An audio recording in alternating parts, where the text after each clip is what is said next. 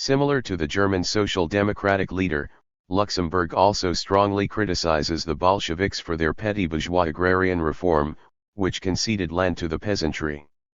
To this outlook, one can counterpose Bukharin, according to whom, in the conditions of Russia at that time, with a monopoly on political power solidly in the hands of the Bolsheviks, it is precisely private interests and the drive of the peasantry and others to enrich themselves that could contribute to the development of the productive forces and, in the last analysis, to the cause of socialism and communism. 369 A significant transformation occurred with Bukharin, if during Brest-Litovsk. With regard to the national question, he had shown an abstract universalism. Here in relation to NEP and the agrarian question, the process of building universality must also advance through the opportune utilization of particular interests.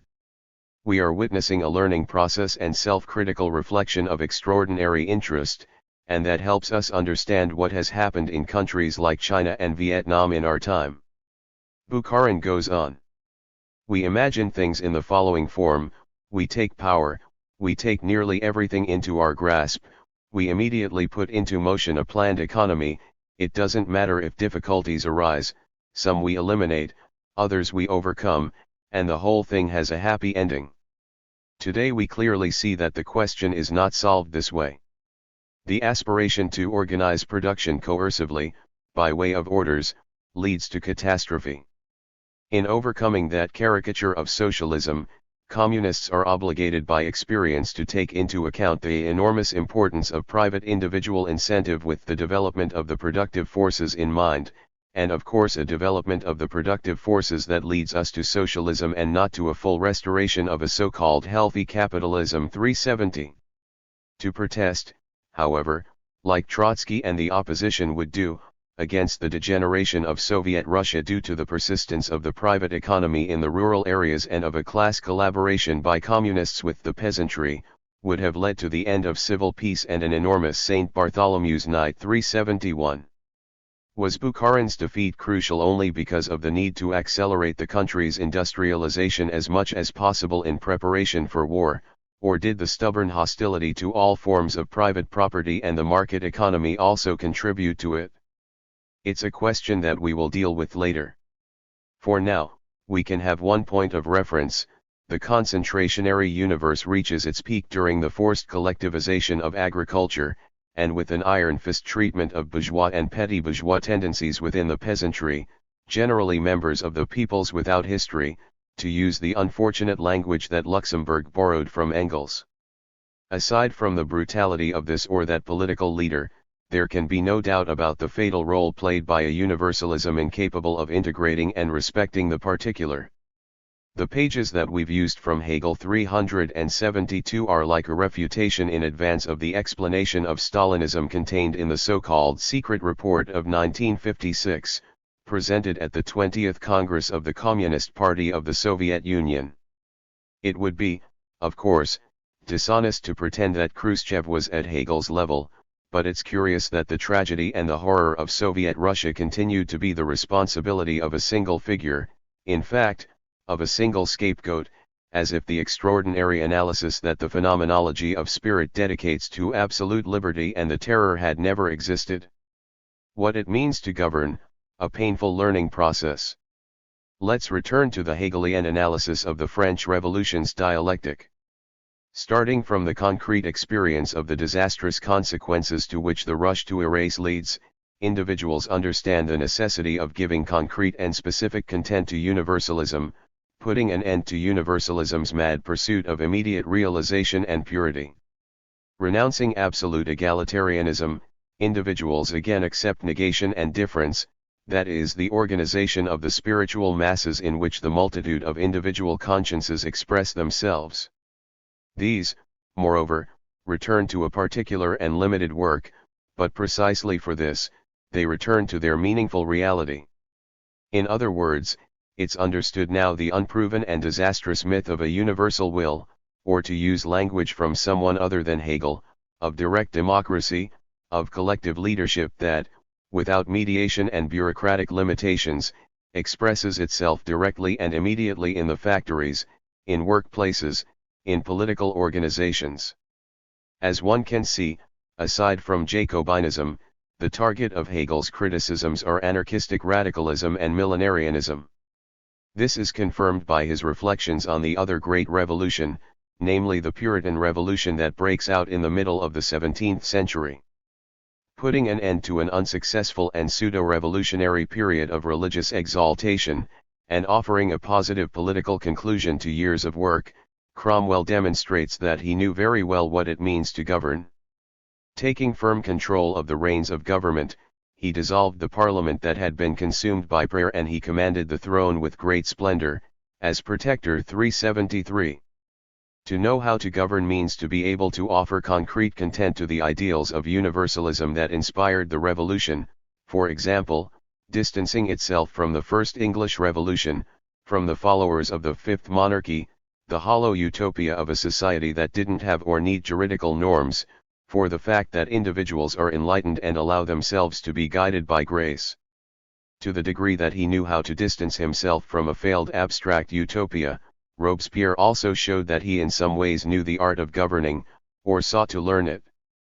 After a great revolution, especially when its protagonists are from ideological and political strata deprived of property and the political experience connected to the enjoyment of property, to learn how to govern means to learn how to give concrete content to universality. But it's above all else a process of learning by experience. With regard to the socialist revolution, that process doesn't begin or end with Stalin. Rather, the most serious limitation of the statesman is having left incomplete, or even gravely incomplete, that learning process. Let's take the national question. In Lenin, we can read the thesis according to which the inevitable fusion of nations and of different nationalities, including with regard to language, passes through a transitory period of full and free development of nations and their different languages, cultures, and identities. At least in relation to the transition period, here it's evident the awareness that the universal must know how to embrace the particular. A significant learning process had already begun. We are already past the abstract universalism that is expressed, for example, in Luxembourg, for whom the particular nationalities are in themselves a negation of internationalism. Yet Lenin, in speaking of the national question, appears to grasp the unity between the universal and the particular only in relation to the transition period. Stalin is sometimes more radical. Some, Koski for example, speak of creating a single language for all humanity under socialism and doing away with all other languages. I don't really believe in this theory of a single language for all of humanity. In any case, experience doesn't speak in its favor, but against this theory. 374. Judging by this passage, not even communism should be characterized by a single language for all of humanity. It's as if Stalin was afraid of his own courage. Moreover, he prefers to delay the fusion of nations and national languages to the moment in which socialism has triumphed on the world stage. 375 Maybe only in the last years of his life, when at that point he had indisputable authority within the international communist movement, does Stalin prove to be more daring. He doesn't limit himself to stressing that history shows a great stability and an enormous resistance by languages to forced assimilation. 376. Now his theoretical elaboration goes yet further. Language is radically different from a superstructure. It isn't created by any single class, but by a society as a whole, by all the classes of society, thanks to the efforts by hundreds of generations. Therefore, it's absurd to speak of a language's class nature. 377. But then why should national languages disappear? And why should the nations as such disappear, if it's true that the language community represents one of the most important signs of a distinct nation? 378 However, despite all this, orthodoxy ends up coming out on top. Communism continues to be thought of as the triumph of the common international language, and ultimately as a single nationality. 379 At least with regard to that mythical final stage, the universal can again be thought of in its purity, free of the contamination of the particularities of languages and national identities. It's not solely an abstract problem of theory. The attachment to orthodoxy certainly didn't contribute to the understanding of the permanent contradictions between nations that aimed for socialism and considered themselves committed to the construction of communism. It's these contradictions that played a primary role in the process of crisis and dissolution of the socialist camp. In other fields of social life we again see Stalin take part in a difficult struggle against an abstract utopia, but stopping halfway, to avoid compromising traditional orthodoxy. In 1952, therefore on the eve of his death, he feels obligated to criticize those that want to liquidate the market economy as such. In a polemic on this, Stalin wisely observes, "They say that market production in any condition must necessarily lead to capitalism. That's not true. Not always, not in any condition. One cannot identify capitalist production with market production. They are two different things. There could very well be market production without capitalists. However, again in this case, orthodoxy proves to be an insurmountable barrier. The disappearance of the market economy is delayed until the moment in which all the means of production are completely collectivized, with the surpassing, therefore, of cooperative property itself." 380. At last, the problem that's perhaps decisive. We saw Stalin theorize a third function in addition to repression and class struggle at the national and international level. A prominent jurist was right to point out that the report to the 18th Party Congress of the CPSU had put before us a radical change in the doctrine developed by Marx and Engels. 381. It was a change that Stalin had reached from his experience in government, from a concrete process of learning that had already left its traces in Lenin's final thoughts and political decisions, but that had now taken another step forward. Trotsky had argued very differently. He had hoped to synthesize the positions of Marx, Engels, and Lenin in the following form: the generation that had conquered power, the old guard, began the liquidation of the state, the following generation will complete this task. 382. If this miracle did not come to pass, who could be blamed if not the traitorous Stalinist bureaucracy? It may seem misleading to use these philosophical categories to explain the history of Soviet Russia, but it's Lenin himself who legitimizes this approach. He cites and supports the excellent formula in Hegelian logic, according to which the universal must be able to embrace the richness of the particular. 383.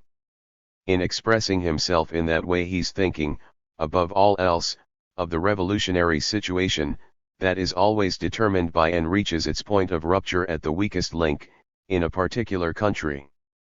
Nevertheless, this excellent formula was not considered for the phase following the seizure of power by either Lenin or the Bolshevik leadership group. When they are confronted with the problem of building a new society, these efforts to bring the richness of the particular into the universal run into the accusation of betrayal. It's well understood that that accusation is aimed at Stalin in particular. Having governed the country born out of the October Revolution for more time than any other leader, it's precisely from this experience in government that he realized the emptiness of the millenarian expectations for the disappearance of the state, nations, markets, and money, and he also directly experienced the paralyzing effect of a universalist vision that tends to classify as a contamination the attention given to the particular needs and interests of a state, a new nation, a family, or a determined individual. If it's true that ideology plays a significant role in the prolongation of the second time of troubles, it's necessary, then, to point out that Stalin's antagonists are particularly guilty of this. Stalin, thanks also to his concrete experience in government, seriously committed himself to the learning process through which, according to Hegel's teachings, the leadership group of a grand revolution is forced to pass through. For the complex and contradictory course of the Stalin era. From a new attempt at Soviet democracy to St. Bartholomew's Night. In any case, it's important to stress, as one of the authors of the Black Book of Communism ironically recognizes the need for the contextualization of Bolshevik political violence at first, and Stalin's violence later on, within the long duration of Russian history, it's important not to lose sight of Stalinism's matrix, which was the First World War, the revolutions of 1917, and the civil wars as a whole. 384. And therefore, emerging when no one could yet predict Stalin's rise to power, and even before the Bolshevik Revolution, Stalinism isn't the result of an ideology or an individual's thirst for power, but more precisely the result of the permanent state of emergency which consumes Russia in 1914. As we've seen, from the start of the 19th century a number of very different personalities didn't miss the troubling signs of a gathering storm over the country that sits between Europe and Asia. The storm manifests itself in all its violence with the outbreak of the First World War. One must start from here, and from the incredibly long duration of the Second Time of Troubles. It's not by chance that we're dealing with a phenomenon that unfolds in a totally nonlinear manner. We see it ease in moments of relative normalization and we see it manifest in all its severity when the state of emergency reaches its zenith. Let's start with a preliminary question: at what point could we refer to Soviet Russia as a personal and absolute dictatorship? Respectable historians appear to be in agreement on an essential point: at the start of the 1930s Stalin was not yet an autocrat. He was not free from criticism, dissension, and authentic opposition within the Communist Party. The absolute power of a leader shielded by a cult of personality had not yet emerged. The Leninist tradition of the dictatorship of the party and oligarchic power persisted. 385 The historians cited here use the two terms interchangeably. By all measures the second poorly describes a regime that encourages an incredibly strong level of social mobility for the subaltern classes and that opens political and cultural life to social strata and ethnic groups that were totally marginalized up until then. It seems evident that, at least starting from 1937, and starting with the outbreak of the Great Terror, the dictatorship of the party gives way to autocracy. Should we then identify two phases within Stalinism? Despite questioning the traditionally monolithic interpretation, this periodization doesn't represent a genuine step forward in the comprehension of those years. In any case, the transition from the first phase to the second, and the concrete configuration of both, require explanation. To understand the problem, let's see what happened in the middle of the 1920s, at a time in which, having survived the severe crisis represented by foreign intervention and civil war, NEP has achieved significant results. Not only is there no autocracy, but despite the Communist Party's continued dictatorship, the management of power tends to become more liberal. Bukharin appears to go as far as encouraging a rule of law, of sorts.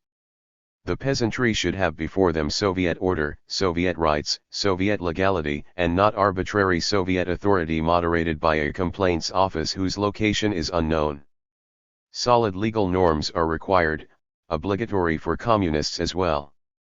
The state must now commit itself to peaceful organizing work, and the party, in its relations with the masses, must apply persuasion and only persuasion. Terror no longer makes sense. It now belongs to the past. 386. In its place, the task is making space for the initiative of the masses. In this context, it's necessary to look positively on the flourishing of popular associations and voluntary organizations. 387. Before us are not merely personal opinions. These are the years of the Duumvirate. 388. Bukharin manages power alongside Stalin, who in 1925 constantly seeks the liquidation of the remnants of war communism in the countryside and condemns the deviation which denounces an imaginary restoration of capitalism and risks inciting the class struggle in rural areas and civil war in our country. 389. They must realize that we are in the phase of economic development. 390. The shift in emphasis from the class struggle to economic development carries important consequences for the political sphere as well. The primary responsibility for communist students is to become masters of science. 391. Only this way can they aspire to carry out a leadership role. Competence matters, solid, practical management is now required. And therefore, to truly lead it's necessary to understand your own work, it's necessary to study it conscientiously, patiently, and with perseverance. 392. The centrality of economic development, and therefore of competence, makes the party monopoly less rigid. It's critical that a communist act as an equal to those outside the party, especially because the control of party members over the work of those outside the party could produce very positive results. 393. Overall, a radical political change is unavoidable according to Stalin. Today it's no longer possible to lead through military methods. It's not maximum pressure that's needed now but maximum flexibility, both in policy and in organization, maximum flexibility in both policy direction as in organizational management. What's needed is dedication in receptively capturing the aspirations and needs of the workers and peasants. And with respect to the peasants, who often prove to be more backward than the workers, the task of communists and cadres is to learn how to convince them, sparing neither time nor effort for this purpose. 394. It's not just a matter of embracing a more sophisticated political pedagogy. What's necessary is doing away with merely formal elections conducted from above, and bad practices which included lack of rigor, abuse of power, and arbitrary behavior by administrators. A radical shift is required. The old electoral practices were a remnant of war communism which should be liquidated as a harmful practice, rotten from top to bottom. 395. Now it's a matter of reactivating the Soviets, transforming the Soviets into true elected bodies, and establishing in rural areas the principles of Soviet democracy. 396. Even before October, the Soviets had started to transform into bureaucratic structures, with an observable decrease in the frequency and consistency of the assemblies. 397. But now, returned to their original function, the Soviets are called upon to guarantee the participation of the workers in the daily work of state administration. 398. How does this take place? It takes place through organizations based on mass initiative, all kinds of commissions and committees, conferences and delegate meetings that spring up around the Soviets, economic bodies, factory committees, cultural institutions, party organizations, youth league organizations, all kinds of cooperative associations, and so on and so forth. Our comrades sometimes fail to see that around the low units of our party, Soviet, cultural, trade union, educational, YCL and army organizations, around the departments for work among women and all other kinds of organizations, there are whole teeming anthills organizations, commissions and conferences which have sprung up of their own accord and embrace millions of non-party workers and peasants, anthills which, by their daily, inconspicuous, painstaking, quiet work, provide the basis and the life of the Soviets, the source of strength of the Soviet state. 399. For all these reasons, it's wrong to identify the party with the state. Moreover, to do so is a distortion of Lenin's thinking. Further, once the position of the new state is consolidated, both internally and internationally, it's necessary to extend the constitution to the entire population, including the bourgeoisie. 400. At this moment, taking up some of the formulations used by Marx to celebrate the Paris Commune, Stalin takes an interest in the idea of the reduction and even the withering away of the state apparatus. The revitalization of the Soviets and political participation could be a step in that direction. It's a matter of transforming our state apparatus, linking it to the popular masses, and making it sound and honest, simple and inexpensive. 401. On top of this, associations that emerge from civil society should be encouraged. They unite the Soviets with the rank and file, they merge the state apparatus with the vast masses and, step by step, destroy everything that serves as a barrier between the state apparatus and the people. 402. In conclusion, the dictatorship of the proletariat is not an end in itself. The dictatorship is a means, a way of achieving socialism. But what is socialism? Socialism is the transition from a society with the dictatorship of the proletariat to a stateless society. 403. What's on the agenda is certainly not the end of the dictatorship of the proletariat and the party, but rather their evident moderation. This political openness shared by Bukharin and Stalin, but classified by the followers of Zinoviev as Bolshevism of the middle peasantry. 404 was followed by the crisis which leads to the liquidation of NEP, the coerced collectivization of agriculture and industrialization in forced stages, with the subsequent expansion of the universe concentration. What determines the change isn't, as is often claimed, the ideological zealotry of the leadership group, that is, the obsession with eliminating the market and all forms of private property. At the same time, one can't underestimate the pressure from below, in not unimportant sectors of society. Nostalgia for the egalitarianism from before the introduction of NEP remains strong. Moreover, another factor comes into play. As if wanting to respond to the sort of analysis that's widespread today, on November 19, 1928, Stalin states that the Soviet Union is led by sober and calm people, concerned with the problem of how to defend the independence of a country significantly more backward compared to the hostile powers that encircle it. 405 Thus, they are driven by their concern over the international situation, an international situation seen as increasingly hostile. At the end of November 1925, the Treaty of Locarno is signed. Drawing France and Germany closer together, it mended relations between the Western powers that had fought each other during the First World War, thus formalizing the USSR's isolation. It's not hard to find voices seeking a European crusade against communism. 406. And in Moscow, top-level figures like Zinoviev, Radek, and Kamina dramatically stress the rising risk of an invasion. 407. Months later, the coup d'état in Poland marks Pilsudski's rise to power, a declared enemy of the Soviet Union.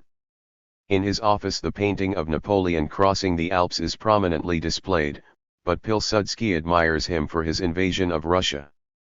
That last endeavor had Polish participation. The new strongman in Warsaw recalls this with pride, and hopes to take Ukraine from the USSR in order to make it a subaltern and loyal ally. 408 On August 24, 1926, Pilsudski rejected the proposal made by Moscow for a non-aggression treaty, and later the Soviet Minister of Foreign Affairs denounces Polish plans aimed at acquiring a protectorate in the Baltics. The following year, the international situation became even more ominous.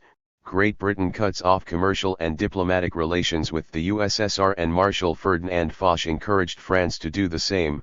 In Beijing, the USSR's embassy suffers an attack by the troops of Chiang Kai-shek, egged on from London perhaps, while in Warsaw the Soviet ambassador is assassinated by a White Russian émigré. Finally, in Leningrad there's an explosion at the headquarters of the Communist Party. At this point, it's Tkhachevsky, the Chief of Staff of the Armed Forces, who sounds the alarm and demands a rapid modernization of the military. NEP no longer seems capable of solving the problem. Yes, the economy shows signs of recovery, and in 1926 to 1927 it returns to pre-war levels, but, with respect to industrial production and technology, the distance between the USSR and the most advanced capitalist countries remains the same. Incisive or even drastic measures are unavoidable. 409 And the military presses for similar measures in agriculture, with the aim of guaranteeing a regular food supply for the front line.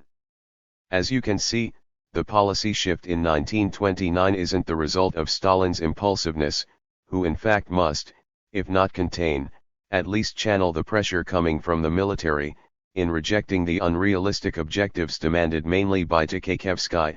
Stalin warns against red militarism which, in concentrating exclusively on the arms industry, would run the risk of jeopardizing economic development, and ultimately jeopardizing military modernization altogether. 410 Nor is the policy shift the result of a rigid ideology. Aside from the power of the Communist Party and the prevailing social relations within the USSR, what's at stake is the existence of the nation. This is the opinion of a large part of the Soviet leadership group, beginning with Stalin, of course. The state of alarm appears all the more justified by the ominous international horizon, both in the diplomatic sphere and in the economic sphere, and on top of this there's the grain crisis within Russia. Lines to acquire food become widespread in the cities, provoking a deterioration of the crisis. It was a situation that could only work against Bukharin's policy aims. Bukharin's biographer correctly observes. 411 At this point the Duumvirit's fate is sealed. The rupture isn't just explained by the moral scruples of the defeated member of the Duumvirit, who astutely foresees the St. Bartholomew's Night caused by the forced collectivization of agriculture. What causes the internal split is chiefly another factor. Bukharin is also worried about the risk of war, but he doesn't believe that a solution can be found just within the national context. Socialism's definitive victory in our country isn't possible without the help of other countries and the World Revolution 412. The Bolshevik leader who had previously condemned the Brest-Litovsk Treaty as a cowardly and nationalistic desertion from the international struggle of the proletariat remains loyal to that vision of internationalism. If we exaggerate our possibilities, there then could arise a tendency to spit on the international revolution. Such a tendency could give rise to its own special ideology, a peculiar national Bolshevism or something else in this spirit. From here it is a few small steps to a number of even more harmful ideas. Point 413. Stalin, however, more realistically works off the premise that the capitalist world has stabilized. The defense of the USSR is primarily a national task. It's not just a matter of advancing the country's industrialization through forced stages. As the grain crisis showed, the flow of food from the countryside and to the cities and the army is by no means guaranteed. Especially sensitive to this problem was someone like Stalin who, beginning with his rich experience from the Civil War, had often stressed the key importance of stability in the rear end of the food supplies coming from the countryside. Here are the conclusions found in a letter to Lenin and in an interview with Pravda. From summer and autumn of 1918, the question of food supplies is naturally tied to the military question. In other words, an army can't sustain itself for very long without a stable rear. For the front to remain stable, it's crucial that the army regularly receive supplies, military provisions, and food from the rear. 414. In the lead-up to Hitler's invasion, Stalin gives great attention to agriculture, considering it a central element of national defense. 415. One can then understand why, at the end of the 1920s, collectivization of agriculture seemed to be the mandatory route in order to significantly accelerate the country's industrialization and to secure the stable supply of provisions needed by the cities and the army, all in preparation for war. In effect, putting aside the human costs, the economic results of the first 5-year plan were stunning. Increasing industrial production by 250%, Soviet Russia took colossal steps in becoming a major industrial power. Obviously, the great leap forward in Soviet Russia's industrial economy brought with it a great leap forward for the arms industry, with military spending increasing by a factor of 5 between 1929 and 1940. 416. More modest are the results achieved in agriculture. Nevertheless, centralization and the decline of subsistence farming create more favorable conditions for a large army's regular provision. From socialist democracy to the Great Terror. Having survived the St. Bartholomew's Night that was the forced collectivization of agriculture, with the terrible social and human costs that come with it, the political relaxation that we previously encountered appears to re-emerge. After the victory over the Kulaks, Kaganovich observes in September of 1934 it's necessary to move completely toward legality and educate our people with socialist legal consciousness. Yes, without the massive education of 160 million people with the spirit and consciousness of the law it won't be possible to achieve the consolidation of our legal system. 417. All of this is even more necessary because, as Stalin emphasizes, in the USSR there are no longer antagonistic classes. 418. Therefore, there's no reason to delay the introduction of universal suffrage, direct and equal, by secret ballot. 419 and unrestricted universal suffrage. 420. Therefore, the constitutional amendments which purpose taking away electoral rights from the clergy, ex-White Guards, all the X's, as well as individuals who don't carry out publicly useful work, are rejected.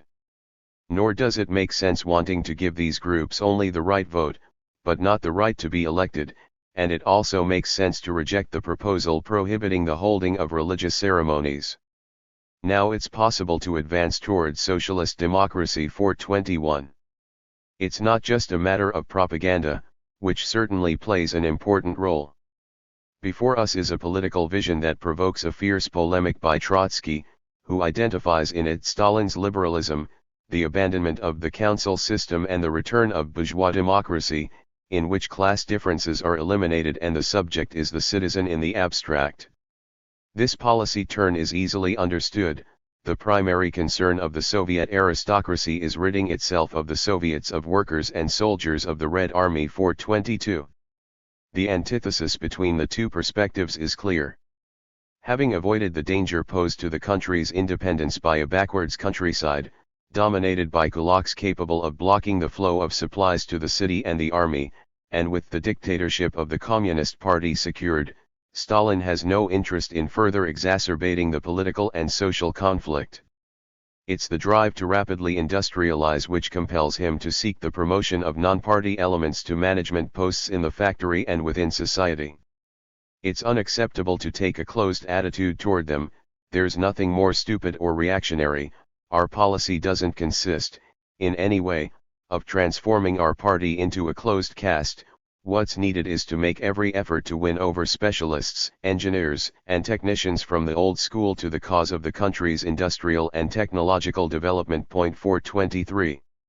On the other hand, it's not possible to promote industrial and technological development without also providing material incentives for the training of workers and specialized technicians, and here arises the polemic against leftist leveling of salaries.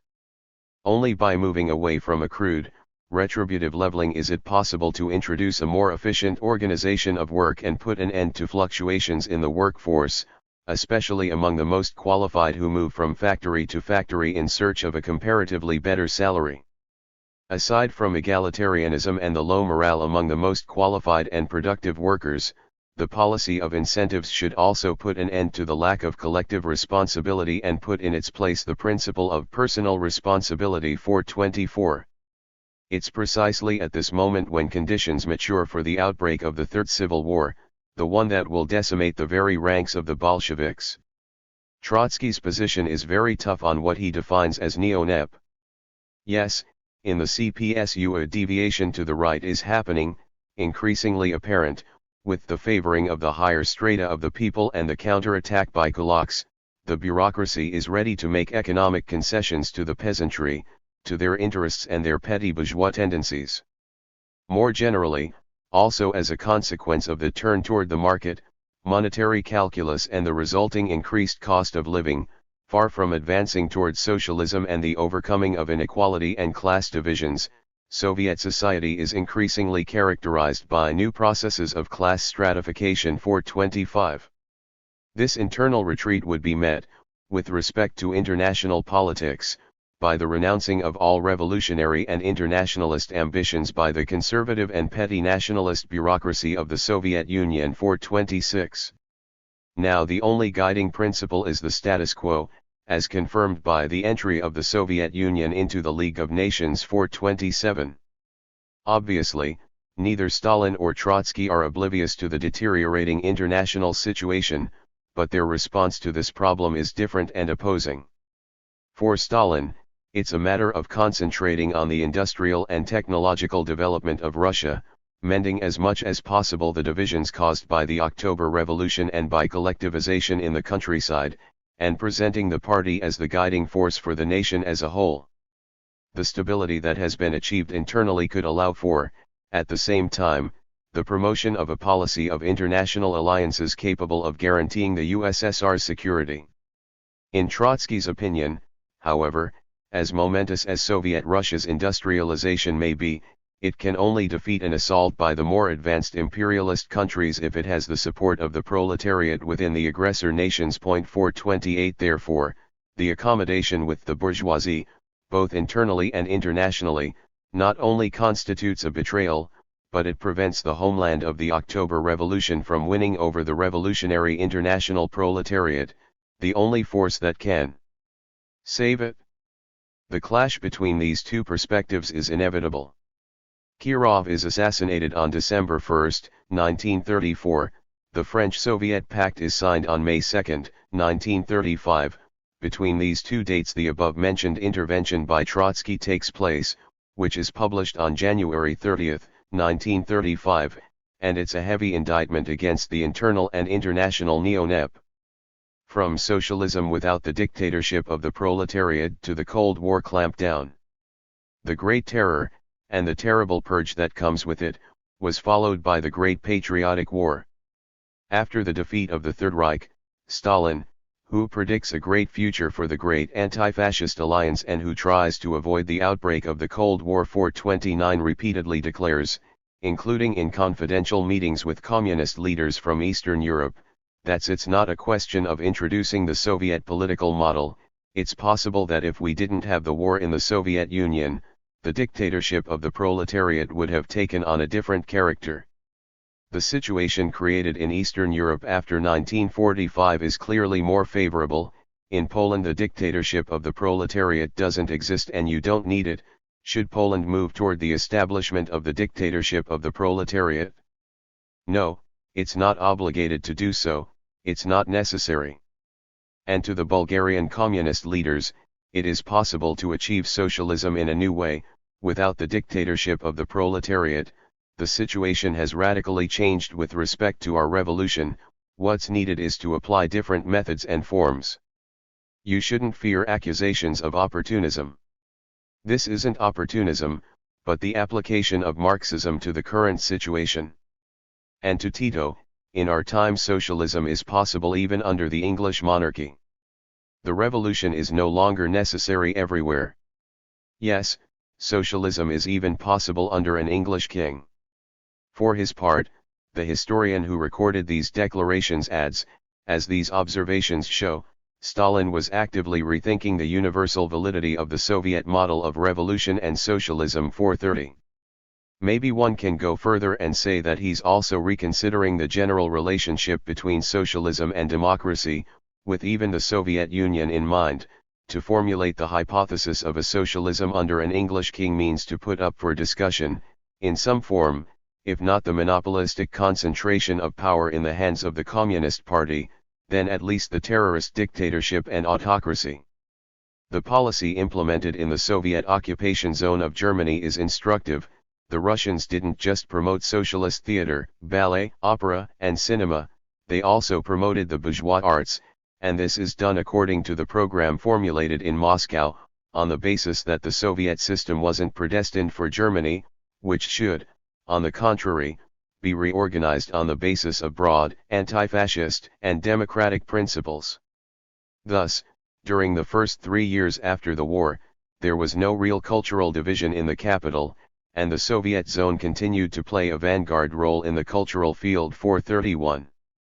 The start of the Cold War suddenly interrupts that experience and that reflection.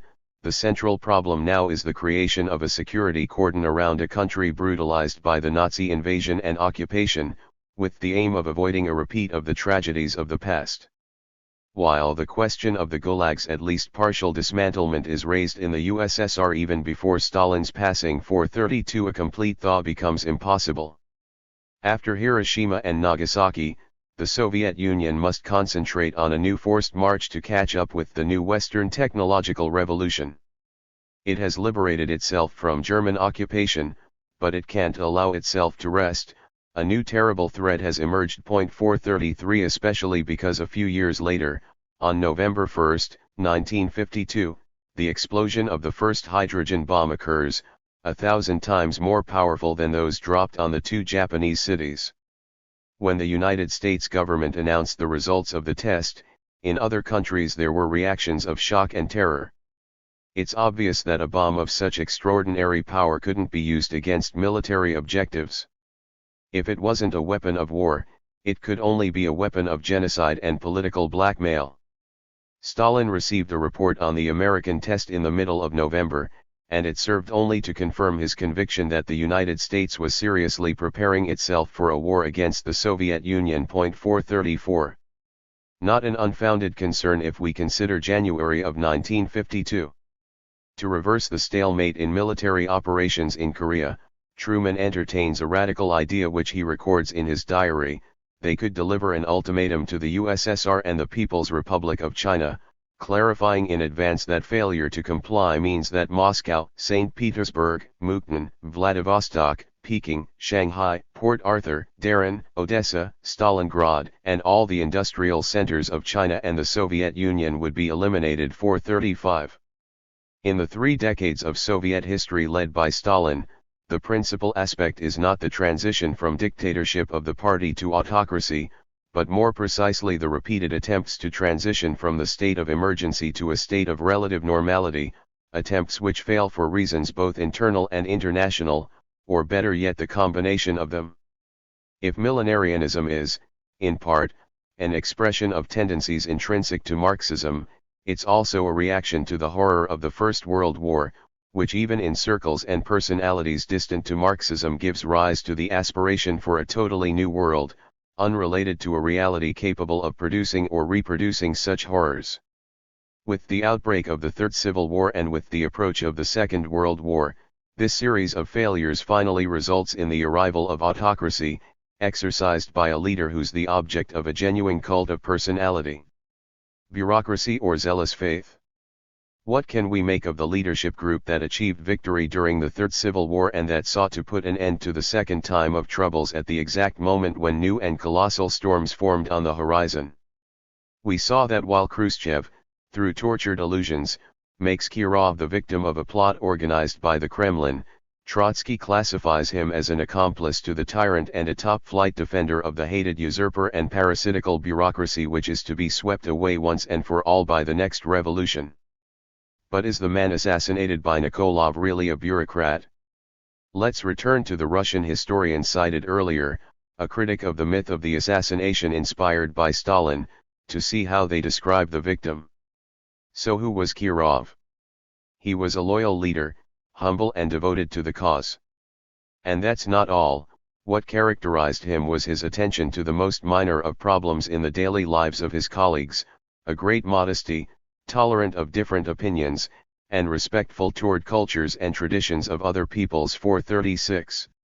This flattering judgment ends up putting Kirov's entire social group under a favorable light, and that ultimately puts Stalin in a favorable light, as the former was his intimate and trusted collaborator. This is absolutely not a bureaucratic elite without ideals, only interested in their careers.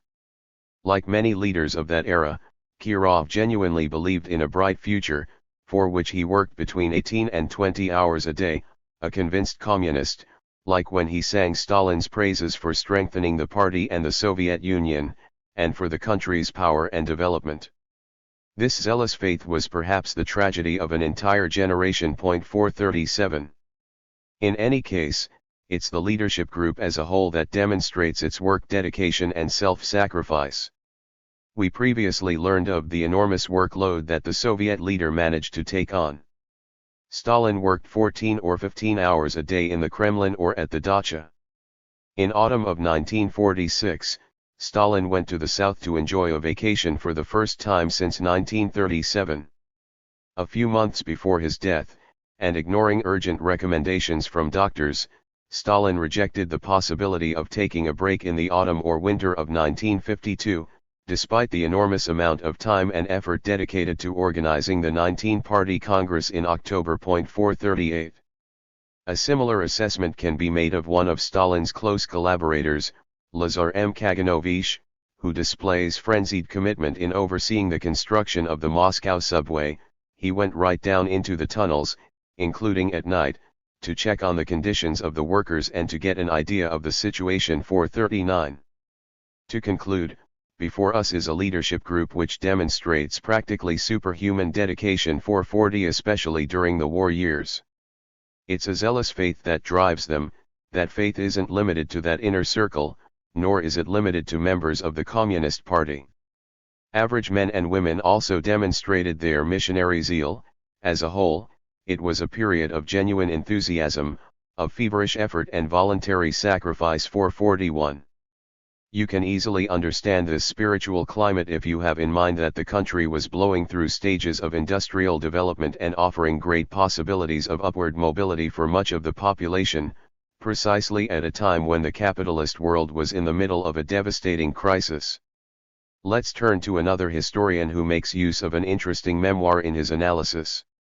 The years of 1928 to 1931 were a period of enormous upward mobility for the working class. The promoters of socialist emulation and Stakhanovites not only substituted unfit cadre, but occupied en masse the available posts in the administrative apparatus and in the learning institutions undergoing massive expansion. They were not passively promoted, but were active protagonists in their promotion. They had a clear and defined objective for the present and the future and sought to acquire the greatest amount of knowledge and practical experience, in order to be as useful as possible to the new society. The Stakhanovite movement and socialist emulation played an important role in the process of industrialization. They helped the political leadership accelerate the speed of that process, promoting industrial modernization, reorganizing factory management under a unified model, and selecting young, ambitious, competent, and politically trustworthy workers for promotion. The emergence of these workers as a political force had an enthusiastic effect over party, industrial, and union leaders. 442. An authoritative account confirms and deepens the image sketched out above. In 1932, in Riga, capital of Latvia, a young American diplomat, destined later to become famous as the advocate for Soviet containment, namely George Kennan, sends a cable to Washington which contains a very interesting analysis. First of all, he highlights that in the Soviet Union life continues being administered in the interest of a doctrine, that is, in the interest of communism. It's a worldview that can count on a wide consensus. The industrial proletariat enjoys high social recognition, so much so that according to him it largely compensates for material disadvantages related to the accelerated program of economic development. The youth, or a certain part of the youth, appear extremely enthusiastic and happy, as can only occur among human beings completely dedicated to tasks that have no relation to their personal lives, that's to say people completely immersed in the inspiring project of building a new society. In this sense, one can speak of an unlimited self-confidence, and the happiness and mental health of the Russian youth. But then comes a warning that, in light of the subsequent historical experience, may be considered prescient. From the most morally united country in the world, Russia can overnight become the worst moral chaos. 443. Such a state of high moral tension could hardly withstand the passing of time, and the inevitable difficulties and failures in the project of building a new society, thus the situation could easily turn against them. But it remains true that in 1932, before Kirov's assassination, Soviet Russia appears, in the eyes of the future advocate for containment, as the most morally united country in the world. Of course, here Kennan is more familiar with the reality in the cities 444 than he is with the reality in the countryside. There the forced collectivization of agriculture had provoked, according to the far-sighted warning by Bukharin, a St. Bartholomew's night for the rich peasantry and, more generally, for an enormous number of peasants often belonging to national minorities. A civil war had broken out, and it had been carried out in such a ruthless and terrible way on both sides that it drives a Soviet military officer to suicide, disturbed by an inspection during which he had repeatedly exclaimed that it wasn't communism but horror. 445. It was probably that horror that provoked Bukharin's moral crisis, outraged by the large-scale St. Bartholomew's night, against which he had warned in vain, and horrified by the colossal experiment in social engineering that continued on without mercy, without distinguishing between a person and a scrap of wood. 446. And after the conclusion of collectivization, it's not convincing to speak of the countryside as morally united, as if the memory of the civil war that fractured and bloodied it had totally disappeared. However, despite these necessary clarifications, Kennan's insistence on the enthusiasm and the commitment to doctrine reminds us of the earlier references to zealous faith and missionary zeal. Even with the outbreak of the Great Terror in 1937, the situation doesn't change substantially, at least according to similar analysis by an American and a Russian historian. The first, while insisting on the manipulation of public opinion from above, nonetheless observes that Stalin in 1935 enjoyed great popularity. An eventual attempt to overthrow him would have faced wide resistance. 447. With regard to the following year, the second historian indicates that the party and the Soviet people remain confident in Stalin.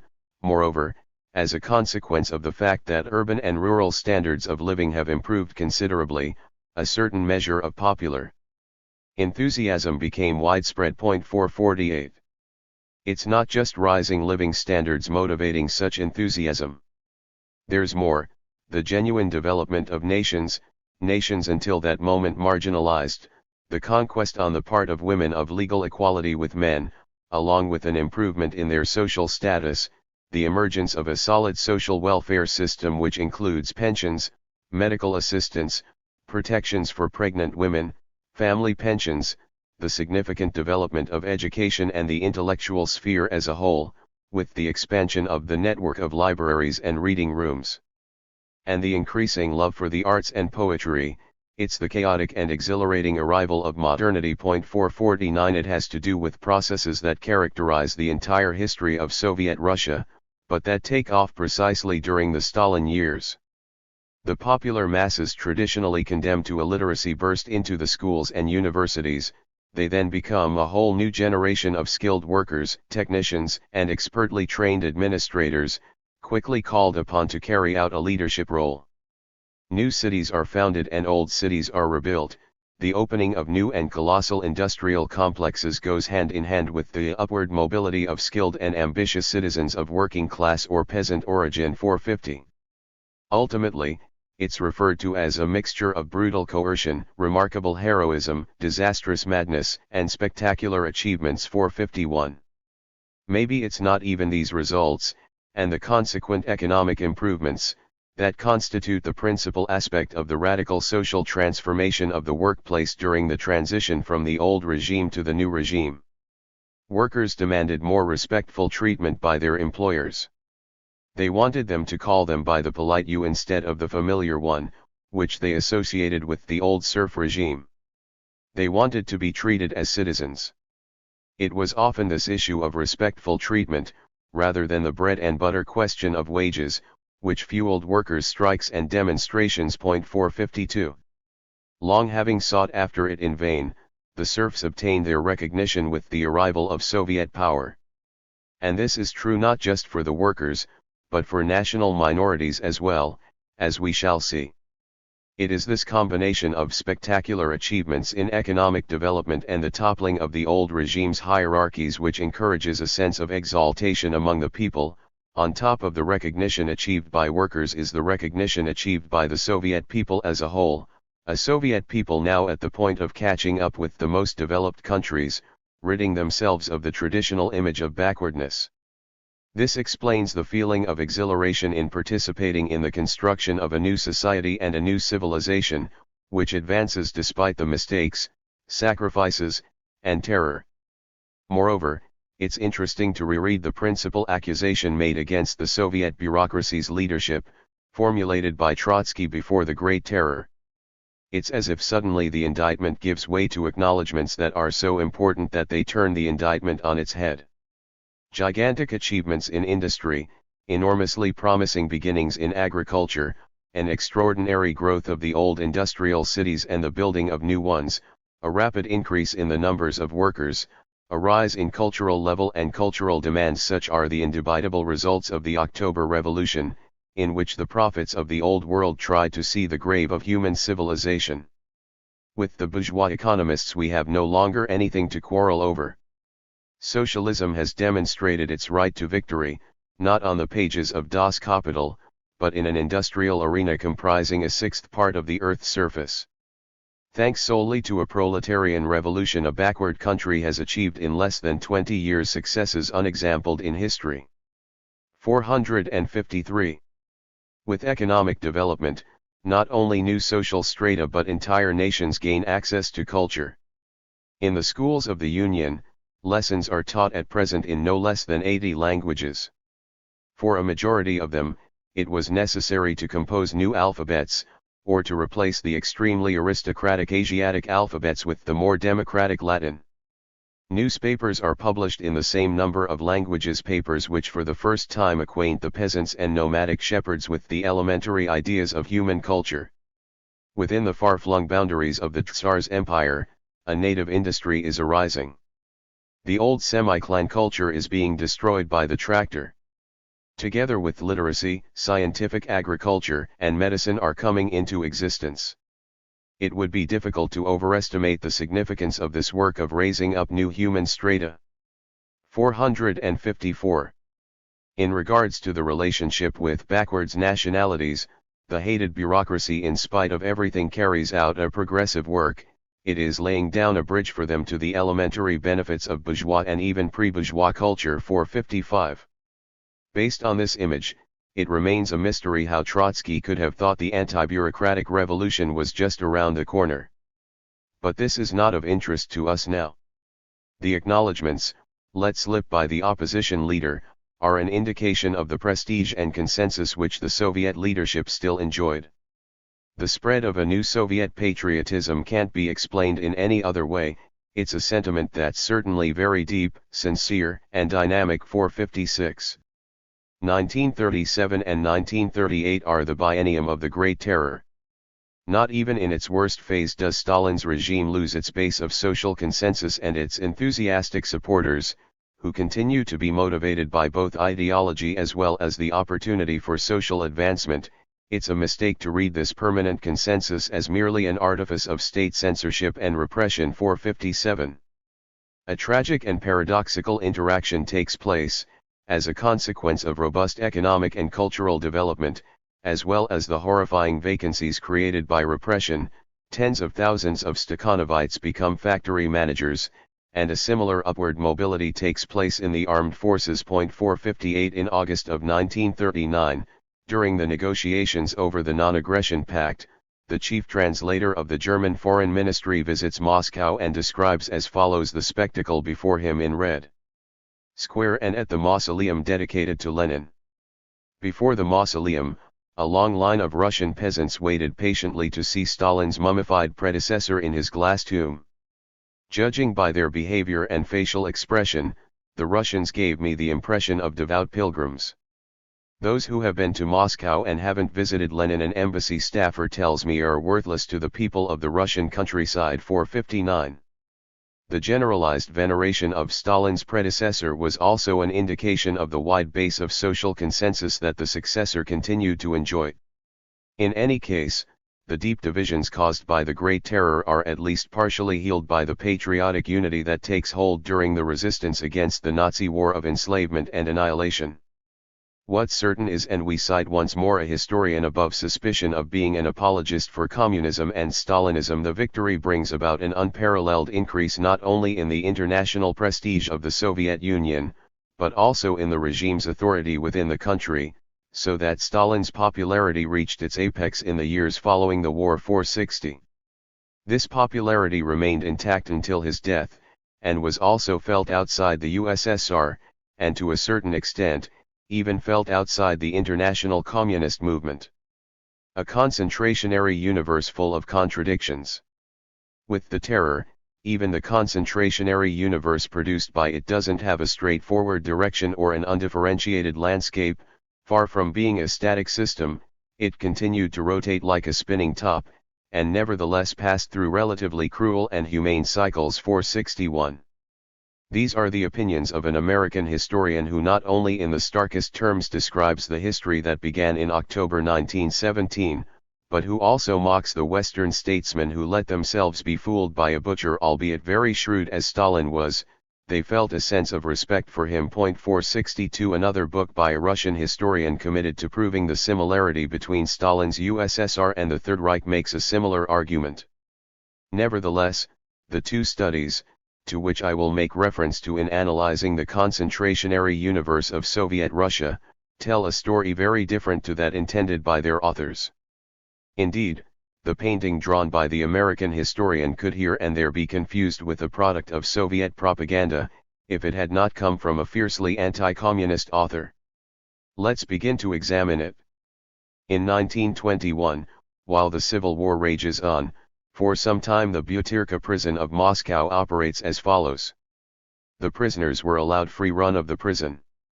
They organized morning gymnastic sessions, founded an orchestra and a chorus, created a club supplied with foreign journals and a good library. According to tradition dating back to pre-revolutionary days, every prisoner left behind his books after he was freed. A prisoner's council assigned everyone cells, some of which were beautifully supplied with carpets on the floors and walls. Another prisoner remembered that we strolled along the corridors as if they were boulevards. To Babina, prison life seemed unreal. Can't they even lock us up seriously? Another socialist revolutionary, arrested in 1924 and sent to Savatayevo, is happily surprised to find herself in place that didn't resemble a prison at all.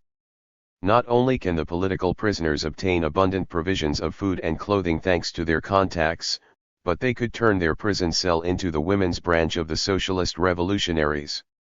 Some years later, on the Solovetsky Islands, we see that the prisoners, many of them having been scientists in St. Petersburg, not only had access to a theater and a library with 30,000 volumes, but also had a botanical garden, including a museum of flora, fauna, and of local art and history. 463. It's true, the situation in the prison system at that moment in time was not uniform. However, the ones just stated are not isolated cases.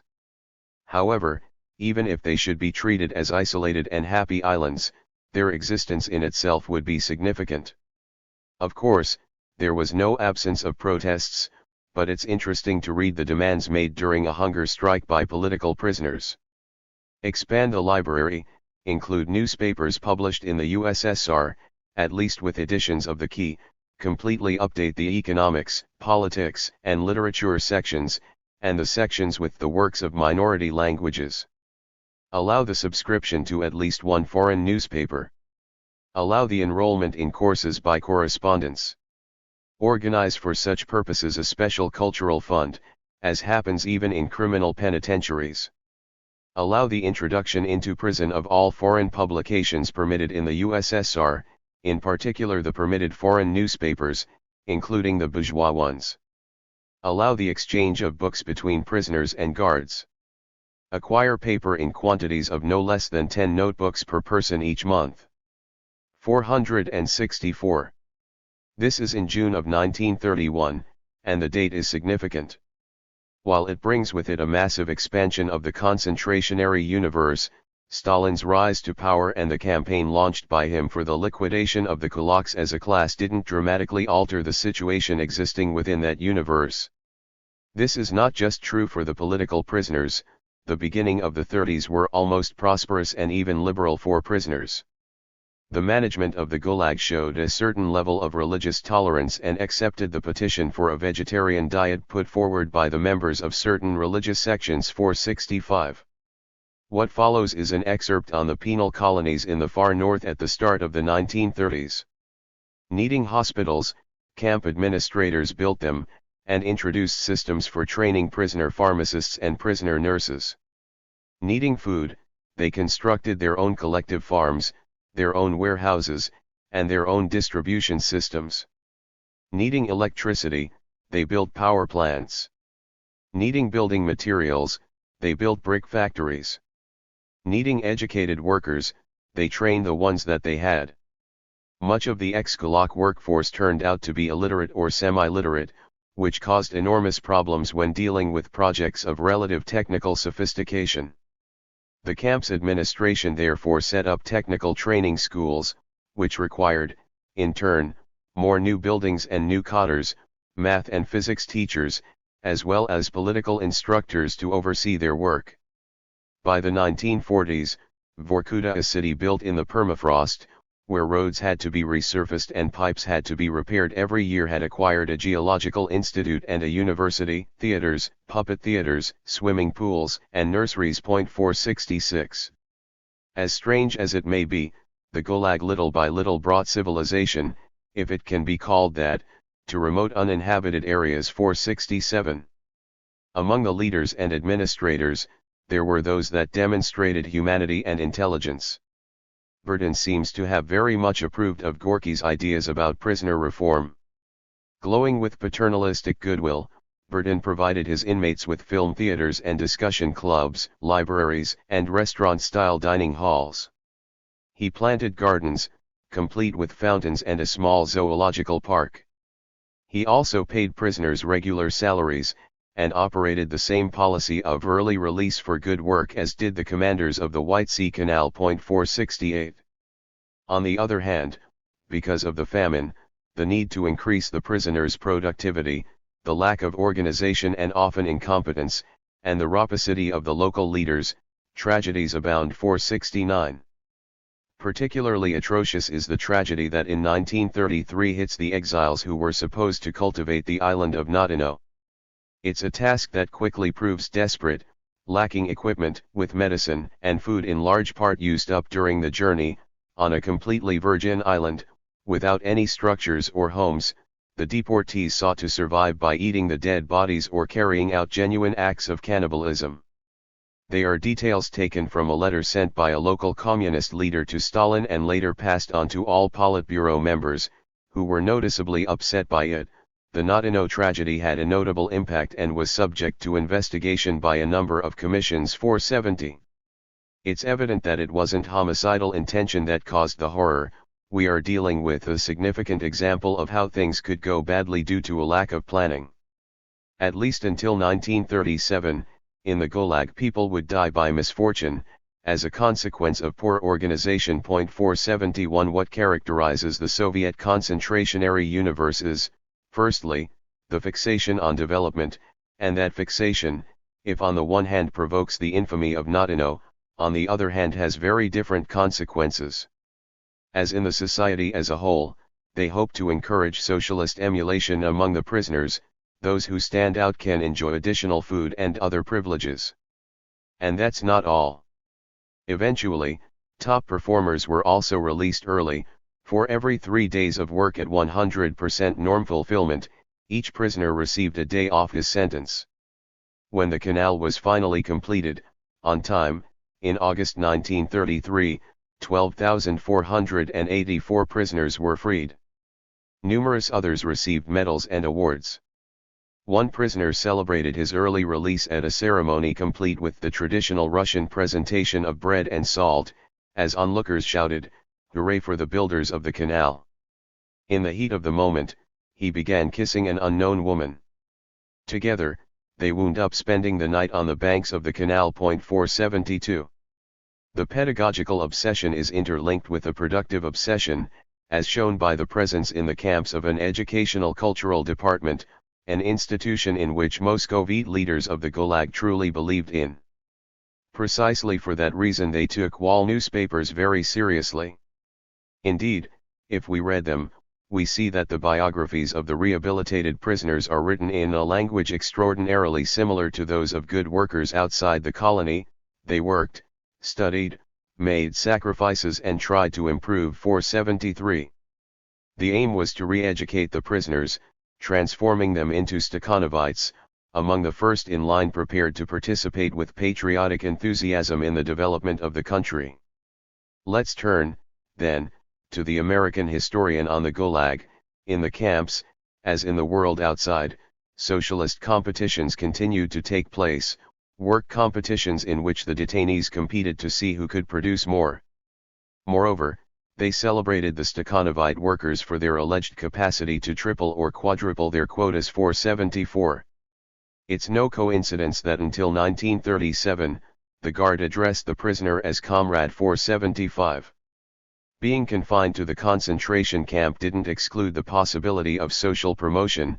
Many prisoners ended up working as guards or camp administrators. 476. Overall, as we've seen, no small number of them learned a profession to exercise following the moment of their release. It's true that 1937 witnesses a brutal turn. While the Third Civil War rages and increasingly ominous clouds gather on the international horizon, the fifth column, real or assumed, becomes the objective of an increasingly obsessive hunt. In such circumstances the detainee is no longer a potential comrade. It's then prohibited to refer to them as such. They are now called citizen, but it's a citizen that is potentially an enemy of the people. Is it from this moment on that the Soviet concentration camp is driven by homicidal intent? 477. That is how the American researcher repeatedly cited here thinks, but yet again her research refutes her. In the 1940s, in theory the KVC of each camp had an instructor, a small library, and a circular where theatrical performances and concerts were organized, as well as political conferences and debates. 478. There's more. While Hitler's war of annihilation rages on and the country finds itself in an absolutely desperate situation, time and money are generously invested to strengthen and improve the propaganda, manifestos, and the political indoctrination meetings for the prisoners. Within the records of the Gulag administration alone, there are hundreds and hundreds of documents testifying to the intensive work of the Cultural Educational Department. In the first quarter of 1943, for example, at the height of the war, frantic telegrams were sent back and forth from the camps to Moscow, as camp commanders desperately tried to procure musical instruments for their prisoners. Meanwhile, the camps held a contest on the theme The Great Motherland War of the Soviet People Against the German Fascist Occupiers. 50 camp painters and 8 sculptors participated. 479. In the very same year, the head of a camp with 13,000 detainees offered an important summary of their activity.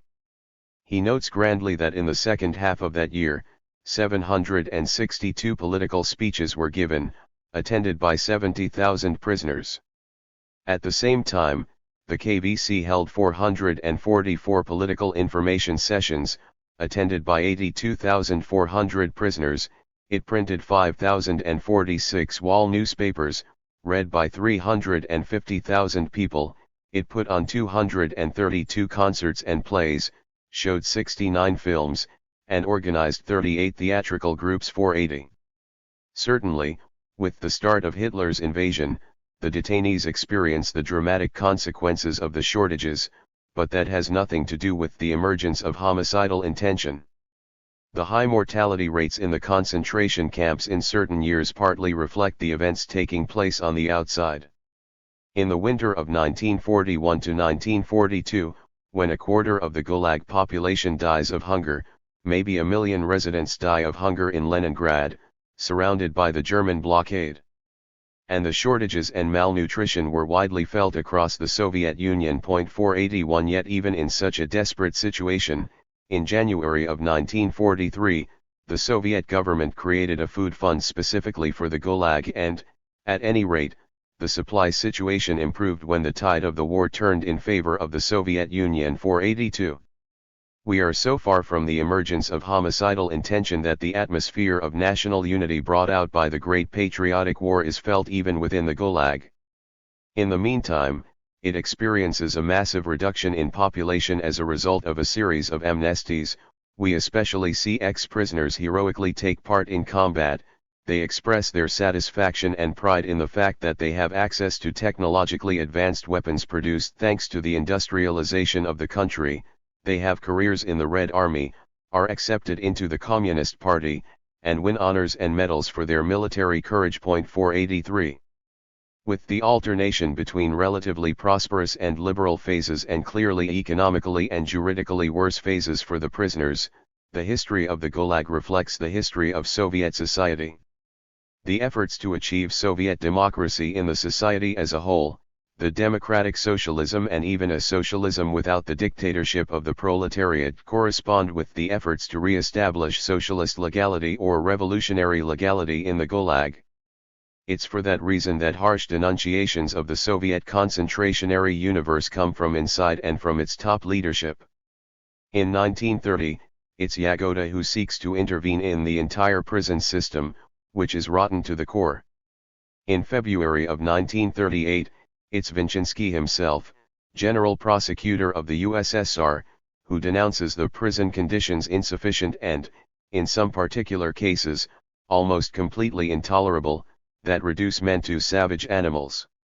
Some months later it's Lavrenti Beria, chief of the secret police under Stalin, who supports a policy that encourages severe punishment to the interrogators who consider beatings to be the principal method of investigation, and who cripple prisoners when they don't have sufficient proof of their anti-Soviet activity. 484.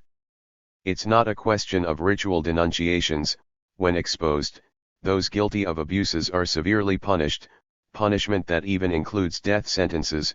Many are fired. There's even conflict between magistrates and the repressive apparatus, which opposes the introduction of rules that seem to be an extremely undesirable intrusion. 485. With the aim of strengthening oversight, the submission of complaints and petitions by detainees is encouraged. Other times they seek to improve the situation by using amnesty and reducing overcrowding in the camps. 486 In the period between one denunciation and another, a real improvement is noticed. These are the liberal phases, hastened at times by the outbreak of new crises. But in the combination of objective circumstances and subjective responsibility, the Gulag, as well as society as a whole, is unable to overcome the state of emergency. Tsarist Siberia, liberal Britain Siberia, and the Soviet Gulag. Should we compare, or directly associate, the Soviet Gulag with the Nazi concentration slugger? It's a question that could be answered with another: why limit the comparison between just these two realities? In Tsarist Russia, conquest declares the concentrationary universe was less crowded and less cruel than during Lenin's time, and especially under Stalin. 487 It's worthwhile to recall what Anton Chekhov had written in 1890. We have allowed millions of people to rot in prisons, to rot for no purpose, without any consideration, and in a barbarous manner. We have driven people tens of thousands of versts through the cold in shackles, infected them with syphilis, perverted them, multiplied the number of criminals, but none of this has anything to do with us. It's just not interesting. 488 During its centuries-long duration, the Tsarist concentrationary universe has often shown signs of extreme cruelty. A painful trail led the condemned to exile or forced labor in Siberia. Aside from being beaten with batons, many suffered mutilations of hands, feet, ears, as well as the humiliation of being branded with fire. Yes, in the 19th century they sought to end the most extreme and cruel practices, but it's a question of half measures that in the majority of cases weren't successful. 489 From all this emerges how fragile the effort is to diminish the importance of Tsarist Siberia, with the aim of isolating the Soviet Gulag and associating it to the Nazi concentration slugger. Yet there's another consideration of greater importance: it's methodologically incorrect to compare a situation of normality to a situation of acute emergency. Read with greater scrutiny, the comparison made by conquest can lead to a result different from that proclaimed by him. It's only in pre-revolutionary Russia that detention and deportation by administrative means are considered a normal practice, even in the absence of conflicts and specific dangers. In Soviet Russia, however, the state of emergency has a powerful effect on the genesis and configuration of the concentrationary universe, which becomes yet more brutal as it gets further away from conditions of normality. Now it's necessary to take one step further. Aside from Russia and Germany, it's necessary to bring other countries into the comparison. A two-part function is also inherent to liberal Britain's concentrationary universe. With respect to the Irish dissidents, it was observed that between the 18th and 19th centuries, they had their official Siberia in Australia, which at least up until 1868 consumed representatives of nearly all the existing radical movements in Great Britain. 490. That's in relation to repression. But it's necessary not to lose sight of the economic function of liberal Britain Siberia.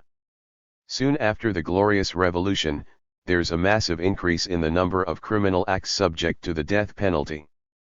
This even comes down upon those guilty of the theft of a shilling or a handkerchief, or on those responsible for cutting down a decorative plant. Not even 11-year-old boys are spared.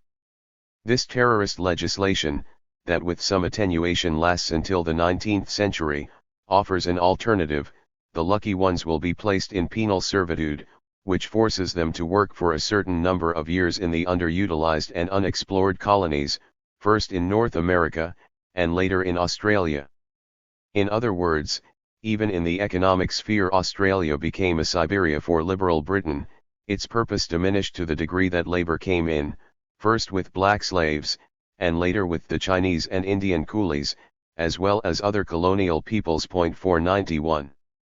The British Siberia is no less cruel than the Tsarist one. On this totalitarian society, which is built in Australia while at the same time an extermination of the Aborigines is carried out, a summary is sketched out based on the available autobiographical literature, and that proves to be especially frightening. At unpredictable intervals, the detainees were gathered, counted, and subjected to a complete examination, with the inspection of the mouth and anus. The food was brought to the various crews on wooden plates or on tin trays and placed before them as if they were dogs or pigs, and like dogs and pigs they had to eat it. Discipline depended on the informant. To not become a spy became, therefore, behavior that in itself was suspicious. A week wouldn't pass without complex conspiracies being revealed, with lists of names, in a competition of accusations. That trafficking in human blood was the only way to obtain absolution. The volume of information counted more than the content itself.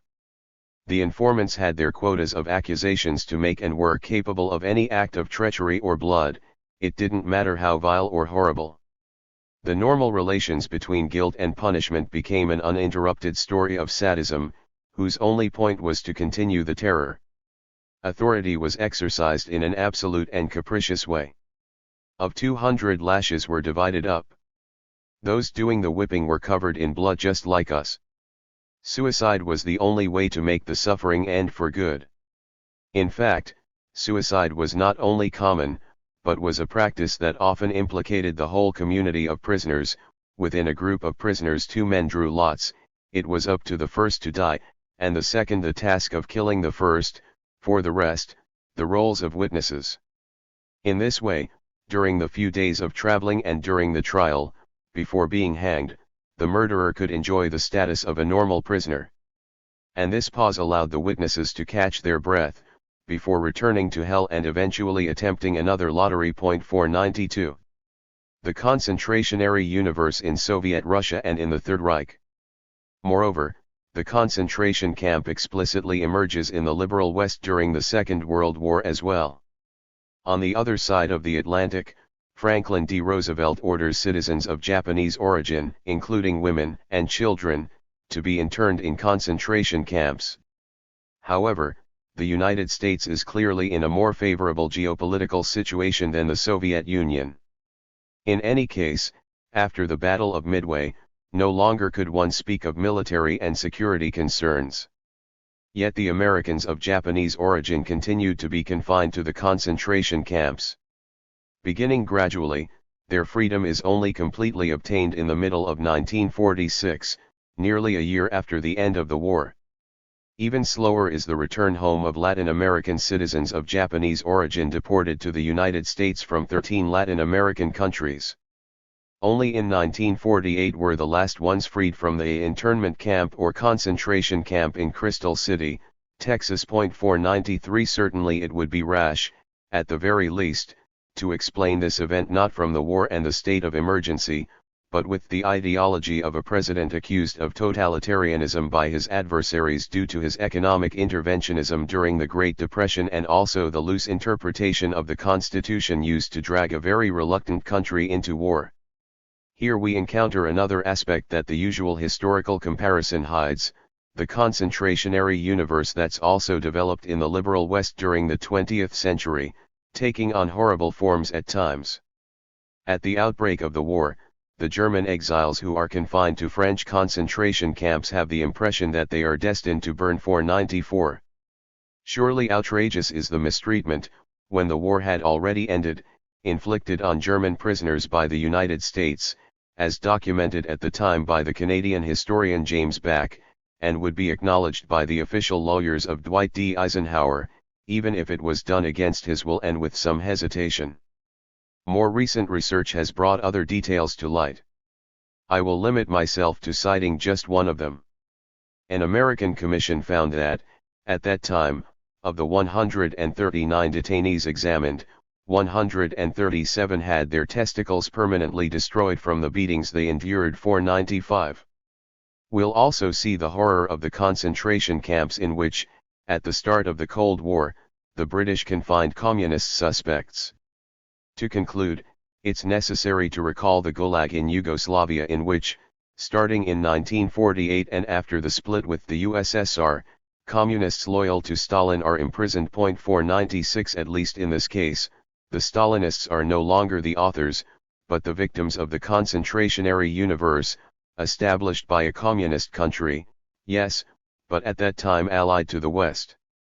Even if one sought to start from the basis of the exceptional scale and severity of the Soviet Gulag, the principal problem still remains unresolved. It's always necessary to distinguish the role of ideology from the role of the objective conditions. Compared to such complex analysis, far easier is the deductivism that traces everything back to ideology and the similarity of the concentrationary universes produced by the two totalitarian ideologies. Yet in any case, let's focus on Soviet Russia and the Third Reich. With regard to the first, the concentrationary universe arises while the second time of troubles continued to rage. In the 1930s, political power didn't exercise full control over its territory. Common criminality itself caused by the serious fractures that occurred in the country, that had destroyed the traditional structures of social organization, had reached truly worrying levels for 97. Much more serious is the situation in the Far East regions, that are described as follows. Insecure locations, poorly controlled by the authorities, where marginalized and lawless people are concentrated, where armed gangs attack the isolated kolkhozes and kill the few representatives of Soviet power. Locations of arbitrary force and violence, where everyone is armed, human life has no value, and the hunt of man, when it happens, substitutes the hunt of animals. Locations in which the state, at least that defined by Max Weber as the system that successfully exercises the right to legislate over a territory, while retaining a monopoly on the use of legitimate force, is almost absent. 498. From the attack on the German ambassador in Moscow, carried out in July of 1918 during the session of the Fifth Pan-Russian Congress of Soviets by a member of a party that was part of the government, at least up until the assassination of Kirov by a young communist at his office's front door, Soviet power is confronted by terrorism, and it fears the infiltration of the state apparatus at all levels by an opposition determined to topple from power the usurpers and traitors. In other words, only with the arrival of autocracy does Soviet power achieve full control over its territory and the state apparatus, and the terror is, firstly, a response to an unprecedented, acute, and long-lasting crisis. Subsequently, the situation continues to be characterized by the interplay between contradictions that once again prolong the state of emergency. It's precisely for that reason, as a recent study highlights, the terror cannot be exclusively interpreted as a series of orders coming down from Stalin and his collaborators. In fact, in it popular elements also operate, and there's no lack of initiative from below. Often it is the workers, driven by that zealous faith we've already encountered, who demand that traitors be sentenced to death and even denounce the juridical rigor of long and costly criminal trials. 499. And all of this takes place during a process of a limited democratization, yet nonetheless real, with the enhancement of popular participation in the management of power in workplaces, with the replacement of the secret ballot by the public vote, and the possibility of selecting from among a greater number of candidates in elections for labor union and factory leaders.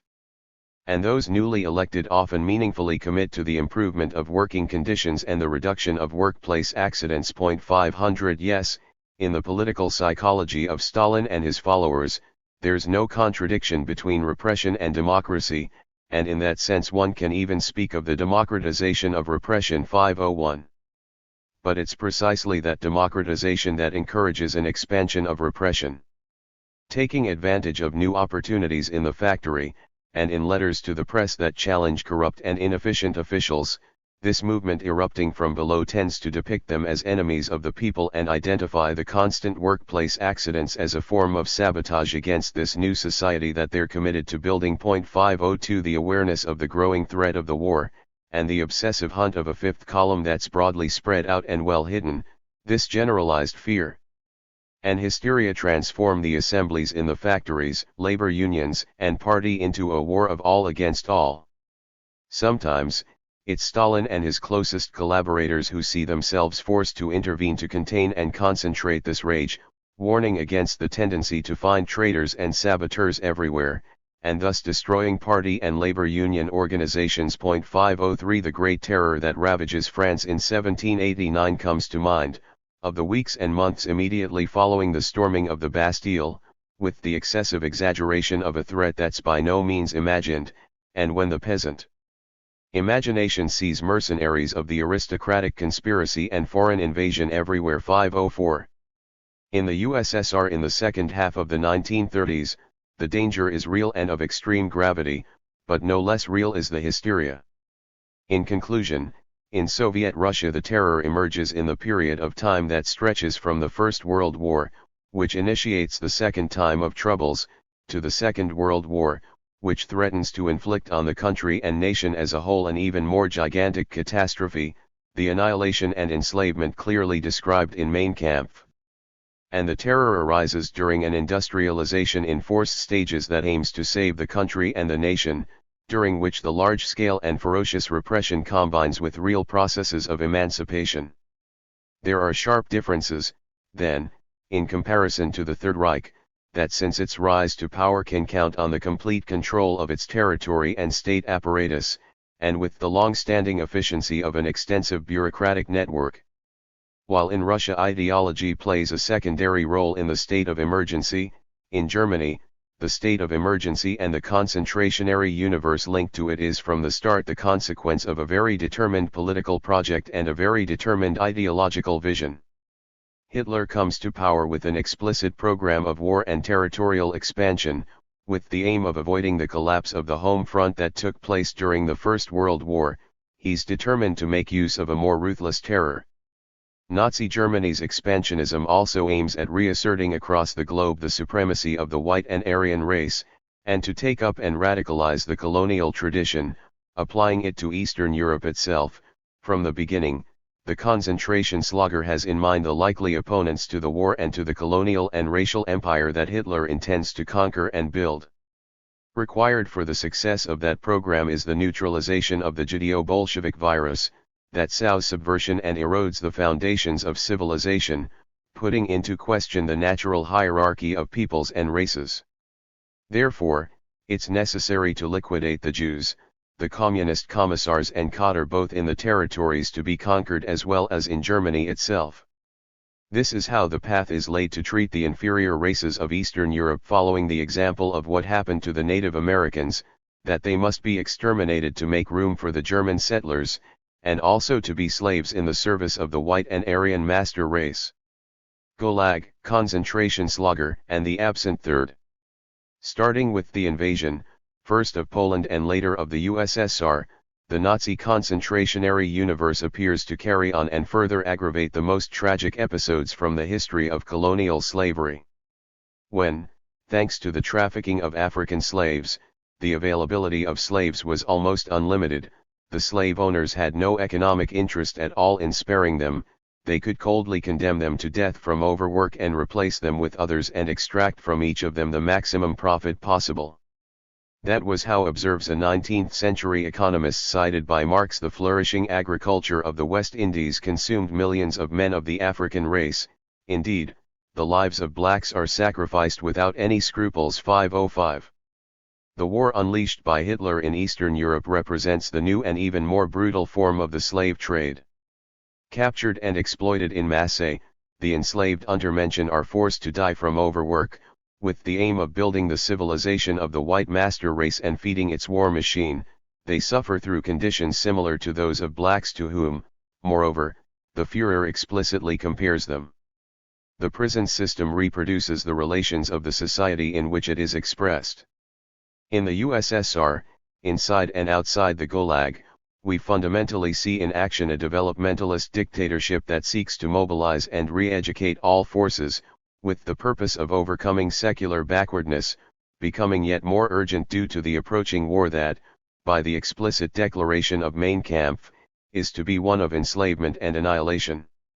In this scenario, the terror in the USSR is combined with the emancipation of the oppressed nationalities, as well as a strong upward social mobility and with access to education, culture, and even to management and leadership positions by parts of the social strata that until that time had been totally marginalized. The pedagogical concern with production and the social mobility related to it is felt, for better or for worse, even inside the Gulag. The Nazi concentrationary universe reflects, on the contrary, a racial hierarchy that characterizes the racial state, by that time established, and the racial empire to be built. In this case, the concrete behavior of those imprisoned plays an irrelevant or largely marginal role. Therefore, pedagogical concerns would make no sense. To conclude, the prisoner in the Gulag is a potential comrade obligated to participate in particularly hard conditions in the strengthening of production inside the country and, after 1937, they are potential citizens, though having become unclear is the line of separation from being an enemy of the people and a member of the fifth column, whose neutralization had been imposed with the approaching total war. The prisoner in the Nazi lager is firstly an Untermensch, forever marked by their nationality or racial degeneration. In seeking to find a precise analogy for the Konzentrationslager, it's necessary to bring in the concentrationary universe that profoundly marked the colonial tradition and which targets the colonial peoples or the people of colonial origin. It's here we have the central omission of the comparison. In that sense, we can speak of the absent third in the comparison in vogue today. Two illustrious historians both defined as extermination camps the militarized work camps of colonial India of 1877, as well as the concentration camps in which the Libyans were locked up by liberal Italy. 506 Even if one considers this classification exaggerated, the concentrationary universe of the Third Reich nonetheless reminds us of the racial logic and hierarchy that dominates the colonial empires of Italy and the West, as well as the concentration camps built by them. We are also forced to think of Nazism when we read the forms in which the Canadian Holocaust was perpetrated. The Commission for the Truth about the Canadian Genocide speaks of death camps, of men, women, and children who are deliberately exterminated, of a system whose objective is to destroy the greatest part possible of the native people through sickness, deportation, and murder itself. To achieve this, the champions of white supremacy don't hesitate in hurting innocent children, who die from beatings and torture, or after having been deliberately exposed to tuberculosis and other illnesses, others go on to suffer forced sterilization. A small minority of collaborators will manage to survive, but only after having renounced their own language and identity and after having been made to serve their tormentors. 507 In this case as well, one may assume that righteous indignation may have overstated the case, yet it remains evident that we are faced with practices identical or similar to those in force in the Third Reich, and their application arises out of a similar ideology, and that's again similar to that which presides over the construction of Hitler's racial state. Let's move on now to the southern United States. In the decades following the Civil War, black prisoners, often rented out to private companies, were crowded into large wheeled cages that followed the encampments of construction and railroad tycoons. Even the official report states that the prisoners were excessively and at times cruelly punished, that they were poorly clothed and fed, that the sick were not treated because no hospital had been provided and they were closed in together with healthy patients. An examination done by the grand jury at the penitentiary hospital in Mississippi reported that all the patients showed signs on their bodies of the most inhumane and brutal treatment.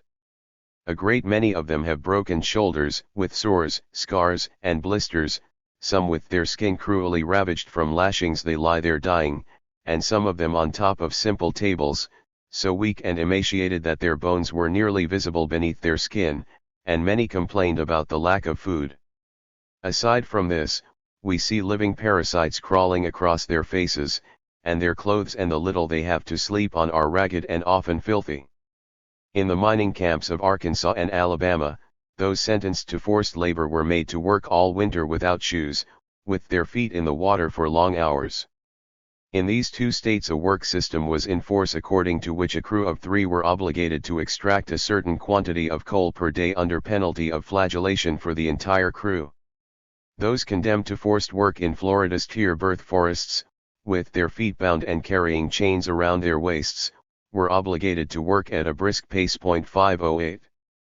We have before us a system that makes use of chains, dogs, whips, and firearms, and that creates a living hell for the prisoners. The mortality rate is very significant. Between 1877 and 1880, during the construction of the railroads of Greenwood and Augusta, nearly 45% of the forced laborers die there, and they were youths in the prime of their lives. 509. Another statistic can be cited from the same time period. In the first 2 years in which Alabama rented out its prisoners, nearly 20% died. In the following year the mortality rate jumped to 35%. In the fourth year nearly 45% died. 510. With regard to mortality rates, a systematic statistical comparison of the concentration camps in the USSR and Third Reich would be interesting. Regarding the Gulag, it has been calculated that at the start of the 1930s, before the clampdown provoked by the attack on Kirov and by the growing threat of war, the annual mortality rate corresponded more or less to an average of 4.8% of the camp population. That being said, this statistical data doesn't include the gold mining camps around the Kolyma River. It's also necessary to have in mind the usual underestimations from the information by health departments. However, even substantially inflating the official numbers, it seems difficult to approach the mortality rate we've just seen among African American inmates. Moreover, there's significant reason to suspect underestimations. There's the fact that, in the USSR's camps, high mortality and escape rates could lead to severe punishment, that the health departments of the camps feared being accused of negligence and of being slow in achieving the patient's recovery, and that the threat of inspections loomed constantly over camp leaders. 511. Judging by the mortality rate of the rented-out semi-slaves, it does not appear that there was a similar threat looming over the American businessmen who got rich with the construction of the Greenwood and Augusta railroad lines or with other ventures. At any rate, we should be clear about one essential point. In the southern United States, black prisoners suffer horrible living and working conditions and die en masse during peacetime. The state of emergency doesn't play any role, and concern with production is also either marginal or totally absent. The concentrationary universe of the southern United States reproduces the racial hierarchy and the racial state that characterizes its society as a whole. The black prisoner is neither a potential comrade nor a potential citizen, he is an Untermensch. The treatment inflicted on them by whites is the treatment that's considered normal in relation to races removed from true civilization. And again we come across the ideology of the Third Reich. Moreover, there are eminent American historians who compare the prison system we just saw with the prison camps of Nazi Germany. 512. And it's no coincidence that the medical experiments done to Untermenschen in Nazi Germany in the United States have been carried out using blacks as guinea pigs. 513. Moreover, before doing it in their own territory, in the years of Wilhelm II, imperialist and colonialist Germany conducted their medical experiments in Africa at the expense of Africans. During this activity 2 doctors distinguish themselves and later become the teachers of Joseph Mengele. 514, who in Nazi Germany finishes the perversion of medicine and science that was already outlined in the colonial tradition. Not only can one not separate the Third Reich from the history of the relations instituted by the West toward the colonial peoples and the people of colonial origin, but it must be added that that tradition continues to show signs of life well after the defeat of Hitler. In 1997 President Clinton felt obligated to ask forgiveness from the African American community. In the 1960s more than 400 men of color from Alabama were used as human guinea pigs by the government. Those sick of syphilis were not cured because the authorities wanted to study the effects of the disease on a sample population. 515. The national awakening in Eastern Europe and in the colonies, 2 opposing responses. Here it becomes evident the absurdity of a comparison of concentration camps based on the omission of the treatment reserved by the liberal West for the inferior races, and also in the separation between internal policy and foreign policy, between repressive practices and the ideologies with which they are established. If we take into consideration these elements and these often ignored connections, the usual association of the 2 totalitarian dictatorships turns into an antithesis. It was observed that Stalin was very impressed by the awakening of oppressed or marginalized nationalities within the Habsburg Empire. In reference to that, we turn to his observations made in 1921, at the 10th Congress of the Russian Communist Party. 516. 50 years ago all of Hungary's cities had a German character, now they've been Magyarized. The Czechs also experienced an awakening. It's a phenomenon that affects Europe as a whole. From the German city that it once was, Riga becomes a Latvian city, Similarly, the cities of Ukraine are inevitably Ukrainized, the Russian element once predominant becoming secondary. 517.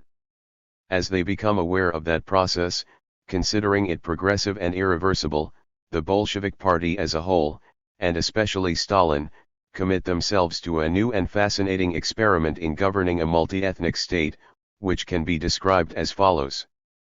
The Soviet Union was the first global empire founded on affirmative action. The new revolutionary government of Russia was the first among the old multi-ethnic European states to face the growing wave of nationalism and to respond to it by systematically promoting the national consciousness of its ethnic minorities and establishing for them many institutional forms typical for nation-states. The Bolshevik strategy was to assume leadership of that decolonization process that appeared inevitable, and they carry it out as a way to preserve the territorial integrity of the old Russian Empire. To that end the Soviet state created not only a dozen republics of ample dimension, but also tens of thousands of national territories spread out over the length of the Soviet Union. New national elites were educated and promoted to leadership positions in the government, schools, and in the industrial companies of these recently created territories. In many cases this made necessary the creation of written languages where previously it hadn't existed. The Soviet state financed the mass production of non-Russian language books, newspapers, magazines, movies, operas, museums, orchestras of popular music and other cultural products. Nothing similar had ever been attempted. 518. The novelty that this policy represents stands out even more if we compare it with the obsession for uniformity that in the middle of the 20th century dominates the United States and Canada.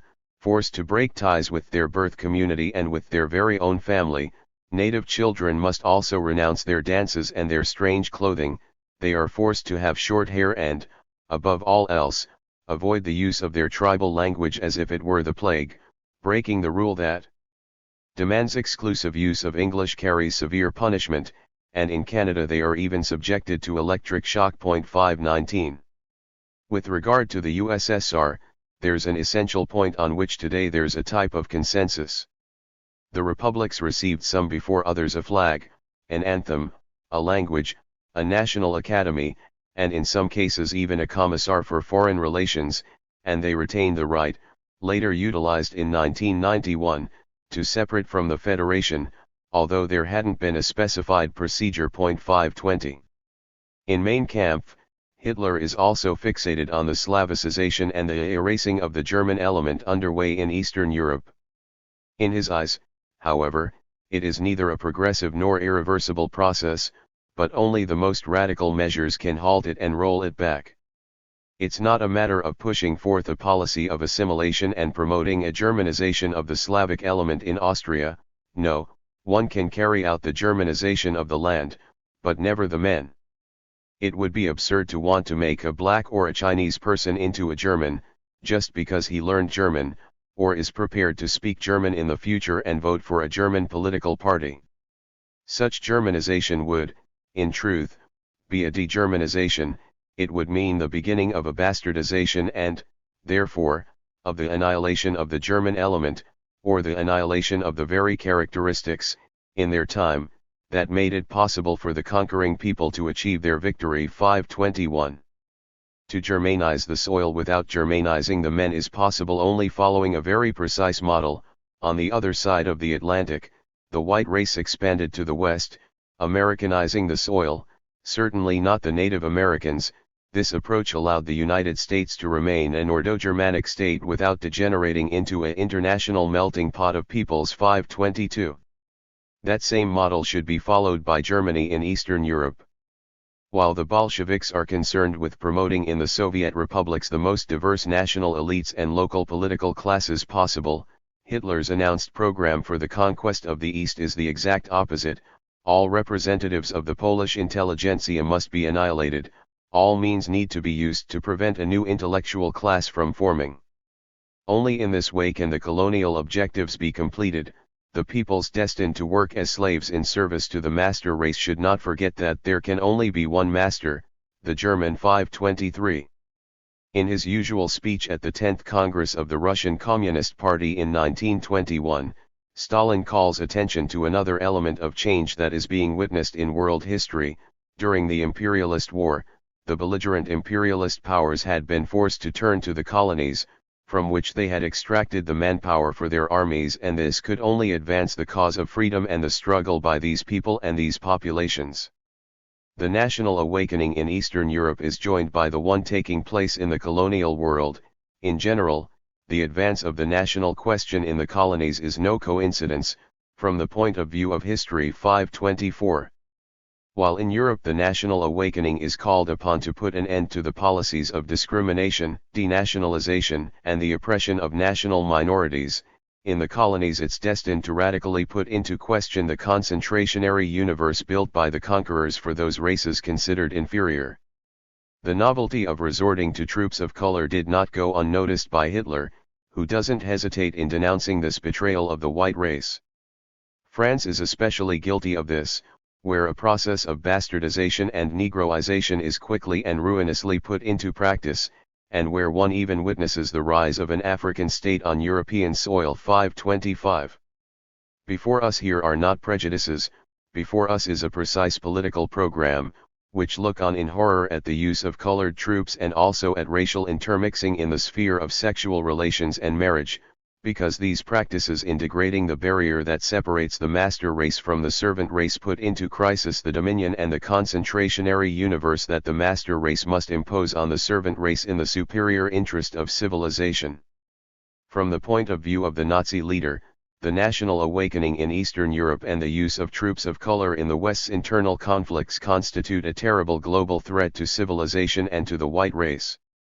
The construction of a racial state and empire, and the unleashing of the war in the East, similarly represent a response to that threat, with the flow into the Nazi concentrationary universe of an immense mass of slaves drawn from the inferior races and destined to work and die of overwork in service to the master race.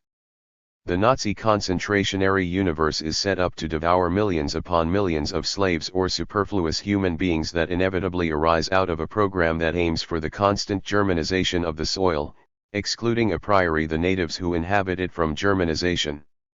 And that project would have yet devoured an infinite number of more victims, if it had not been defeated by an opposing project, based on the recognition not only of existential rights, but also the cultural and national rights of the natives.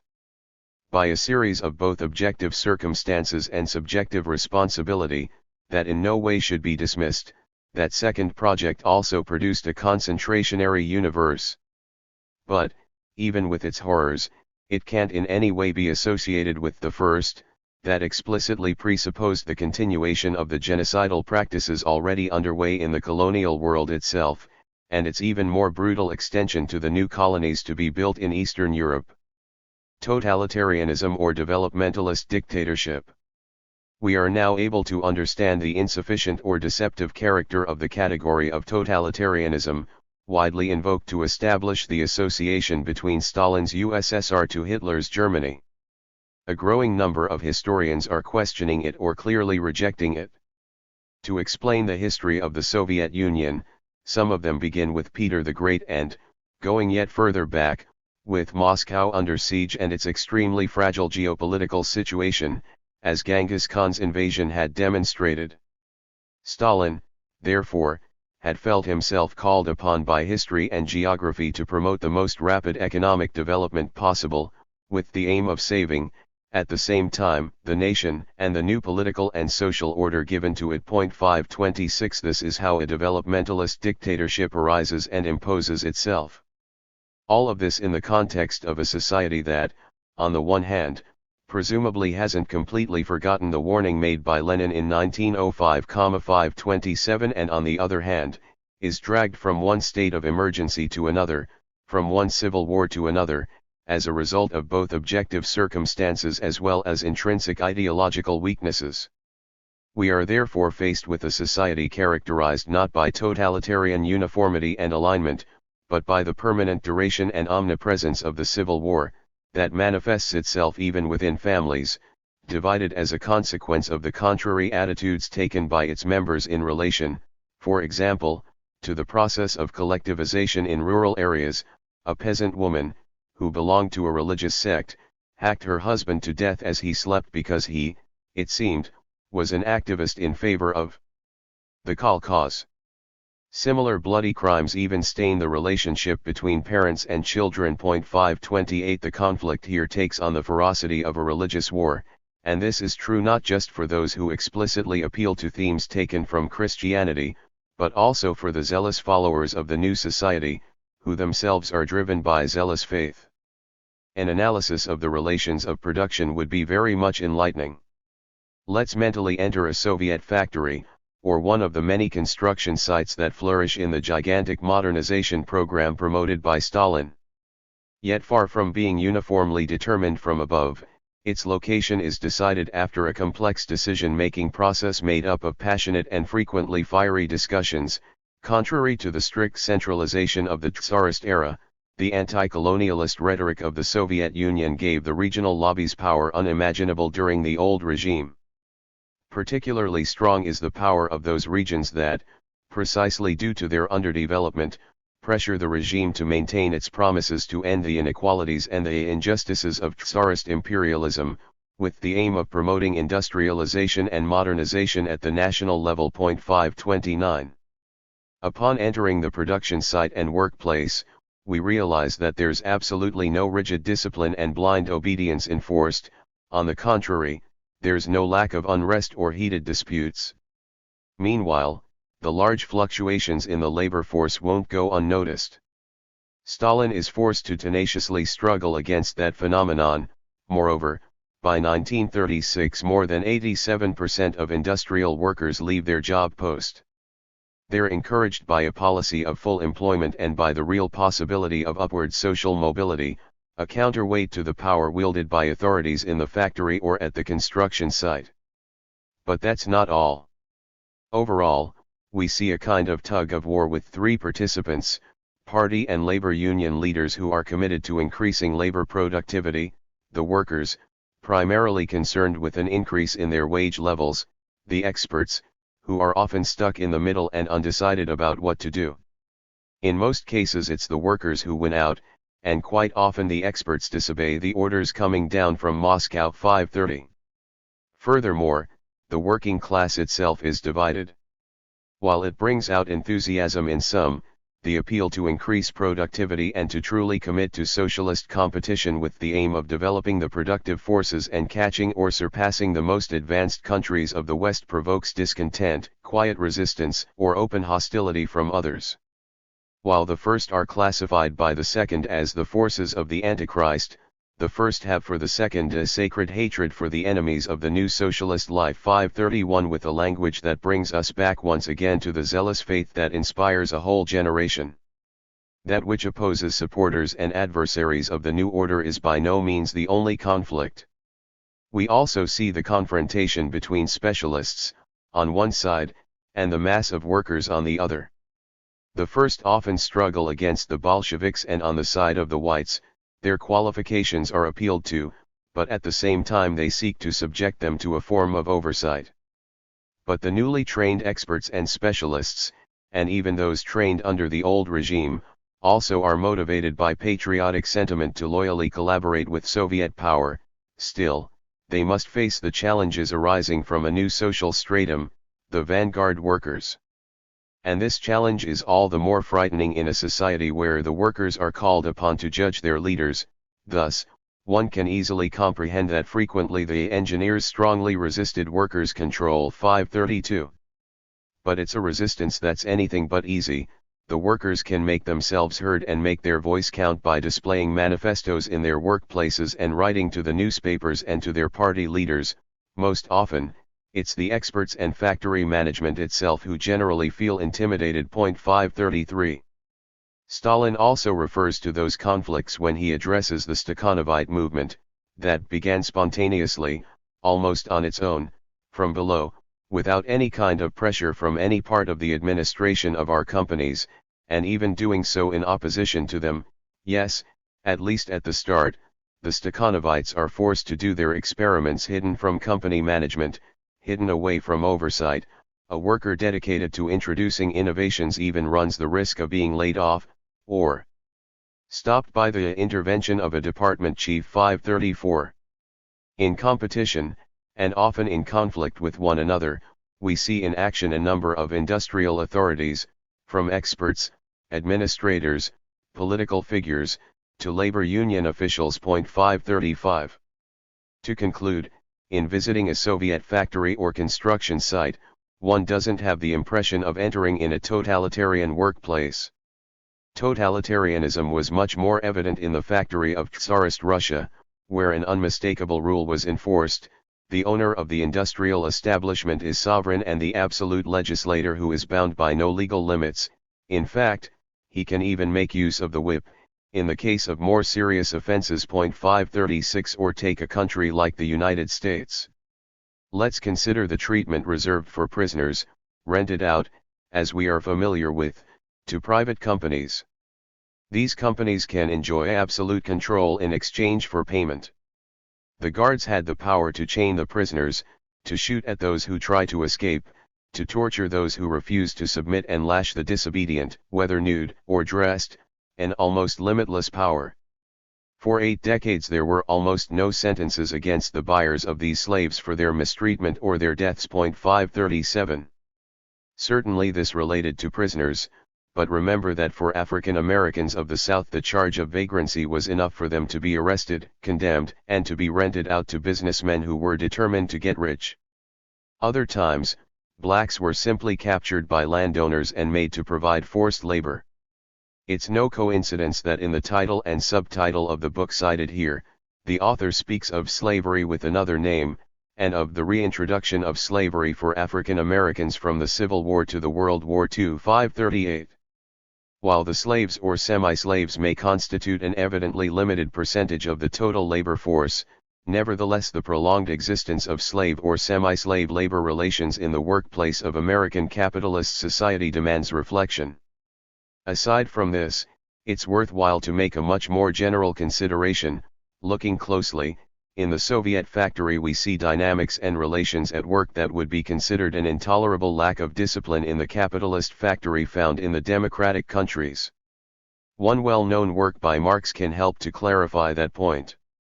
While inside the modern factory the division of labor is meticulously managed by the businessman's authority, modern society has no other rule, no other authority, to distribute labor, if not by free competition. It can even be established, as a general principle, that the less state authority presides over the division of labor, the more the division of labor develops within the factory, and there it is subjected to just one authority. Thus, authority in the factory and authority in society, in relation to the division of labor, are in inverse proportion to one another. 539. It can be said that Soviet society produced, now and again, an inversion of the dialectic in capitalist society described by Marx. The absence of a rigid factory discipline corresponded to the terror exercised by the state over civil society. But also in regard to this, it's worthwhile to remain on guard against simplifications. We are dealing with a much more chaotic and unorganized state than one can imagine. The center rarely spoke in one voice, even the ideological uniformity was most often just a facade. 540. The typical analysis of totalitarianism makes complete abstraction of the workplace, and just for this reason become unilateral and superficial. If we do away with that total and improper abstraction, totalitarianism as a category would be seen for all its inadequacy. It can't in any way help us understand a society that in its final phase with the disappearance of the zealous faith, unable to last forever as Kennan wisely predicted, is undermined by an authentic anarchy in the workplace, abandoned by its employees without impediment, who, even when present, appear to be carrying out a kind of work to rule slowdown. Furthermore, it's tolerated, that is the impression formed, a bit perplexed and somewhat impressed, by the workers' and labor union delegations visiting the USSR in its final years. In China, when it is beginning to abandon Maoism, in the public sector there continued to be enforced practices that were described as followed by a Western journalist: even the lowest employee, if they so wish, can decide to do absolutely nothing, stay at home for 1 or 2 years and continue to get their salary at the end of the month. This culture of idleness continued to make itself felt even in the private sector economy that was then emerging. Former state employees arrived late, then read the newspaper, went to lunch half an hour early, and left the office half an hour early, and frequently missed work for family reasons, because his wife was sick, as just one example. And the managers and specialists who sought to introduce discipline and efficiency in the workplace are forced to confront not only the resistance and indignation of the workers, but are often threatened and even face violence from below. 541 It's very difficult to describe these relations using the category of totalitarianism. We are better instructed by sticking to the previously cited excerpt from Marx, The Poverty of Philosophy, which can help us understand a phenomenon that's completely inexplicable by the theory of totalitarianism. In the USSR, in the countries of Eastern Europe and in China, the more or less radical dismantlement of the totalitarian system takes place alongside a drastic strengthening of discipline in the workplace. To give one example, only in 1993 does China approve a law that allows layoffs due to absenteeism. 542.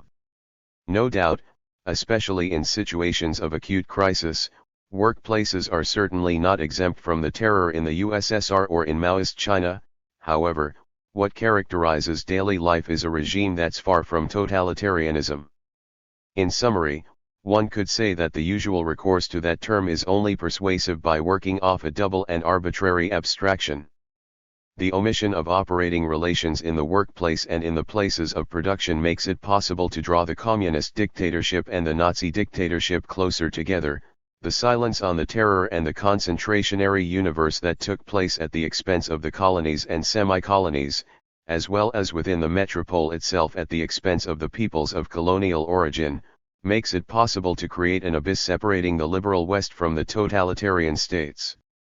In regard to the Soviet Union of Brezhnev and his successors, Stalin's USSR presents different characteristics, but the central element that separates them is the exceptional ideological and political mobilization that, before deflating and losing all credibility, for a long period of time manages to offer an essential contribution to the functioning of the economic and productive apparatus.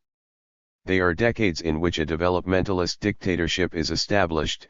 It has a pace that is both chaotic and ruthless, and is characterized by the zealous faith of which social and ethnic groups take advantage, seeing on opening toward substantial upward social mobility, and which brings the recognition that until that moment was stubbornly denied to them.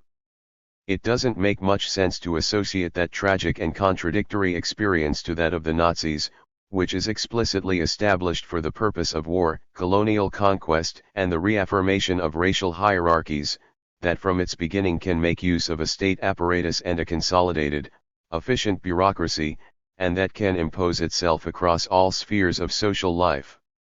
Nevertheless, that association is now commonplace. It's necessary to examine its genesis. 5. The distortion of history and the construction of a mythology, Stalin and Hitler as twin monsters. The Cold War and the reductio ad Hitlerum of the new enemy. With the start of the Cold War, each antagonist seeks to classify the other as the heir to the Third Reich that had just been toppled by both sides. No one observes Lukács would dare say today that Hitlerism, its ideology and its methods, belong completely to past history. 543. Indeed, on this the two sides appear to agree without much trouble. It's just that, while the communist philosopher makes use of the term imperialism to compare Truman and Hitler, 544, on the opposing side they resort to the term totalitarianism to unite Nazi Germany and the Soviet Union with one another. The two categories are wielded like weapons of war. The effort to associate the new enemy to the old one isn't limited to the denunciation of imperialism or totalitarianism. After having described the ideological course that leads to the triumph of the Third Reich as the process of reason's destruction, Lukács feels it necessary to also subsume in the category of irrationalism the ideology of the free world led by the United States. The task is not without its difficulties, and the Hungarian philosopher denounces the new form of irrationalism hidden away under an apparent rationality. Yes, in the new situation that's been created, it's completely natural that in philosophy it's not a German type of irrationalism that's dominant, but the Machian pragmatic type, whose representatives are, among others, Wittgenstein, Carnap and Dewey. 545. The difficulty of comparing the new enemy to the old is also felt on the opposing side. In sketching out the origins of totalitarianism, after having for quite some time insisted on the fatal role of imperialism, and in that sense having denounced Lord Cromer, 546, Arendt completes the comparison between Nazi Germany and Stalin's Soviet Union by referring, aside from totalitarianism, to the Pan movements, in such a way that another analogy emerges: the Pan-Germanism of the first corresponded to the Pan-Slavism of the second. This conclusion is the finish line of a tour de force, yet more foolhardy than the one seen in Lukács. We will see Churchill compare the communist movement to a church characterized by an expansionist universalism and whose missionaries are in every country, in every people. In any case, Stalin's supposed Pan-Slavism calls upon the peoples of the colonies to put an end to the rule of the master race, something considered natural and beneficial by the theorists of Pan-Germanism. At that time, however, on both opposing sides, the principal concern is the construction of analogies and symmetries. We are forced to smile when we read in Arendt that what characterizes the Pan movements is the absolute pretension of having been chosen. The celebration of the United States as God's chosen people profoundly marks the American political tradition and continues to be heard today in the speeches by American presidents. The exigencies of the Cold War clearly take priority over any other consideration, as is confirmed by the argument made in 1950 by a prominent American historian. He would oppose Franklin D. Roosevelt and his policy of allying with the USSR. With the start of the Cold War, he felt encouraged to strengthen his thesis of the political and moral similarities between Hitler and Stalin, such that he intensely dedicates himself to the total comparison of the two dictators. The first insists on the racial destiny of the Teutonic people. The average reader could be reminded of the manifest destiny that, according to a long tradition, would oversee the unstoppable expansion of the United States, yet arguing and omitting in a similar way to Arendt. The historian cited here makes the Nazi theme of the racial destiny of the Teutonic people correspond to the faith of Stalin and Lenin in the messianic role of the proletariat and the Revolutionary International Communist movement. Once again, the celebration of the master race is central to Hitler's ideology. The search for analogies and precedents for this ought to go in the direction of the regime of white supremacy long enforced in the southern United States, to which Nazism made reference and that, in some form, continued to exist in 1950, the year of the cited book's publication. Yet nevertheless, the American historian discovers that similar to Hitler's theory of the master race is that which is in action in Stalin's Soviet Union, where nearly every important discovery is attributed to some unknown or poorly known Russian. 547. The reductio ad Hitlerum by the former Allies also includes the accusation of genocide. Possibly the first to move in this direction is the political front over which the Communist movement and the Soviet Union have hegemony. In 1951, in New York, the black lawyer William Patterson, leader of the Civil Rights Congress, organizes the publication of a book that is also an appeal to the UN to make it aware of the tragedy affecting African Americans. In the United States, the regime of racial discrimination, humiliation, oppression and social marginalization remains in force. The rapes, lynchings, and legal and extrajudicial executions haven't ceased, and the police violence is getting worse. In making this long list of injustices and suffering, he makes reference to the convention approved by the UN in December of 1948 against the crime of genocide, and making use of the fact that this genocide convention doesn't necessarily mean the systematic annihilation of an entire ethnic group. The book carried the clearly provocative title, "We Charge Genocide." Possibly motivated by the strong opposition faced by this convention in American politics, the denunciation is translated into a number of languages. In the USSR it appears with an introduction by Ilya Ehrenberg, an intellectual of Jewish origin, who compares the Third Reich and the US to the degree that both are affected by a racist and genocidal frenzy, or at least potentially genocidal. The book obviously provokes outrage in the United States, and they respond by returning the accusation. A member of the committee that approved the UN convention declares that, in the communist countries it's official policy to deport entire populations on the basis of racial or national origin. 548. While the start of the Cold War sees both antagonists classify the other as the new version of Nazism and its genocidal madness, with the approaching triumph of the West the game of analogies plays out exclusively to the favor of the victors. For the ruling ideology in particular, the absolutely identical comparison of Stalin and Hitler has become an obsession, reaching the point of presenting them as twin monsters. The negative cult of heroes. How have we reached this outcome? While attention is fixed exclusively on the Soviet Union and the Third Reich, we will see Gandhi equate British imperialism and Nazi imperialism in his denunciation of colonial Britain and Nazi Germany. Researchers beyond suspicion of anti-Western bias have on repeated occasions compared the treatment of the colonial peoples, carried out but also justified by the liberal West, to the genocidal practices of the Third Reich. This comparison is made in relation to the deportation of the Cherokees ordered by Andrew Jackson, the attitude assumed by Theodore Roosevelt regarding the inferior races, the treatment by England inflicted on the Irish people. There's more.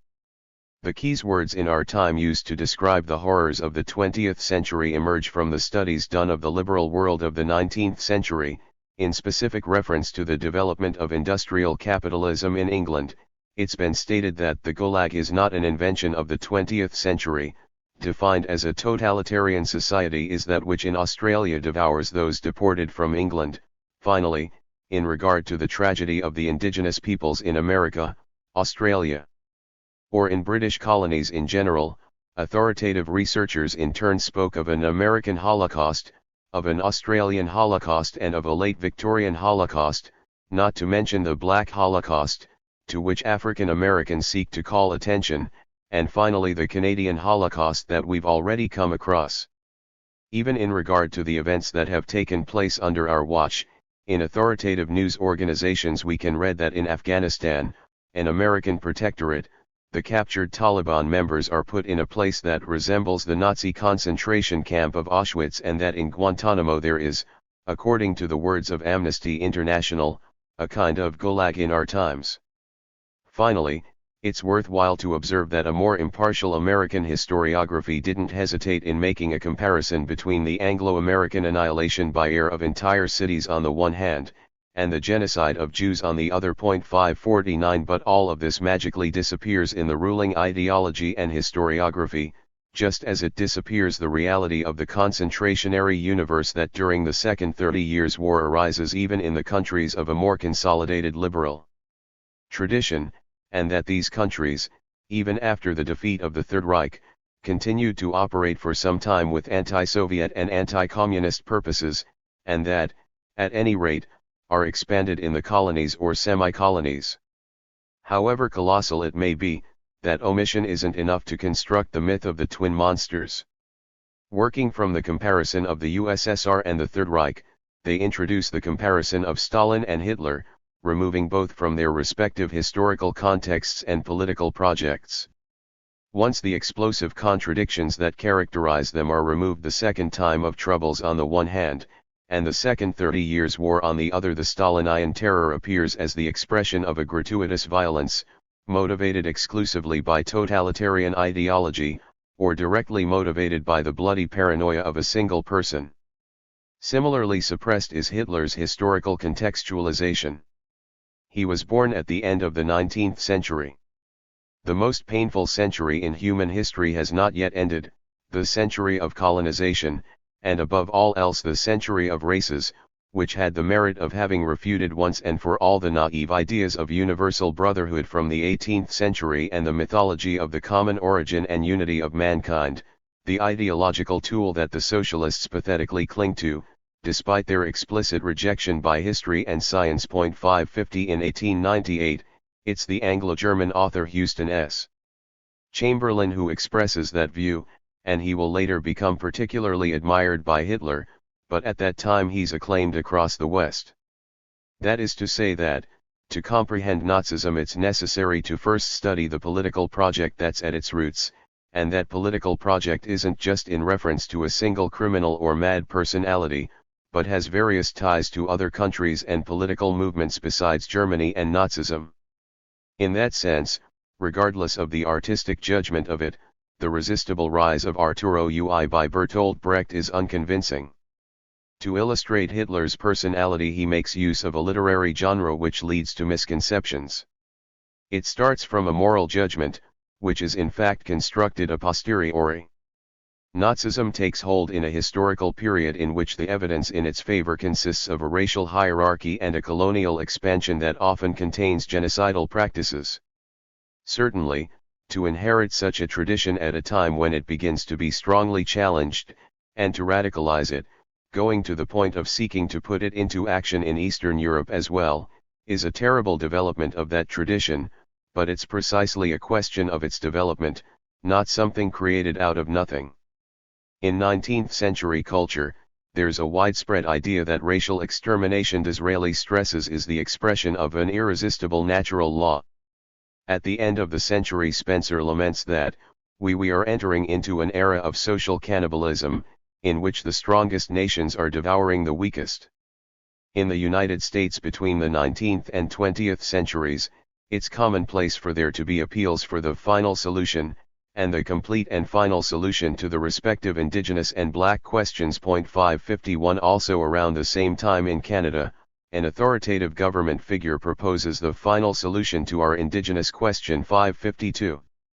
The horror and infamy of this radicalization remains the same, but it arises out of the experience of the failed attempt to build an overseas colonial empire, that at the outbreak of World War I is quickly eliminated by British naval superiority, which imposes on Germany a devastating and deadly naval blockade, even on the civilian population. Therefore they ask themselves, to continue being exposed to that terrible threat, or to build at all costs a continental empire, resorting to massacres and genocidal practices at the expense of the inferior races and following, at any rate, the classic and proven model of the West's colonial expansion? When it comes to the ruling ideology, any political project whatsoever disappears. The atrocities of the Third Reich are also expressions of a terrible madness of mysterious origins, but its name is nevertheless totalitarianism. That is how they set up the comparison of Stalin and Hitler. They even make the superfluous analogy between panslavism and pan-Germanism, something that Arendt insisted upon, though today it doesn't appear to enjoy any noteworthy success. Everything revolves around the two personalities, on which they even sometimes trace biographical parallels. 553. What stands out the most in these writings is the absence of history, and even politics in a certain sense. Colonialism, imperialism, world wars, national liberation struggles, different and opposing political projects, they all disappear. Nor do they even ask about the relations of the liberal West with fascism and Nazism, and with the old Russian regime, whose contradictions have for a long time been moving towards the outbreak of an enormous catastrophe. Overall, all of this is left in the shadows due to the absolute centrality given to two creative personalities, albeit evil in their creativity. The theorem of the elective affinities between Stalin and Hitler. These two personalities, so the story goes, are not only morally and politically similar, but are bound together by a type of mutual attraction. To prove this, they reference the Soviet-German Pact of Non-Aggression and the demarcation of their respective spheres of influence. In reality, this pact, on the one hand, puts an end to the Diktat of Brest-Litovsk, on the other hand, it's just one phase in a contradictory process that demarcates the spheres of influence by the great powers, something which begins in Munich and concludes at Yalta. 554 In 1946, a few months after the conclusion of the Second World War, Ernest Bevin, a leading figure in the Labour Party and British Foreign Minister, saw the world basically divided into three spheres of influence that could be described as three large Monroe doctrines, demanded and agreed upon by the United States, the Soviet Union, and Great Britain. 555 While the British Monroe Doctrine quickly unravels, in 1961 during a summit in Vienna, John F. Kennedy, veteran of the infamous Bay of Pigs adventure, protests to Khrushchev over the success and dynamism of the Cuban Revolution, The United States can't tolerate a regime that seeks to alter its hegemony in the Western Hemisphere, in one of the areas of our vital interests. Just as the USSR couldn't tolerate a challenge to its hegemony in its security zone, Eastern Europe. 556. One can consider especially odious the demarcation of spheres of influence based on the secret protocols of the German-Soviet Pact, and point out the cynicism of the move that allows Stalin to gain both time and space, but it's very difficult to reconcile such a condemnation with the thesis of the mutual attraction between the two dictators, by means of the theorem of elective affinities. In truth, immediately after the start of the war by Nazi Germany, Churchill eagerly welcomes the entrance of Soviet troops into eastern Poland. Soon after, in addressing the leaders of Latvia, Stalin explains with great clarity the reasons for his policy toward the Baltic countries: the Germans could attack. For 6 years, communists and German fascists have cursed each other. Now, in spite of history, an unexpected turn has happened, but we can't put our trust in it. We must be prepared ahead of time. Those who were not prepared have faced the consequences. Starting from the need to avoid the Third Reich's maneuvers in the region, the military protectorate, which Moscow initially appears satisfied with, is gradually transformed into true and proper annexation. 557. So it was again put up for discussion the loss of territory suffered by Soviet Russia at the moment of its greatest weakness, while at the same time within the leadership group, there's a growing tendency to carry on, without much limitations, the legacy of Tsarist Russia's international policies. In the usual evaluation of the German-Soviet Pact, the questions that are essential for its comprehension are completely missing. What agreements were previously signed by the Third Reich? How to explain the outbreak of war between Germany and the Soviet Union less than 2 years later, and what does Nazi Germany's number 2 man have in mind when he suddenly lands in Britain on the eve of Operation Barbarossa? In the race to reach an agreement or understanding with the newly installed regime in Berlin, Stalin clearly comes last.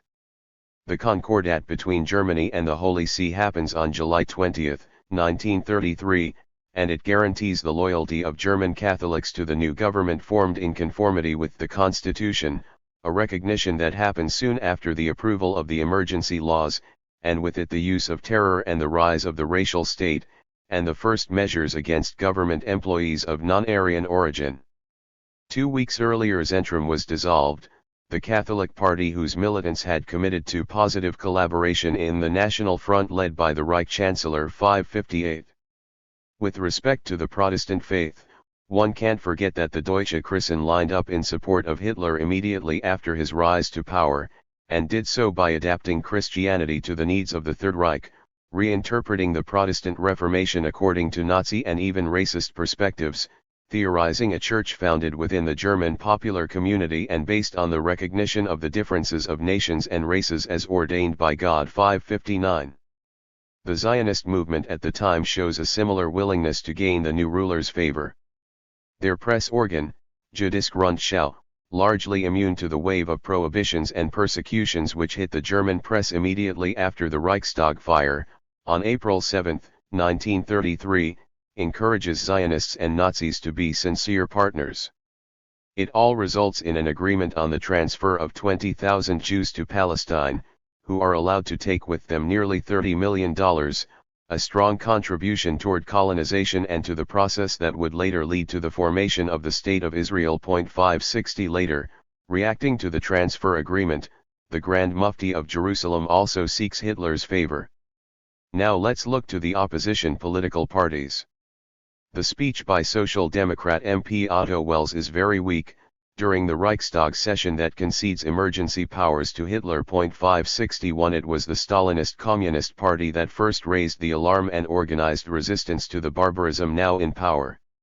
1935 is also the year in which the naval agreement between Great Britain and the Third Reich is signed. Occurring after the start of feverish rearmament and the reintroduction of the draft, the agreement raises Hitler's hopes that they could reach a strategic understanding, with the recognition of Great Britain's naval superiority and mutual respect between the two great Germanic empires, the British Overseas Empire and the Continental German Empire, which would be built through the colonization and enslavement of Eastern Europe. It's rightly described as a cynical attitude from the government in London, which gives the impression of endorsing an infamous program previously and clearly described in Mein Kampf. 562. It's not shocking that there's growing concern in Moscow, strong irritation in Paris. 563 and unrestrained joy from Hitler, who then celebrates this as his happiest day. 564. Even more disturbing is Poland's role. As has been observed, it becomes totally subordinated to German policy starting from the signing of the 10-year non-aggression pact with Germany on January 26, 1934. The following year, Foreign Minister Beck declares to his subordinate, "There are two political entities undoubtedly condemned to disappear, Austria and Czechoslovakia." 565. The alignment with Hitler's program is obvious, and it's not just a matter of words. The ultimatum to Czechoslovakia, in which Poland demanded the return of Teschen, led Beneš, according to his own account, to abandon any idea of opposing the Munich arrangement. Poland until that moment had been Germany's most useful attack dog in the East, similar to Italy's role in the Mediterranean. The Munich Conference doesn't mark the end of the Warsaw government's collaboration with the Third Reich. If Hitler truly sought to enter into Ukraine, he ought to pass through Poland, and in the autumn of 1938 that idea didn't appear to be a political fantasy at all. 566. It even appeared to have the encouragement of Warsaw. In January of the following year, during a conversation with Hitler, Beck states, "Poland doesn't attach any significance to the so-called security system." 567. Stalin has every reason to be worried and distressed.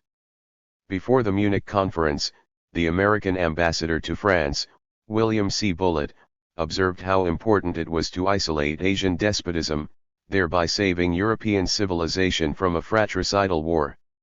After the victory achieved by Hitler, an English diplomat writes in his diary, "From being a fist aimed at the heart of Germany, Czechoslovakia now quickly became a fist aimed at the vital organs of Russia." 568. During the crisis caused by the Munich Conference, the USSR was the only country challenging the Third Reich and confirmed its support for the Prague government, putting more than 70 divisions on a high state of alert. Later on, after the Third Reich's dismemberment of Czechoslovakia in March of 1939, Moscow delivers a strongly worded message of protest to Berlin. 569. The reaction from other capitals was much more restrained. As a result, the Nazi-fascist aggressors had successively devoured Ethiopia, Spain, Czechoslovakia, Albania, and China thanks to the direct or passive complicity of the Western powers, inclined to direct the Third Reich's sights and ambitions against the homeland of the October Revolution. To its east, the Soviet Union sees the pressure applied by Japan on its eastern borders. Thus emerges the danger of an invasion and war on two fronts. It's only at this moment that Moscow begins moving toward a pact of non-aggression with Germany, noting the failure of the Popular Front strategy. Carried out by Stalin with conviction and decisiveness, the Popular Front strategy had its costs. It had strengthened the opposition and Trotskyite agitation, especially in the colonies. What credibility could an anti-colonialism have which spared? So the argument went the leading colonial powers at that time, concentrating instead on a country, Germany, which at Versailles had lost what few colonies it previously had. For the colonized peoples themselves it was especially difficult to accept that adjustment. Britain was widely discredited. In the spring of 1919 it not only was responsible for the massacre at Amritsar, that cost the lives of hundreds of unarmed Indian civilians, but it also resorted to public flogging and forcing the residents of the city to crawl on their hands and knees while entering or leaving their homes. 570. A dehumanizing collective punishment and a terrible racial and national humiliation. Later, while fighting the Second World War, the imperial government represses pro-independence demonstrations, using planes to fire upon them. These are the years when Gandhi asserts that in India we have Hitlerian rule. However disguised it may be in softer terms, Hitler was Great Britain's sin. Hitler is only the response to British imperialism. 571. With the war over, Gandhi will go as far as paying tribute to Subhas Chandra Bose, who to achieve independence had fought alongside the Axis, Subhas was a great patriot and had given his life for the good of the country. 572. To conclude, it wasn't easy for the USSR to switch to the idea that, despite appearances, for the colonized peoples as well the principal danger was the Nazi-fascist coalition, the German, Japanese and Italian Axis, and particularly the Third Reich, determined to take up and radicalize the colonial tradition, resorting to the most extreme methods. For countries like Britain and France, the Popular Front strategy brought very little costs, yet they still sabotaged it. At this point, the USSR had no other choice but to reach an understanding with Germany, a move that was described as a dramatic improvisation at the last moment, which Moscow resorted to for lack of alternatives in the immediate lead-up to a new European war. 573. A radical change of course takes place that is often evaluated from an exclusively European perspective. But there's no reason to ignore the repercussions in Asia. Mao Zedong expresses his satisfaction. The pact represents a blow to Japan and help to China because it more easily allows the Soviet Union to support China's resistance against Japan. 574. It's precisely for this reason that the Japanese consider Germany's behavior to be treacherous and unforgivable. 575. As a result, the flow of Russian arms and munitions to China proceeds at a steady pace. The West's position is very different. Europe and America's indifference left its mark on history, demonstrating that they had no notion of reality. They refused to make the most minimal effort in deterring the fascists in Tokyo, but it's not just that. Even worse is that the United States continued to send Japan petroleum and gasoline almost right up until the big attack on Pearl Harbor. 576. Let's leave aside Asia for the moment to concentrate on Europe.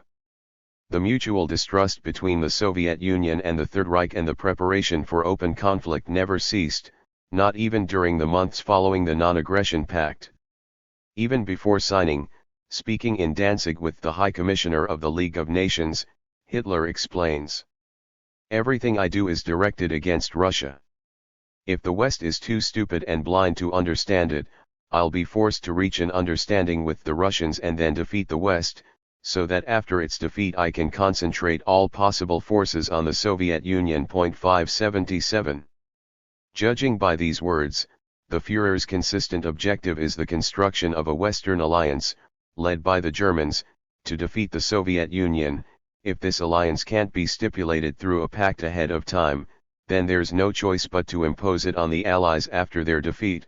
The temporary understanding with Moscow is just a means to achieve victory and thereby realize the necessary Western alliance for the definitive settling of accounts with Bolshevism. The Pact of Non-Aggression is an instrument to achieve the Third Reich's principal and permanent objective, which unleashes Operation Barbarossa and presents it as a crusade for Europe, calling upon European countries and nations to participate, and they do participate, as a matter of fact. Did Stalin count on the long or eternal duration of the pact? In truth, from the start he is aware of the inevitability of the clash with Nazi Germany. We will be spared from the war for a little while longer. 578. He takes advantage of this time to consolidate his country's position. As early as November of 1939, from Hitler's perspective, the country governed by communists appears determined to strengthen itself militarily, and it's only willing to respect the pact according to circumstances and its own convenience. 579. It's a point argued by the Führer 2 months later. Stalin is cautious, he's very aware of the balance of forces, but he's clearly waiting for a difficult situation for Germany. He doesn't even lose track of the weather, acting more brazen than usual. During the winter months, when he feels more protected from the Third Reich's formidable war machine. 580. The Führer's concerns are anything but imaginary.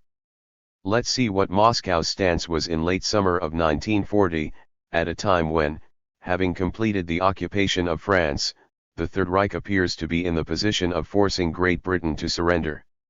While Stalin relays to Hitler his confidence in a quick conclusion to the war, his diplomatic envoys and his agents abroad encourage all kinds of resistance to the new order. The Moscow newspapers, that until then hadn't spared the Allies of ironic or scornful remarks, began taking on a more sympathetic tone toward Britain's struggle, and encouraging French patriots in their struggle against Nazi domination. The German foreign minister was even forced to protest against anti-Nazi propaganda carried out by Mrs. Kollontai, representative of the Soviet Union in Sweden. 581. What's revealing is the meeting that takes place in Moscow on November 25, 1940, between two of Stalin's closest collaborators. Dimitrov: "We will carry out a policy of bogging down the German occupation troops in various countries, and, without drawing attention, we want to take this work even further." Would this upset Soviet policy? Molotov: "Naturally, this must be done. We wouldn't be communists if we didn't follow this line. Only it must be done quietly." 582. Stalin also agrees with this line. 583. He's clearly committed to encouraging resistance to the Third Reich's expansionism. Of course, this is heading towards a collision, and Stalin is aware of that, as shown by his observations and actions. November 7, 1940, "It's necessary to be at the military level of our enemies." 584. On November 25 of the same year, "Our relations with the Germans are marked by apparent courtesy, but between us there's a lot of tension." 585. In the first months of 1941, the mask begins to fall off. Currently the resistance against Hitler is encouraged openly and from all parts. This is especially true with respect to the Balkans, where the dispute between the signatories of the Non-Aggression Pact is increasingly intense.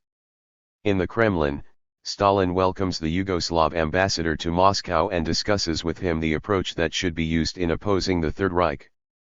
Pleasantly surprised by this audacity toward those who aspire to rule the world, Belgrade's representative puts forward a question: "And if the Germans, irritated, turn against you, ... And the reply is quick: "Let them come."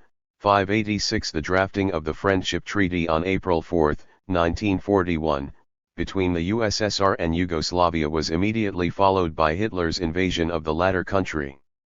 A few days later, in relaying the opinion of the Soviet leader, Dimitrov writes in his diary, "The war of the Greek and Yugoslav peoples against imperialist aggression is a just war, and on this there's no doubt." 587. The approaching clash with the Third Reich is increasingly apparent. May 5, 1941, Stalin observes, "Is the German army invincible? Perhaps. No, it's not invincible. Germany now wages a war in the name of the enslavement and subjugation of other nations, in the name of hegemony. This is a great disadvantage for the German army." 588. While the rapprochement between the Third Reich and the Soviet Union had provoked notable discomfort within the Nazi ranks, and especially for Rosenberg, Operation Barbarossa brings about a sense of relief. "The stain to our honor has been wiped away," Goebbels writes in his diary. 589. The Führer himself writes to Mussolini, "I am at peace with myself. The agony and the sense of abandoning my origins, my thinking, and the work I set out on, these feelings that came with the Pact of Non-Aggression have disappeared." Hitler, a contemporary historian, explains, finally arrives at the fight that for nearly 2 decades has been a central element of his thinking and even his psyche. Longed for since the beginning, the annihilation of Asiatic and Eastern Bolshevism would have permitted, in the conditions imposed by Berlin, the restoration of unity within the West and the white race, in particular reaching a permanent agreement with the British Empire, that for the Führer continued being the supreme model of domination and exploitation. 590. Arendt's affirmation, according to which Hitler never had the intention of defending the West from Bolshevism, but on the contrary he had always been willing to ally with Stalin to destroy it, is nothing more than her tribute to Cold War ideology. 591. In truth, the leaders of the Third Reich were not mistaken in feeling relieved by the fact that, finally, with Operation Barbarossa, they could finally confront and eliminate the true adversary, the eternal enemy. Even before Nazism took power, on August 12, 1931, Stalin had described antisemitism as a type of cannibalism. Upon the establishment of the Third Reich, he had reacted, on January 26, 1934, with a firm stance against fascism and against the German version of fascism specifically, again, Like in 1914, the parties of warmongering imperialism and the parties of war and revanchism take center stage. The new war that appears on the horizon would be especially barbaric. It would be the war organized by a superior race, that's to say the German race, against the inferior race, and especially against the enslaved 592. Stalin defended this concept later on November 25, 1936, in the presentation of the new Soviet constitution, which through its profoundly internationalist character opposed the bourgeois constitution's implicitly work from the assumption that nations and races can't have equal rights. It's true that here the speech was of a general character, as shown by the references to the colonies and to discrimination based on differences in skin color, but it's clear that the principal target was Nazi Germany, which embraced racial ideology as a state doctrine. It's not by chance that Stalin insisted on the principle of equality among nations regardless of their strength or weakness. 593 At this time the Third Reich was the champion of social Darwinism at the international level. Still a few months from the start of the war in Europe, on March 10, 1939, in warning the Western powers that their dangerous political game of redirecting the Third Reich's expansionist drive to the east, against the Soviet Union, could end in serious failure, Stalin had called for an end to appeasement, the policy which made one concession after another to the aggressors, demanding the formation of a common front against the instigators of war. 594. Totally rejecting the historical context briefly outlined here, Arendt describes the theorem of the elective affinity between Stalin and Hitler. The only man who the first trusted was the second, and the only man admired by the second was the first. After what we've seen, to speak of trust between the two sounds unintentionally comical, yet Arendt's thesis of Stalin's pro-Hitler policy is a mere tribute to Cold War ideology. 595 In Moscow in 1937 Feuchtwanger observes everyone is of the mindset that a future war is an absolute certainty, they see the German fascist as the enemy. The reason is obvious, our prosperity, the Soviets say, is in such obvious contrast with fascist theories that the fascist states, if they wish to survive, must annihilate us. 596. Accurately predicted here is the war of annihilation that will be unleashed later by the Third Reich. Far from easing up, the preparations for the war continue to intensify until becoming frantic during the months of the Non-Aggression Pact.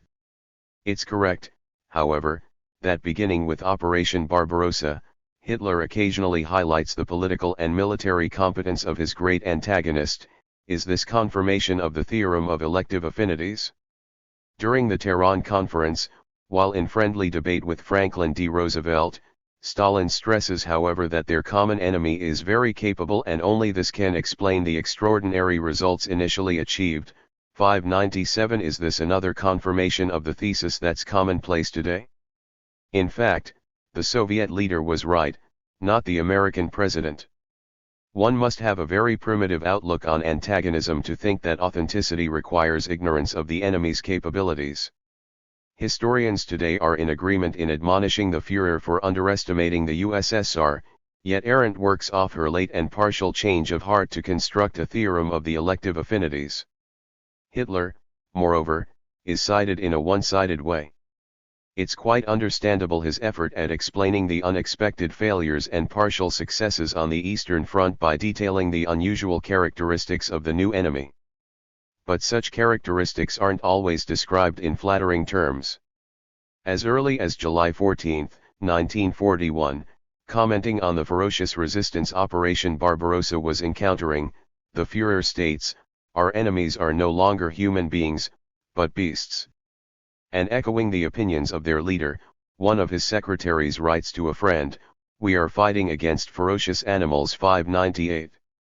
Obviously Stalin is among these beasts and ferocious animals, who on another occasion is seen by Hitler as a creature from hell, confirming Bolshevism's satanic character. 599 On the other end, we can note that both before and during the war, Stalin describes Hitler as the champion of anti-Semitic cannibalism and of cannibalistic politics based on racial hatred. We can add that leading political figures of the liberal West also formulated a positive opinion of the Soviet leader, to whom Churchill also expresses a feeling of human sympathy.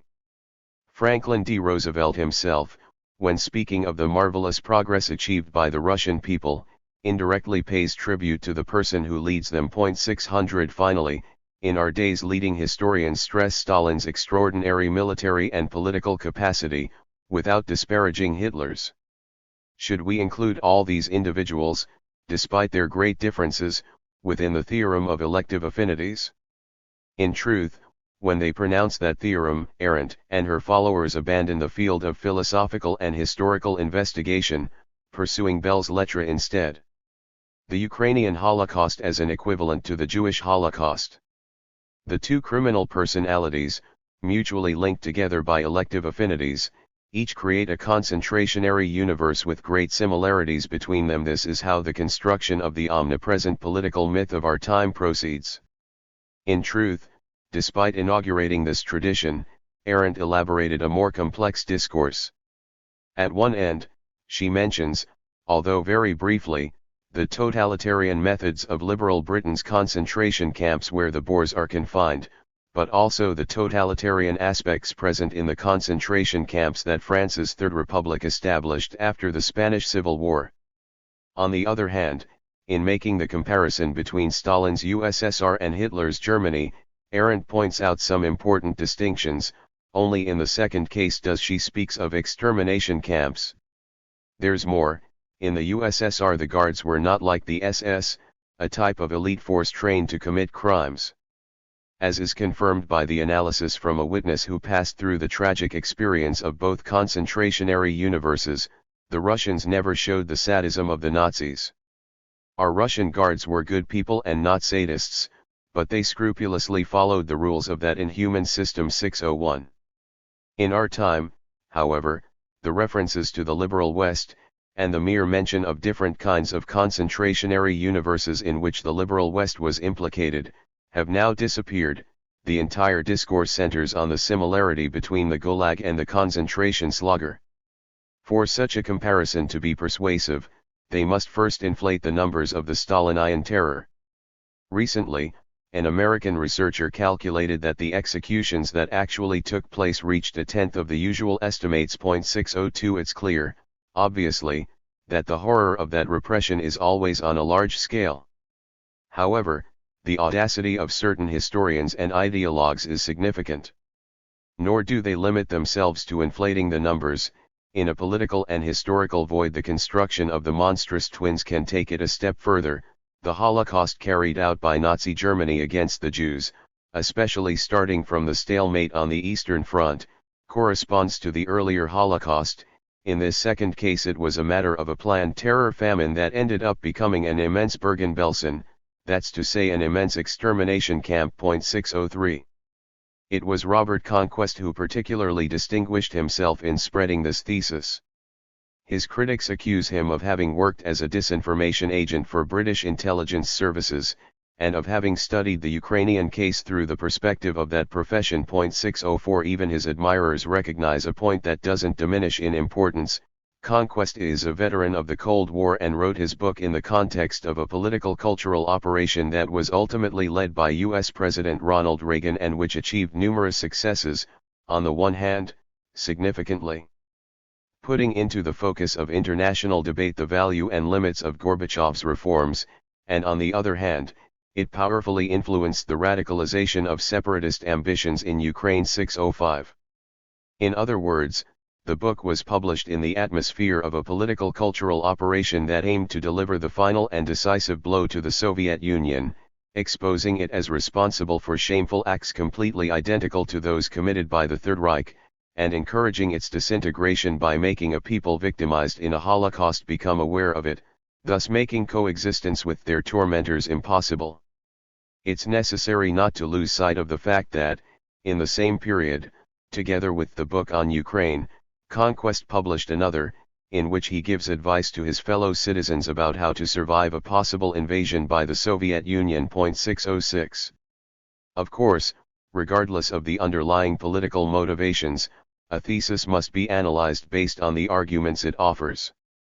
And the thesis of the terror famine planned by Stalin to exterminate the Ukrainian people may prove to be more credible than the thesis that Reagan's United States ran the risk of being invaded by Gorbachev's USSR.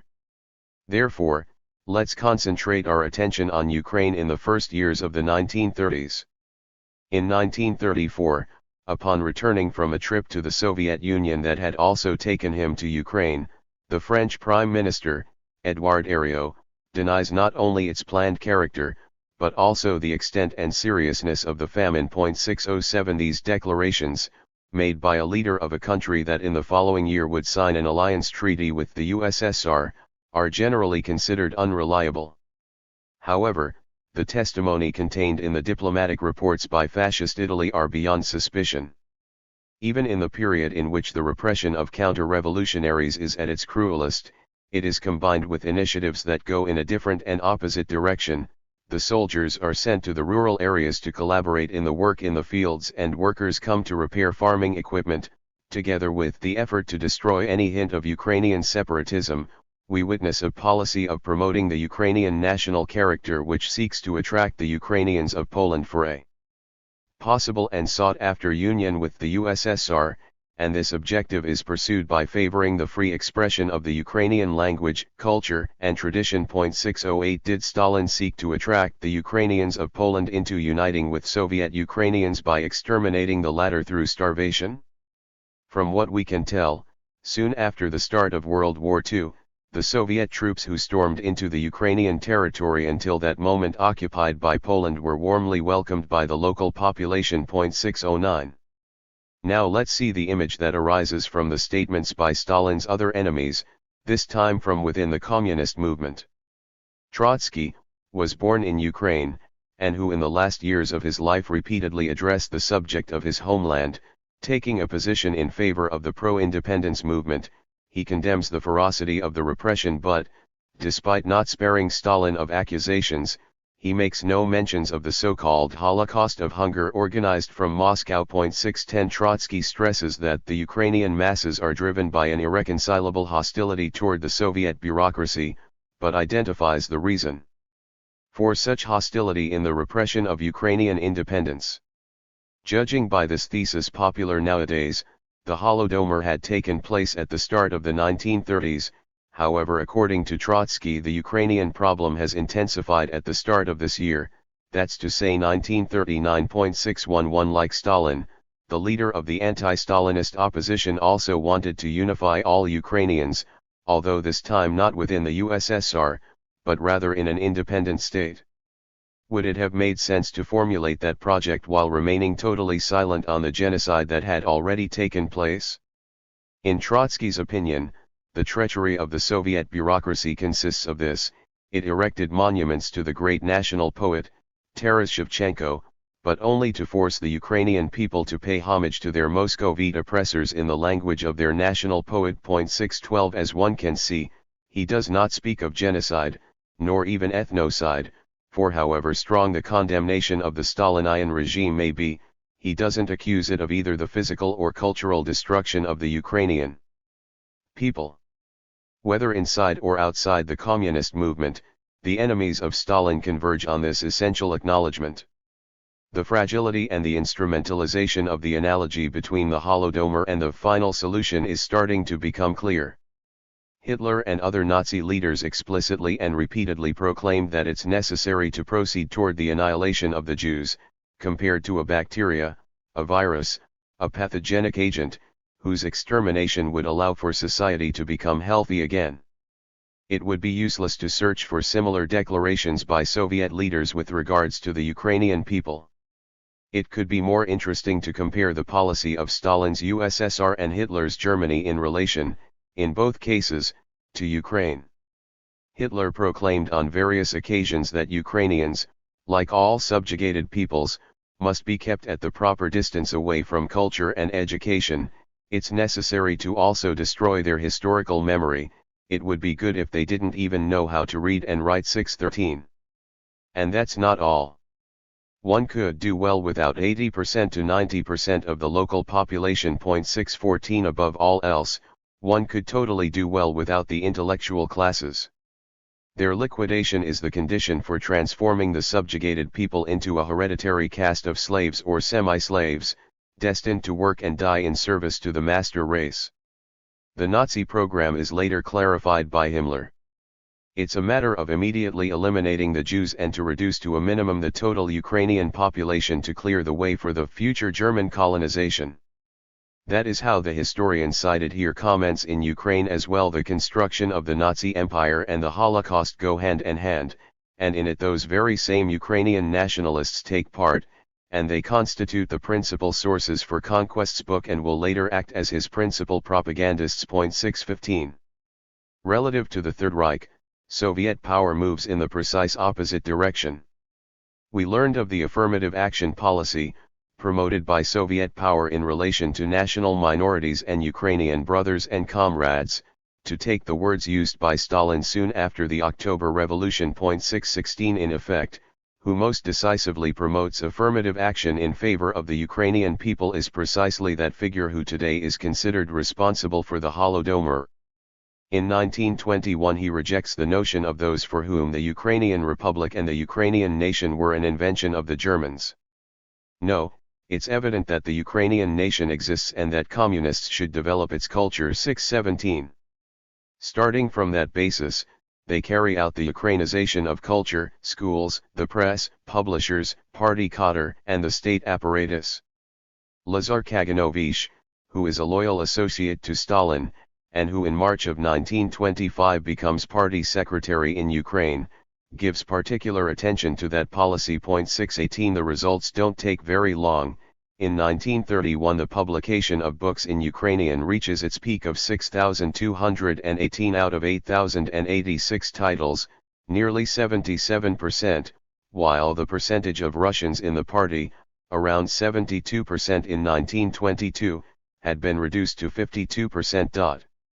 It's also necessary to have in mind the development of the Ukrainian industrial apparatus, Stalin again insisting on its importance. 619. One can seek to minimize all of this, referring to the persistent monopoly on power exercised in Moscow by the Communist Party of the Soviet Union. However, that policy of Ukrainization has such a strong impact that it is forced to confront resistance from Russians. The former in any case were disillusioned with the solution given to the national question in the USSR. The equalization of Russia with the other federal republics shocked them, the rights extended to minorities within the Russian Republic irritated them, the anti-Russian rhetoric of the regime angered them, and it weighed upon them the fact that Russians were the only nationality of the Federation that didn't have a party of their own, nor a science academy of their own. 620. Not only does it not make sense to compare the Soviet policies to that of the Nazis, but the first, in fact, proves to be fully superior to that of the whites. Conquest himself ends up recognizing this against his will. Placing himself on a line of continuity in relation to Tsarist autocracy, Denikin refused to admit the existence of Ukrainians. Precisely the opposite attitude of Stalin, who praises the Ukrainization of Ukrainian cities. After the success of this policy, a new and especially positive page has been turned. In April of 1923, at the 12th Congress of the party, the policy of Ukrainization obtained full legal recognition. For the first time since the 19th century, a stable Ukrainian government included in its program the defense and development of the Ukrainian language and culture. The Ukrainian cultural figures who returned to their country did it with the real hope that a Soviet Ukraine could also give life to its national rebirth. And in large part, for some years, they were right. Poetry and prose, linguistic and historical works had a wide and intense circulation among all classes, while all past literature was reprinted on a large scale. 621. We have seen that this policy is in force, and even in full development, in Ukraine at the start of the 1930s. Of course, soon a terrible conflict and famine will follow. However, it remains a mystery how over such a short period of time it can switch from radical affirmative action in favor of Ukrainians to planning their extermination. It's good not to forget that Ukrainian nationalist circles played an important role in the elaboration and promotion of the Holodomor thesis, after having carried out many pogroms against Jews during the years of the Civil War. 622 Oftentimes collaborating with the Nazi invaders, immersed in the realization of the final solution. After having simultaneously functioned as an instrument of demonization and of convenient self-absolution, the Holodomor thesis becomes a formidable ideological weapon in the final period of the Cold War and in the program for the Soviet Union's dismemberment. A last consideration. During the 20th century, the genocide accusation and Holocaust denunciation were utilized in the most different ways. We've already seen a number of examples. One more should be added. On October 20, 1941, the Chicago Tribune reports the passionate appeal led by Herbert Hoover for an end to the blockade imposed by Great Britain on Germany. A few months earlier, the war of extermination was unleashed by the Third Reich against the Soviet Union, but on this the ex-president of the United States didn't say a word. He concentrates on the terrible conditions of the civilian populations in the occupied countries, and he called for an end to this Holocaust, the blockade being useless in any case, given that it wasn't able to halt the advance of the Wehrmacht. 623 It's apparent that Hoover is interested in discrediting the country or countries on whose side FD. Roosevelt is prepared to intervene, and it should be said that it has been lost from memory this supposed Holocaust for which the champion of isolationism blamed London and in part Washington. Terror famines in the history of the liberal West. Moreover, besides distorting history, what completely invalidates the discourse by the Cold War veteran is his silence. One can start with the debate that occurs in the House of Commons on October 28, 1948. Churchill denounces the widening conflict between Hindus and Muslims and the horrible Holocaust that is overtaking India after independence was conceded by the Labour government, and after the dismantlement of the British Empire. Then a Labour MP interrupted the speaker, "Why don't you talk about the famine in India?" The former Prime Minister tries to avoid it, but his interlocutor insists, "Why don't you speak of the famine in India, that the previous Conservative government had been responsible for?" 624 The reference is to the famine, stubbornly denied by Churchill, that from 1943 to 1944 caused 3 million deaths in Bengal. Neither of the two sides remember, however, the famine that took place some decades earlier, also in colonial India. In this case, it's 20 to 30 million people who lose their lives. Often forced to carry out hard labor with a diet inferior to that provided to the prisoners of the infamous Buchenwald lager. On this occasion, the racist component was explicit and declared. The British bureaucrats said that it was a mistake to spend so much money to save a lot of black fellows. On the other hand, according to the Viceroy Sir Richard Temple, those who had lost their lives were mostly beggars without any real intention of working, nor will many be inclined to grieve much for the fate which they brought upon themselves, and which terminated lives of idleness and too often of crime. 625. With World War II over, Sir Victor Gollancz, a Jew who arrived in England after having fled anti-Semitic persecution in Germany, publishes The Ethics of Starvation in 1946 and in Darkest Germany a year later. The author denounces the policy of hunger that, after the defeat of the Third Reich, befalls prisoners and the German people, continually at risk of death by starvation. Infant mortality was 10 times more elevated than in 1944, a year that was particularly tragic. The rations available to the Germans are dangerously close to those enforced in Bergen-Belsen. 626. In the two cases just cited, it's not Soviet Ukraine that is compared to a Nazi concentration camp, but the work camps of British subjugated India and the occupation regime imposed on those defeated by the liberal West. The latter accusation appears more persuasive, as is confirmed by the most recent and exhaustive book published on the topic. The Germans were much better fed in the Soviet zone. The country that had suffered the genocidal policy of the Third Reich, and because of that policy continued suffering shortages, was more generous. In effect, what led the liberal West to inflict death by starvation on those it defeated was not a lack of resources, but ideology. Politicians and the military like Sir Bernard Montgomery insist that no food should be sent by Great Britain. Death by starvation was the punishment. Montgomery insisted that 3/4 of all Germans were still Nazis. For exactly that reason fraternization was prohibited. It was necessary to not give a word and much less a smile to members of a people totally and irredeemably wicked. The American soldier was warned, in heart, body, and soul, every German is Hitler. Even a young woman could prove deadly. Don't be like Samson with Delilah, she would love to cut your hair and then your throat. This hate campaign explicitly sought to remove all sense of compassion and therefore guarantee the success of the ethics of punishment by starvation. American soldiers should also remain unmoved when faced with starving children. In the blonde-haired German child lurks a Nazi 627. If the tragedies of Bengal and Ukraine are explained by the list of priorities dictated by the approach or the intensification of the Second World War, which imposes the concentration of limited resources on the struggle against a mortal enemy 628, then one can speak accurately of a planned terror famine with regards to Germany immediately after the defeat of the Third Reich, where the lack of resources plays no role at all, but is instead influenced to a considerable degree by the racialization of a people, who F.D. Roosevelt for some period of time has the temptation of eliminating from the face of the earth by means of castration. One could even say that it was the start of the Cold War that saved the Germans, or at least noticeably lessened their suffering. In the struggle against the new enemy they could be useful and valuable cannon fodder, offering their experience to their former enemy.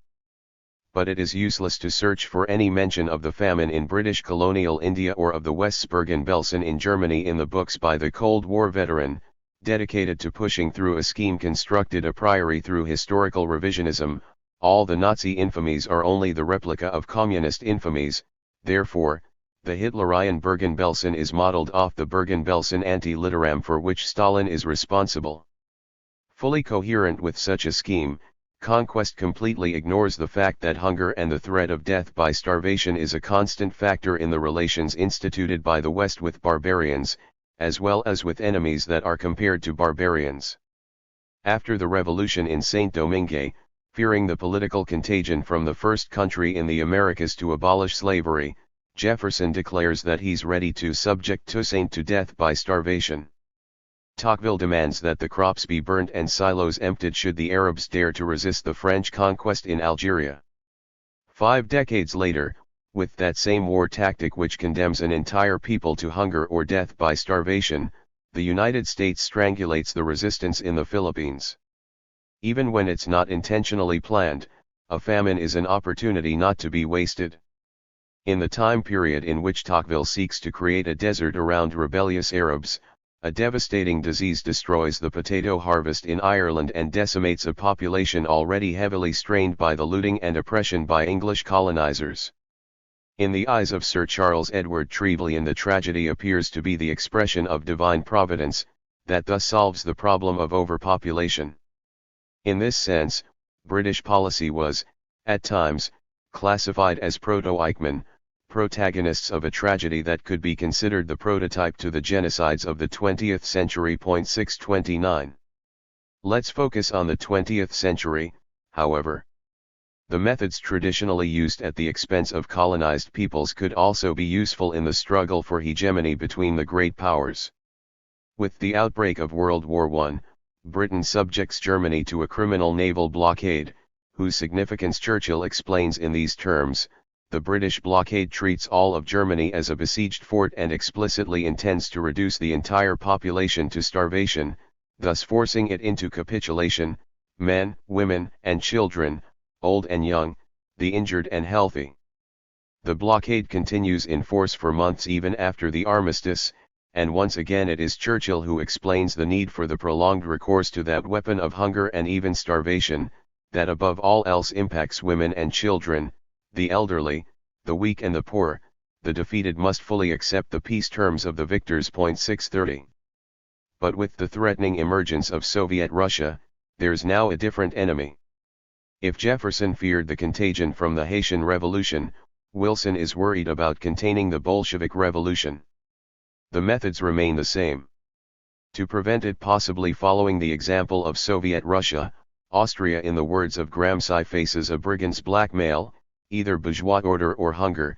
631. In effect, some time later it is Herbert Hoover, High Representative of the Wilson administration and future U.S. President, who warns Austrian authorities that any disturbance of public order will make impossible the delivery of food supplies and leave Vienna facing absolute hunger. And later it will be the same American politician who offers the summary, in which he explicitly boasts, fear of starving to death kept the Austrian people away from Revolution 632. As you can see, it's Jefferson and Hoover who explicitly theorize the very terror famine for which conquest denounces Stalin. We are in the presence of a policy that continues unabated in our time. In June of 1996, an article by the director of the Center for Economic and Social Rights highlights the terrible consequences of the collective punishment inflicted on the Iraqi people through the embargo. More than 500,000 Iraqi children have died of hunger or illness. Many others were on the brink of suffering the same fate. An unofficial magazine of the State Department, Foreign Affairs, reaches a more general conclusion: after the overthrow of real socialism, in a world unified under the hegemony of the US, the embargo constitutes the weapon of mass destruction par excellence, officially imposed to prevent Saddam Hussein from gaining weapons of mass destruction. The embargo on Iraq in the years following the Cold War has caused more deaths than all weapons of mass destruction in history combined. Therefore, it's as if the Arab country has endured at the same time the atomic bombing of Hiroshima and Nagasaki, the mustard gas attacks by Wilhelm II and Benito Mussolini, and still yet other examples. 633 In conclusion, the policy of terror famine for which Stalin is blamed is deeply embedded in the history of the West, and in the 20th century is first put into practice against the country that emerged out of the October Revolution, and then finds its triumph after the overthrow of the Soviet Union. Perfect symmetries and self-absolution, Stalin's anti-Semitism? For however sophisticated the game of analogies may be, the construction of the myth of the two twin monsters doesn't appear to be completed quite yet. Despite the efforts to make the Ukrainian Holodomor correspond to the Jewish Holocaust, in the consciousness of our time the name Auschwitz causes an entirely unique horror. Maybe the association of Stalin to Hitler could be considered definitive if the former was affected by the madness that led to the genocide carried out by the latter. Khrushchev recalls that, towards the end of his life, Stalin had suspicions that the doctors who treated the country's leaders were in fact participants in an imperialist conspiracy that aimed at decapitating the Soviet Union. The secret report doesn't mention it, but there was no small number of Jews among the doctors under suspicion. 634 And from there one can begin adding some depth to the portrait of the Soviet monster with a new and decisive detail: the deep anti-Semitism of Stalin and his followers, Medvedev declares, was not a secret to anyone. On the official anti-Semitism of the Soviet state, Hobsbawm specifies, there are undeniable vestiges since the foundation of the State of Israel in 1948. The American historian on ethnic cleansing and racial hatred that we've already encountered goes a bit further back. By the end of the war, Stalin had shared many aspects of Hitler's anti-Semitism. Ferret goes even further: since the start of Hitlerism, Stalin never showed the most minimal compassion for the Jews. 635. Naturally, conquest is the most radical of them all, always latent in Stalin's spirit. The anti-Semitism began to show in full force starting from 1942-1943 till becoming generalized in 1948. 636 It's at this point that the construction of the myth of the two twin monsters can be considered completed. Before analyzing the extreme fragility of that construction, it ought to be noted that it's simultaneously useful in repressing the West's serious responsibility in the tragedy that the Jews suffer in the 20th century. It's a tragedy with 3 acts and a prologue. In 1911 Chamberlain's book is translated into English, entirely dedicated to reading world history from a racial perspective. Now it can be truly understood the leading role played by the Anglo-German author as the maître à penser of Nazism. Especially exalted in tone is Goebbels who, upon seeing him sick and bedridden, offers a prayer of sorts: "Good health to you, father of our spirit." Precursor, pioneer. 637 In no less inspired terms, Chamberlain, in turn, sees in Hitler a type of savior, and not just for Germany. 638 After seizing power, and while passionately absorbed in the task of leading the war that he has unleashed, the Führer warmly recalls the encouragement that Chamberlain offered to him during his time in prison. 639 So, How was this work, which was crucial to the Nazi worldview and racial ideology, received in the West? In Britain, the reaction from the press is enthusiastic, beginning with The Times, which endlessly applauds the masterpiece and praises it as one of the rare books that has some importance. On the other side of the Atlantic, the review by an authoritative statesman like Theodore Roosevelt is overwhelmingly positive. 640 On the opposing side, it's Koskai who expresses his full disdain for Chamberlain and other racial theorists. At that time Koskai is venerated as a maestro to the workers' movement and the socialist movement as a whole, including by Stalin.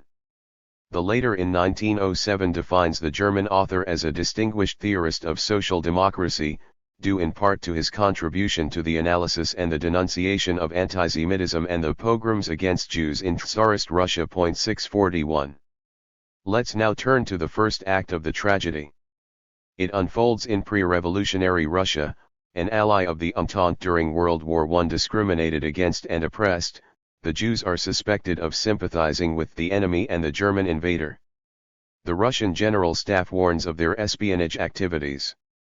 Some are kept as hostages and threatened with execution should the Jewish community show a lack of patriotic loyalty.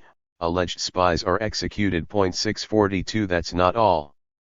At the start of 1915, in the areas attacked by the German army, a mass deportation is ordered. A representative in the Duma describes the details of the operation as follows: in Rodom, at 11 p.m. the population is informed that it must leave the city, under the threat that anyone found by dawn will be hanged. Due to the lack of means of transportation, the elderly and the disabled must be carried out by hand. Police and soldiers treat the Jews as criminals. In one case, a train was completely sealed shut, and when it's finally reopened, most of those inside were dying. Of the 500,000 Jews subjected to deportation measures, 100,000 didn't survive. 643. The October Revolution breaks out in the wake of the struggle against the war and the horrors that accompany it.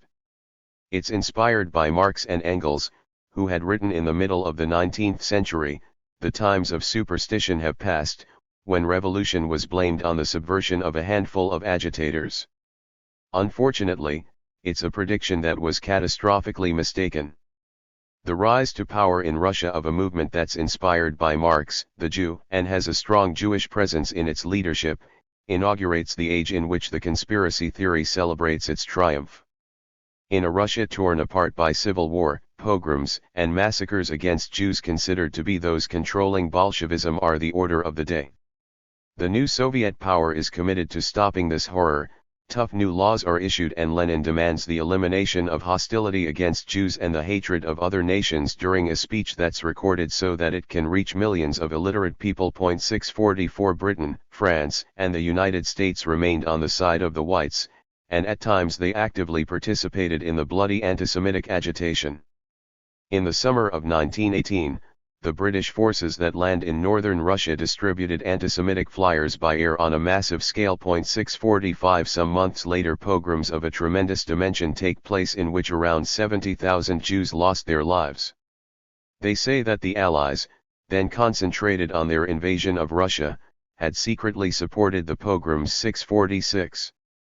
It's a preview, authoritative historians observe, to the crimes of Nazism and the extermination during World War II. 647, and it's a preview that sees active British participation, leading the anti-Bolshevik crusade at that time.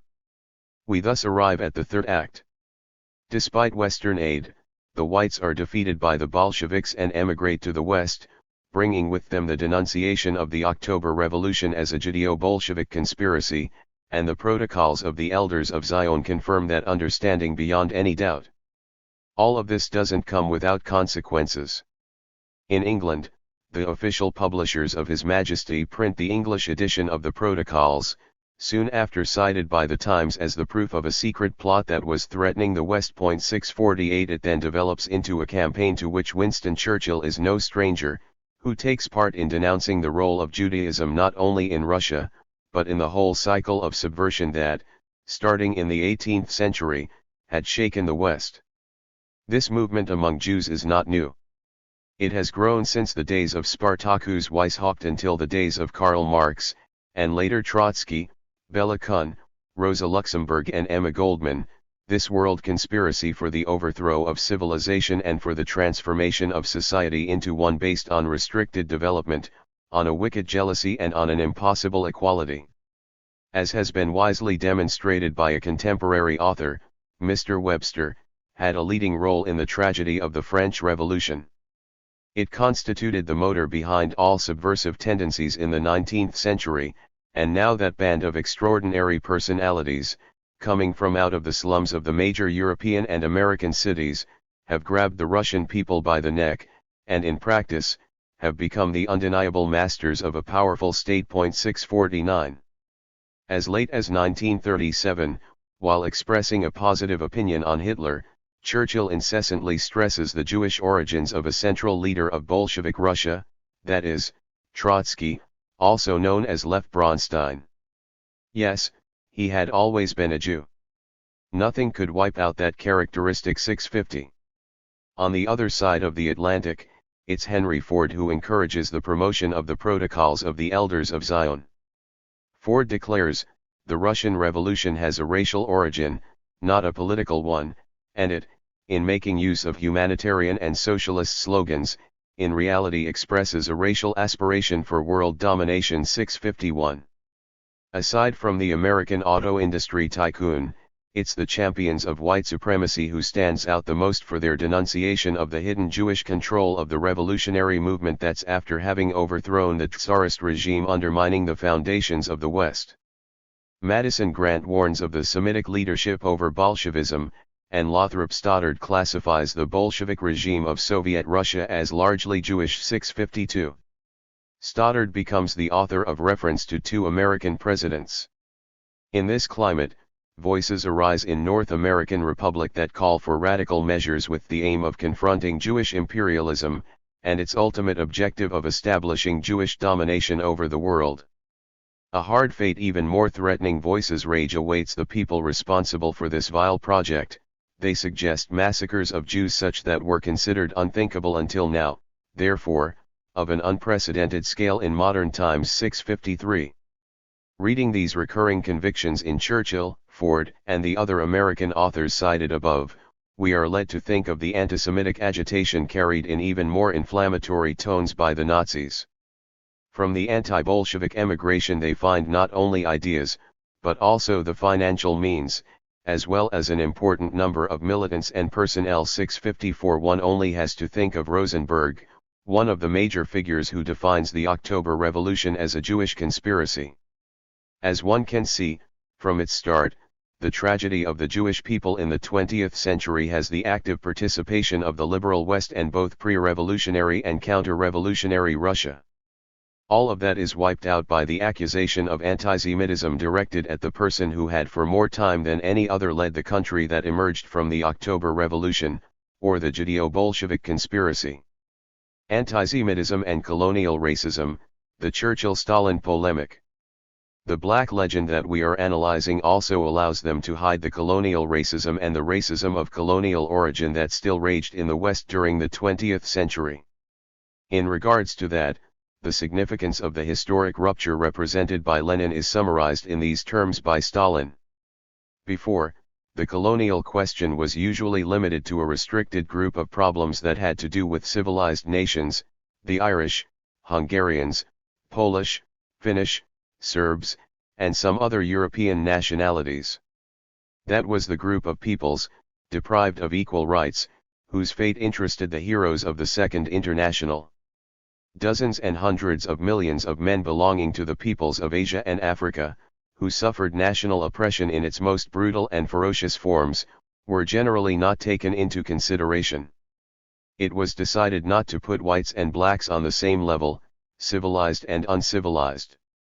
Leninism has exposed this scandalous injustice. He toppled the wall that separated whites and blacks, Europeans and Asians, civilized and uncivilized slaves of imperialism, in that way linking the national question with the colonial question. 655. This is in 1924.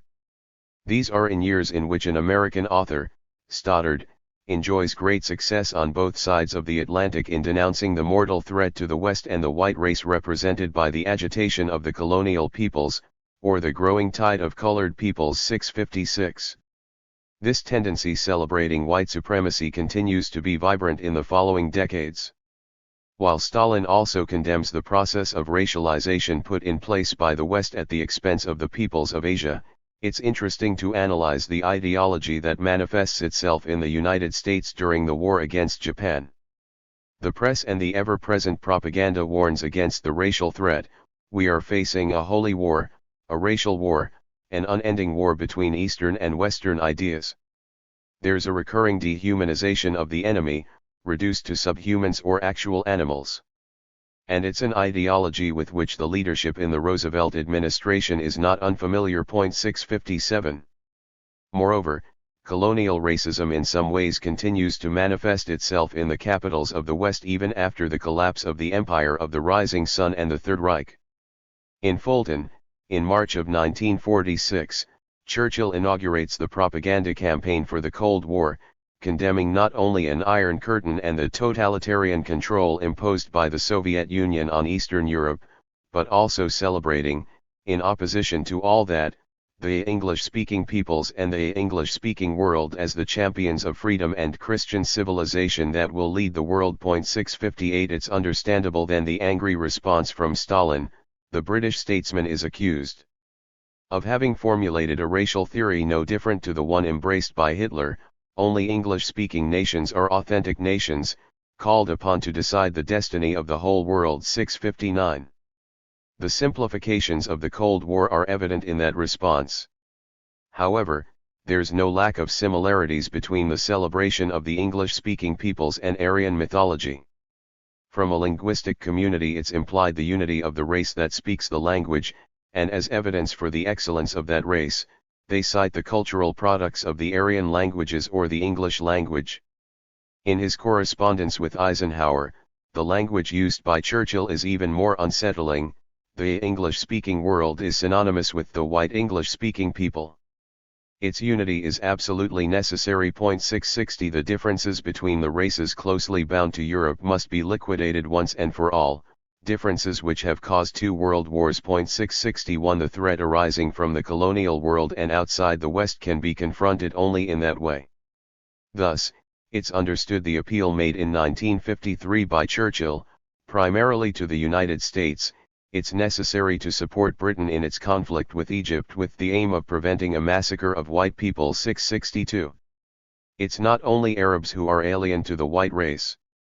The communist world, that encourages the revolt of the colonial peoples against the white man, is the expression of an aggressive semi-Asiatic totalitarianism. 663.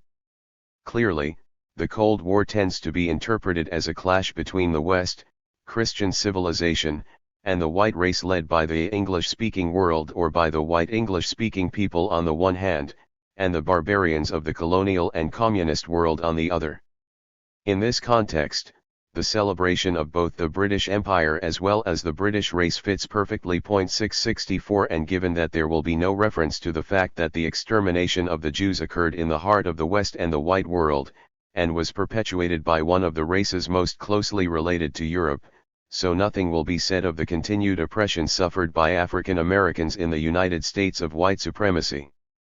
In Eisenhower, the celebration of the Western world and Western morality. 665 also tends to assume racial connotations at times. Speaking with Hoover and Dulles in July of 1956, he observes that, with the nationalization of the Suez Canal, Nasser aims to topple the white man. 666. Still fresh is the memory of the Korean War, carried out by Washington. An American historian recognizes with a disdainful attitude toward an inferior nation. 667. Trotsky and the accusation of anti-Semitism against Stalin. Let's return, however, to the accusation of anti-Semitism made against Stalin. Endorsed by no small number of historians, it would seem irrefutable. Yet, despite the incontestable tone, the condemnations are difficult to square with one another, given they proceed from different and opposing reconstructions of the crimes whose origin is increasingly located further back in time. 1948, 1945, 1933, or in the years before the October Revolution. In attempting to orient ourselves, let's ask a different question, that in any case is a preliminary one: when was the first time Stalin was accused or suspected of anti-Semitism? In that case, rather than Khrushchev, we must go back to Trotsky, who, in 1937, together with the betrayal of the revolution, denounces the re-emergence of the barbarism of anti-Semitism in the Soviet Union itself. Until this point of history, there's been no example of a reaction that has followed a revolutionary advance that's not been accompanied by the most foul and chauvinistic passions, including anti-Semitism. 668. Rather than an empirical investigation, we are dealing with a syllogism. Constructed a priori, reaction, whose result is necessarily anti-Semitism, has unfortunately triumphed in the country ruled by Stalin, so therefore, in liquidating the Bolshevik conquests, THIRD was reopening the doors to the horrors of the old regime, together with religious superstition, the cult to private property, inheritance, and the family. Unavoidable was the reappearance of animosity between nations, and especially the hatred of Jews. It's not by chance that this denunciation is found in a work that in its very title directly and tightly links THIRD and anti-Semitism. The October Revolution put an end to the outcast status of Jews. But that doesn't in any way mean that it has forever wiped out anti-Semitism. The long and continuous struggle against religion doesn't prevent thousands and thousands of the faithful from filling the churches, mosques, and synagogues. The same situation dominates the field of national prejudices. Legislation alone doesn't change men. Their thoughts, their sentiments, their visions depend on tradition, the material conditions of life, their cultural level, etc. The Soviet regime isn't yet 20 years old. Half the population, the oldest, were education under Tsarism. The other half, the youngest, inherited much from the older half. Nevertheless, these general and historical conditions ought to allow each thinking man to recognize this fact: despite the exemplary legislation of the October Revolution, it's impossible that national and chauvinistic prejudices, especially anti-Semitism, have not stubbornly survived among the most backward segments of the population. 669. Arguing in that way, Trotsky shifted his attention from the state to civil society, from the subjective level to the objective level, from the momentary character of political action to the long duration of historical processes. By definition, the weight of a secular tradition couldn't miraculously disappear in the segments of the population that had not yet fully adopted modern and revolutionary culture. But what sense was there, then, in accusing a regime or leadership group, who had in no way altered the exemplary legislation approved by the Bolsheviks, and who, in committing to a colossal process of industrialization, expanding literacy and access to culture, had continuously restricted the social and geographic areas in which national and chauvinistic prejudices, particularly anti-Semitism, were deeply rooted? Was it not Trotsky himself who spoke of the unprecedented speed with which the USSR developed the economy, industry, urbanization, and culture, and verified the rise of a new Soviet patriotism, a sentiment certainly deep, sincere, and dynamic, shared by the various nationalities previously oppressed or incited against one another? In the same year that Trotsky publishes his work on THIRD and anti-Semitism, a travel report was published in Moscow, written by a German writer who was fleeing the Third Reich because he was Jewish. The picture that he draws is eloquent in itself. Finally resolved was the old and apparently unsolvable Jewish question: there's a moving consensus in support for the new state among the Jews I've met. And yet more, like all national languages, Yiddish is lovingly cared for in the Union. There's schools and newspapers in that language, there's literature, and congresses are held for the supervision of Yiddish, and the performances in this language enjoy the highest consideration. 670. Even more significant is the reaction of the American Jewish community. An authoritative representative responds to Trotsky as follows: if his other accusations are as baseless as his complaint against anti-Semitism, then he has absolutely nothing to say. Another leader states, in relation to anti-Semitism, we are used to seeing in the Soviet Union are only glimmer of light. Therefore, it's unforgivable that Trotsky launches such baseless accusations against Stalin 671. There's evident disappointment and unease in this reaction to that ridiculous effort by Trotsky, understood as an attempt to involve the international Jewish community in the power struggle that was underway in the CPSU. While in Germany the denunciation of the Judeo-Bolshevism that ravaged the Soviet Union became more frantic than ever, and the process that would lead to the final solution was quickly advancing, a strange campaign of insinuations was launched against the country that, as we shall see, more courageously than any other, classified Hitler's anti-Semitism as cannibalistic, against the country that very often inspired those who in German territory resisted the wave of hatred against the Jews. Victor Klemperer emotionally described the insults and humiliations that wearing the Star of David meant. And yet, a porter who has grown fond of me since the first 2 relocations suddenly stands in front of me on Freiburger Street, puts his arms around me and whispers, but in a way so that they can even hear him on the other side of the street, "So professor, don't let them walk over you. Soon those damn Nazis will be finished." The Jewish philologist with affectionate irony adds that those who defied the regime in such a way were good people whose membership in the German Communist Party could be smelled from a mile away. 672. They were members or sympathizers of a party that, at the international level, had Stalin as their essential point of reference. On the other hand, if we move on from Germany to the United States, we see that communists are sometimes branded as Jews, who take advantage of the ignorance of blacks to turn them against the regime of white supremacy, tarnishing the idea of racial hierarchy and purity, and promoting the madness of equality and racial intermixing. 673 Therefore, on the other side of the Atlantic as well, anti-communism is fused with anti-Semitism, and that relation is even closer due to the fact that in the Communist Party of the United States there's a strong Jewish presence. 674. Yet, aside from disappointment and annoyance, in the American Jewish community's reaction there's also an element of profound concern. To understand it, let's see how Trotsky's line of argument develops. More than any other regime in the world, the Soviet regime needs a high number of state employees. The state employees come from the educated urban population. Naturally, Jews represent a very large percentage of the bureaucracy, especially at the lower and middle levels. Now with this reflection as starting point, one must reach the conclusion that the hatred against the bureaucracy will have an anti-Semitic tone, at least where Jews constitute a significant percentage of the population and clearly stand out from the rural surroundings. In 1923, at the Bolshevik Party conference, it was proposed that employees be obligated to speak and write the language of the local population where they worked. How many ironic observations came, especially from the Jewish intelligentsia, who spoke Russian and didn't want to learn the Ukrainian language. Of course, on this aspect, the situation improved considerably. But the national composition of the bureaucracy has barely changed, and what is immeasurably more important, the antagonism between the people and the bureaucracy has grown enormously in the last 10 or 12 years. 675.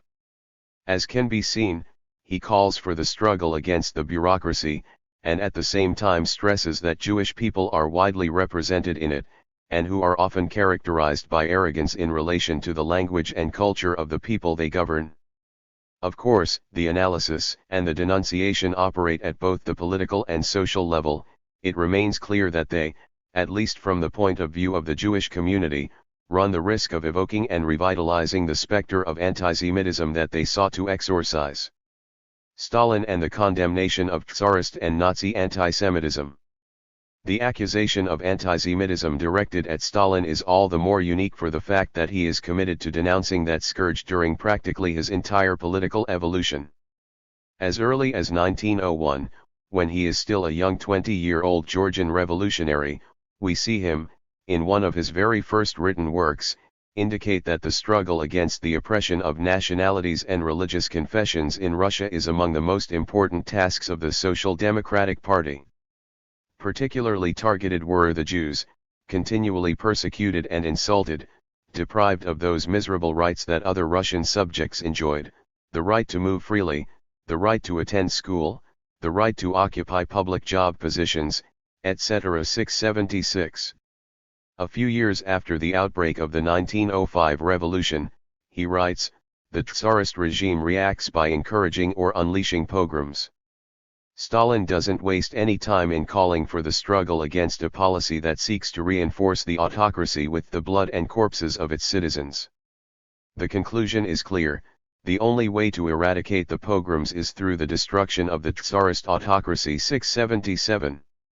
As one can see, the anti-Jewish persecution is one of the most important accusations made in the charges directed at the old regime, which the revolution is called upon to overthrow. It's a theme developed in the following years. On the eve of the First World War, Tsarist Russia's semi-Asiatic character is demonstrated by the particularly vile persecution unleashed against the Jews. Unfortunately, the recourse to pogroms is favored by the general inclination to anti-Semitism by the common people. 678.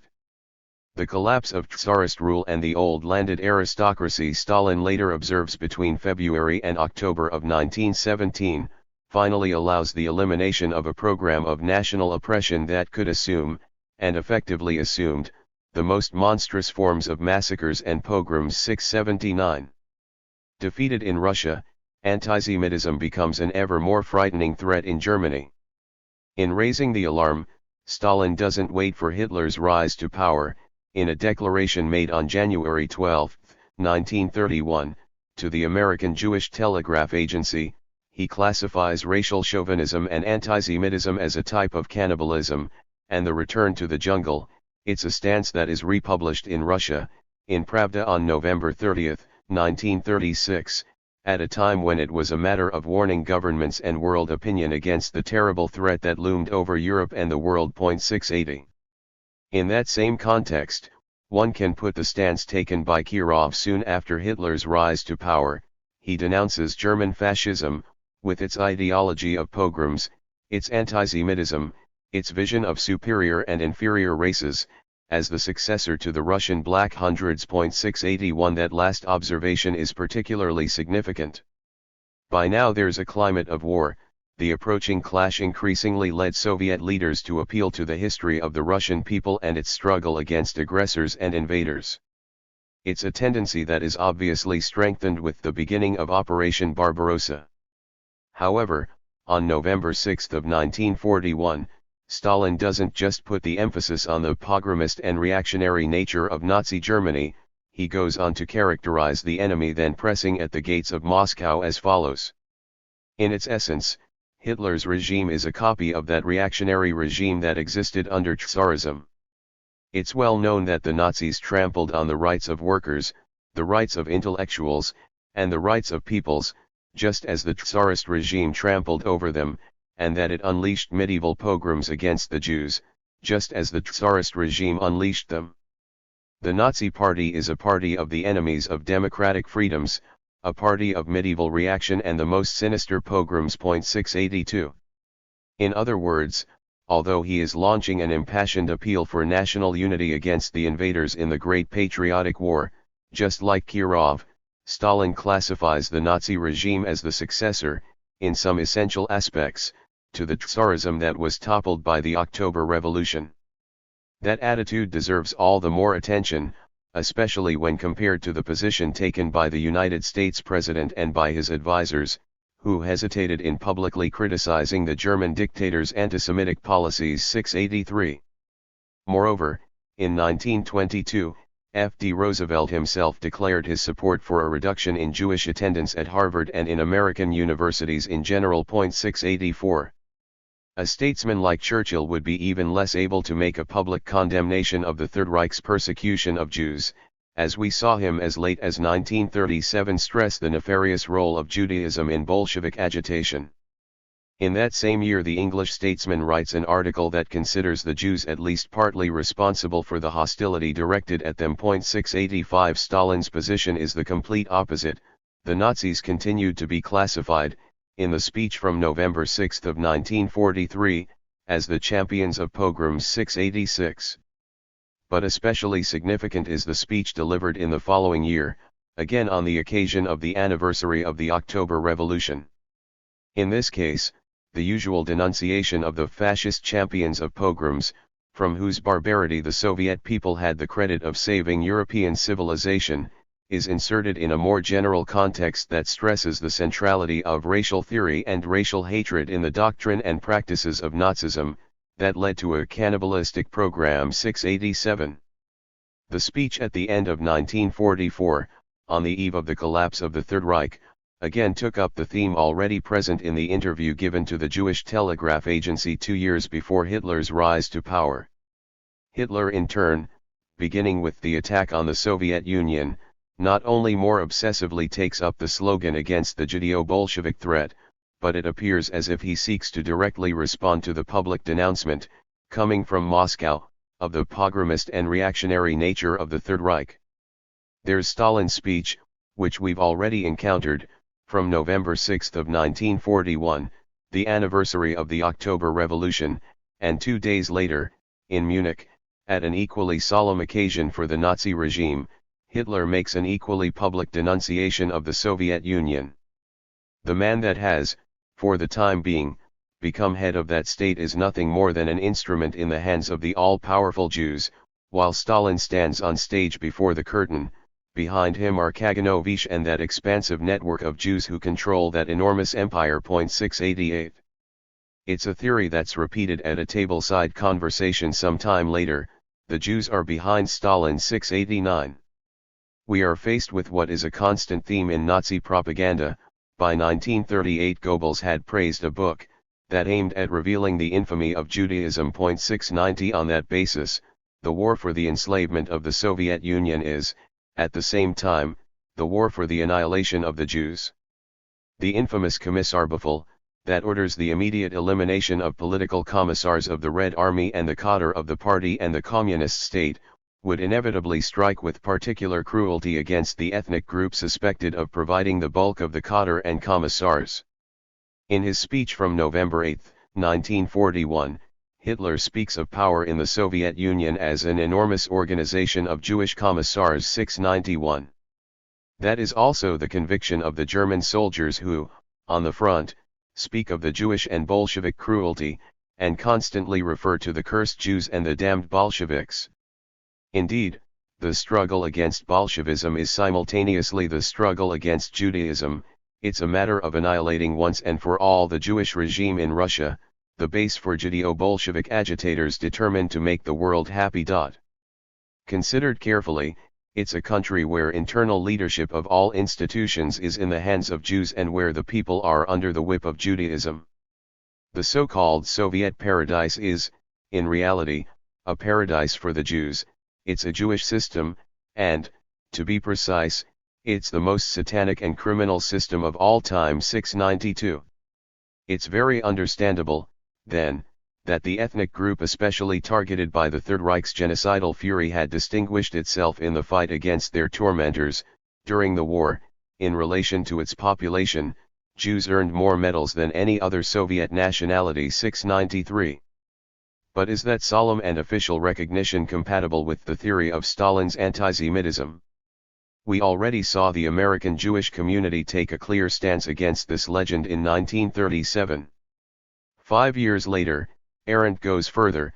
She attributed to the Soviet Union the merit of having simply eliminated anti-Semitism through a just and very modern solution to the national question. 694. This positive evaluation is even more significant for the fact that it's precisely this exemplary resolution of the Jewish and national question in the country governed by Stalin which is cited by Arendt to refute the thesis by Jewish publications that tend to agitate against the specter of an internal anti-Semitism.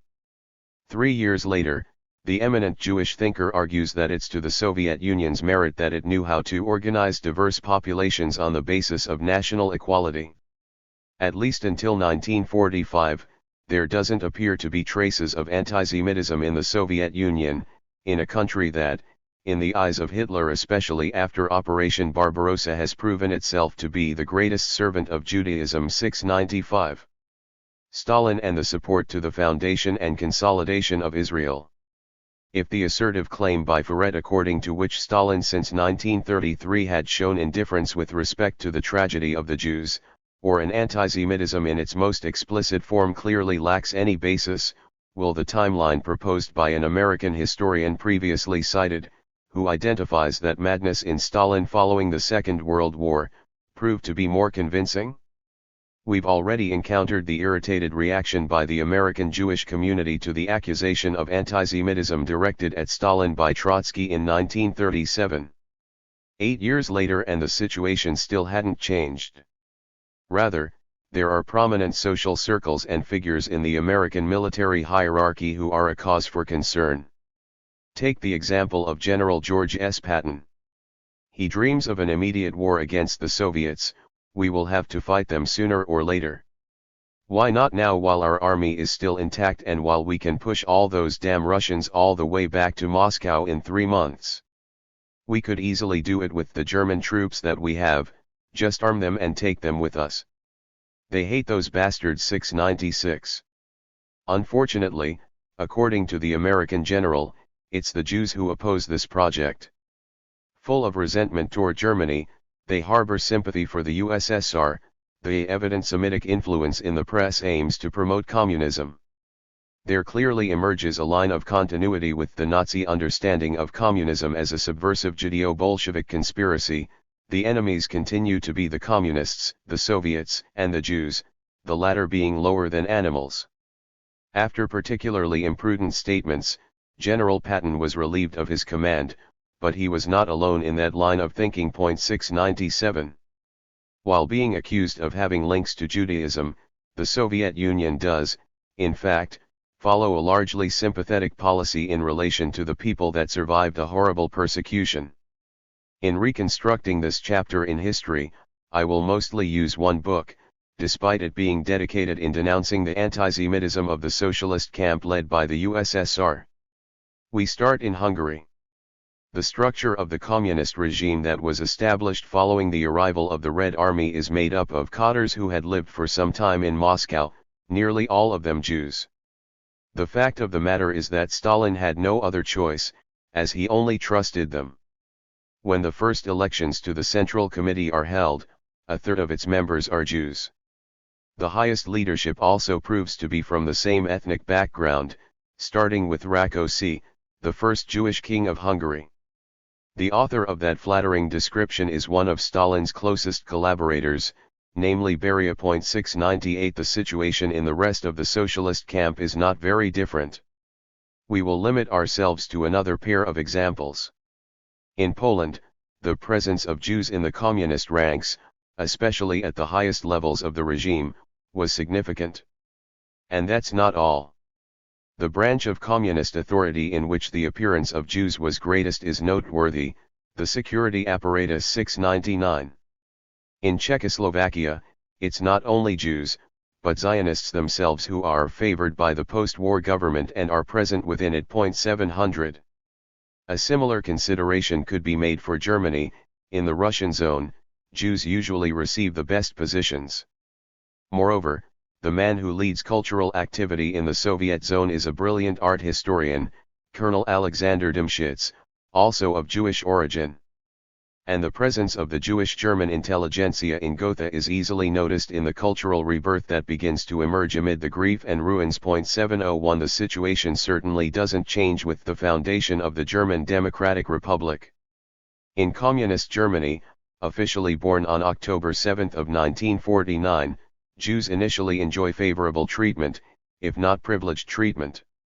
As victims of persecution they have a right to special pensions for the elderly and for the sick or disabled, and the Constitution guarantees them religious freedom. Peter Kirchner explains, pensions for Jews were much higher than for others. It had varied between 1,400 and 1,700 marks, when the average wasn't more than 350. Jews therefore felt at ease with the policies of the new communist Germany in relation to them, especially because they were widely represented in its institutions. In the elections of 1950, 15 Jews were elected to parliament in the lists of nearly all the parties, not counting the Communist Party. In addition, the Minister of Propaganda and Information, Gerhard Eisler, the director of State Information Radio, Leo Bauer, the director of the communist paper Neues Deutschland, Rudolf Herrnstadt, and the person in charge of a branch of the health ministry, Leo Mondel, were all Jews. 702. It's also for that reason that the Soviet Union enjoys great sympathy among Zionists all over the world. They go as far as admiring everything that is Russian. It's Arendt who observes this, and who in 1948 expresses her disappointment toward the pro-Soviet and anti-Western orientation of the Zionist movement, inclined to condemn Great Britain as anti-Semitic, and the United States as imperialist. 703. The attitude that's being condemned here is very understandable. In Nuremberg, it was primarily the Soviet representatives in the prosecution who called attention to the horrors of the Judaicide and called attention to it with rhetorical emphasis, formulating a solidly intentionalist theory. The fascist conspirators planned the extermination of the Jewish people throughout the world, to the last man, and they put it in action during the entire period of their plot, from 1933 onward.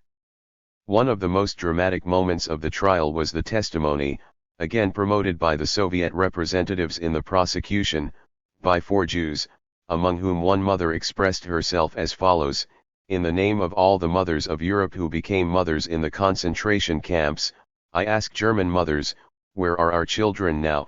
704. Overall, these are the years in which the USSR strongly supports Zionism and the creation of Israel.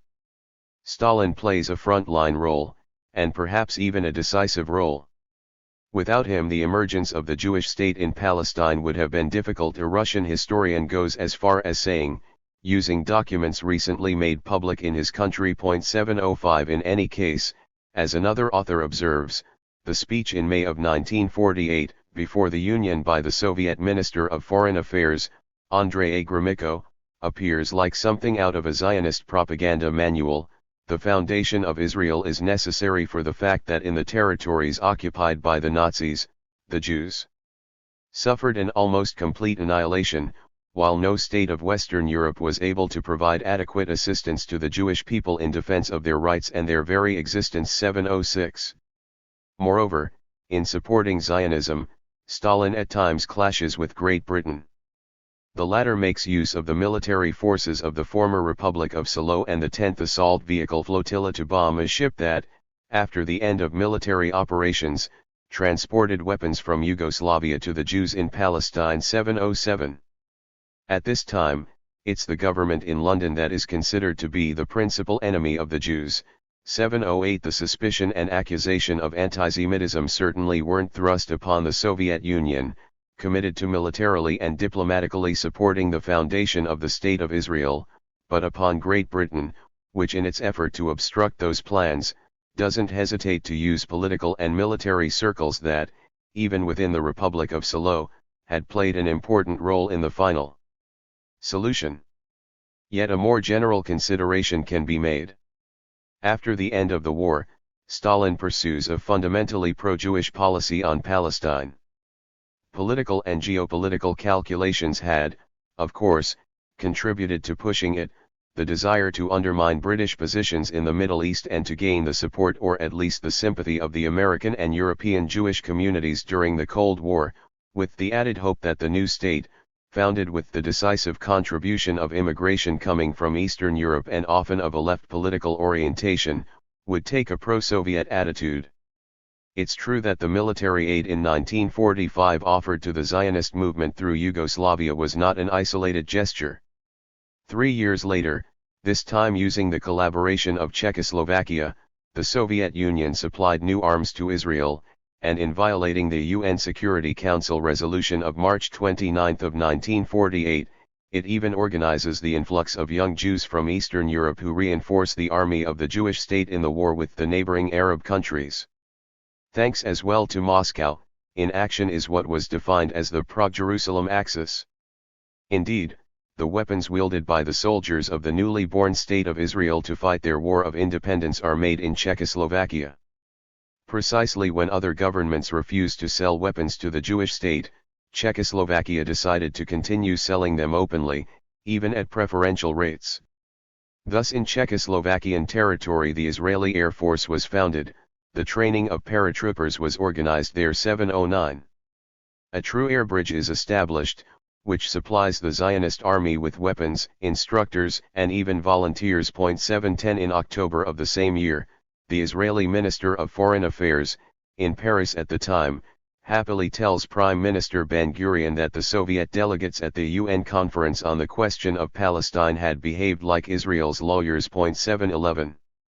At the very least, it can be said that Stalin's Soviet Union contributed in a decisive way to the foundation and consolidation of the Jewish state. There are also some interesting aspects with respect to relations with Judaism and Jewish culture in general. In the middle of what was called the campaign against anti-Semitism, a residential suburb of Moscow took on the name New Jerusalem. There Ilya Ehrenberg has his dacha. Ehrenberg is a Jewish intellectual who plays a grand and leading cultural and political role in the Soviet Union at that time, and who, not by chance, is offered the Stalin Prize, a recognition achieved by other Jewish writers as well, and by some Jewish musicians of international fame. 712. So, what sense is there to speak of anti-Semitism with regard to Stalin? The support given by him to the foundation and consolidation of the Jewish state is at the same time a contribution given to the Nakba, that is the national catastrophe for the Palestinian people, who for decades continue to languish in refugee camps and in the territories subjected to a ruthless military occupation and a rampant process of colonization. If, for the purposes of being absurd, Stalin must be accused of anti-Semitism, he should be accused of anti-Semitism toward Arabs. With regard to that, it's necessary to specify that the Soviet Union's preference was for a multinational and independent state that respected the interests of both Jews as well as Arabs. 713. The Cold War turning point and the blackmail of the Rosenbergs. On the eve of Stalin's death, Kerensky, at that time in the United States, in a conversation with an Israeli historian, points out that the accusation of anti-Semitism directed at the Soviet Union in those years is just an invention of the Cold War. 714 Yes, this is the turning point, and to understand it, we ought to return to the atmosphere of those years. It's a Cold War that can turn into a nuclear holocaust at any moment, and that knows no limits in the ideological sphere. From both sides they exclaim that the other side is plagued by anti-Semitism. The trial and death sentences in the United States of the Rosenbergs, communists, and Jews accused of treason and espionage in service to Moscow, happen almost simultaneously to the trials and death sentences that in the socialist camp strike against Zionist figures accused of treason and espionage in service to Tel Aviv and Washington.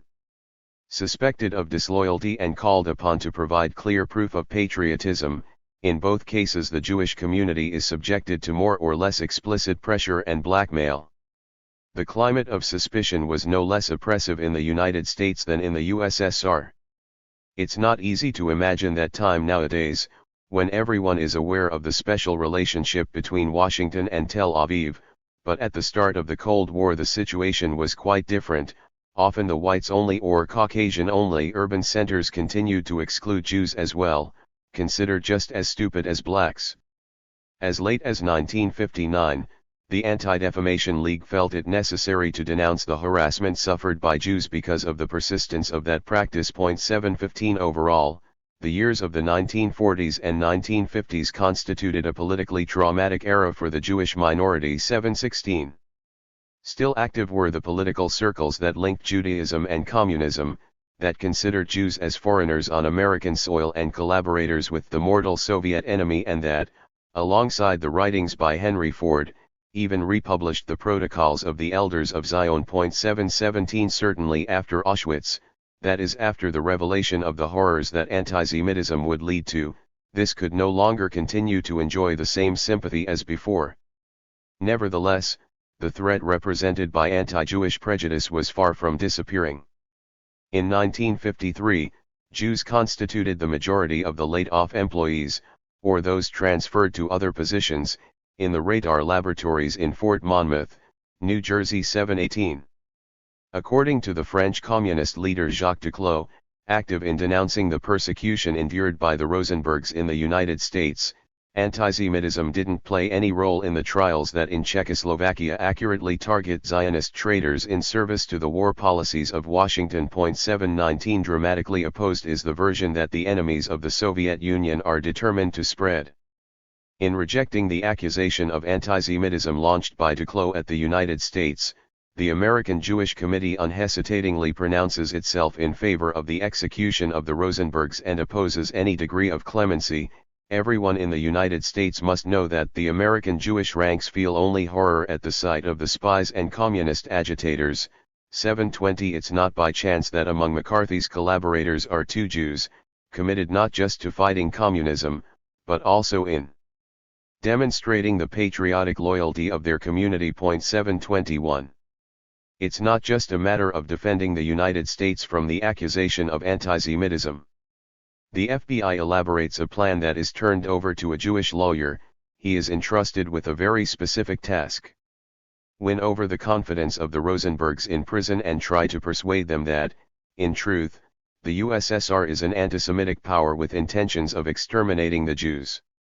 Once dispelled of their illusions toward the Soviet Union, the Rosenbergs could take advantage of clemency in exchange for an appeal to Jews of all countries to quit the communist movement and seek to destroy it. 722 Ineffective in the case of the two communist militants who courageously faced the electric chair on June 19, 1953, the blackmail achieves the desired result on other occasions. In the intimidating atmosphere of the Cold War, it isn't that surprising that some of the most respected Jewish intellectuals in the nation, including some of those previously on the left, felt obligated to seek protection or even change sides. 723 No small number of them agreed to denounce Stalin's and the Soviet Union's antisemitism. However, before this black legend takes hold, it comes across a number of difficulties. Still in 1949, we see one of the Cold War paladins, Churchill, repeatedly make a remarkable comparison between Nazism and communism. The first was less dangerous, given that it could rely only on Herrenvolk pride and anti-Semitic hatred. That's not the case with the second, which can count on a church of communist faithful, whose missionaries are in every country and in every people. Therefore, on one side we have the stoking of national and racial hatred, from which there's the hatred directed at the Jewish people. On the other side, a denunciation of universalism, although it's instrumentally exploited by an expansionist, imperialist design. 724 Maybe even more significant is the speech by Adorno in 1950.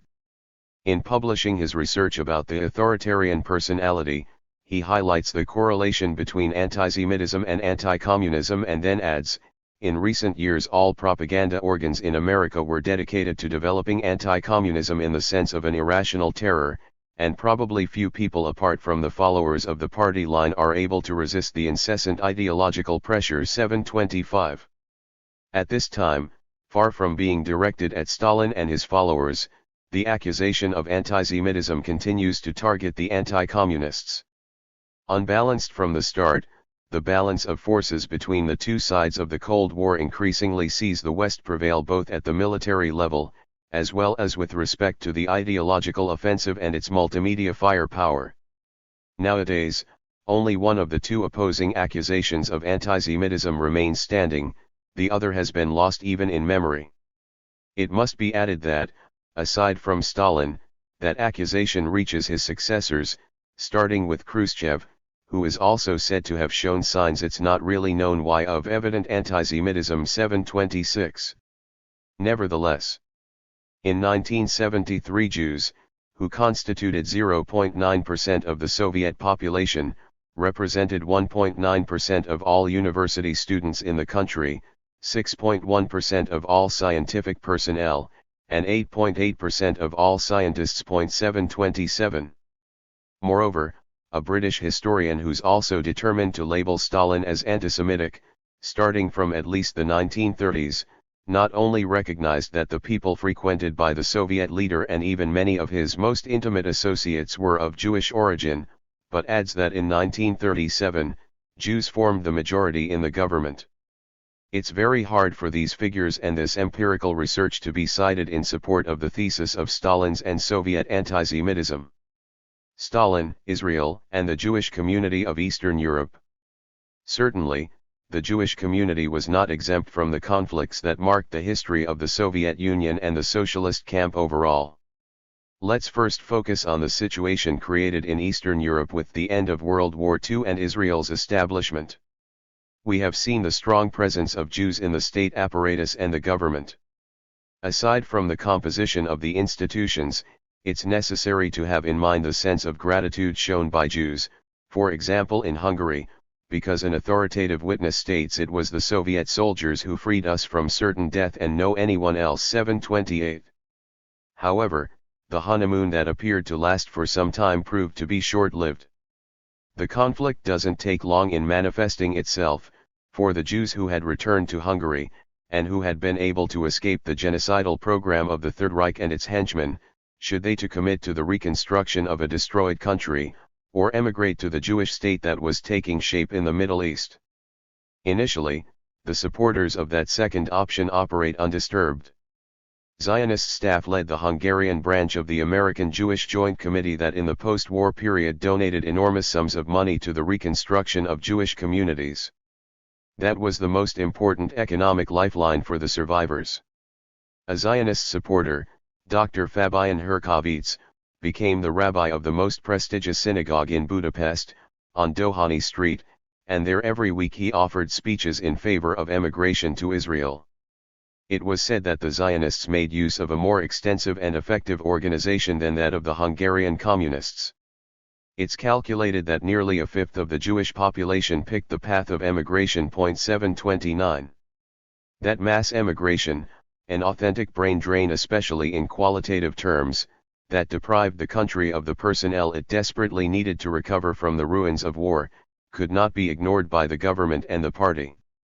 The Communists in 1948 not only blocked the exodus of Jews, but were also able to assert their very hegemony within the Jewish world.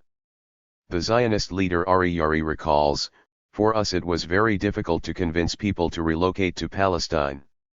Especially the oldest, who feared starting a whole new life, with a new language. The regime, for its part, offered them political positions that Jews had never had before. They could become judges, officials, enter the government. The communist movement was very weak and needed a lot of personnel. How could Jews resist the temptation?" 730. As one can see, it makes no sense to speak of anti-Semitism. Not only are there no vestiges of negative discrimination at the expense of Jews, but they eventually enjoy preferential treatment when they decide to stay in Hungary. It must be added that, before it pits the Jewish community and the communist community against one another, the battle that's being discussed divides the Jewish community itself. Defeated by the Jews who decided to integrate themselves in the country in which they are citizens, the Zionists, despite all their efforts, are unable to plant among Jews the idea of ethnic separation. When at the end of the 1940s the Zionist movement is declared illegal, the overwhelming majority of Jews showed they had in no way internalized the discourse around Jewish national identity. The idea that the Jewish community should define itself as a national minority was the last thing that passed through the minds of Jews, who once again orient themselves toward seeking a new level of assimilation. 731. A similar crisis is witnessed in the Soviet Union, and in this case as well the conflict ends up taking place within the Jewish community.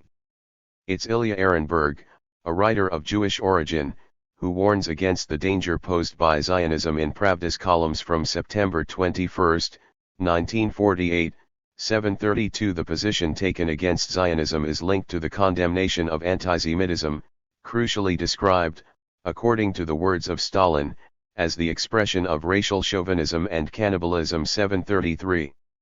The conversation that takes place in Moscow in 1948 between Golda Meir and Ilya Ehrenberg is remarkable. The former expresses her displeasure over assimilated Jews, the latter responds angrily, "You're a servant of the United States." 734. In speaking with another interlocutor the Soviet writer states, "The state of Israel must understand that in this country the Jewish question no longer exists, that the Jews of the USSR must be left in peace and that all attempts to induce them to Zionism and to repatriation must stop. it will be met with resistance not only by the authorities, but by Jews themselves. 735.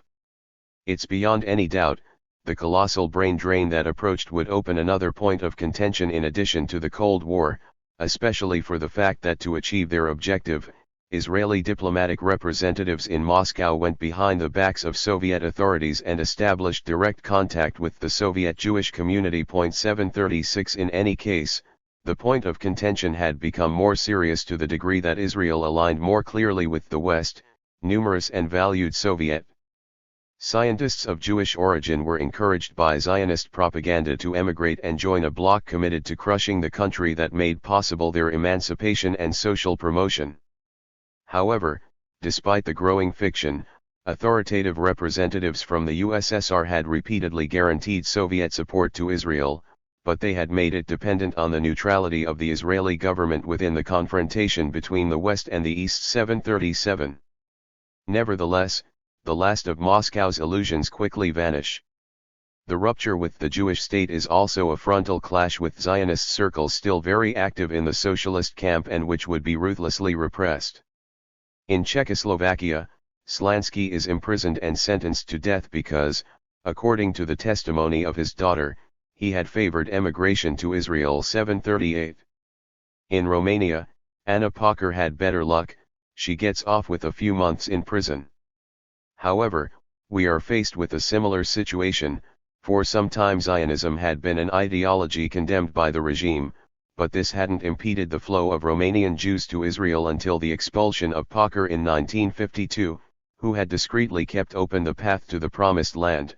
Thanks to her, no less than 100,000 Jews left Romania to settle down in Israel. 739. It's then understandable Stalin's growing distrust, to whom is attributed the statement according to which every Jew that is a nationalist is an agent of American espionage. 740. The change that happened in the behavior of Jewish communities in Eastern Europe must have made many communists recall the betrayal the German Social Democratic Party was criticized for at the start of World War I. Must we read the conflict that breaks out as Stalin's war against the Jews? That's what's suggested in the very title of a book dedicated to the subject by a Jerusalem Post journalist. But will this reading be truly more convincing than that given by Stalin, who denounced the war by Zionists against the Soviet Union and the socialist camp? One historian, despite being determined to reduce Bolshevism and communism to a criminal phenomenon, recognizes that in the Soviet Union antisemitism as such was never an official doctrine, that the open persecution of Jews as Jews was prohibited and that there hadn't been any reference to racial theory. 741. Contents. Title page. Note on translation. Dedication. Introduction, the turning point in the historical depiction of Stalin. 1. How to cast a god into hell, the Khrushchev Report. 2. The Bolsheviks, from ideological conflict to civil war. 3. Between the 20th century and the longue durée, from the history of Marxism to the history of Russia, the origins of Stalinism. 4. The complex and contradictory course of the Stalin era. 5. The distortion of history and the construction of a mythology, Stalin and Hitler as twin monsters.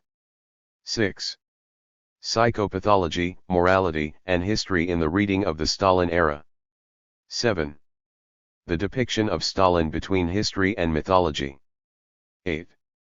Demonization and hagiography in the reading of the contemporary world. Concentrate all our strength against the principal enemy. Bibliography. Stalin, The History and Critique of a Black Legend. Domenico Losurdo. Dedicated to the memory of David Ferreira. Introduction, the turning point in the historical depiction of Stalin. From the Cold War to the Khrushchev Report. Impressive demonstrations of grief accompanied Stalin's passing. In his death throes, millions of people crowded the center of Moscow to pay their last respects to the dying leader. On March 5, 1953, millions of citizens cried over his loss as if they were mourning for a loved one. The same reaction took place in the most remote corners of this enormous country, for example, in a small village that, as soon as it learned of what had happened, fell into spontaneous and collective mourning. 2. The generalized consternation went beyond the borders of the USSR, many cried as they passed through the streets of Budapest and Prague. 3. Thousands of kilometers away from the socialist camp, in Israel, the sorrowful reaction was also widespread.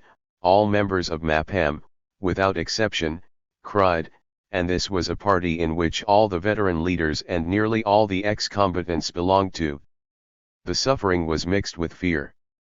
"The sun has set" was the title of Al-Hamishmar, the newspaper of the kibbutz movement. For a certain amount of time, such sentiments were shared by leading figures of the state and military apparatus.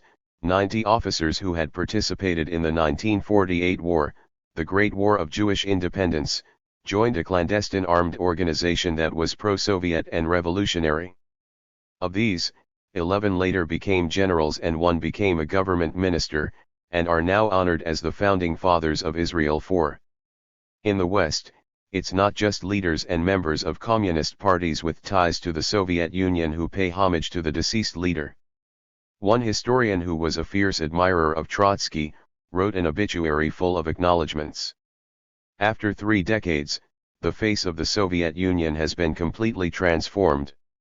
What's essential to Stalinism's historical actions is this: it found a Russia that worked the land with wooden plows and left it as the owner of the atomic bomb.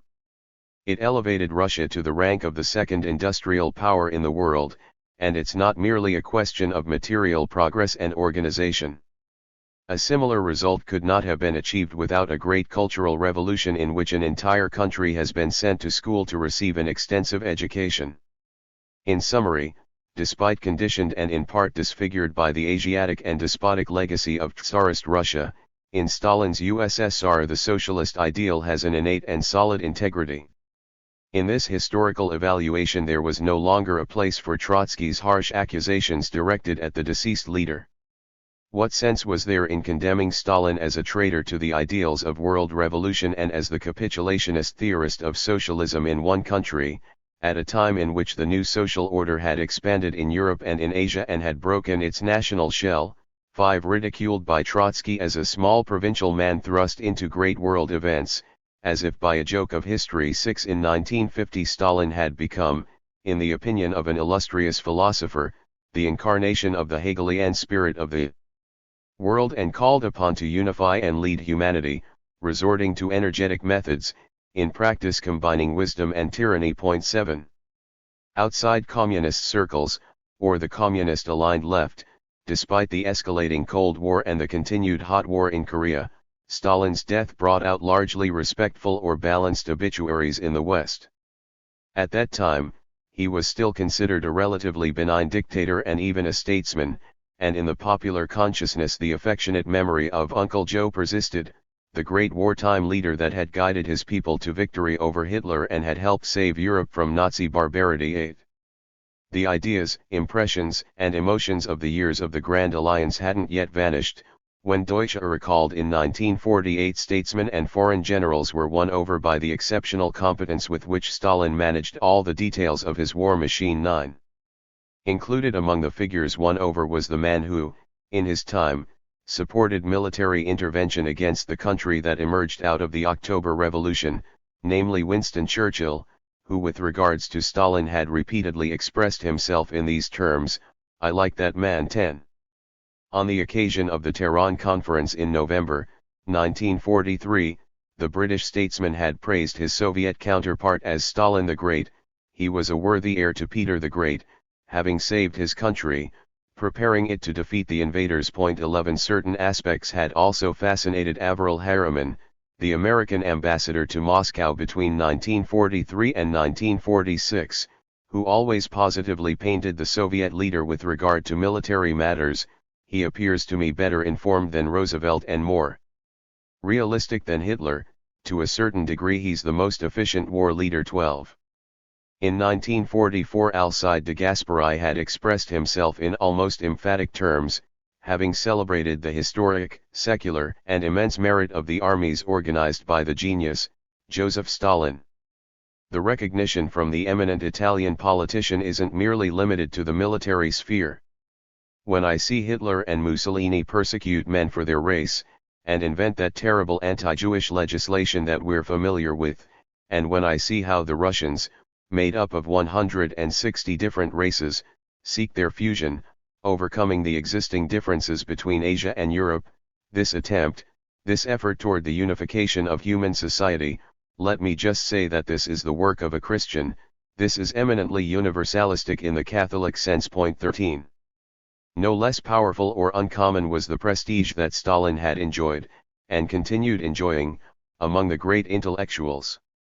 Harold J. Lasky, a prestigious supporter of the British Labour Party, speaking in the fall of 1945 with Norberto Bobbio, had declared himself an admirer of the Soviet Union and its leader, describing him as someone who is very wise. 14. In that same year, Hannah Arendt wrote that the country led by Stalin distinguished itself for the completely new and successful way of facing and solving national conflicts, of organizing different peoples on the basis of national equality. It was a type of model, it was something that every political and national movement should pay attention to. 15.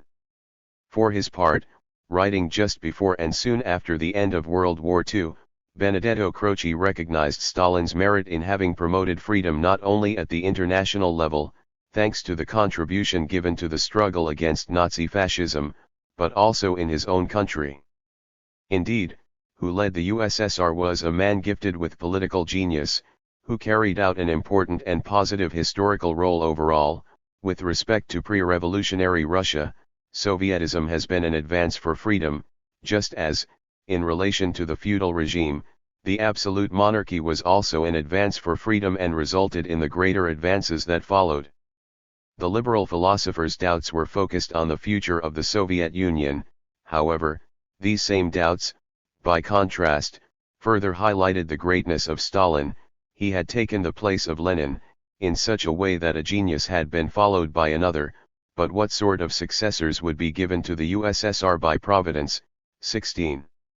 Those that, with the beginning of the Great Alliances crisis, started drawing parallels between Stalin's Soviet Union and Hitler's Germany had been severely criticized by Thomas Mann. What characterized the Third Reich was the racial megalomania of the self-proclaimed master race, which had carried forth a diabolical program of depopulation, and before that the eradication of the culture of the conquered territories. Hitler stuck to Nietzsche's maxim, if one wants slaves, it's foolish to educate them like masters. The orientation of Russian socialism was the precise opposite, massively expanding education and culture. It had demonstrated it didn't want slaves, but instead thinking men, therefore placing them on the path to freedom. Consequently, the comparison between the two regimes became unacceptable. Moreover, those that made such an argument could be suspected of complicity with the fascist ideology they sought to condemn. To place Russian communism and Nazi fascism on the same moral place, in the measure that both are totalitarian, is superficial at best, fascism at worst. Anyone who insists on this comparison could very well be considered a Democrat, but deep in their heart a fascist is already there, and naturally they will only fight fascism in a superficial and hypocritical way, while they save all their hatred for communism. 17.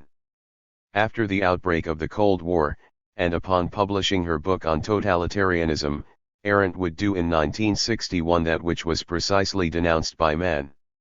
And yet, almost at the same time, Kojève had pointed to Stalin as the protagonist of a decidedly progressive historical turning point of planetary dimensions. In other words, even in the West this new truth, or this new ideological motive in the two-sided struggle against the different manifestations of totalitarianism, had a hard time in asserting itself. In 1948, Lasky had to some degree accentuated his expressed point of view from 3 years earlier. To define the USSR, he had again used a category utilized by another leading figure of British Labourism, Beatrice Webb, who as early as 1931, but also during the Second World War and up until her death, had referred to the Soviet nation as a new civilization. Yes, Lasky confirmed with the formidable effort given to social promotion of the classes that for so long had been exploited and oppressed, and with the introduction into the factory and workplaces of new social relations, No longer rooted in the sovereign power of the owners over the means of production, the country led by Stalin emerged as the pioneer of a new civilization. Certainly, both were quick to make clear that barbarian Russia still weighed upon the new civilization that was emerging. It expressed itself in despotic ways, but Lasky in particular stressed to formulate a correct judgment on the Soviet Union. It was necessary not to lose sight of an essential fact: its leaders came to power in a country accustomed to having a bloody tyrant, and they were forced to govern in a situation characterized by a more or less permanent state of siege and by a potential or ongoing war.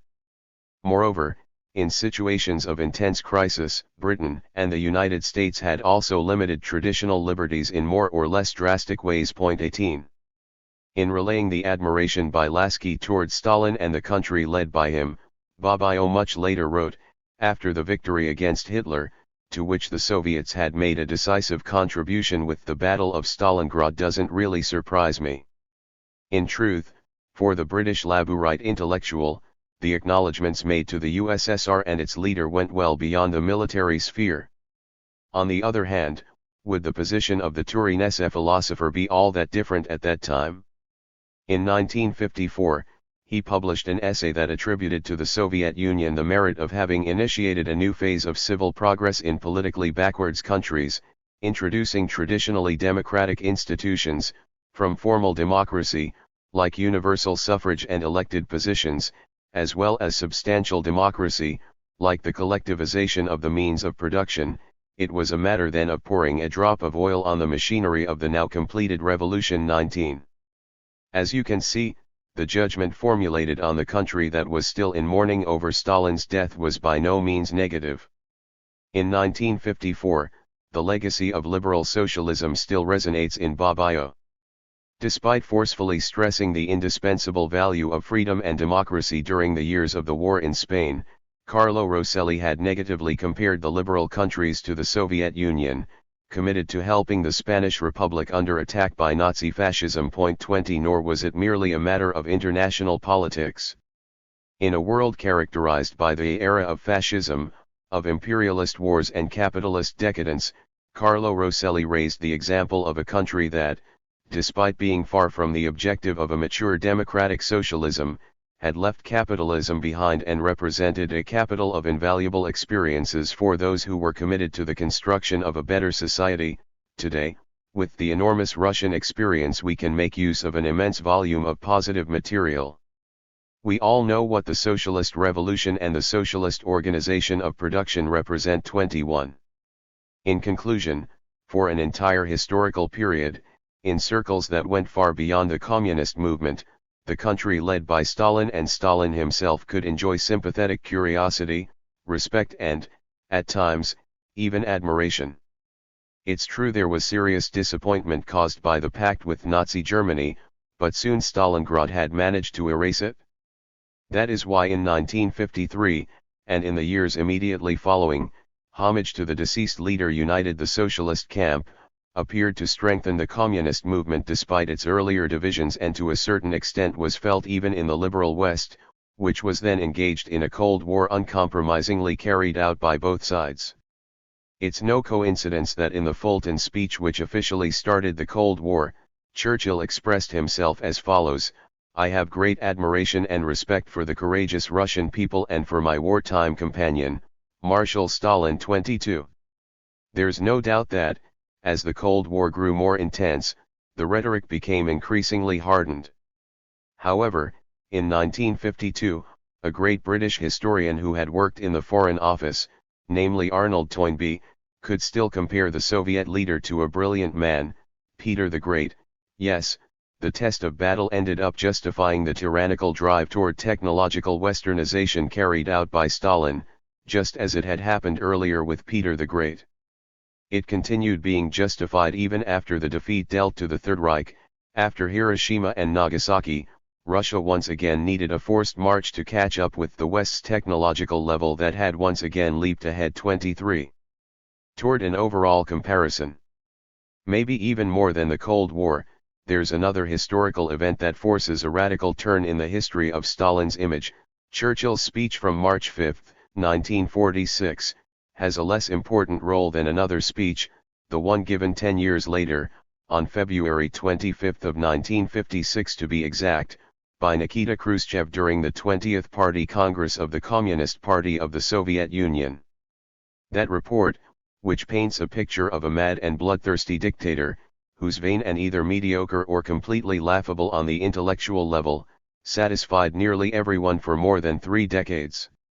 It allowed for the USSR's new leadership group to present themselves as the only source of revolutionary legitimacy within the country, the socialist camp and the international communist movement that saw Moscow as its center. Strengthened in their old convictions and with new arguments available to wage the Cold War, the West also had its motives to be satisfied. In the United States, Sovietology had demonstrated its tendency to develop around the CIA and other military and intelligence agencies, early on removing the elements suspected of having sympathies to the homeland of the October Revolution. 24 A process took place which militarized a key discipline for the conduct of the Cold War. In 1949, the president of the American Historical Association had declared, "We can't allow ourselves to be anything but orthodox, a plurality of objectives and values is not permitted. It's necessary to accept ample measures of enlistment because the total war, be it hot or cold, recruits every one of us and calls on every one of us to do their part." The historian is no more free of this obligation than the physicist. 25. None of this ends in 1956, but now a more or less militarized Sovietology can enjoy the accommodation and support coming from within the communist world itself. It's true, rather than communism as such, the Khrushchev report pointed the finger at a single person, but in those years it was opportune, including from the point of view of Washington and its allies, not to expand the target too greatly, and instead concentrate fire on Stalin's country.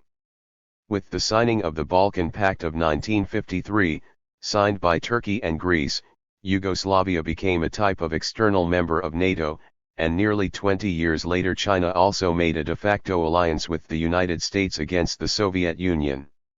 It was above all else a matter of isolating that superpower, which is forced into an increasingly radical de-Stalinization, until leaving it without any form of identity and self-esteem, resigned to capitulation and its final dissolution.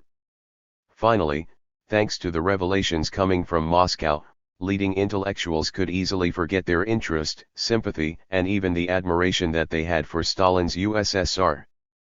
Those intellectuals that had Trotsky as their reference point found particular comfort in those revelations. For a long time it had been Trotsky who had embodied, in the eyes of the Soviet Union's enemies, the infamy of communism, and he had particularly represented the exterminations or even the Jewish extermination, as late as 1933, when he had already been in exile for several years. For Spengler, Trotsky continued to represent the Bolshevik mass murderer. 26 Beginning with the turning point at the 20th Party Congress of the CPSU, it was only Stalin and his closest collaborators who should be confined to the Museum of Horrors.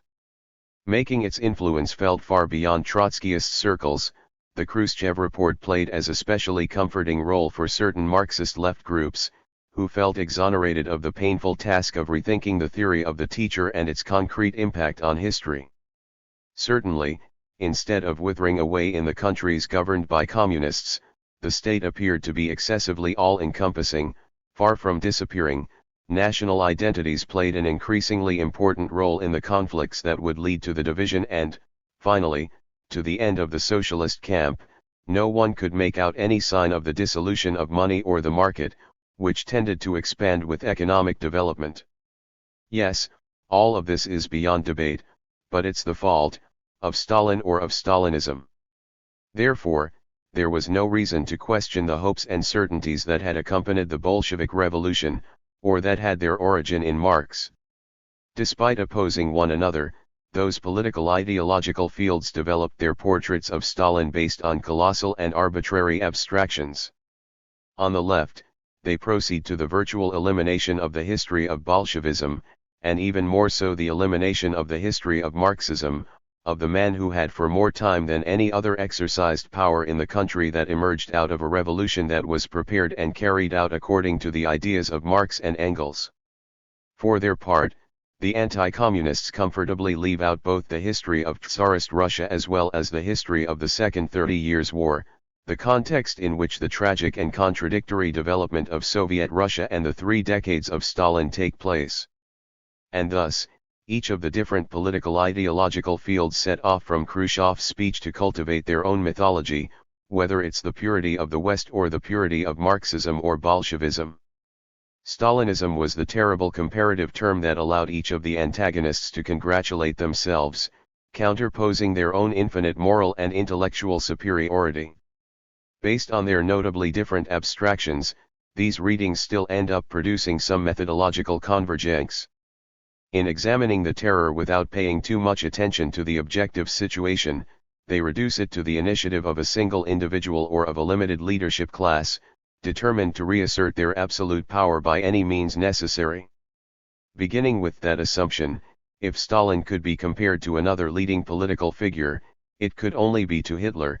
Consequently, in the aim of comprehending Stalin's USSR, the only possible comparison was with Nazi Germany. It's a theme that already emerged toward the end of the 1930s with Trotsky, who repeatedly resorts to the category of totalitarian dictatorship and, in the context of this genus, on the one hand he highlights the Stalinist type, and on the other hand the fascist type 27, resorting to a contextualization that later becomes the conventional thinking of the Cold War and the ruling ideology of today. Is this line of argument convincing, or would it be better to turn to an overall comparison, without losing sight of either the history of Russia in its totality or the countries involved in the Second 30 Years' War? It's true that this leads us to a comparison of countries and leaders that have very different characteristics among them, but is that diversity exclusively on account of their ideologies, or does the objective situation also play an important role, namely, the geopolitical location and past history of each country involved in the Second 30 Years' War? When we discuss Stalin, our thoughts immediately jump to the personalization of power, to the concentrationary universe, to the deportation of entire ethnic groups, but do these occurrences, aside from the USSR, only show themselves in Nazi Germany, or do they manifest themselves to different degrees according to the greater or lesser severity of the state of emergency and its more or less prolonged duration in other countries as well, including those with a more consolidated liberal tradition? Obviously, it's necessary not to lose sight of the role of ideology, but can the ideology followed by Stalin really be compared to that which inspires Hitler? Or does the ideological comparison when free of preconceptions lead to completely unexpected results? Contrary to the theorists of purity, a political movement or a political regime can't be judged based on the excellence of their declared motivating ideals. In the evaluation of these same ideals, we can't ignore Wirkungsgeschichte, the history of the effects caused by them, but should that approach be applied to all sides, or only for the movement that found inspiration in Lenin and Marx? These questions appear superfluous and even deceiving to those that overlook the problem of the inconsistency of Stalin's image, basing themselves on the belief that Khrushchev had finally brought to light the hidden truth. However, a historian would show a total lack of methodological rigor if they sought to find in 1956 the year of the definitive and final revelation, ignoring the conflicts and interests that had driven the de-Stalinization campaign and its diverse aspects, and that even earlier had motivated the Sovietology of the Cold War. The radical contrasts between the different images of Stalin should encourage the historian to not only not absolutize a single one, but rather, to scrutinize them all. 1. How to cast a god into hell, the Khrushchev Report. A huge, grim, whimsical, morbid, human monster. If today we analyze on the cult of personality and its consequences, read by Khrushchev at a closed-door session during the Congress of the CPSU, and later hailed as the secret report, one detail immediately draws our attention. What's before us is a condemnatory speech that intends to liquidate Stalin in all his aspects. The man guilty of so many horrendous crimes was an individual worthy of contempt both at the moral and intellectual level. Aside from being ruthless, the dictator was also an absurd figure. He learned about the country and the agricultural situation only through movies, films that, moreover, embellished reality to the point of making it unrecognizable. 28 Instead of being driven by political logic or realpolitik, the bloody repression unleashed by him was dictated by his capriciousness and his pathological lust for power.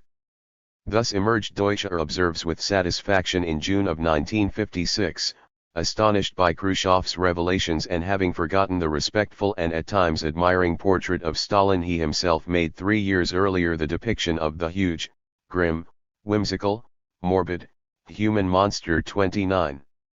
The despot so lacked moral qualms that he was suspected of having plotted the assassination of the man who appeared to be his best friend, Kirov, in order to denounce and liquidate his real, potential, or imaginary opponents one after another for that crime. 30 The merciless repression didn't only fall upon individuals or political figures. Instead, it would include the mass deportations of entire peoples, arbitrarily accused and collectively condemned for connivance with the enemy. But at least Stalin had contributed to saving his country and the world from the horrors of the Third Reich. On the contrary, Khrushchev insisted the Great Patriotic War was won despite the dictator's madness. It was only because of his short-sightedness, his stubbornness, the blind trust he placed in Hitler, that the Third Reich's troops had initially managed to enter deep into Soviet territory, causing death and destruction on a massive scale. Yes, it's Stalin's fault that the Soviet Union had been unprepared and poorly defended for the tragic encounter. We had only started to modernize our military equipment on the eve of war. At the start of the war we didn't even have a sufficient number of rifles to arm all the soldiers called up. As if that wasn't more than enough, after the first defeats and first disasters on the front lines, the men responsible for all this had given into despair and even apathy. Overtaken by a sense of defeat and unable to react, Stalin refrained from overseeing military operations and stopped dealing with anything. 31. It's true that, after some time had passed, and finally ceding to pressure from other members of the Politburo, he returned to his post. If only he hadn't. At the time when it faced a mortal threat, the man who had despotically ruled the Soviet Union had been such an incompetent dictator that he didn't have any familiarity with the conduct of military operations. It's a charge that the secret report firmly insists on. We should note that Stalin planned operations on a globe. Yes, comrades, he used to take a globe and trace the front line on it. Despite everything, the war had ended favorably, but still the bloody paranoia grew worse. Now the secret report's portrait of the morbid, human monster according to Deutscher's observations can be considered complete. Only 3 years had passed since the demonstrations of grief provoked by Stalin's death, and his popularity was still so solid that, at least in the USSR, the campaign launched by Khrushchev was initially met by strong resistance.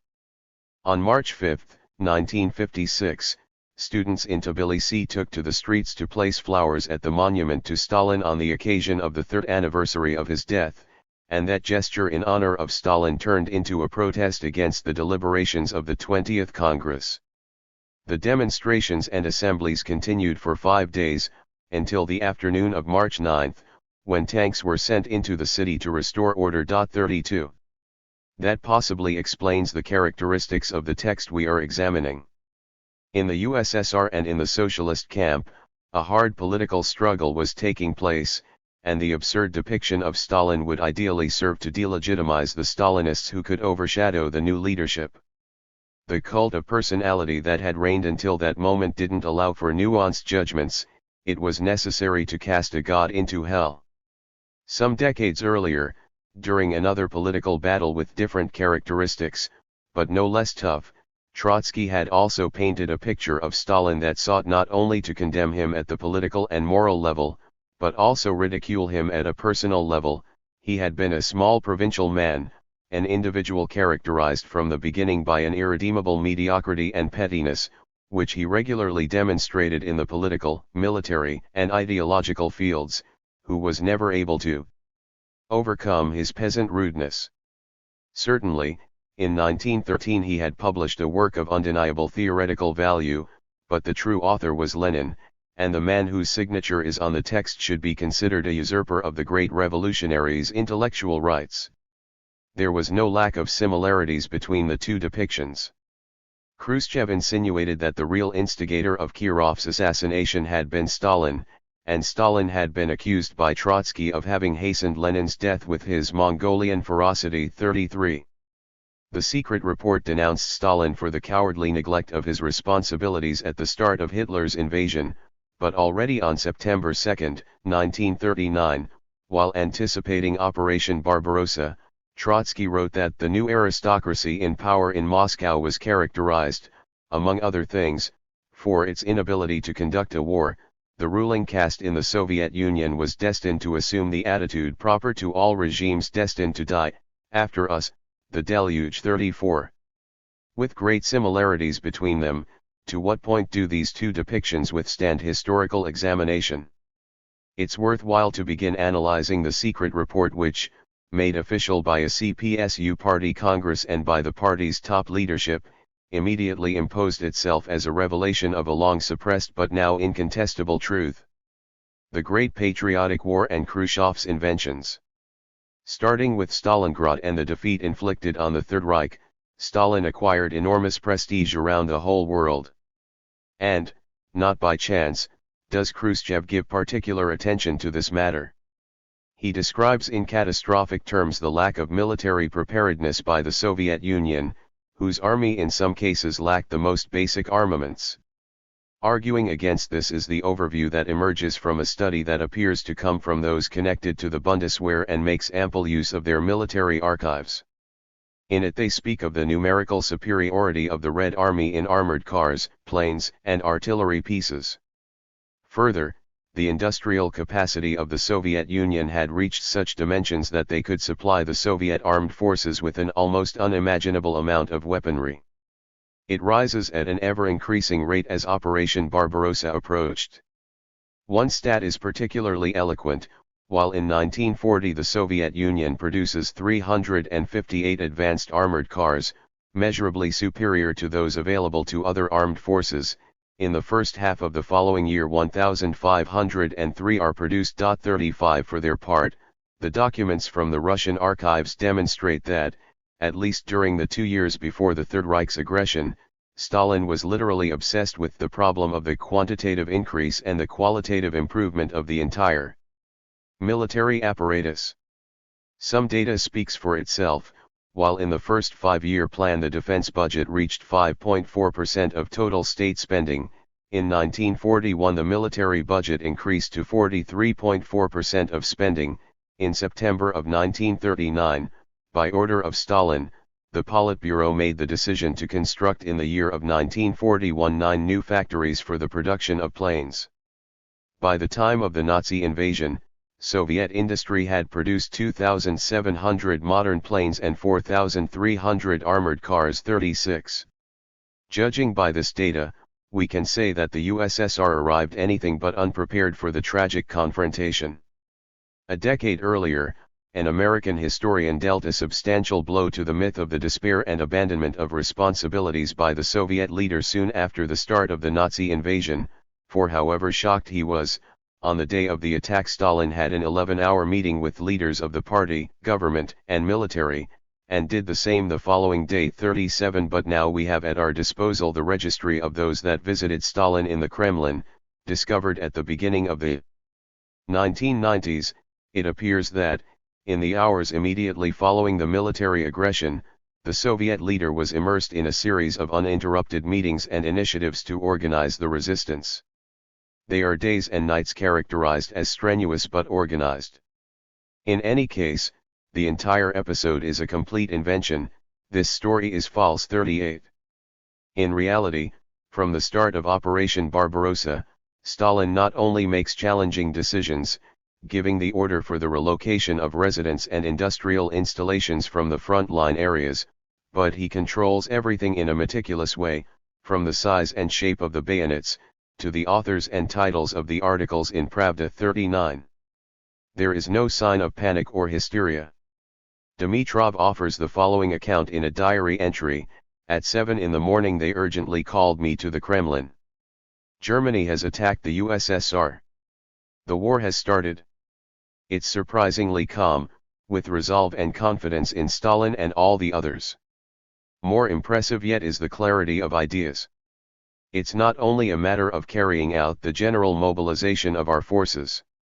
It's necessary as well to define the political situation.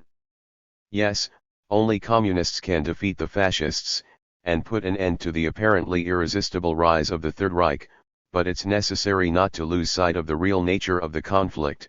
The parties develop locally a movement in defense of the USSR, not putting forward the question of the socialist revolution. The Soviet people fight a patriotic war against fascist Germany. The question is the defeat of fascism, which enslaved a series of nations and tries to enslave other nations as well. 40. The political strategy that had presided over the Great Patriotic War is well defined. Already some years earlier Stalin had stressed that the expansionism carried out by the Third Reich is in pursuit of the enslavement and submission of other nations. These nations respond with just wars of resistance and national liberation. To those that academically counterpose patriotism and internationalism, the Communist International had responded once again before Hitler's aggression, as is shown in the entry in Dimitrov's diary from May 12, 1941, that it is necessary to develop a line of thought that combines wise nationalism, properly understood, with proletarian internationalism. Proletarian internationalism should be based on the nationalism of individual countries. Between that properly understood nationalism and proletarian internationalism there can be no contradiction. Nationless cosmopolitanism, which denies national sentiment and the idea of the nation, doesn't have anything in common with proletarian internationalism. 41.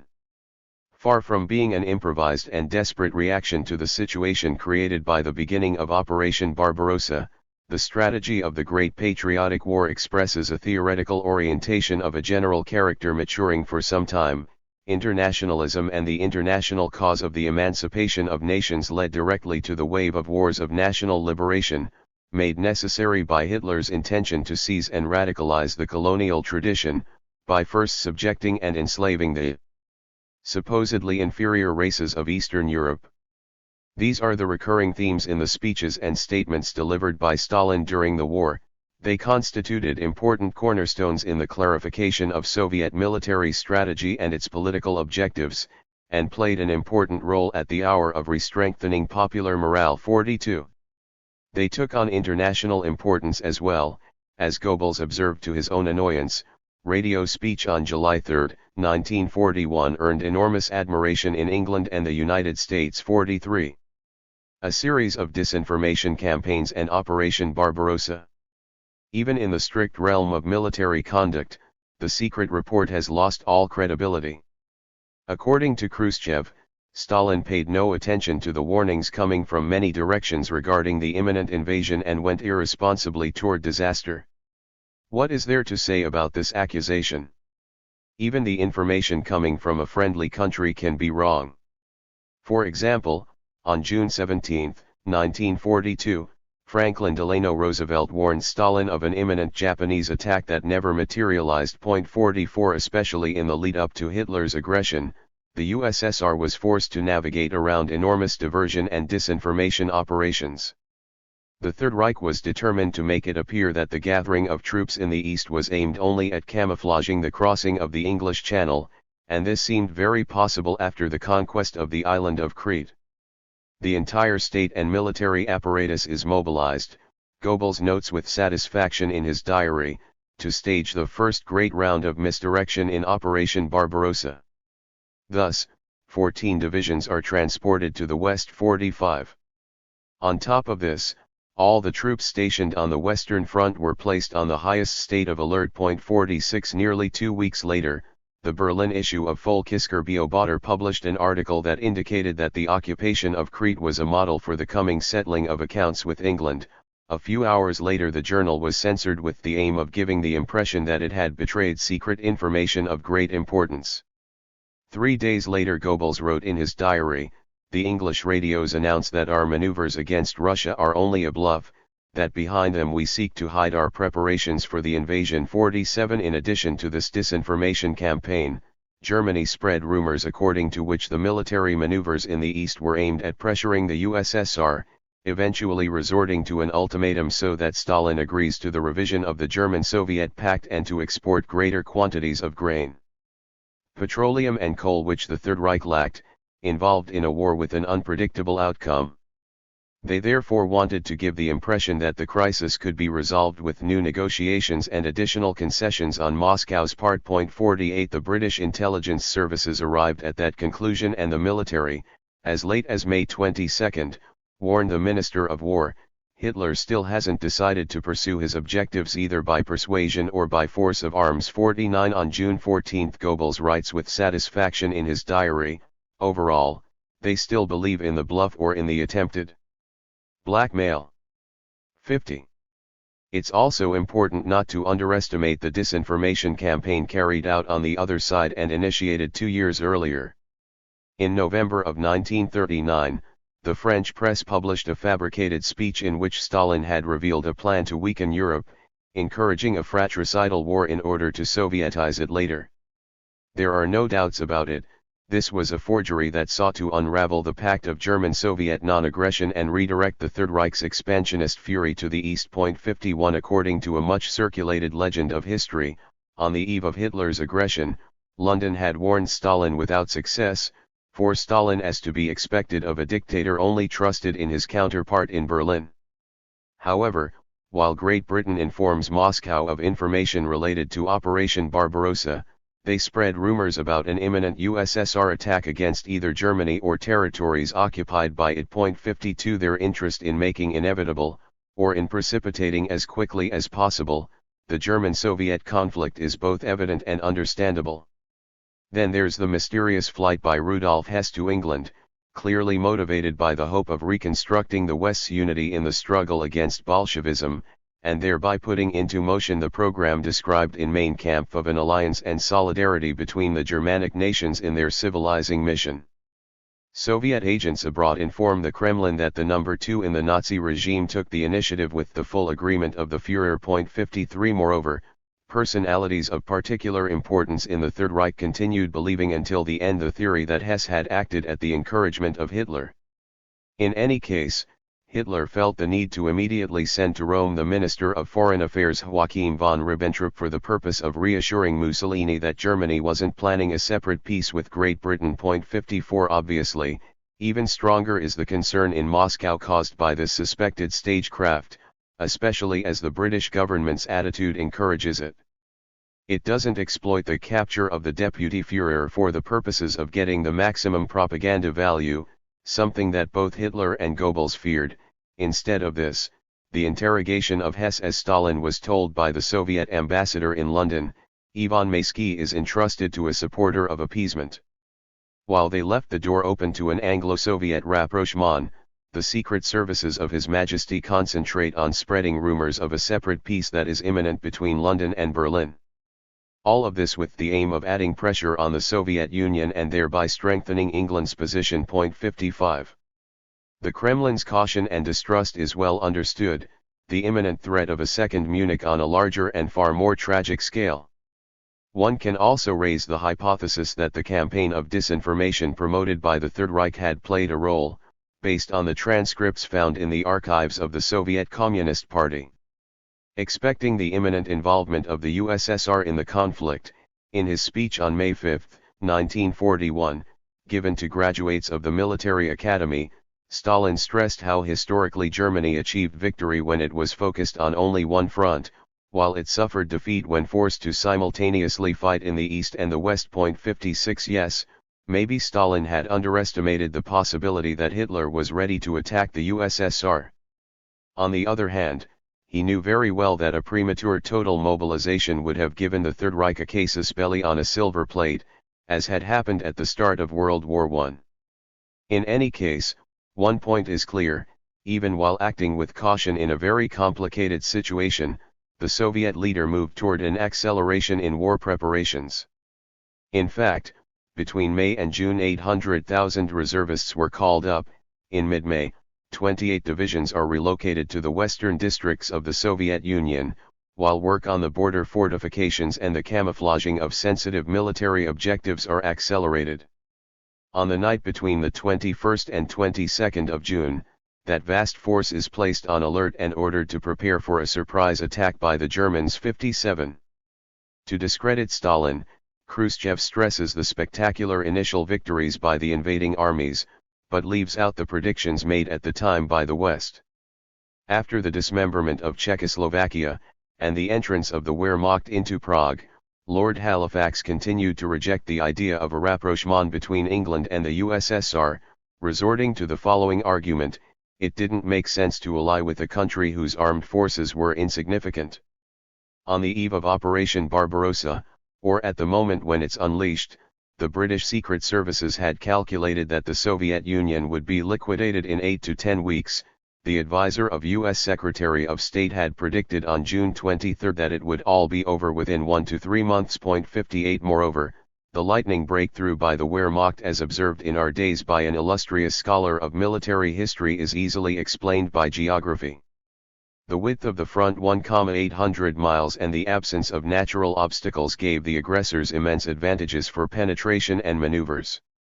Despite the colossal dimensions of the Red Army, the relation between its forces and the territory was so unfavorable that German mechanized units could easily find opportunities to indirectly maneuver into the adversary's rear. In addition, remote cities where roads and railways converged offered the aggressors the possibility of targeting alternative objectives, leaving the enemy in the difficult situation of having to predict the advance's real direction and where to face one challenge after the next. 59. The quick unraveling of the Blitzkrieg. It's important not to fall for appearances.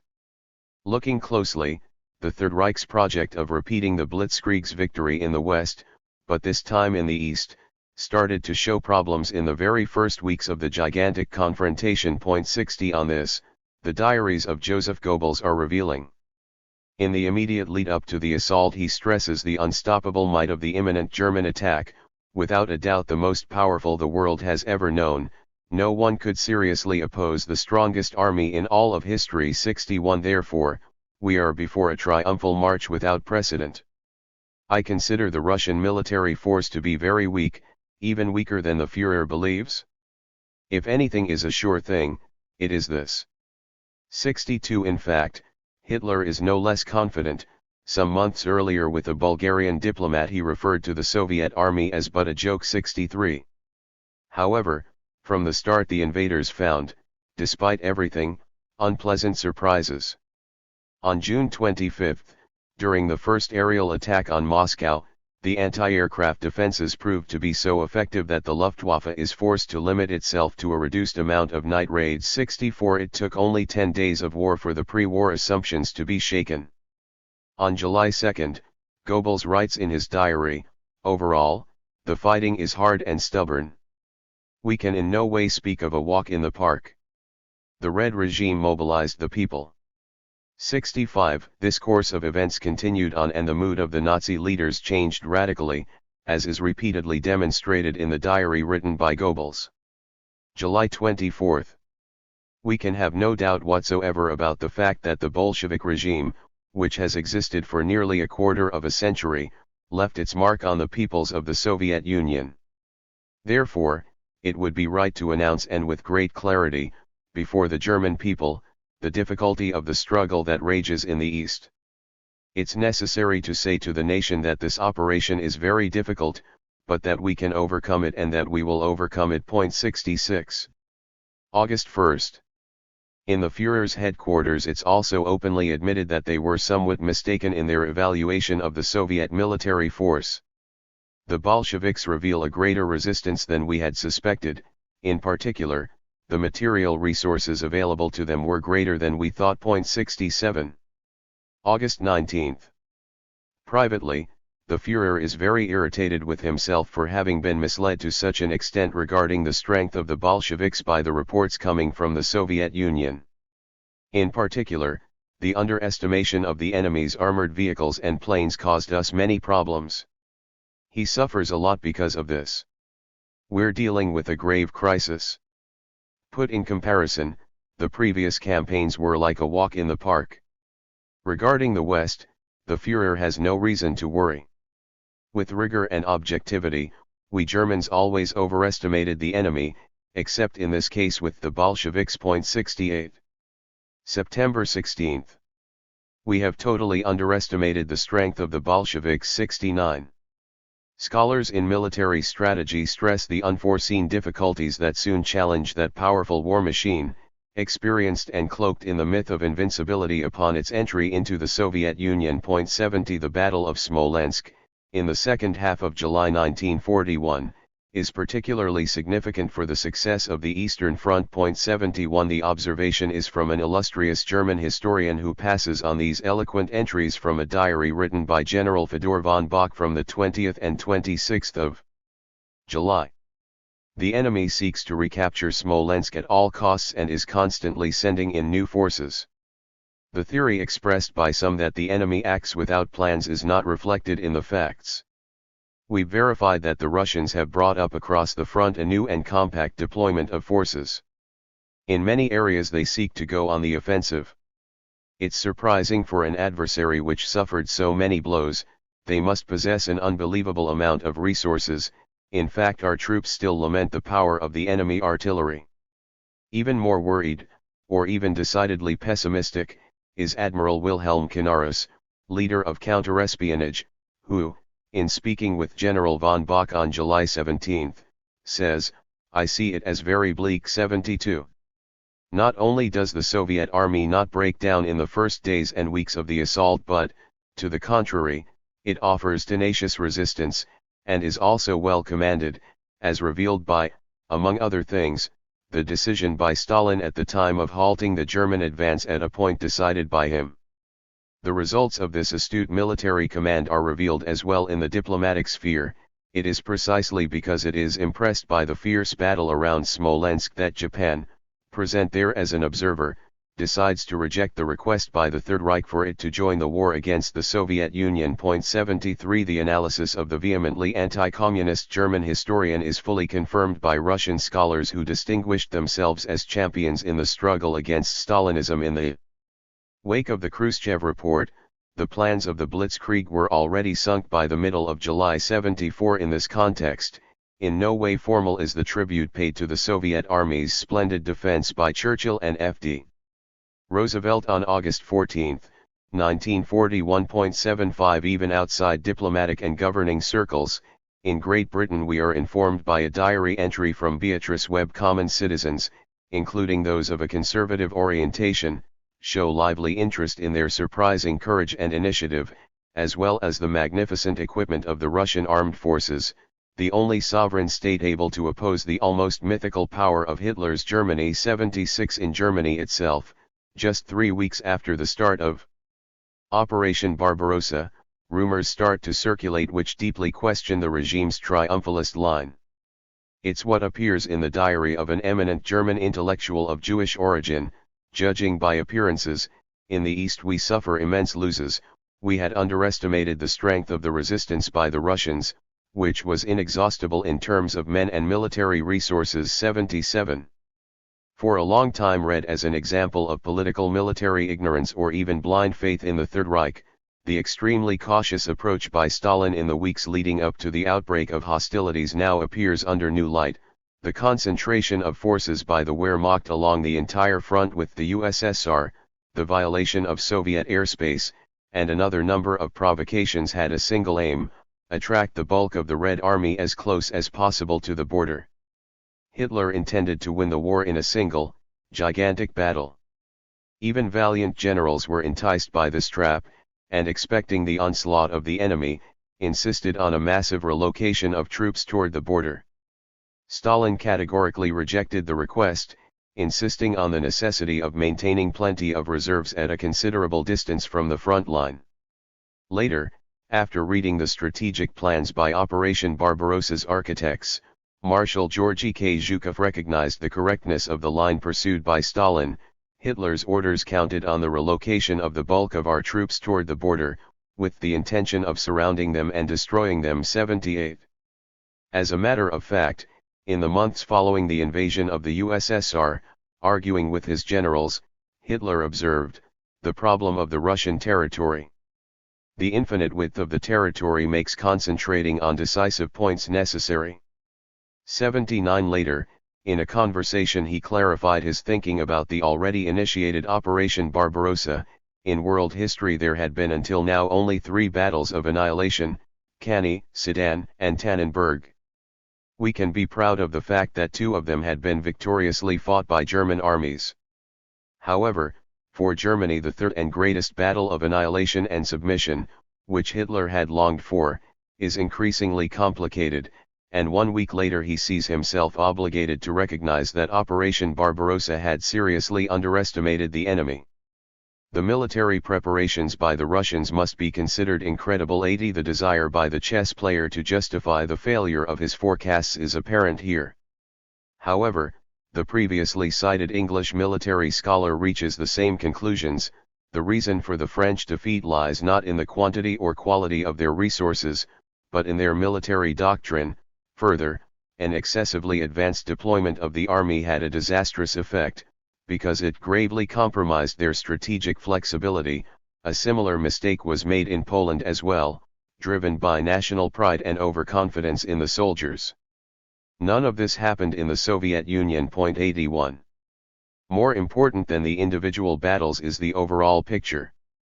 The Stalinist system was able to mobilize the immense majority of the population and nearly all resources. Particularly extraordinary was the Soviet ability in such a difficult situation as the one that arose in the first months of the war of evacuating and later reconverting to military production a considerable number of industries. Yes, created 2 days after the German invasion, the evacuation committee managed to move to the east 1,500 major industrial companies, after titanic operations of great logistic complexity. 82. Moreover, that process of relocation had already begun in the weeks or months before Hitler's aggression, which is another confirmation of the fanciful character of the accusation delivered by Khrushchev. There's more. To some degree, the Soviet leadership understood the scenario of the war looming on the horizon as they were promoting the industrialization of the country. With a radical turn with respect to the previous situation, they identified Asian Russia as a key point, at a distance to and sheltered from possible aggressors. 83. In fact, Stalin had insisted repeatedly and vigorously on this. On January 31, 1931, he pushes forward the creation of a new and well-equipped industrial base in the Ural Mountains, Siberia, and Kazakhstan.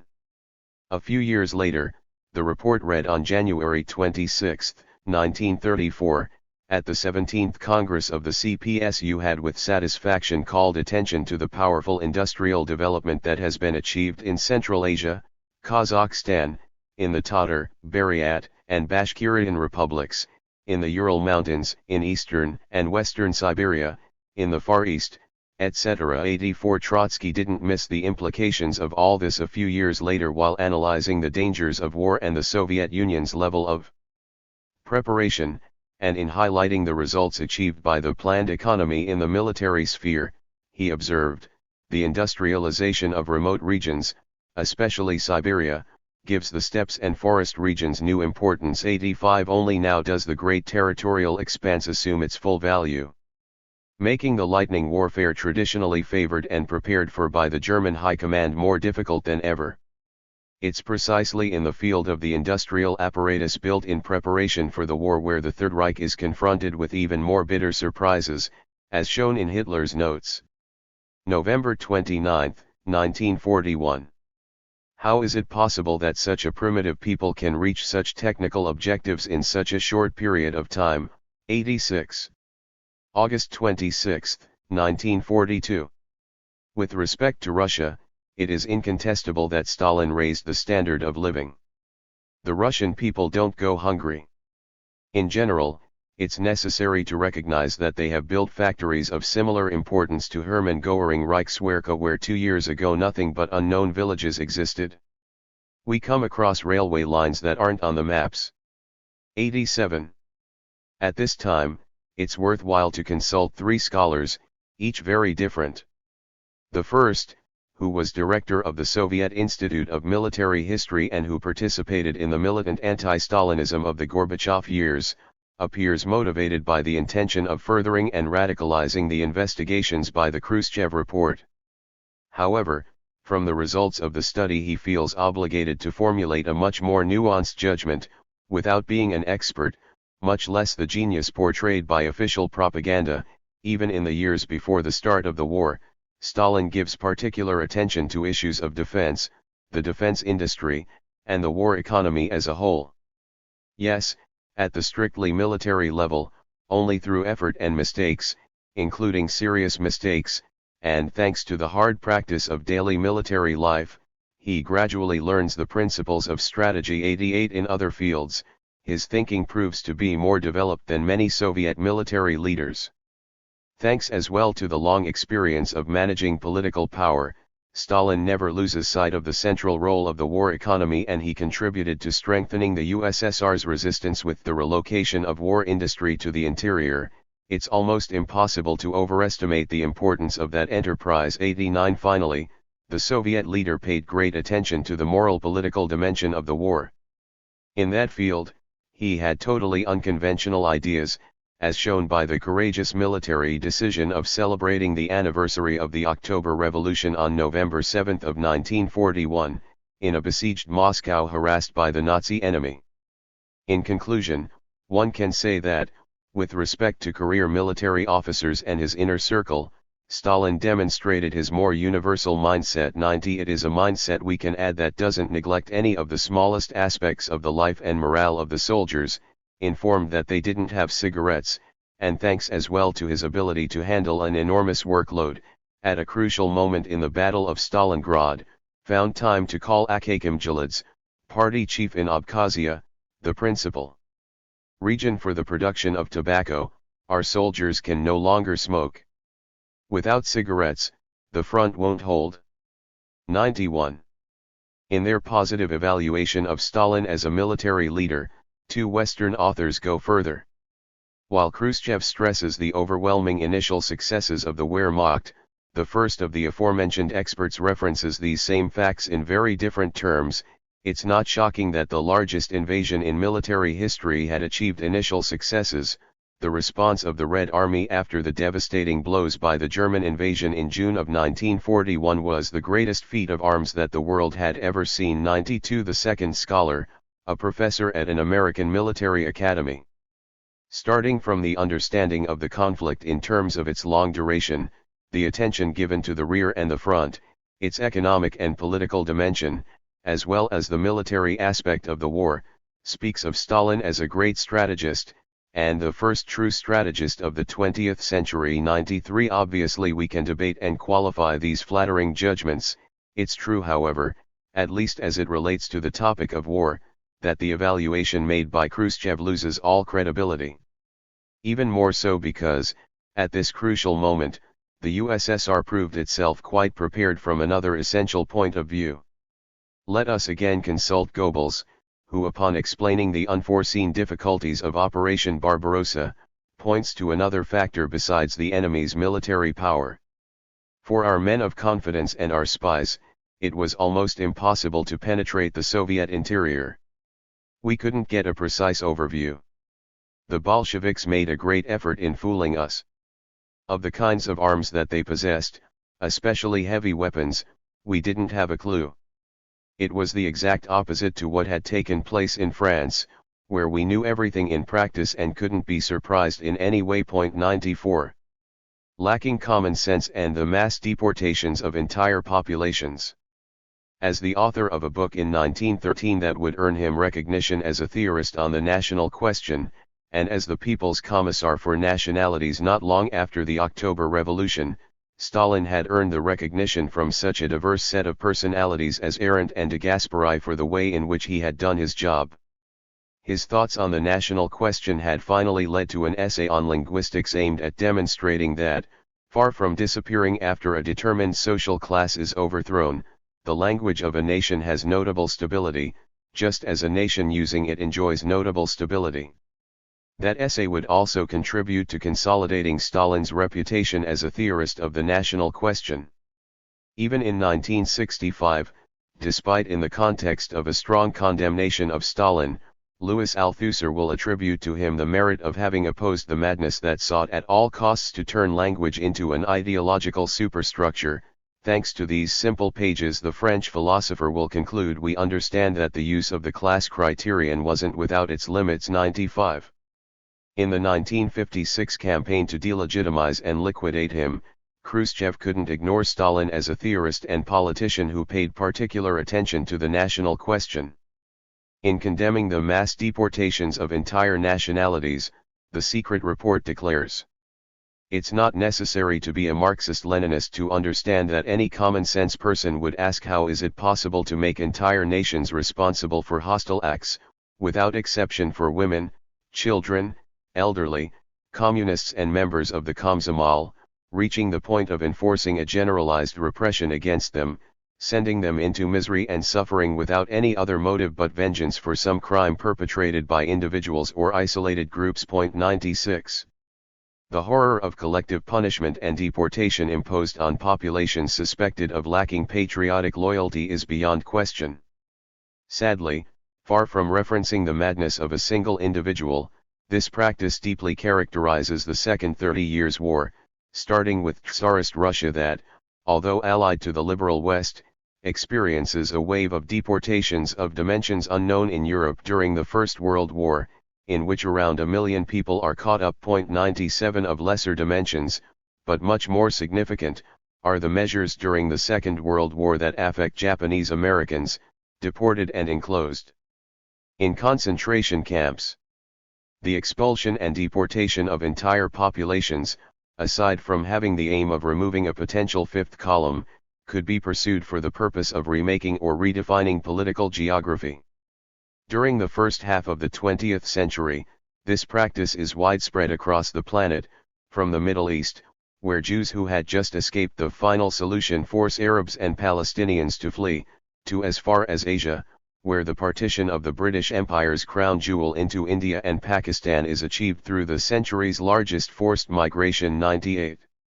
Sticking to the Asian continent for now, it's worthwhile to look at what happened in a region administered by a figure, or in the name of a figure, who would later obtain the Nobel Peace Prize and become synonymous with nonviolence. In July of 1949, all the Han residents in Lhasa were expelled from Tibet, with the aim both to confront the possible activity of a fifth column, as well as to make its demographic makeup more homogeneous. 99. Before us is a practice not only realized in the most varied of geographic and political cultural locations, but supported theoretically in those years by leading political figures. In 1938, David Ben-Gurion, the eventual founding father of Israel, declared, "I am in favor of the forced relocation, I see nothing immoral in this." 100. In fact, coherent to that program, he will put into practice 10 years later. But here it's necessary to concentrate our attention on East Central Europe, where a little discussed tragedy takes place, yet it's among the largest of the 20th century. In total, around 16.5 million Germans were forced to abandon their homes, and 2.5 million of them didn't survive this enormous ethnic cleansing or counter-ethnic cleansing operation. 101 In this case it's possible to make a direct comparison between Stalin on the one hand, and the Western and pro-Western statesmen on the other. What position did the latter take in that situation? As always, we'll analyze it by beginning with a historiography that can't be suspected of sympathies toward the Soviet Union. Starting in 1942, it was the British government that encouraged a generalized transfer of populations from the Eastern German territories and from the Sudetenland.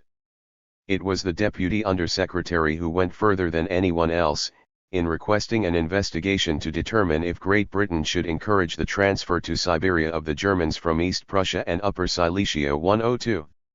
Speaking in the House of Commons on December 15, 1944, on the planned transfer of several million Germans, Churchill clarified his thinking as follows: "From what we are able to understand, expulsion is the most satisfactory and long-lasting solution. There will no longer be a mixing of populations provoking endless disorder, as happened in the case of Alsace-Lorraine. A clean cut will be made.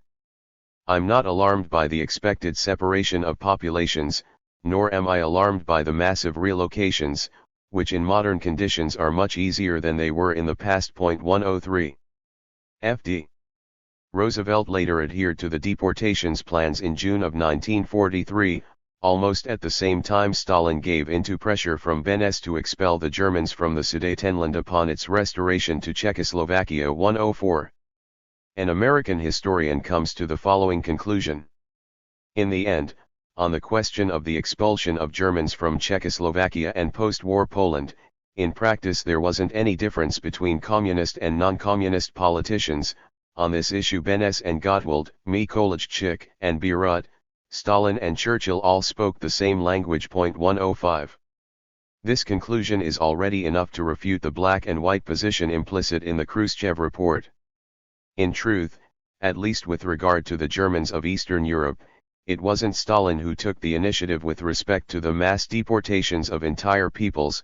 The blame was not given out in an equal manner. The same American historian just cited ends up recognizing this. In Czechoslovakia, Jan Masaryk expressed his conviction according to which the Germans don't have a soul, and the words they best understand are the bursts of a machine gun. Nor is this a remotely isolated attitude, even the Czech Catholic Church made its voice heard. Monsignor Bohumil Stazek, the priest of Výshrad, declared, after 1,000 years, the moment has arrived to settle matters with the Germans, who are evil and for whom the commandment to love your neighbor doesn't apply. 106. In those circumstances, a German witness recalls, we often had to seek help from the Russians against the Czechs, which the Russians frequently offered, so long as it didn't involve laying a hand on a woman. 107. There's more, however. Again we turn to the American historian. In the former Nazi camp of Theresienstadt, the interned Germans asked themselves what would have happened to them if the local Russian commander hadn't protected them from the Czechs. A secret report sent to the Central Committee of the Communist Party in Moscow relayed requests made for the Soviet soldiers to stay. If the Red Army leaves, we are finished. The demonstrations of hate toward the Germans are evident. Don't kill them, but they torment them as if they were wild animals. They consider them animals in effect. The American historian cited here continues, the horrible treatment by the Czechs lead them to desperation. According to Czech statistics, in 1946 alone, 5,558 Germans committed suicide. 108. Something similar happens in Poland. In conclusion, the Germans thought the Russian military personnel were much more humane and responsible than the local Czechs and Polish. On occasions, the Russians gave food to hungry German children, while the Czechs would let them die of starvation. Sometimes, the Soviet troops gave a ride in their vehicles to exhausted Germans on the long journey to leave the country, while the Czechs only looked at them with disdain or indifference. 109. The American historian speaks generally of Czechs and Polish, but isn't completely correct in doing so, as emerges in his very own account. The question of the Germans' expulsion caused serious problems for the Czech communists as well as for communists in other countries. During the war, the communist position, as articulated by Georgy Dimitrov in Moscow, was that the Germans responsible for the war and for its crimes should be put on trial and condemned, while the German workers and peasants should be re-educated. 110. In fact, in Czechoslovakia it was the communists, upon taking power in February of 1948, who put an end to the persecution of the few ethnic minorities who had remained. 111. Contrary to what Khrushchev insinuates, in comparison to the bourgeois leaders of Western and East Central Europe, at least in this case, Stalin and the communist movement led by him proved to be less lacking in common sense. That was not by chance. While toward the end of the war F.D. Roosevelt insists he's more thirsty than ever for German blood because of the atrocities they committed, and even entertains the idea, for some time, of castrating such a perverse people, Stalin's position is quite different, and just after Operation Barbarossa is unleashed he states that the Soviet resistance can count on the support of all the best men in Germany and even the German people under the command of Hitler's officers. 112. The statement made in February of 1942 is particularly solemn. It would be ridiculous to see in the Hitlerite clique the German people or the German state. Historical experience proves that Hitlers come and go, but the German people, the German state, remains. The strength of the Red Army resides in the fact that it doesn't nurture, nor could it nurture, any hatred toward other people, and therefore couldn't even nurture hatred for the German people. It is educated in the spirit of the equality of all peoples and all races, in the spirit of respect for the rights of other peoples. 113. Even an uncompromising anti-communist like Ernst Nolte is forced to recognize that the position taken by the Soviet Union in relation to the German people doesn't carry those racist tones that are sometimes found in the Western powers. 114. To finish this point, if not equally distributed, the lack of common sense was quite widespread among the political leaders of the 20th century. So far I have concentrated on the deportations caused by war or by the risk of war, or by the reorganization and revision of political geography. At least until the 40s, in the United States, the deportations carried out in urban centers are widespread, urban centers that seek to be for whites only, as the posters warn upon entry. Aside from African Americans, Mexicans are also targeted, reclassified as non-whites in the 1930 census. Thus thousands of workers and their families, including many Americans of Mexican origin, are deported to Mexico. The expulsion and deportation measures in the cities that seek to be for whites only, or for Caucasians only, don't even spare Jews. 115. The secret report depicts Stalin as a tyrant so lacking a sense of reality that, in taking collective measures against determined ethnic groups, he didn't hesitate in punishing the innocent or even party comrades. What comes to mind is the case of the German exiles who, soon after the war begins with Germany, are collectively confined to French concentration camps. But it's useless to search for any effort at a comparative analysis in Khrushchev's speech. His goal is to upend two themes that until that moment had been widespread not only in official propaganda, but also in journalism and international public opinion, to transform the great leader who had decisively contributed to the destruction of the Third Reich into a foolish amateur who has trouble figuring out a world map. That this eminent theorist of the national question is revealed to have lacked the most elementary common sense in that field. The acknowledgments previously given to Stalin are all blamed on a cult of personality that now must be eliminated once and for all. The cult of personality in Russia, from Kerensky to Stalin. The denunciation of the cult of personality is Khrushchev's principal argument. However, in his report the question that ought to seem obligatory doesn't show up: are we faced with the vanity or narcissism of a single political leader, or with a phenomenon of a more general character that takes hold in a determined, objective context? It may be interesting to read the observations made by Bukharin while in the United States, as they finalized the preparations for their entry into the First World War. So that the state machinery was as prepared as possible for military affairs, it itself became a military organization, which is commanded by a dictator. This dictator is President Wilson. Emergency powers were given to him. He has nearly absolute power. And in the people they seek to encourage submissiveness toward the great president, like in the Byzantine Empire of old where they deified their monarch. 116. In situations of acute crisis, the personalization of power is often combined with the veneration of the leader who holds power. When he arrives in France in December of 1918, the victorious American president is hailed as the savior and his 14-point speech is compared to the Sermon on the Mount. 117. The political developments that take place in the United States between the Great Depression and the Second World War are worth considering. Having ascended to the presidency on the promise of solving a deeply troubling social-economic situation, F.D. Roosevelt is elected for 4 consecutive terms, a unique case in the history of his country. Aside from the long duration of this presidency, what's unusual are the hopes and expectations placed on it. Leading figures speak of a national dictator and invite the new president to demonstrate all his strength, become a tyrant, a despot, a true monarch. During the Great War we took our constitution and put it aside until the end of the war. The continuation of the state of emergency demands we don't allow ourselves to be impeded by excessive legal scruples. The nation's new leader is called upon to be, and is soon defined as, an individual of providence, that is, in the words of Cardinal O'Connell, a man sent by God. The average person writes to and expresses themselves to FD Roosevelt in even more emphatic terms, declaring that they look to him almost as if they were looking to God and hope to one day place him in the immortal pantheon, alongside Jesus 1:18. Invited to behave as a dictator or a man of providence, the new president makes ample use of his executive power from the first hours of his mandate.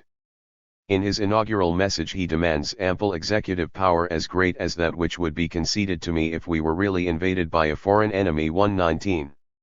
With the outbreak of hostilities in Europe, even before Pearl Harbor, F.D.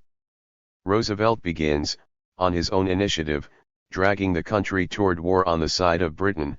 Subsequently, with a unilateral executive order, he imposes the confinement of all Japanese American citizens in concentration camps, including the women and children. It's a presidency that, while it enjoys widespread popular support, leads to warnings of the danger of totalitarianism. This happens during the Great Depression 120, and it especially happens in the months that precede the entry into the Second World War. 121. At least from the point of view of the president's adversaries, totalitarianism and the cult of personality had crossed over the Atlantic. Certainly, the phenomenon that we are investigating here is present only in embryonic form in the American Republic, protected by the ocean from any attempted invasion and with a political tradition quite different from Russia's. One must concentrate on that country. Let's see what happens between February and October of 1917, therefore, before the Bolshevik ascension to power. Driven by his personal vanity, but also by his desire to stabilize the situation, we find Kerensky taking Napoleon as a model. He inspects the troops with a hand tucked into the front of his jacket. Meanwhile, on the desk in his office in the War Ministry stood a bust of the Emperor of the French. The results from this performance don't take long. Poetry paying homage to Kerensky as the new Napoleon flourish. 122. In the lead up to the summer offensive, that was supposed to reverse the fortunes of the Russian army, the cult dedicated to Kerensky reaches its high point. Everywhere he was proclaimed a hero, the soldiers lifted him on their shoulders, showered him with flowers, throwing them at his feet. A British nurse had the opportunity to witness it, surprised at the scene of army men kissing him, his car and the ground he walked on. Many fell to their knees and prayed, others cried. 123. As you can see, it doesn't make much sense to blame Stalin's narcissism, as Khrushchev does, for the exalted state that the cult of personality reaches in the USSR after a certain amount of time. In fact, when Kaganovich suggests substituting the term Marxism-Leninism for Marxism-Leninism-Stalinism, the leader to whom that tribute is directed responds, "You want to compare a dick to a guard tower." 124. At least when compared to Kerensky, Stalin appears more modest. It's confirmed by the attitude he takes in concluding a war that's actually been won, not in his imagination like in the case of the Menshevik leader, the lover of Napoleonic poses. Immediately after the victory parade, a group of marshals reach out to Molotov and Malenkov. They propose to them the commemoration of the victory achieved in the Great Patriotic War by offering the title of Hero of the Soviet Union to Stalin, who nonetheless rejects the offer. 125. The Soviet leader also sought to escape rhetorical excesses on the occasion of the Potsdam Conference. Both Churchill and Truman took their time walking among Berlin's ruins. Stalin showed no such interest. Without drawing attention, he arrived by train, and even ordered Zhukov to cancel any welcoming ceremony with a military band and an honor guard. 126. 4 years later, on the eve of his 70th birthday, a conversation took place in the Kremlin that's worth sharing.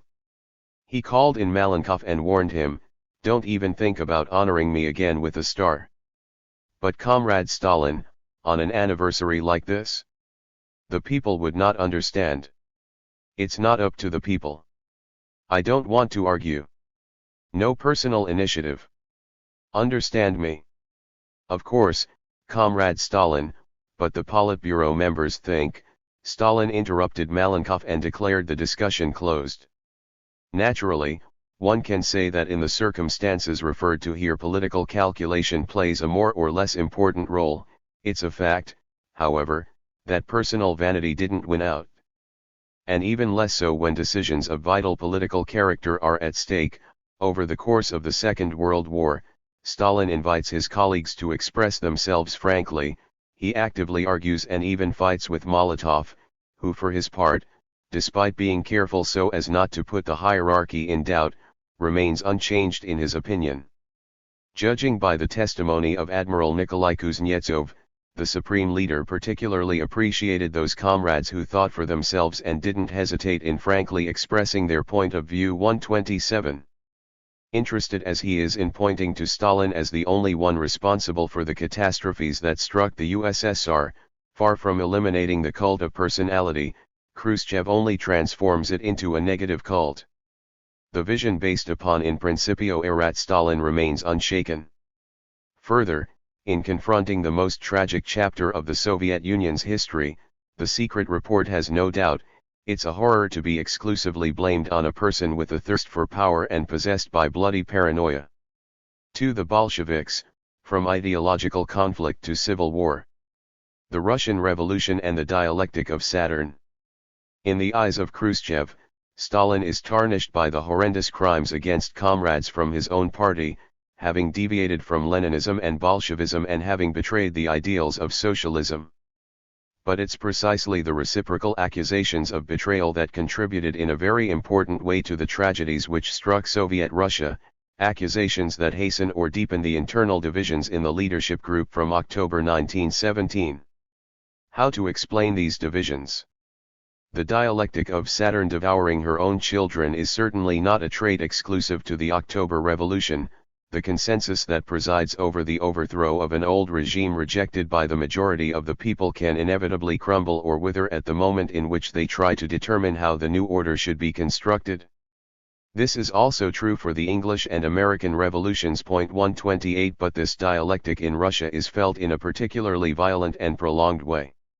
Even at the time of the Tsarist autocracy's collapse, while the attempts to restore the monarchy or to establish a military dictatorship persist, there's a painful decision imposed on those who are determined to avoid a return to the past, to concentrate on peace first or, as the Mensheviks argue, to continue or even intensify the war efforts, rallying Russia behind the slogan of democratic interventionism. The consolidation of the Bolshevik victory in no way ends the dialectic of Saturn, which gets further intensified, in fact. Lenin's call for the conquest of power and the revolution's transformation in a socialist direction is considered an intolerable deviation from Marxism in the eyes of Kamina and Zinoviev, who alert the Mensheviks to the situation and therefore invite upon themselves the accusation of betrayal from the majority of the Bolshevik Party.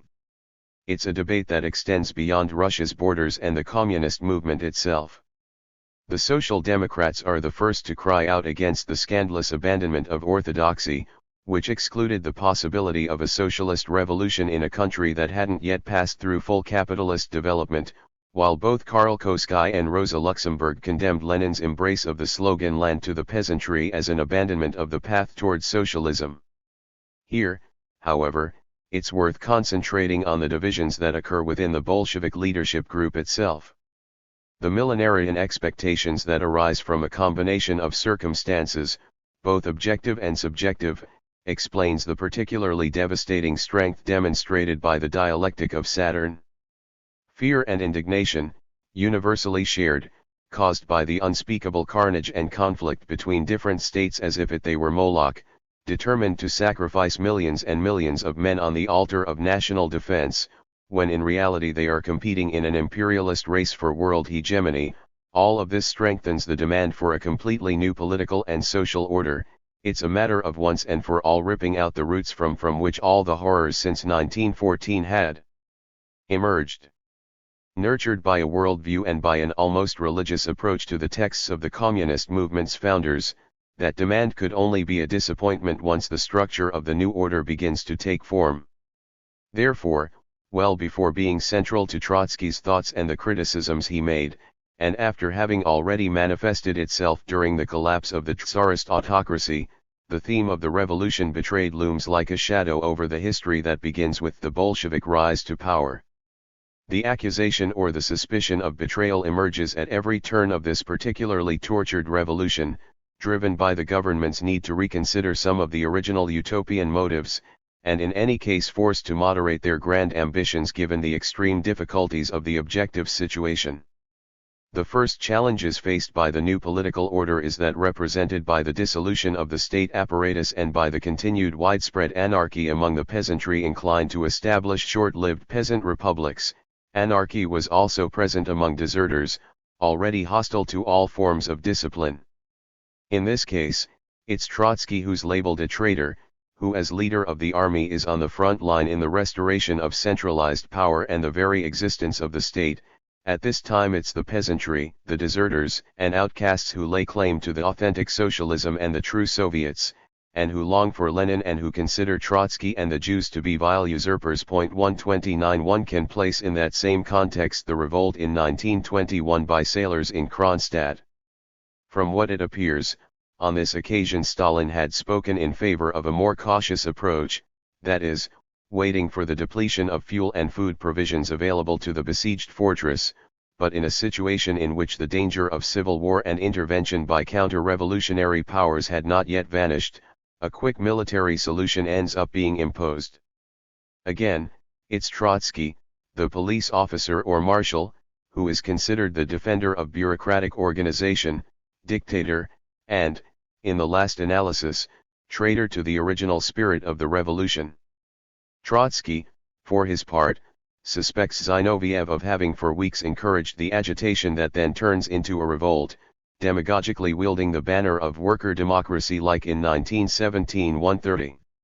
Judging from these events, the first accusation of betrayal is an inevitable step in all revolutions, but it's especially painful when it's a revolution carried out in the name of the state's withering away, from the moment of the old regime's overthrow up until the construction of the new order, from the libertarian phase up until the authoritarian phase. Naturally, the accusation or suspicion of betrayal is tied to personal ambitions and the struggle for power. The foreign ministry closes up shop. The jingoistic rhetoric and national hatreds, in part spontaneous, in part intentionally fanned, led to the nightmare of imperialist war. The need to put an end to all this takes on an all-consuming importance. Thus, a totally unrealistic internationalism emerges in certain parts of the communist movement, which tends to dismiss different national identities as mere prejudices. Let's see in what terms. At the start of 1918, Bukharin opposes not only the Peace of Brest-Litovsk, but any attempt on the part of Soviet power to exploit the contradictions among the various imperialist powers, whether by stipulating agreements or doing deals with one or the other.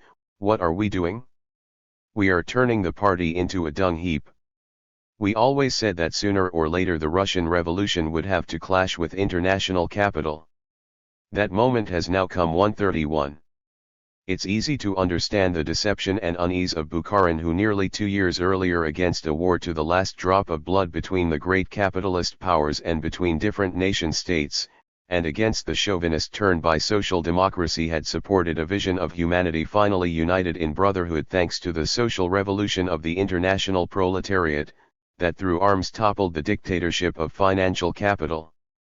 With the defeat of the socialist epigones of Marxism, thus ends the final way of limiting the proletariat's conception of the world, the limitations of its nation-state and its patriotism, the slogan for the abolition of state borders and the convergence of the peoples into a single socialist family. 132. It's not a matter of a single person's illusions. Upon taking the position as People's Commissar for Foreign Affairs, Trotsky would declare, "I shall publish some revolutionary decrees to the peoples of the world, then I will close up shop." 133. With the arrival of a unified humanity across the world following the ruins of war and a wave of global revolution, the ministry that would prove to be superfluous is that which would normally handle relations between different states. Compared to this enthusiastic perspective, reality, and the political project as revealed by the Brest-Litovsk negotiations, with the return of state and national borders and even the return of the state's raison d'être, must appear mediocre and disappointing. It's not a small number of Bolshevik members and leaders who experience that event as the fall, or even the vile abandonment and betrayal of an entire world of ideals and hopes. Certainly, it would not be easy to resist Wilhelm II's armies, but to make concessions to German imperialism just because the Russian peasantry, self-absorbed in their own interests and ignorant of the responsibilities imposed on them by world revolution, refused to continue fighting? Is that not proof of the nascent peasant degeneration within our party and Soviet power? Toward the end of 1924, Bukharin describes the common sentiments among the pure-blooded left communists and the circles that sympathized with Comrade Trotsky during the Brest-Litovsk period. Comrade Ryazanov stood out in particular, who at the time quit the party because, in his opinion, we had lost revolutionary purity. 134. Apart from individual figures, there are important party organizations that declare, in the interest of the international revolution, we judge it opportune to accept the possibility of losing Soviet power, which has now become something purely formal. They are strange and monstrous words from Lenin's perspective. 135. Who suspected and accused of treason, and even becomes the target of a coup plot by Bukharin, however vague it may have been. 136. All of the prestige and energy of the great revolutionary leader is needed to overcome the crisis. But it emerges again some years later. With the defeat of the Central Powers and the outbreak of revolution in Germany, Austria, Hungary, and its potential outbreak in other countries, the outlook the Bolsheviks were forced to abandon with Brest-Litovsk appears to again acquire new vitality and relevance. At the conclusion to the First Congress of the Communist International, it's Lenin himself who declares, the victory of the worldwide proletarian revolution is guaranteed. The founding of the International Soviet Republic draws near. 137. Therefore, the imminent defeat of capitalism around the world would have been rapidly followed by the fusion of different nations and different states into a single entity. Again, the foreign ministry was about to become superfluous. The twilight of that illusion coincides with Lenin's illness and death. The new crisis is even more serious because now, inside the Bolshevik Party, there's no indisputable authority.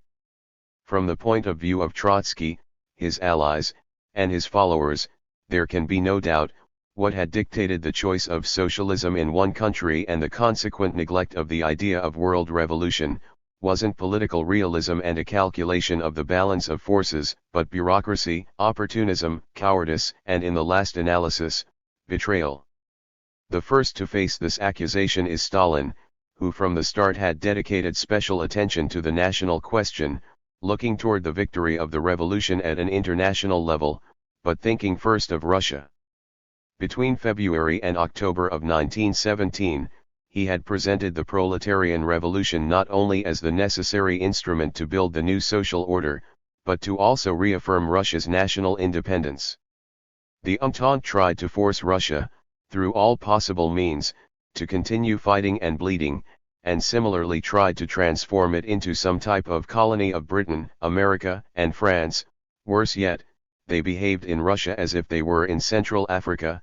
138. Complicit in this operation were the Mensheviks, who with their insistence on the war's continuation, accepted the imperialist diktat, and were open to the gradual sale of Russia to the foreign capitalists, leading the country to ruin and revealing themselves, therefore, as the true traitors to the nation.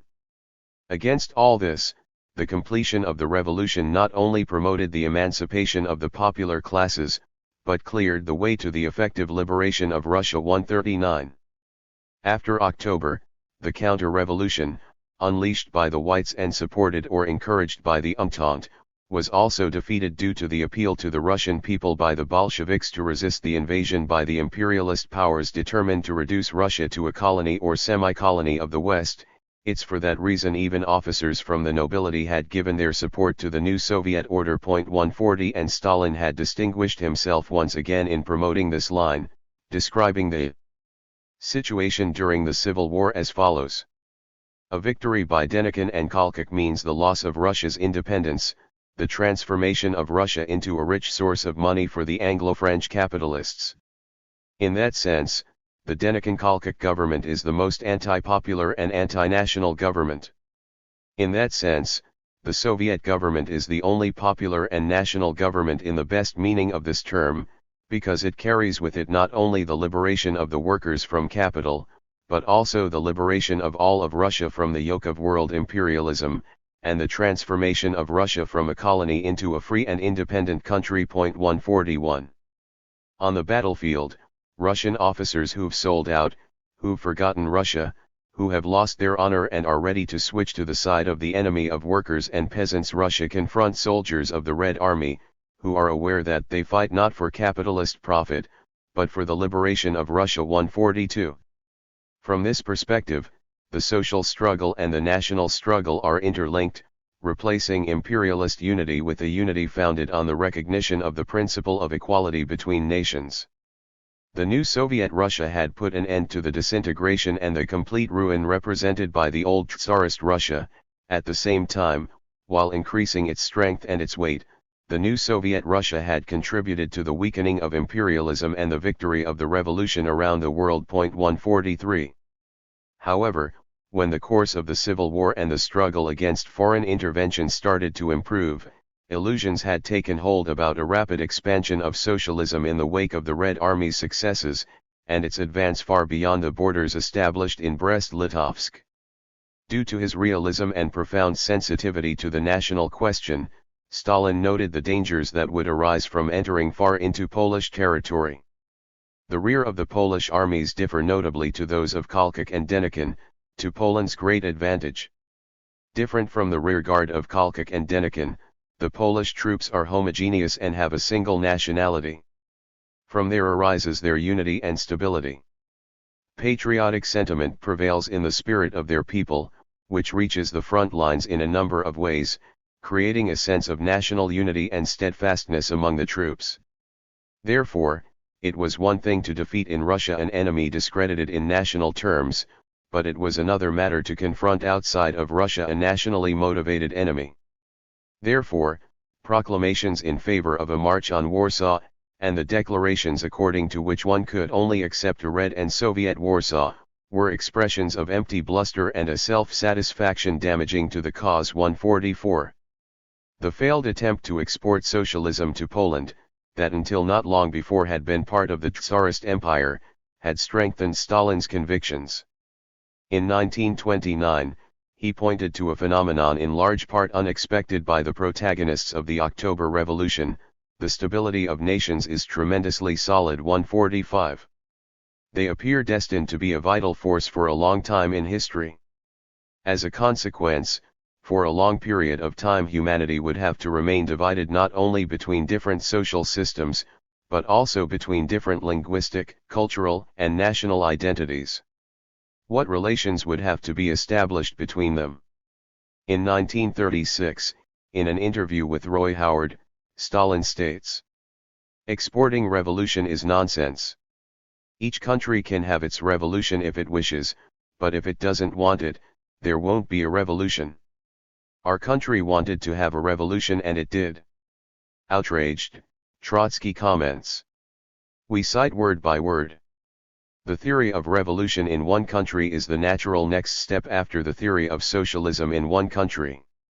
We have proclaimed an infinite number of times that the proletariat in the country with the victorious revolution is morally obligated to help the revolting and oppressed classes, and not only in the realm of ideas, but also with weapons, if possible. And we haven't limited ourselves to declaring it. We have defended with weapons the workers of Finland, Estonia, and Georgia. We tried, by marching on Warsaw with the Red Army, to offer the Polish proletariat the opportunity to have an insurrection. 146. Having exhausted the vision of an international Soviet Republic, and with it the final disappearance of state and national borders, Stalin makes use of the principle of peaceful coexistence between countries with different social systems. But this new principle, that was the result of a learning process and that guaranteed the Soviet Union the right to independence in a world that was hostile and militarily stronger, in the eyes of Trotsky appeared to be a betrayal of proletarian internationalism, as well as the abandonment of the duty of mutual and active solidarity between the oppressed and exploited around the whole world. His polemic against the political turn is unending, against the transformation of the initial internationalist revolutionary program into a conservative national program, against the national pacifist foreign policy of the Soviet government, against ignoring the principle based on the idea that a single workers' state should alone carry out the role of leading the world revolution. 147. In any case, since the peaceful transition from capitalism to socialism is impossible, a socialist state can't peacefully integrate and develop within a world capitalist system. It's a position that Trotsky stresses still in 1940. It would have been better not to have started the war against Finland, but once started, it should have been seen through until the end, that is, until the Sovietization of Finland. 148. The end of the money economy and market morality. The dialectic of Saturn is demonstrated in a number of other political and social settings. Internally, how should equality be understood by the regime born out of the October Revolution and that was called upon to realize it? War and hardship had produced a communism founded on the more or less egalitarian distribution of quite miserable food rations. With respect to that practice and the ideology that had developed upon it, the NEP was an upsetting shock, with the emergence of new and stark inequalities, made possible by the toleration of certain sectors of the capitalist economy. The sense of betrayal is a widespread phenomenon, and it heavily affects the Bolshevik Party. In 1921 and 1922, literally tens of thousands of Bolshevik workers ripped up their membership cards, so disgusted by the NEP they had renamed it the New Extortion of the Proletariat. 149.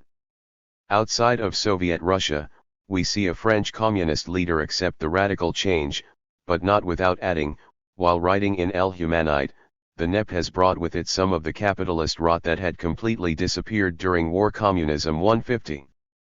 At times, one has the impression that it's not specific aspects of the economic reality that are looked at with distrust or indignation, but that very reality as a whole. It's necessary not to lose sight of the millenarian expectations that characterize revolution for the lower strata of the people, and which persist after a crisis of long duration. In France 1789, even before the storming of the Bastille, the meeting of the Estates General and the agitation by the Third Estate awakened the popular spirit of the old millenarism, the anxious expectations for the revenge of the poor and the happiness of the humiliated. It will deeply permeate the revolutionary mentality. In Russia, driven by Tsarist oppression and especially by the horrors of the First World War, millenarism had already demonstrated its strength during the February Revolution. Welcoming it as the Easter resurrection, Christian circles and important sections of Russian society had expected a complete transformation, with the emergence of an intimately unified community and with the disappearance of the division between rich and poor. Even theft, lies, gambling, blasphemy, and drunkenness. 151 Disillusioned with the Menshevik program and by the continuation of the war and its carnage, these millenarian expectations had ultimately brought no small number of supporters to the Bolshevik cause. For example, that's the case with Pierre Pascal, a French Catholic who will later be deeply disappointed with the move toward NEP, although he had initially welcomed the events of October 1917 as follows. It's the realization of Psalm 4 from Sunday Vespers and the Magnificat: the powerful are toppled from their thrones and the poor are rescued from misery. There's no longer any rich, only the poor and the very poor. Knowledge does not confer privilege or respect. The former worker promoted to manager gives orders to the engineers. The gap between higher and lower salaries is narrowed. The right to property is reduced to personal possessions. The judge is no longer obligated to apply the law if his sense of proletarian equality contradicts it. 152. Upon reading this fragment, Marx's affirmation comes to mind, according to which there's nothing easier than to give Christian asceticism a socialist tinge. One shouldn't think that this vision exists only within openly religious circles.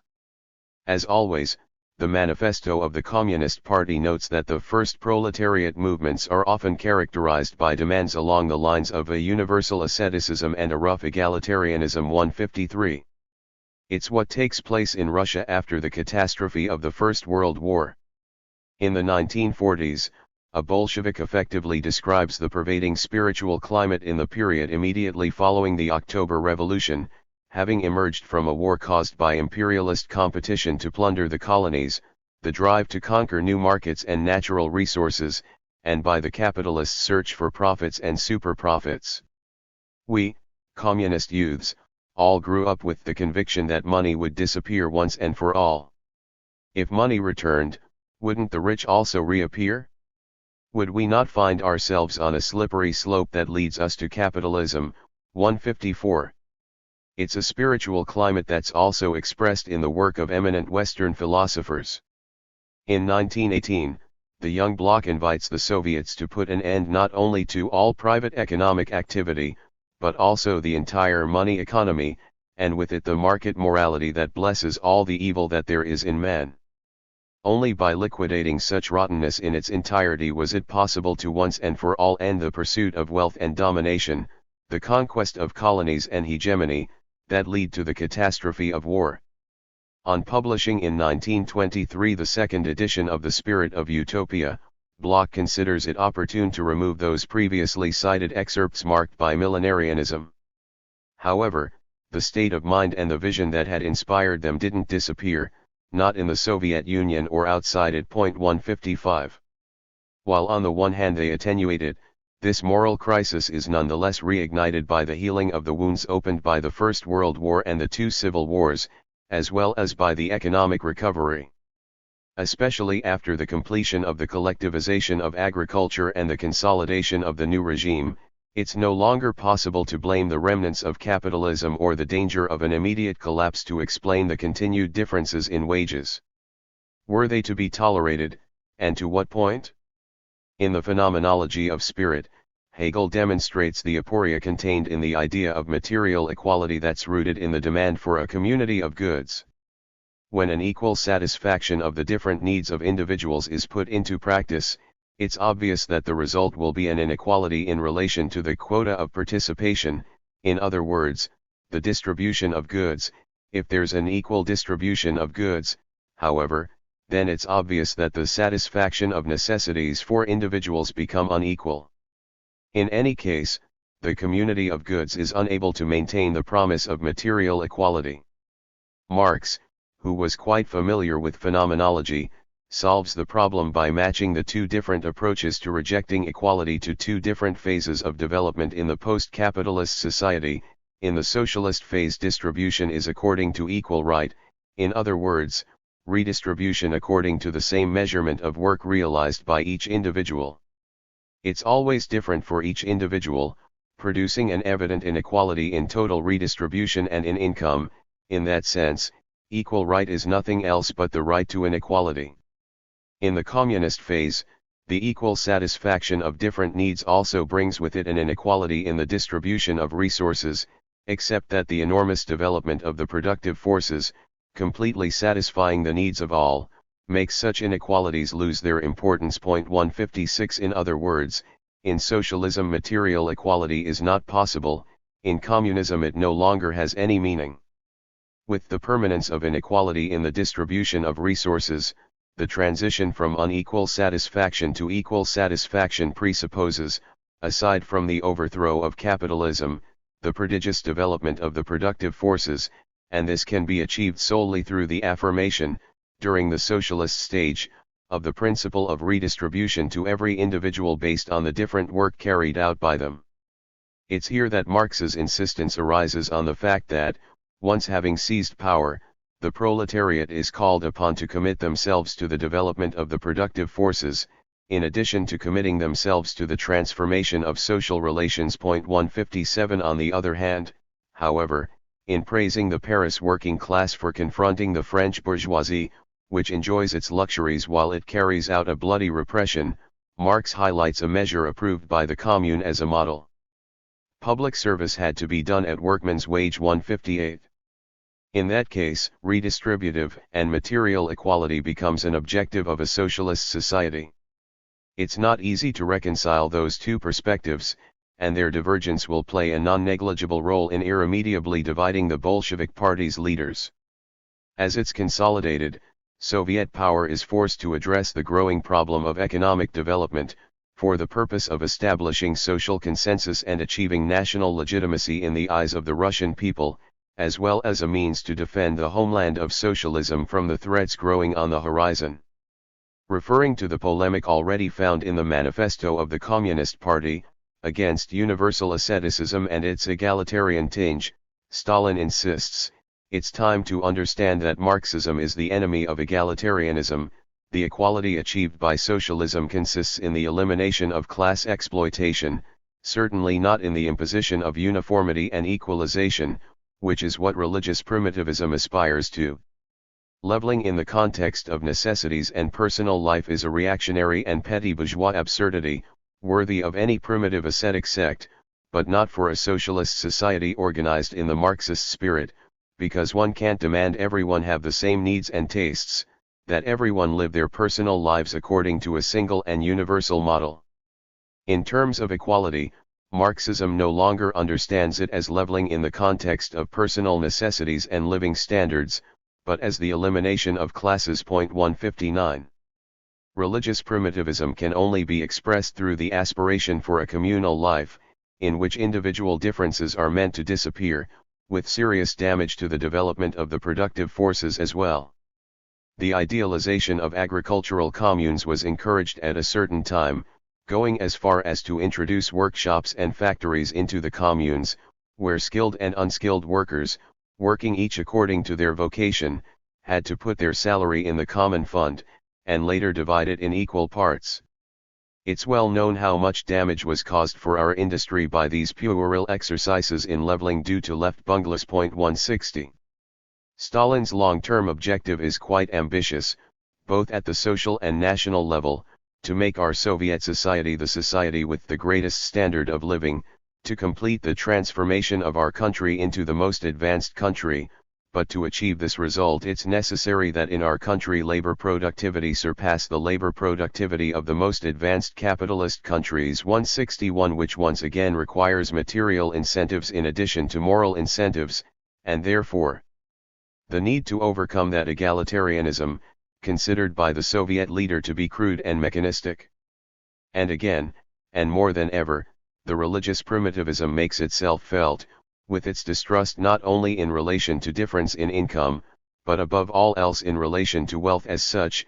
If everyone becomes rich and the poor cease to exist, who will then have need of the Bolsheviks and our work? Thus, according to Stalin, argue the left bunglers who idealize the poor peasants as the eternal supporters of Bolshevism. 162. This causes us to think of the critical observations developed by Hegel with regards to the evangelical commandment that obligates one to help the poor.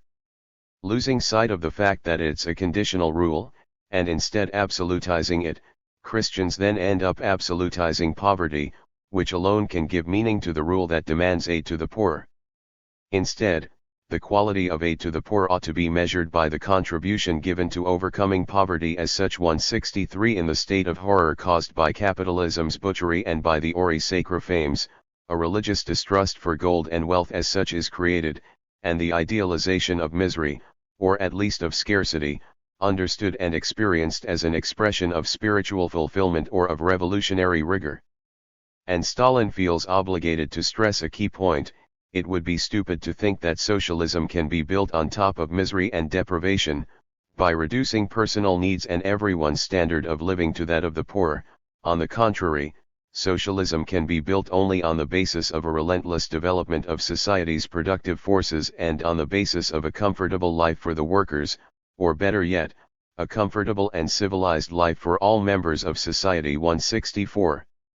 Just like the Christian doctrine of helping the poor, the revolutionary doctrine, that insists that communist parties first place themselves among the exploited and the poor, is also conditioned, and it is only taken seriously once it is understood for its conditionality. Therefore, for Stalin it was necessary to intensify efforts with the aim of decisively increasing social wealth, adding new energy to socialist emulation.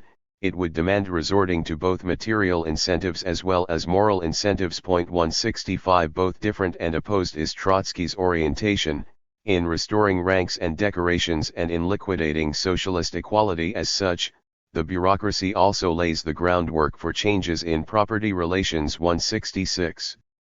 While Stalin explicitly makes reference to the polemic from the manifesto against a socialism understood as synonymous with universal asceticism and crude egalitarianism, the left opposition knowingly and unknowingly makes use of the thesis found in the Civil War in France, according to which even the highest-ranking leaders should be paid according to workers' salaries. Trotsky insists that, to justify their privileges, the bureaucracy, and Stalin mistakenly reference the critique of the Gotha program. Marx didn't speak of creating a new inequality, but in the gradual elimination of inequalities in income, preferable to its abrupt elimination. 167. Based on that political line, it was quite difficult to promote the development of the productive forces, and Stalin stressed that salary differentiation did not mean the restoration of capitalism. It was necessary not to confuse social differences that exist within the new regime with the old antagonism between exploiting classes and exploited classes. But from Trotsky's perspective, it was a clumsy simplification. The contrast between misery and luxury is all too apparent in the urban centers. In conclusion, whether radical or superficial, the differences between the worker aristocracy and the proletarian masses matter little from the perspective of Stalinist sociology. In any case, it's this difference that gave birth in its time to the need to break with social democracy and to found the Third International. 168. According to Marx, socialism was also called upon to overcome the distinction between intellectual and manual labor.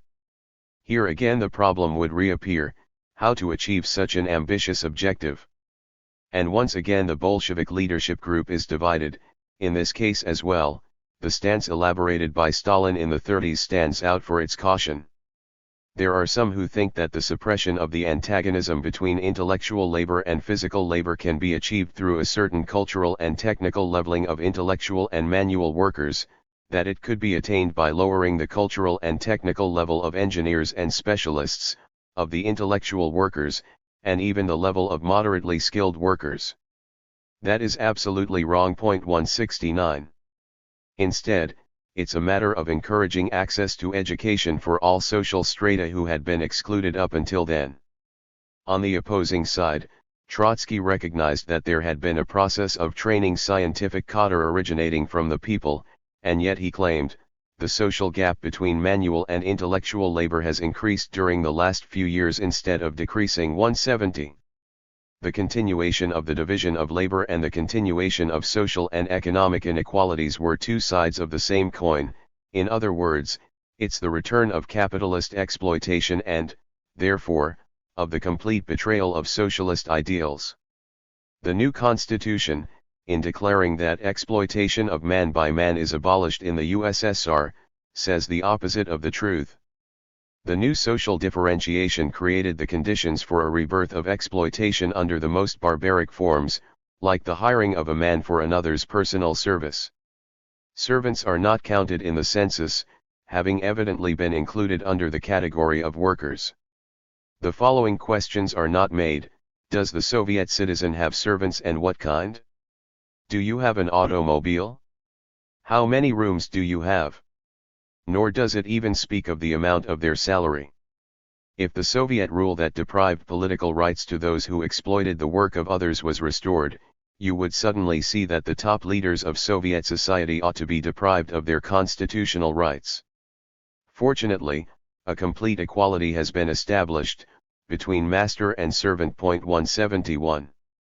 Therefore, the very presence of the maid as a social figure, and the servant in general, was synonymous not only with exploitation, but exploitation under its most barbaric forms.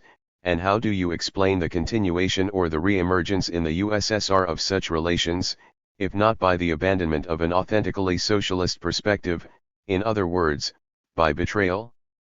The long reach of millenarianism, certainly already implicit in Marx's more utopian thinking, but frighteningly increased in reaction to the horrors of the First World War, continues to make itself felt.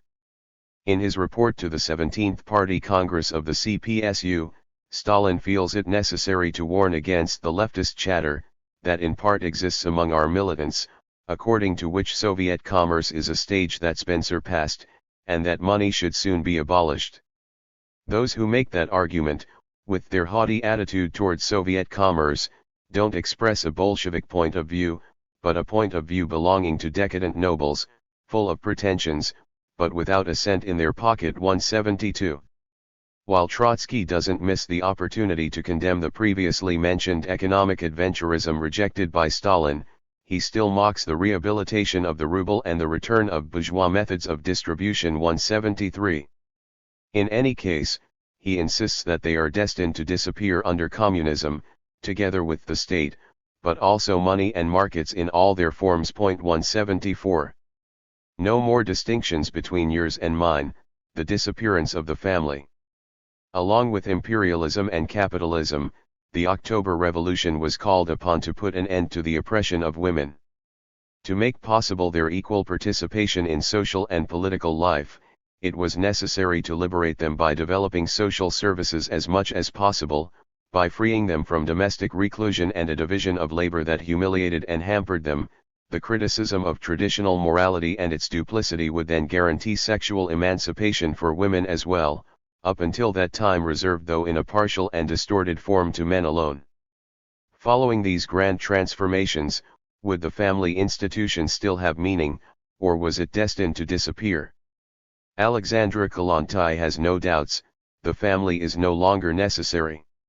It was thrown into crisis by women's complete emancipation, and by the spontaneity and fluidity that now characterize sexual relations. The family, aside from inconvenient, also proves to be superfluous. The raising of children passes gradually into the hands of society. Moreover, there was no cause for despair. The family was a privileged place for the cultivation of egotism, going hand in hand with the attachment to private property. In conclusion, the socially conscious mother will revolt to the point of no longer making a distinction between yours and mine and, therefore, remembering that there are only our children, the children of communist Russia and its workers. These ideas are strongly criticized by the Bolshevik leadership group in its entirety. In particular, in a speech in 1923, Trotsky wisely notes that such a vision ignored the responsibility of the father and mother toward their child, thus encouraging the neglect of children and, therefore, worsening a scourge that was already widespread in Moscow during those years. 175. However, in one form or another, those ideas were quite popular within party circles. 176. Even at the start of the 1930s, a close collaborator of Stalin's, namely Kaganovich, is forced to confront them. We turn to his biographer. Despite completely adhering to the principle of women's liberation, Kaganovich vehemently charged against extremist positions that sought the elimination of individual kitchens and wanted forced cohabitation in communes. Sapsovich, one of the leftist planners, had even proposed ending all spaces of cohabitation between husband and wife, with the exception of a small bedroom at night. He pushed the idea of large beehive-like structures for 2,000 people with all the services shared to encourage the communal spirit and suppress the bourgeois family unit. 177. However, Kaganovich's position drew strong criticism from Trotsky, who at that time was the opposition's leader. The totally recent cult to the Soviet family did not fall from the sky. The privileges that can't be bequeathed to children lose half their value. Now, the right to leave inheritance is inseparable from that of private property. 178. Therefore, the restoration of the family institution meant the defense of the right to inheritance and the right to property, and consequently takes on a clear counter-revolutionary meaning. In fact, by a divine coincidence, Trotsky mocks the solemn rehabilitation of the family takes place at the same time that money becomes respected again. The family is reborn at the same time in which the coercive role of the ruble is reaffirmed. 179. The consecration of marital fidelity goes hand in hand with the consecration of private property. To put it in religious terms, the fifth commandment comes back into force at the same time as the seventh, without invoking divine authority. For now 180. In fact, when looking closely, that invocation already appears on the horizon. In his speech on the drafting of the Constitution of 1936, Stalin criticizes those who want to prohibit the holding of religious ceremonies and deprive clergymen of their right to vote. 181. And again Trotsky intervenes to denounce that unacceptable retreat with respect to the initial project for the definitive liberation of society from the shackles of superstition. The assault on the heavens has ceased. Worried about their good reputation, the bureaucracy ordered the atheist youths to hand over their weapons and get on with reading. It's only the start. A regime of ironic neutrality is being slowly instituted with regards to religion. 182. Along with the family, the right to inheritance and to property, the opiate of the masses that Marx spoke of can't be allowed to return. Behind this new chapter scrutinizing the revolution's betrayal is the dialectic we came across earlier. Doing away with the bourgeois family, its ingrained prejudices, and its dead laws, the revolution would have allowed love, freedom, and spontaneity into a previously private space. And yet, it's interesting to note that what causes Trotsky's protests and anger was still the idea of a juridical regulation of family relations. The authentic socialist family, freed by society from the heavy and humiliating daily burdens, will not need any regulation, and the very idea of laws on divorce or abortion will be no more than the memory of houses of pleasure or of human sacrifice. 183. The condemnation of faire politique, or the transformation of power into love. Therefore, more than the concept of family and the religious consecration of power, Trotsky's polemic attacks the question of society's juridical organization as a whole, the question of the state. It's the central question on which all the different questions previously analyzed converge, predicted by Marx after the overthrow of capitalism. When and under what conditions can the process of the state's withering away begin? The victorious proletariat, the state and revolution affirms on the eve of the Bolshevik Revolution, only has need of a state in the process of withering away.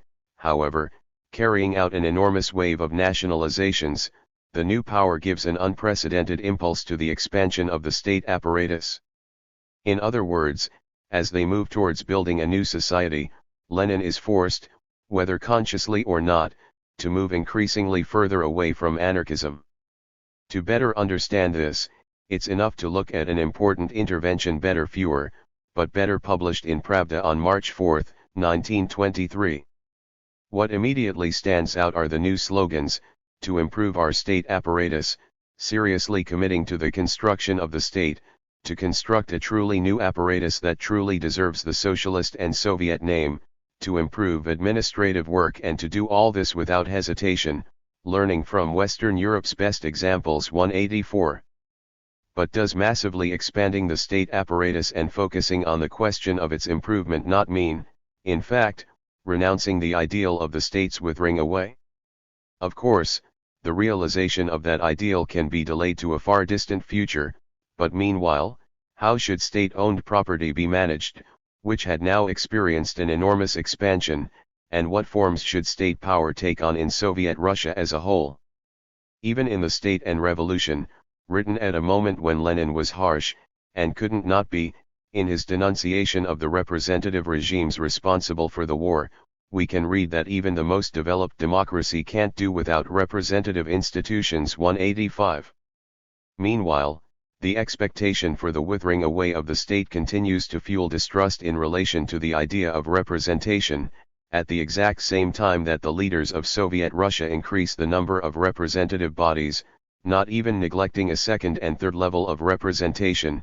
The Soviets from a lower level elect their delegates to the Soviet at the higher level. It would not take long for the controversy to break out.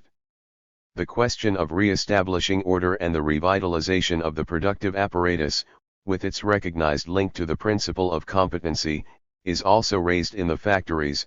From the new regime's beginning, social and political circles hesitant about the changes denounce the rise to power of bourgeois specialists and a new bourgeoisie, and again the target of their criticism is Trotsky, who at that time occupies a very prominent role in the leadership of the state military apparatus. 186. It's a controversy that extends beyond Russia. There's significant criticism directed at Gramsci, who celebrated the new state that's taking form in the birthplace of the October Revolution, and pays tribute to the Bolsheviks for being an aristocracy of statesmen, and Lenin for being the greatest statesman in contemporary Europe. They knew how to put an end to the profound abyss of misery, barbarity, anarchy, and disorder created by a long and disastrous war. But an anarchist objects that apology, full of lyrical praise for the state, statolatry, and the authoritarian, legalistic, parliamentarian state socialism is in contradiction with the Soviet constitution itself, committed to installing a regime under which there will no longer be class divisions, nor state power. 187. It's not only openly declared anarchist circles and authors who adopt a critical position. Even supporters of the international communist movement express their clear dissatisfaction, disappointment, and dissension. Let's turn to one of them, namely Panikok, who is no longer able to identify with the Bolshevik political program. Specialists and managers in the factories exercise a power greater than that which should be compatible with communist development. From among the new managers and administrators emerges a new bureaucracy. 188. The bureaucracy, the workers' opposition platform in Russia insists in the following year, is a direct negation of mass action.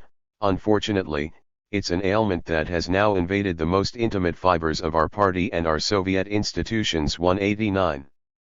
Beyond Russia, such criticisms are also directed at the West. They call for an end to the bourgeois representative system, to parliamentarianism. 190. More so than the Bolshevik dictatorship, the target of condemnation is the principle of representation. Yes, that someone decides your destiny, that is the essence of bureaucracy. 191. The degeneration of Soviet Russia resides in the fact that a single person takes charge of a determined position. Individual management is taking the place of collective management in the factories, and at all levels, and this is a product of the individualistic mentality of the bourgeois class and fundamentally expresses an unlimited and remote free will, unbound by the collective. 192. Rather than mass politics, the Third International now practices top-down politics. 193.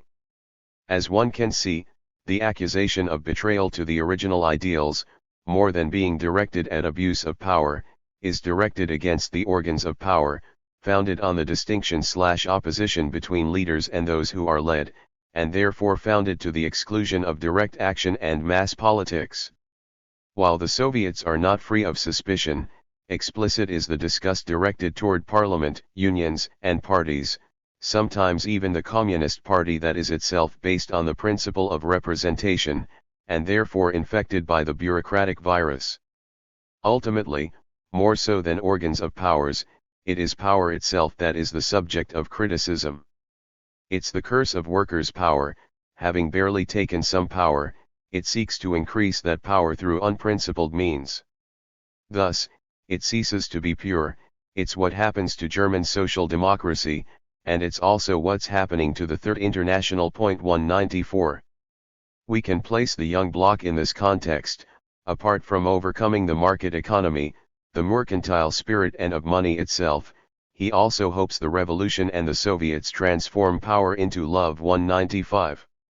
While the German philosopher, in removing these lines and unrealistic expectations from the second edition of The Spirit of Utopia, distances himself from the most millenarian aspects of his thinking, there are none too few communists, in Soviet Russia and outside it, who ultimately cry out in outrage because the miracle of the transformation of power into love doesn't take place. In the first years of Soviet Russia, more so than with Stalin, the anti-bureaucratic polemic primarily attacks Lenin and even Trotsky, included among the most prominent defenders and crusaders of the bureaucracy. 196. The situation noticeable changes in the following years. Before even considering its contents, the approval of the Constitution of 1936 alone represents a radical change, just for the fact of breaking with anarchist notions stubbornly attached to the ideal of the withering away of the state, on the basis of which laws are the opiate of the masses and the very idea of a constitution is bourgeois. 197.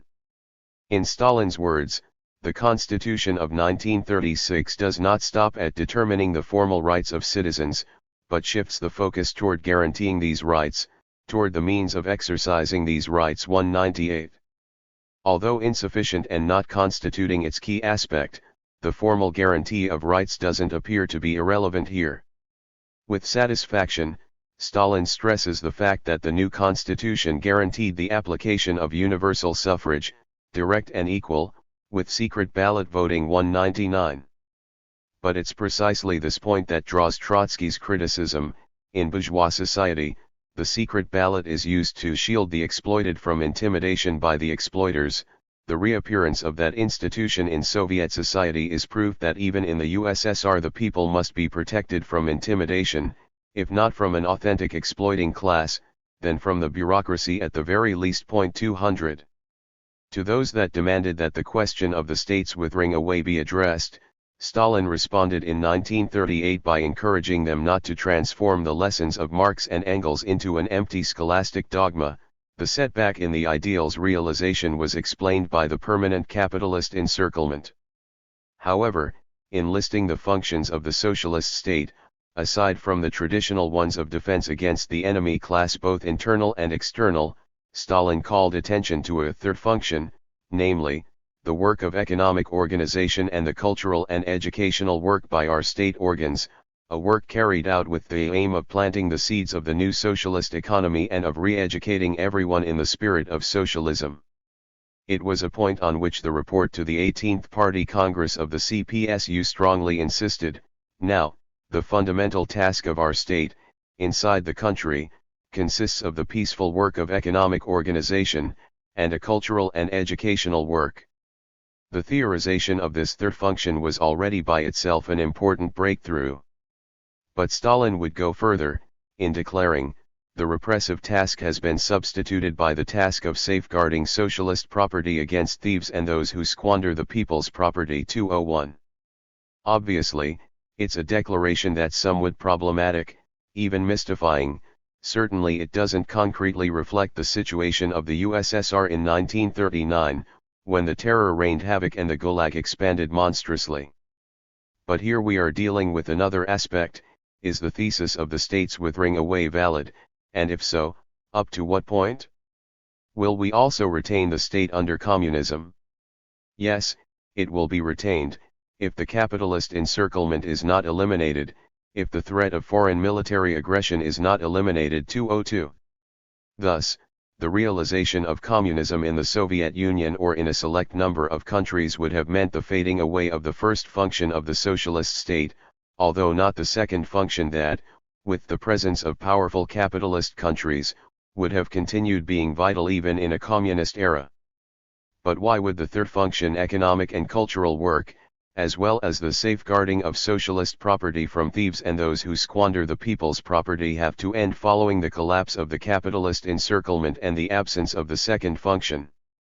There's no doubt that Stalin shows indecision and contradiction, likely driven by the necessity of moving with caution through a political minefield, where any deviation with respect to the classic thesis of the states withering away would expose him to the accusation of betrayal. The assassination of Kirov, state conspiracy or terrorism. From the start, the leadership group that takes power in October 1917 proves to be profoundly divided around the most important domestic and international political questions. That division, contained only while Lenin was still alive, becomes unbridgeable following the passing of the charismatic leader. Will the clash remain isolated to the political ideological realm? Long gone are the times in which, with regards to the Sergei M. Kirov case, one could write that there's no doubt about the fact that the assassination was organized by Stalin and executed by his police agents. 203. The account and the insinuations contained in the secret report had already raised strong doubts in the middle of the 1990s. 204. But now we can make use of the work by a Russian researcher, published in French by Stéphane Courtois and Nicholas Wirth, the editors of the Black Book of Communism. We have before us research that is presented with the most anti-Stalinist credentials possible. And yet, while denying that there was a vast conspiracy behind the assassination, it rips apart the account contained or raised by the secret report to the 20th Party Congress of the CPSU. Khrushchev's report proves to be somewhat inexact on a number of details. At the same time, its author knew that he needed powerful arguments to provoke a psychological shock among the supporters of the People's Father. Thus, the theory of Stalin's plot against Kirov perfectly answered that need. 205. The truly cooperative and friendly relationship that exists between the leader and his colleague become apparent in the account written on Kirov by the Russian historian. This open man had no love for intrigue, lies, or trickery. Stalin had to have appreciated these character traits that were the basis of their relationship. According to those who knew him at the time, Kirov was in fact capable of raising objections to Stalin, and softening his distrustful and rude spirit. Stalin sincerely cared for him and trusted him. Loving to fish and hunt, he often sent fresh fish and meat from animals he caught. Stalin had such trust in Kirov that he often invited him to the sauna, an honor that was conceded to only one another living man, General Vlasic, head of his personal guard. 206. Until the very end, nothing intervened to disturb that relationship, as is confirmed by the investigations of another Russian historian. In the archives there's nothing to suggest a political split or a rivalry between the two. This theory is even more ridiculous for the fact that Kirov only participated irregularly in the activities of the party's highest organizational body, the Politburo, in order to concentrate on the administration of Leningrad. 207. But while the idea of a rivalry between Kirov and Stalin has no basis. 208, the reaction from Trotsky, on the other hand, raises questions. The right-wing political turn on both the internal and external front couldn't not alarm the most class-conscious segments of the proletariat. The youth are also overtaken by a profound unease, especially those that live close to the bureaucracy and observes its arbitrariness, its privileges, and its abuse of power. It's in this atmosphere that Nikolov's gun was fired. It's extremely probable that he wanted to protest against the existing regime within the party, against an unaccountable bureaucracy and against the turn to the right. 209. The sympathy or understanding for the author of the attack is transparent, and the disdain and hatred for Kirov are explicit. Far from mourning him as a victim of the dictator in the Kremlin, Trotsky classifies him as the skilled and unprincipled dictator of Leningrad, a typical personality in his organization. 210. And he goes on to add, Kirov, the brutal satrap, stirs no compassion in us. 211. The victim was an individual who, for some time, inspired the wrath of the revolutionaries. Those who resort to the new terrorism are neither the old ruling classes nor the kulaks. The terrorists in the past few years have been recruited exclusively among the Soviet youth, in the ranks of the Communist Party's youth organization. 212. At least at this time between 1935 and 1936 the attack on Kirov is in no way discussed as a setup. It's stated, yes, that anything can be exploited by the bureaucracy as a whole, but at the same time it's stressed, with some satisfaction, that every bureaucrat trembles before the terrorism arising from below. 213. Despite not having the experience of the class struggle and the revolution, these youths, who are inclined to enter clandestine struggle, learning to fight and prepare themselves for the future, give reason to hope. 214. Trotsky appeals to the Soviet youth, who have already started to spread fear among the members of the ruling elite, calling on them to join the new revolution that draws near. The bureaucratic regime has fought a battle against the youth, as has already been denounced in the title of a central paragraph in The Revolution Betrayed. Now, the oppressed will topple the oppressors. Any revolutionary party will first find support from the ascendant class's generation of youth. Political senility is expressed by the loss of their capacity to carry the youth. The Mensheviks got their support from the higher and more mature strata of the working class, and for this reason they became haughty and looked down upon the Bolsheviks. Events ruthlessly demonstrated their errors. At the decisive moment, the youths dragged along the mature and even older men. 215. It's a dialectic destined to be repeated. However immature the initially forms may be, a revolt against oppression always has a positive value. After having made clear his disdain and hatred for Kirov, Trotsky adds, "We remain neutral in relation to the one who killed him only because we don't know his motives. If we learn that Nikolov consciously fired his gun with the intention of avenging the workers whose rights have been trampled on by Kirov, without reservations our sympathies would lie with the terrorist. Like the Irish terrorists or those of other countries, the Russian terrorists also deserve respect." 216. Initially, the investigations by authorities centered on the White Guards.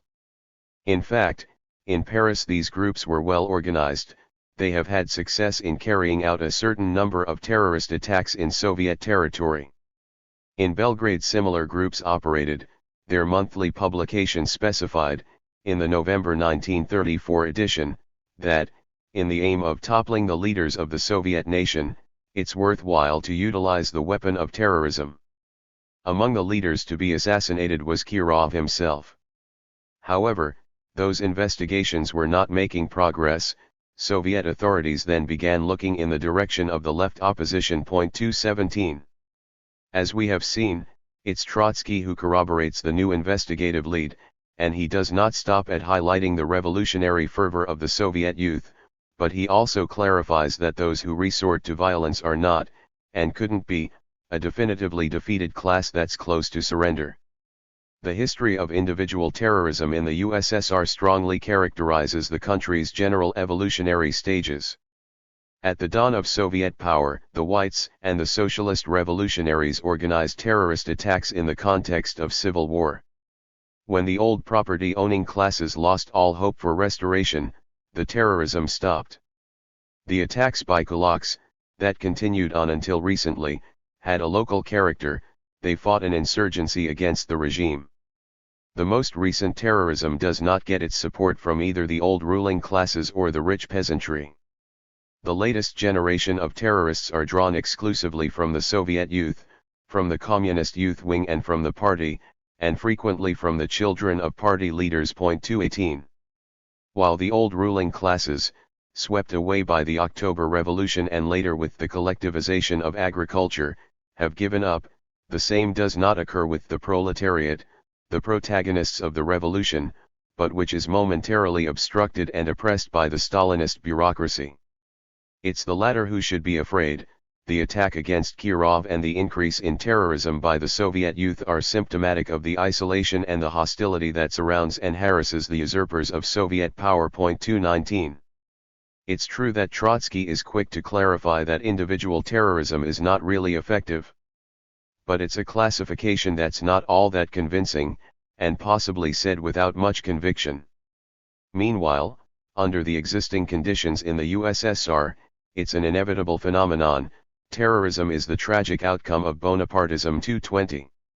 Moreover, while it's not able to resolve the problem, individual terrorism nevertheless has the importance of being a symptom, as it characterizes the severity of the antagonism between the bureaucracy and the vast popular masses, and particularly the youth. Regardless, the critical mass is rising for an explosion, that's to say a political cataclysm, destined to inflict on the Stalinist regime the same fate suffered by the regime led by Nicholas II. 221. Terrorism, coups, and civil war. The fall of the Romanov dynasty was preceded by a long series of attacks promoted by organizations which, despite heavy blows from repression, always managed to reconstitute themselves. In Trotsky's opinion, a similar process was unfolding in the USSR in response to the betrayal consummated by the bureaucracy. What threatens it aren't individual acts of terrorism, but precursors of another great revolution. All indications lead us to believe that events are headed toward a conflict between the popular forces, motivated by cultural promotion, and the bureaucratic oligarchy. This crisis doesn't allow for a peaceful solution. The country is clearly headed toward a revolution. 222. A decisive civil war appears on the horizon and, in the atmosphere of civil war, the assassination of some oppressors is no longer a matter of individual terrorism. In any case, the Fourth International supports a struggle to the death against Stalinism, destined to eliminate a faction already condemned by history. 223. As you can see, the attack against Kirov evokes the specter of civil war among the forces that had toppled the old regime. In reality, this specter follows the history of Soviet Russia like a shadow from the moment it is established. To sabotage the peace of Brest-Litovsk, interpreted by Bukharin as a capitulation to German imperialism and a betrayal of proletarian internationalism, he harbors for a moment the idea of a type of coup d'état that would see removed from power, at least for some time, the man who was until that moment the undisputed leader of the Bolsheviks. If it was already out in the open while Lenin was still alive, despite his enormous prestige as a leader, the specter of the division of the Bolshevik leadership group, and of civil war within that same revolutionary bloc, took complete form in the following years. It's what unequivocally appears in the important testimony from within the anti-Stalinist opposition and from the deserters of the communist movement, in whom the old faith had transformed into unrelenting hatred. Let's see how Boris Suvarin describes the situation created in the CPSU around 10 years after the October Revolution. The opposition considers forming its own organization as a clandestine party within the one party, with its miniature hierarchy, its Politburo, its central committee, its regional and local agents, its groups on the ground, its participation quotas, its memos, and its code for correspondence. 224. The expectations were not just for a political clash, but a military one as well. Immediately after the end of the Second World War, the memoirs of Ruth Fischer are published in the United States, at the time a leading figure within the German Communist movement and member of the Presidium of the Comintern from 1922 to 1924. In this memoir she explains the way in which, in her time, she participated in the resistance organization in the USSR against the totalitarian regime that had been installed in Moscow. This is in 1926. After breaking with Stalin the year before, Zinoviev and Kamenev drew close to Trotsky. They organize the bloc to win power. They then develop a clandestine network that reaches as far as Vladivostok and the Far East.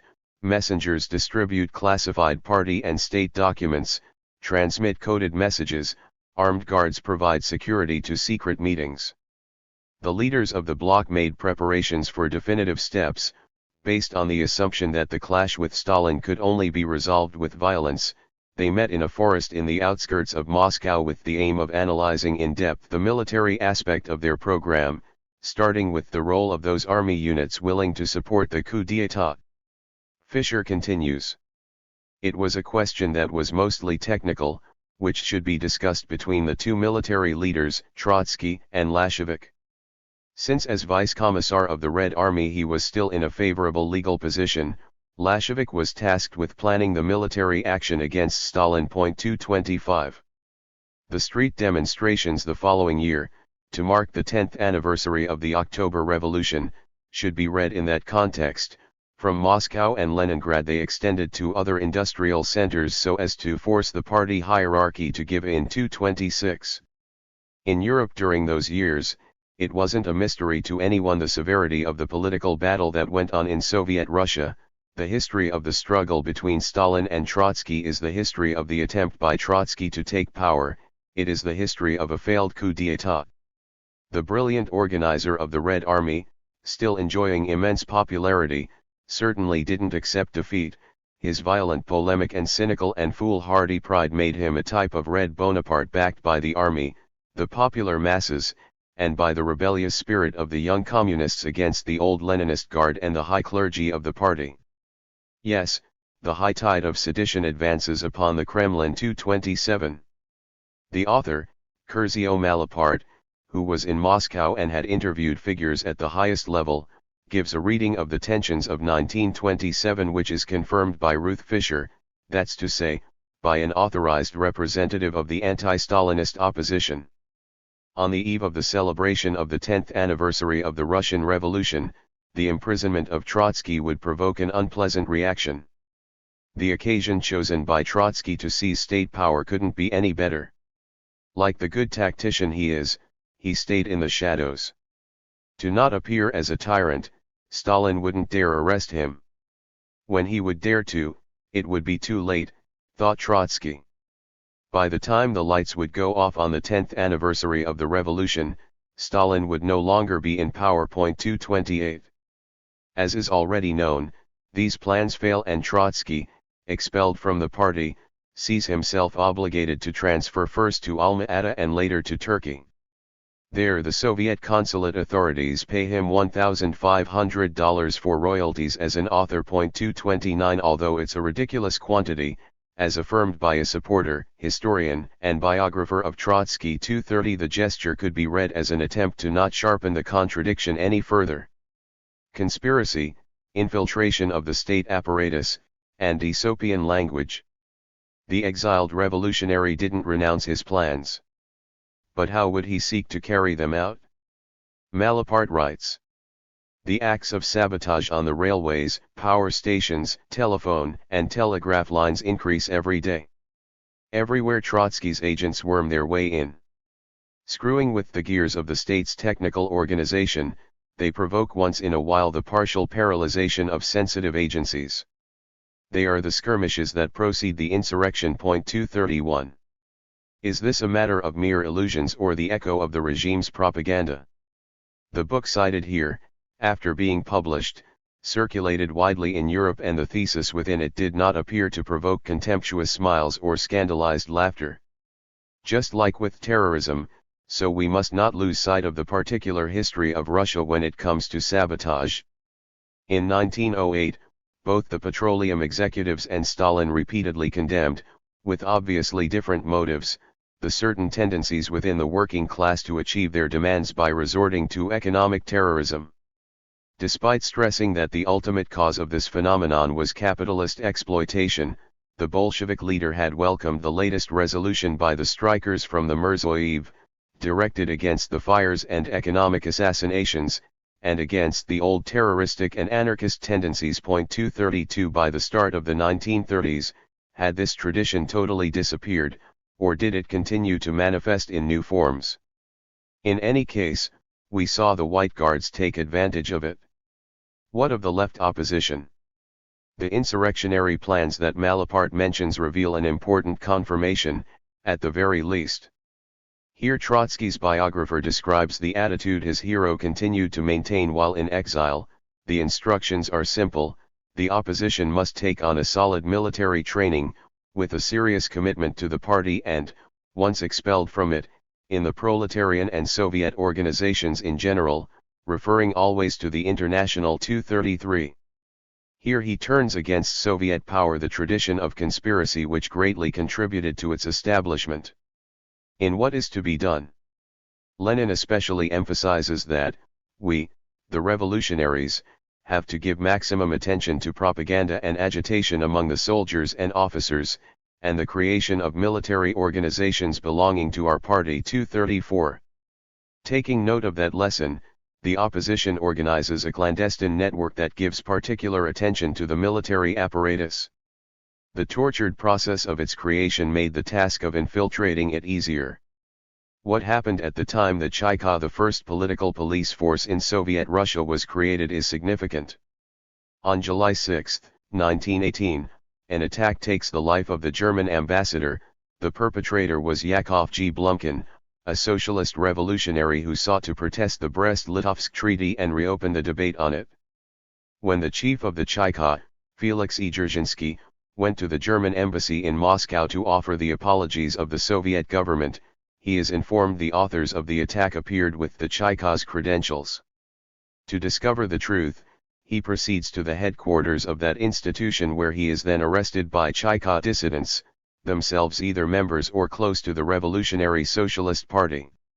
Later freed by the Red Guard, Dzerzhinsky then purges the political police and orders the execution of those responsible for the conspiracy and the mutiny. In conclusion, the first victims of the purge are members of the Chayka, although they formed part of the opposition. 235. The perpetrator of the attack managed to flee, but doesn't yet exit the scene. Trotsky publicly recognized, toward the end of 1929, having received Blumkin as a guest, while still an agent of the intelligence services of the Red Army. Levsidov, son and colleague of Trotsky, sought to make it appear as something casual. However, a document archived in Stanford shows that the contact between Trotsky and Blumkin didn't come about by coincidence, but from an organized link within the USSR. In this content, the secret agent evidently had an important role. It would be this link that pushes Stalin to order Blumkin's execution. 236. As you can see, the opposition agents infiltrate everywhere. 237. Even in the GPU, a small nucleus of Trotsky's loyalists remain hidden for a time. 238. According to a contemporary American historian, it's possible that Genrikh G. Yagoda played a role as a double agent, the man who led the first phase of the Great Terror, before even he is consumed by it. 239 According to the accounts of militant anti-Stalinists, it's known that some documents were printed in the typography of the GPU. Looking closely, there's permanent tension within Russia's terrorist apparatus. 240. The infiltration is made easier by the regime's cautious opening. Upon calling for struggle against the bureaucratic dictatorship, Trotsky points out that the new constitution offers at the same time a semi-legal trench from which to fight against it. 241. It is best fought with camouflage, disguising their intentions of seeking to undermine and topple state power. On this point, the leader of the opposition leaves no room for doubt. The subversive work demands some conspiratorial precautions. It's necessary to observe in the struggle the rules of the conspiracy. Further, this life and death struggle can't be conceived without the cunning of war, in other words, without lies and deceptions. Could the German workers possibly avoid deceiving Hitler's police? Would Soviet Bolsheviks be unethical in deceiving the GPU? 242. Again, the Bolshevik conspiratorial tradition is turned against the regime that emerged out of the revolution. In 1920, Lenin had called for the revolutionaries' attention to the obligation of combining illegal forms of struggle with legal forms, with the obligatory participation in the most reactionary parliament and a certain number of other institutions under reactionary laws. And that's not all. Revolutionaries should know how to face all sacrifices and in case of necessity resort to all sorts of tricks and illegal methods, and to silence and to hide the truth with the objective of infiltrating the unions and remaining in them, and realizing there, at whatever cost, the work of a communist. 243. It's exactly how the opposition conducts itself in relation to the political and social organizations of the hated Thermidorian regime. The conspirators follow a precise rule of conduct. Carry out self-criticism, recognize your errors and that they are generally corrected. Those called two-faced men by the Stalinist press, or even the left-right faction, from this moment on seek contacts which would allow the broadening of the resistance front to Stalin's policies. Meet up with other groups on this path. 244. It's understandable then the obsession over duplicity, the obsession for which Khrushchev condemned Stalin. 245. Meanwhile, the abandonment of NEP culminates in the rupture with Bukharin. Due to the position assumed by the latter, it's interesting to read the testimony of Humbert Draws, leader of the Comintern, who was expelled from the Communist Party of Switzerland in 1942 over his differences with Stalin. On a trip to the first conference of the Revolutionary Labor Unions of Latin America in the spring of 1929, he meets with Bukharin and has a meeting with him, which he recalls in these words: "He got me up to date on the contacts his group made with the Zinoviev Kamina faction to coordinate the struggle against Stalin's power, that he anticipated the struggle including individual terrorism, whose central objective was eliminating Stalin and, to be clear, eliminate him physically." 246. 3 years later, it is another representative of the right, Martimian Enryatin, who draws up and circulates a document that passes from hand to hand and which classifies Stalin as a provocateur who they must rid themselves of, resorting even to tyrannicide. 247. When Bukharin reveals his plans, Humbert Draws objects that the introduction of individual terrorism in the political struggles born out of the Russian Revolution would run the risk of turning against those that used it, but Bukharin isn't persuaded. 248. On the other hand, it would be difficult for the objection just seen to persuade a man who, as we now know as he himself secretly revealed in 1936, harbored a profound hatred toward Stalin, in fact, the sort of absolute hatred that is reserved for a demon. 249. While he expressed himself like this in private, Bukharin was in charge of Izvestia, the newspaper of the Soviet government. Are we dealing with obvious incoherence? Not from the point of view of the Bolshevik leader, who continued to combine legal and illegal work, with the aim of toppling a regime that he considered detestable, and who valued another of Lenin's lessons. In reference to Tsarist Russia, we can read in What Is to Be Done? That in a country ruled by an autocracy, with a completely enslaved press, in a period of desperate political reaction in which even the tiniest outgrowth of political discontent and protest is persecuted, The theory of revolutionary Marxism suddenly forces its way into the censored literature and, though expounded in Aesopian language, is understood by all interested parties. 250. This is exactly how Bukharin uses the Soviet government's newspaper. The condemnation of the all-seeing total state, founded on blind discipline, Jesuit obedience, and on the glorification of leader pretends to alone make reference to Hitler's Germany, but in fact points to the USSR as well. The Aesopian language recommended by Lenin becomes immediately transparent when the denunciation refers to cruel and uncultured provincialism. 251. It's clearly the portrait of Stalin painted by the opposition. We saw Trotsky refer to him as a small provincial man, and in discussions behind closed doors it is Bukharin himself that expresses his disdain for the leader that has succeeded Lenin, despite not knowing any foreign languages. 252. Continuing on the effectiveness displayed in Tsarist Russia by the revolutionary message expressed in Aesopian language, what is to be done? Proceeds as follows.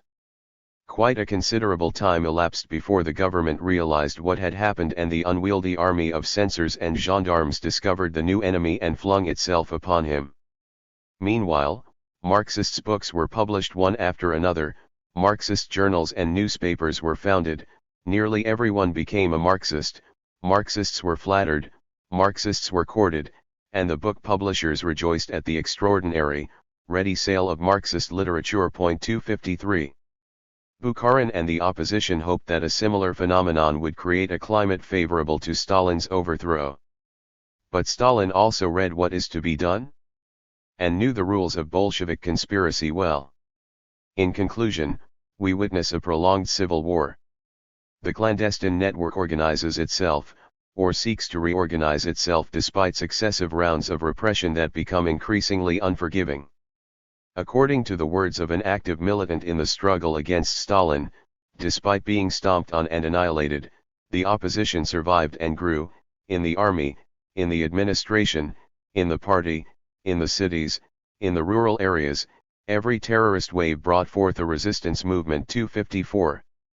The leading Bolshevik group now appears divided in a conflict that doesn't exclude coups and that, at least in the expectations and hopes of Stalin's enemies, from one moment to another could become open and generalized, involving the entire country.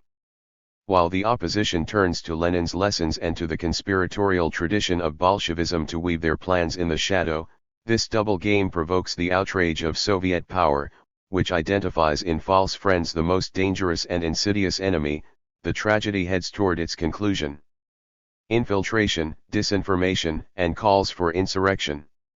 The rules of the conspiracy theorized by Trotsky, do they only imply the concealment of one's own political identity, or could they include the recourse to false denouncements, in order to spread confusion and chaos in the enemy camp and to make more difficult the identification of the clandestine network struggling to topple Stalin's regime? In other words, do the rules of the conspiracy include just the rigorous protection of private information, or do they also allow the use of disinformation? It's not just the American journalist Anne Louise Strong, sympathetic to the government, who raises such suspicions. 255. In the secret report itself it speaks of false charges and provocations realized by authentic Trotskyists, thereby carrying out their revenge, but also careerists without a conscience willing to clear the way by using the most contemptible means. 256. Noteworthy is an episode that takes place when the assassination of Kirov is made public. Most reactions, according to Andrew Smith, who at the time worked in the Kuznetsov Elektrozavod factory, are of shock and concern in relation to the future, but there's also those who express regret that it wasn't Stalin who was shot. Later an assembly is held, during which the workers are encouraged to denounce enemies or possible enemies of Soviet ruling. Smith recalls his surprise at how, during the debate, the dissident group he was in contact with proved to be the most active in attacking the opposition and deviationists, and seeking the most severe measures against them. 257. Indicative as well is an episode that occurs outside the USSR, but could help in understanding what occurs inside that country. When General Alexander Emerlov, a former high-level collaborator with the NKVD, is accused by the journalist Louis Fischer of having participated in the liquidation of anti-Stalinist communists during the Spanish Civil War. He responds with the false revelation that it was his accuser, in fact, who was a spy in service to Moscow. 258. In the Soviet Union of the 1930s, we have seen the opposition infiltrating the repressive apparatus at the highest levels. It would be very strange if, after having achieved this objective, it limited itself to obeying Stalin's orders. Disinformation carries the double advantage of obstructing the machinery of repression and redirecting it against an especially hated enemy. It's an integral part of war, and that's what it's about, at least judging by Trotsky's argument in July of 1933, when he considers the counter-revolutionary civil war carried out by the Stalinist bureaucracy to be already underway, and which culminated in the infamous annihilation of the Leninist Bolsheviks. Therefore it's necessary to be aware of the new situation. The slogan for the reform of the CPSU doesn't make sense anymore. A head-on struggle is imposed. The party and the international led by Stalin, now on their last leg, can only bring misfortune and nothing but misfortune to the world proletariat. On the opposing side, the authentic revolutionaries certainly can't be inspired in their actions by petty bourgeois pacifists. 259. There can be no doubt, only with violence can the bureaucracy be forced to return power to the hands of the proletarian vanguard. 260. Hitler's rise to power for Trotsky doesn't mean that unity is necessary, in the aim of confronting the enormous danger which looms, starting from Germany. It means that they can't stop halfway in the struggle against a power, Stalinism, which had led to the defeat of the German and international proletariat. As you can see, it's the very leader of the opposition who speaks of civil war within the party that he in part led during the October Revolution and in the first years of Soviet Russia. Before us is the topic which constituted the starting thread of the investigation by a Russian historian who is a convinced and self-declared Trotskyist, author of a monumental and multi-volume work, dedicated precisely to the detailed reconstruction of this civil war. He speaks, regarding Soviet Russia, of a preventive civil war carried out by Stalin against those who had organized to topple him. Even outside the USSR, this civil war takes shape and at times intensifies within the front that fought against Franco. In fact, referencing Spain from 1936 to 1939, he speaks not of one, but two civil wars. 261. With great intellectual honesty and taking advantage of new and rich documentary material available thanks to the opening of Russian archives, the author cited here reaches this conclusion: the Moscow trials weren't a crime without motive nor in cold blood, but more accurately Stalin's reaction during an acute political struggle. 262. In arguing against Alexander Solzhenitsyn, who paints the victims of the purges as a bunch of rabbits, the Russian Trotskyist historian cites a pamphlet which in the 1930s called for the Kremlin to be cleared of the fascist dictator and his clique. He then comments, including from the perspective of Russian legislation in force today, this pamphlet would be judged as a call for the violent overthrow of the government. 263. In conclusion, far from being an irrational and senseless outbreak of violence, the bloody terror carried out by Stalin is in fact the only way he could defeat the resistance of the true communist forces. The party of the executed, is how he defined those targeted, in an analogy to the expression used to identify the French Communist Party, the principal force of anti-fascist resistance and privileged target of Hitler's terror. 264. Thus, Stalin is compared to Hitler, highlighting the fact that the communist and French partisans didn't limit themselves to a passive or nonviolent resistance while opposing the latter. Civil war and international maneuvers. It's no surprise that, from time to time, this or that superpower had sought to take advantage of the latent civil war in Soviet Russia. Who solicits or hopes to provoke foreign intervention is, sometimes, the defeated faction, which believes it has no other hope for success. Such a dynamic unfolds starting from the first months of Soviet Russia. Let's return to the attack of July 6 of 1918. It is an integral part of a very ambitious project. On one end, the left revolutionary socialists promote counter-revolutionary uprisings in a number of urban centers against the Soviet government, or rather an insurrection in Moscow which hoped to topple the communist government. On the other end, they also proposed to assassinate various German representatives with the aim of provoking a military reaction from Germany and the subsequent resumption of the war. It would be confronted with a levy en masse by the Russian people, which would inflict a simultaneous defeat to the traitorous government and the enemy invader. 265 The perpetrator of the attack against the German ambassador is a sincere revolutionary. Well before entering into contact with Trotskyist circles, he intends to emulate the Jacobins, protagonists of the most radical phase of the French Revolution and of the heroic mass resistance against the invasion by the counter-revolutionary powers. However, in the eyes of Soviet authority, Blumkin could very well be a provocateur. The success of his plan would have resulted in a new advance by the armies of Wilhelm II and, perhaps, the toppling of the authority born out of the October Revolution.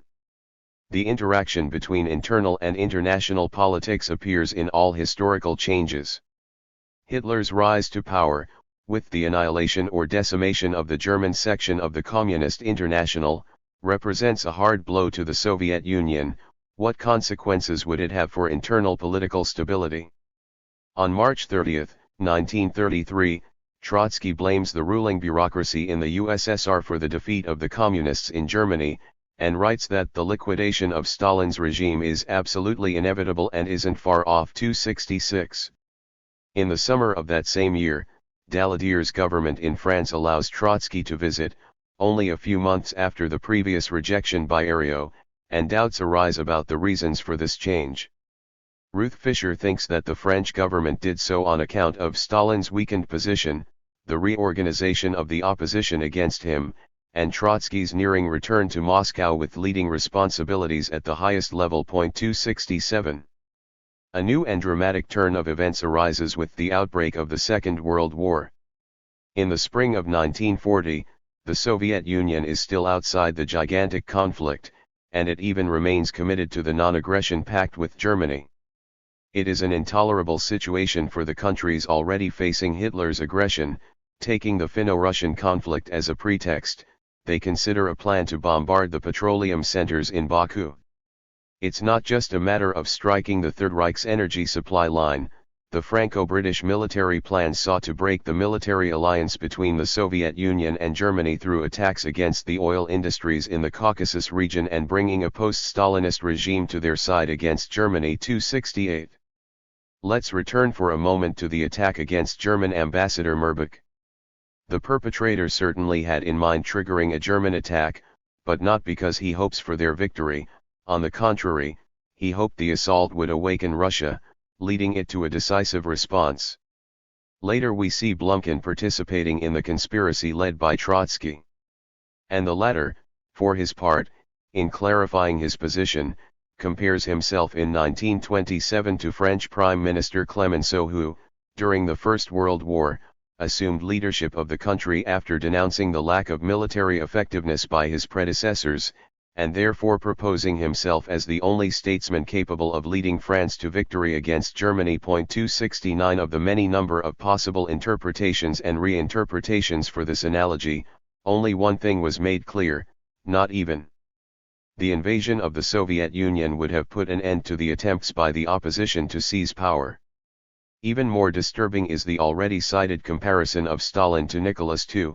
During the First World War, read and denounced as an imperialist war, the Bolsheviks had put forth the slogan of revolutionary defeatism and had identified the Tsarist autocracy as the internal and principal enemy, that which they first sought to combat and defeat. In the years to follow, Trotsky goes way beyond evoking the spirit of Clemenceau. On April 22, 1939, he declares his support for the liberation of so-called Soviet Ukraine from the Stalinist yoke. 270.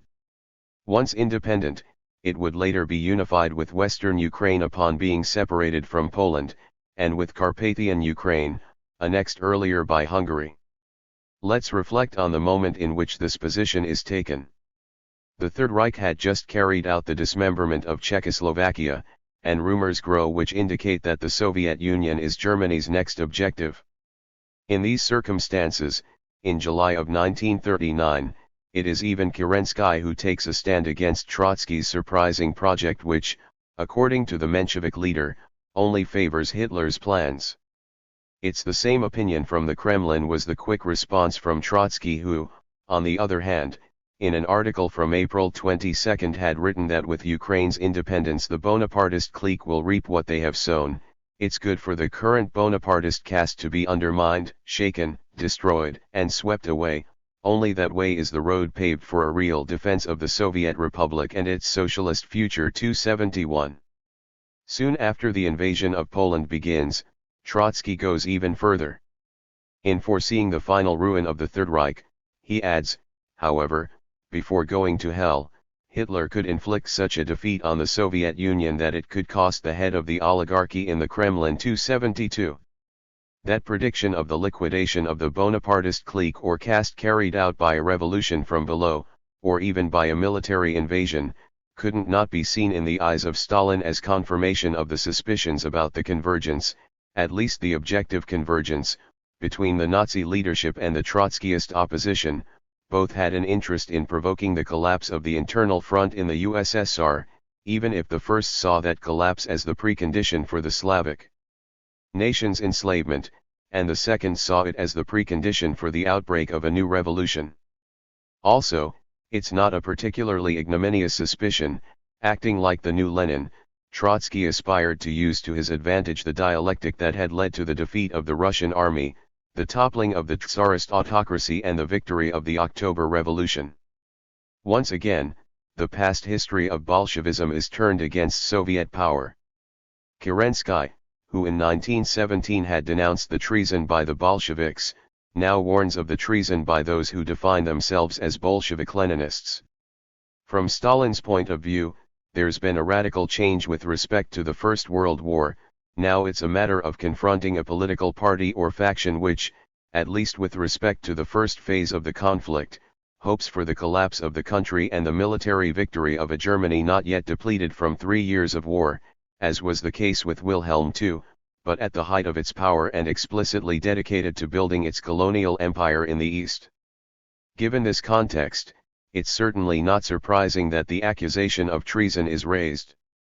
Let's return to the article by Trotsky from April 22, 1939. In it there's but a single affirmation which could have received Stalin's agreement: the impending war will create a favorable atmosphere for all sorts of adventurers, miracle hunters, and seekers of the Golden Fleece. 273. While the flames of the Second World War burn ever higher, destined as well to reach the Soviet Union according to the same prediction by Trotsky, he continues making declarations and statements that are anything but reassuring. Let's see a few of them. Soviet patriotism can't be separated from the irreconcilable struggle against the Stalinist clique.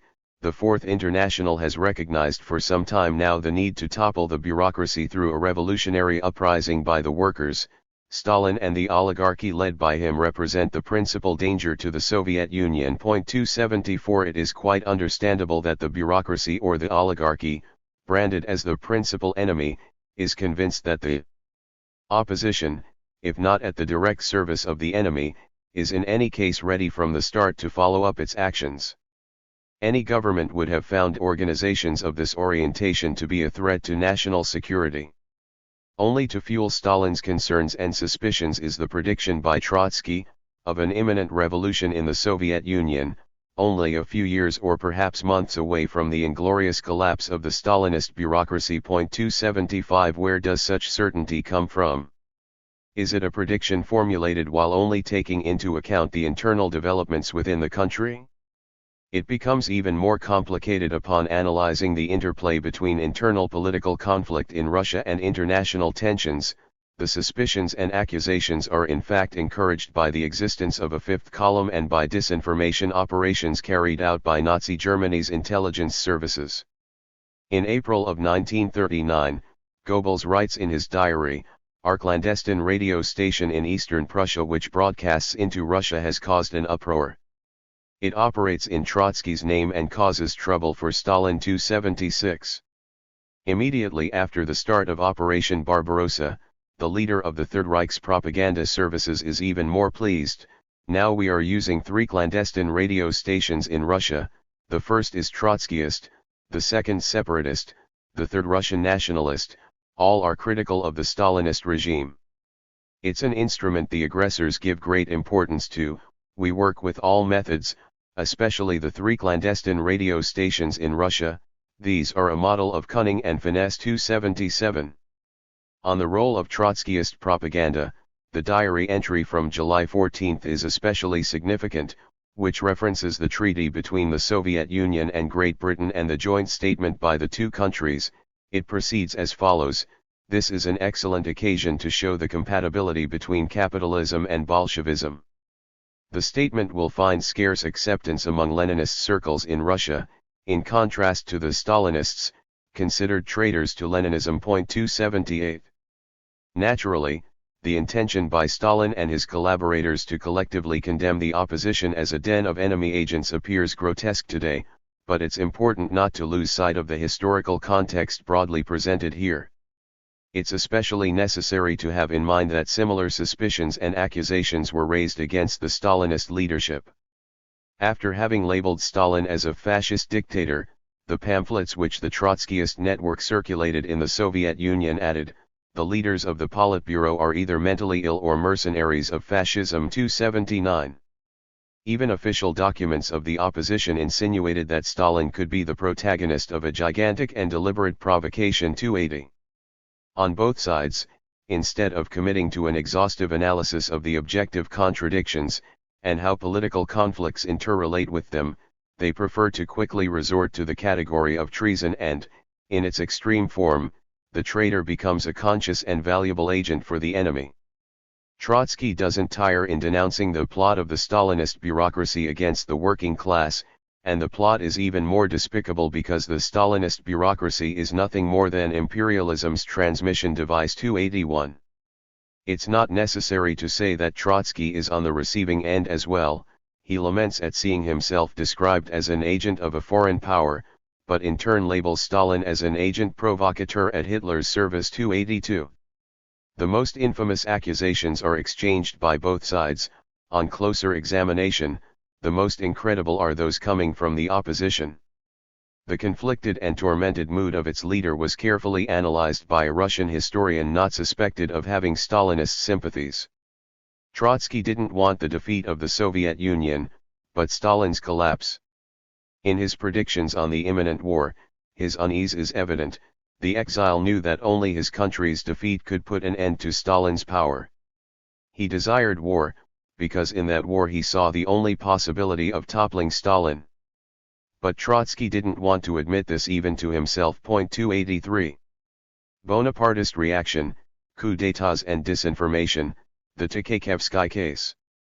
With a civil war within the new leadership group born out of the toppling of the old regime, with mutual accusations of betrayal and collaboration with the imperialist enemy and the extensive activities of their intelligence services, dedicated both to the recruitment of agents as well as to subversion, it's in this context that we must place the events that in 1937 led to the prosecution and execution of Marshal Tchaikevsky and a number of other leading officers in the Red Army.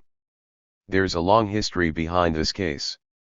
Years earlier Lenin saw the Bonapartist danger threatening Soviet Russia and also expressed his concerns to Trotsky: would civil authority really be able to subordinate military authority? In 1920, Tchaikevsky seems to have wanted to make the decision regarding the March on Warsaw a dream of his. There clearly emerges a leading historian from our time observes the possibility of the brilliant general becoming the Bonaparte of the Bolshevik Revolution. 284. 10 years later, Stalin is warned by the GPU about the schemes that are being forged by military elements opposed to him. Was there no cause for alarm?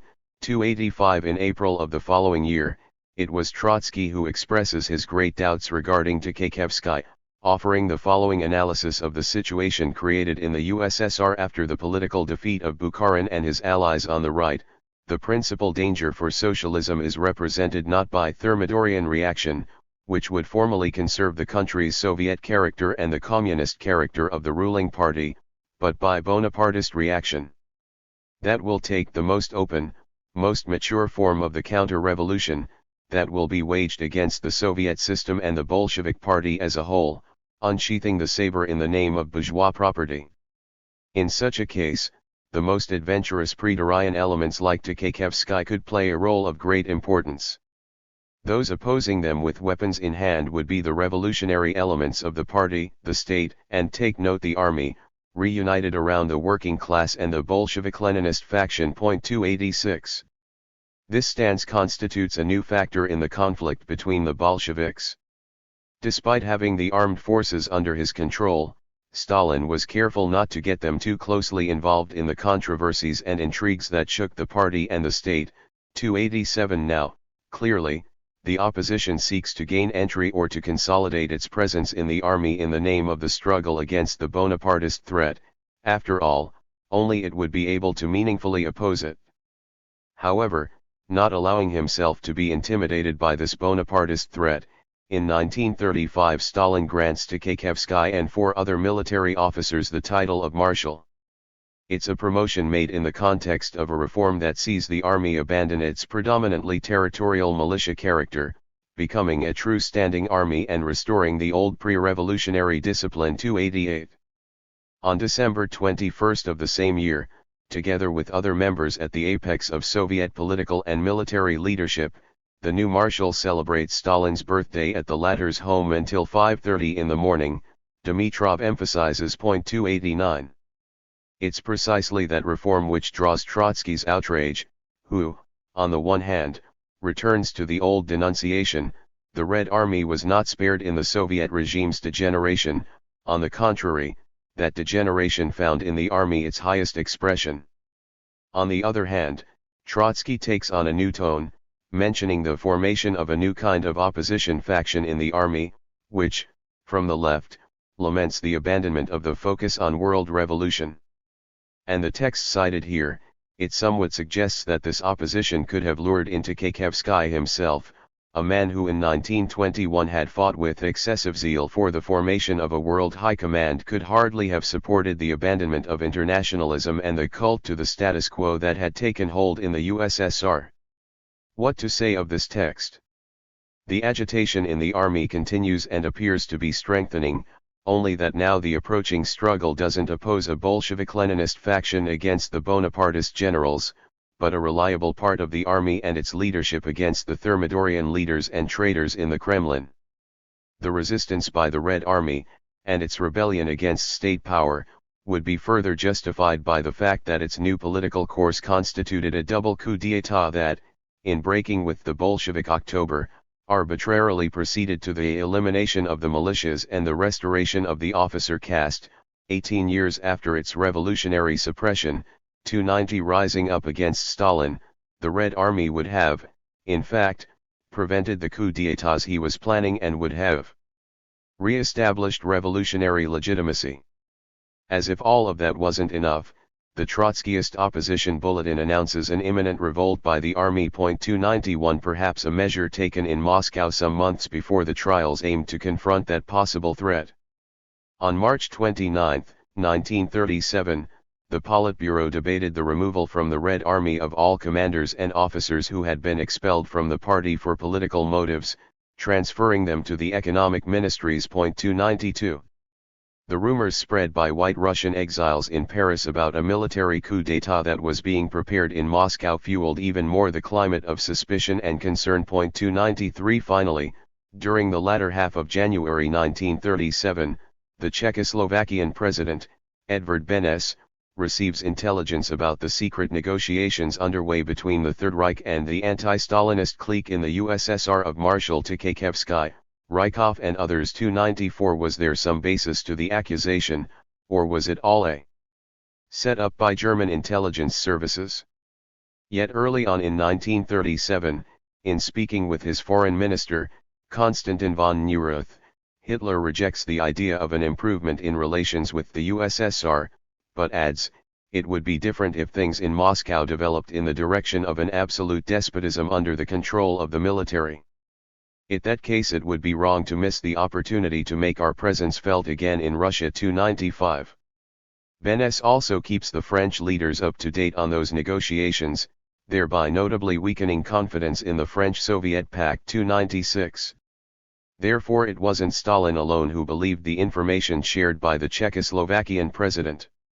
Moreover, even after the end of the Second World War, Churchill appears to confirm Moscow's version, stressing, as we will see, that the purge struck the pro-German elements, adding, Stalin felt he owed a great deal of gratitude to President Beneš 297.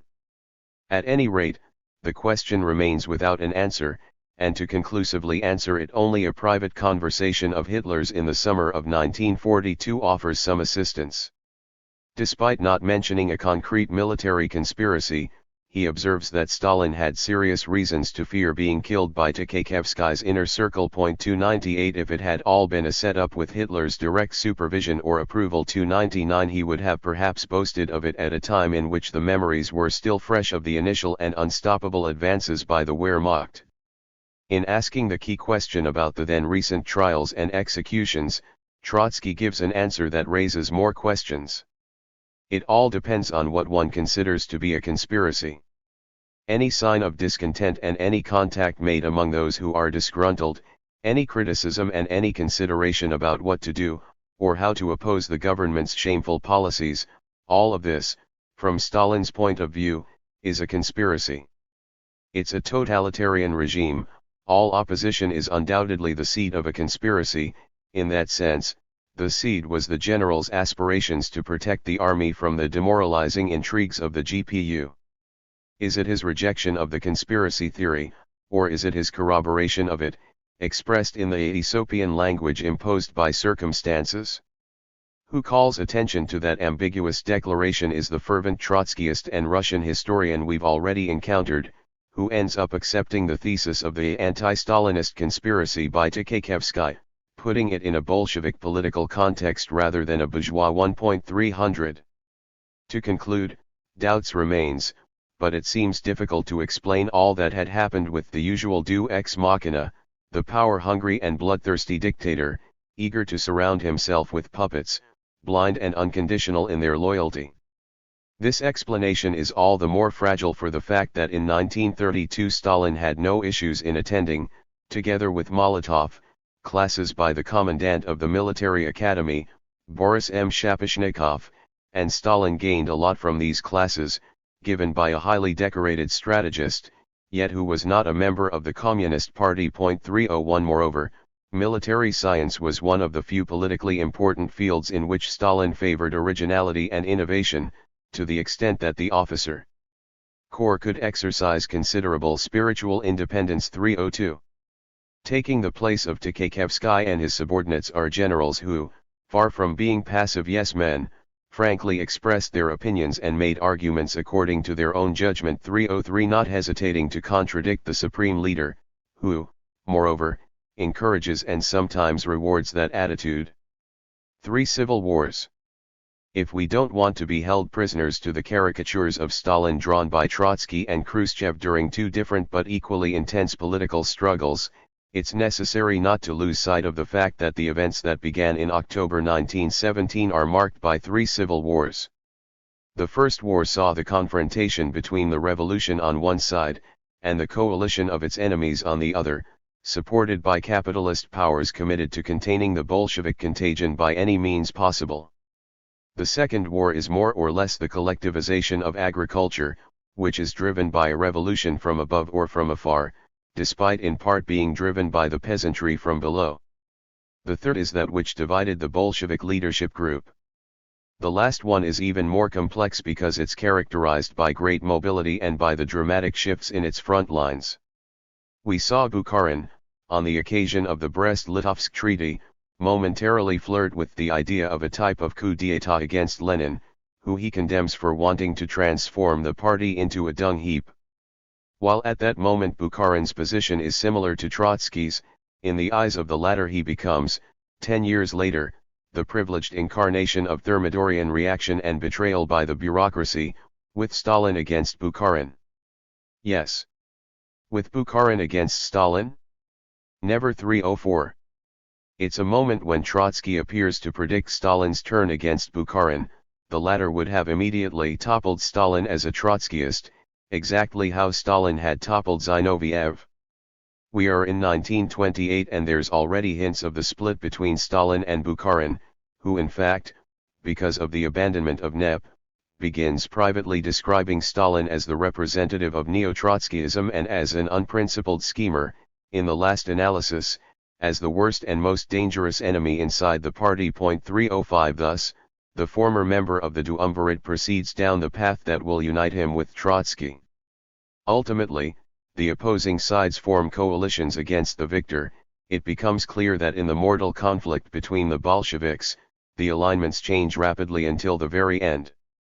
Fought in a country without a liberal tradition and characterized both by the prolonged state of emergency and by the persistence of an ideology prone to liquidating as merely formal the norms that govern the rule of law, the Third Civil Wars take on the ferocity of a religious war. Trotsky, who considers himself the only man able to lead the revolution, is inclined to use any means available to make the false messiah fall from his throne. 306. A zealous faith inspires the opposing side as well.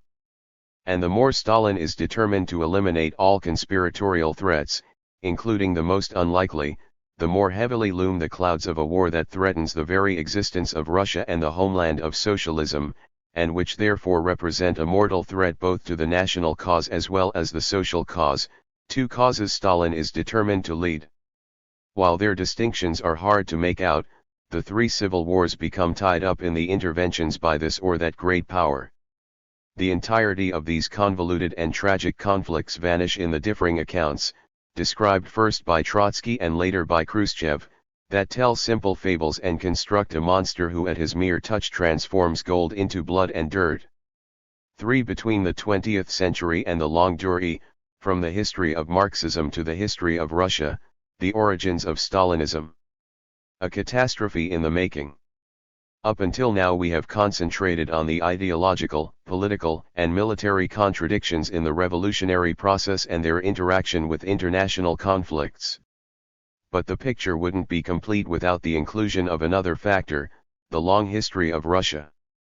The approaching catastrophe was noticed by observers from a broad range of political orientations, well before 1917 and even before the founding of the Bolshevik Party.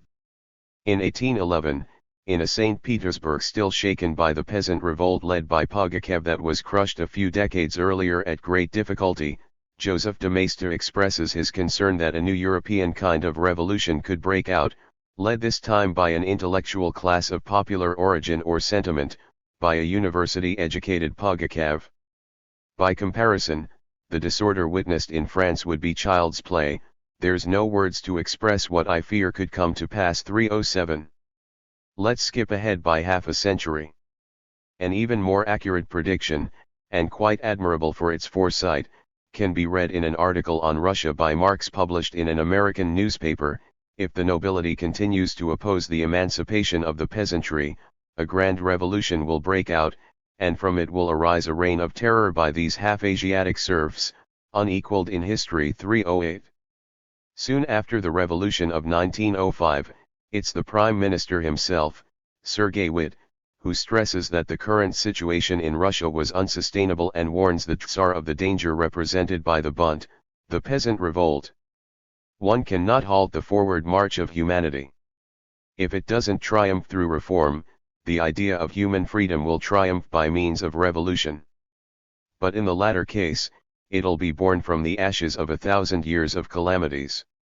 The Russian Bunt, blind and unforgiving, will destroy all in its wake.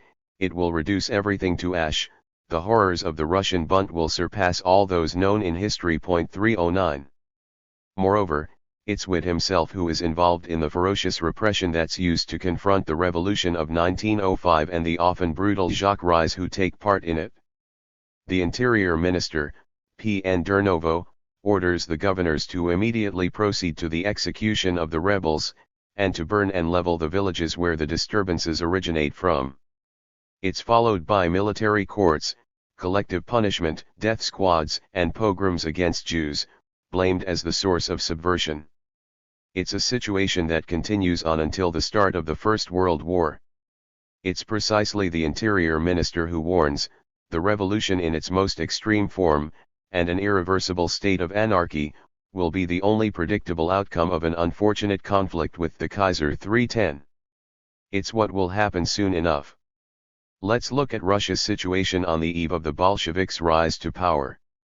Soon shaken is the myth of a country that, after the overthrow of autocracy, would happily proceed in the direction of liberalism and democracy.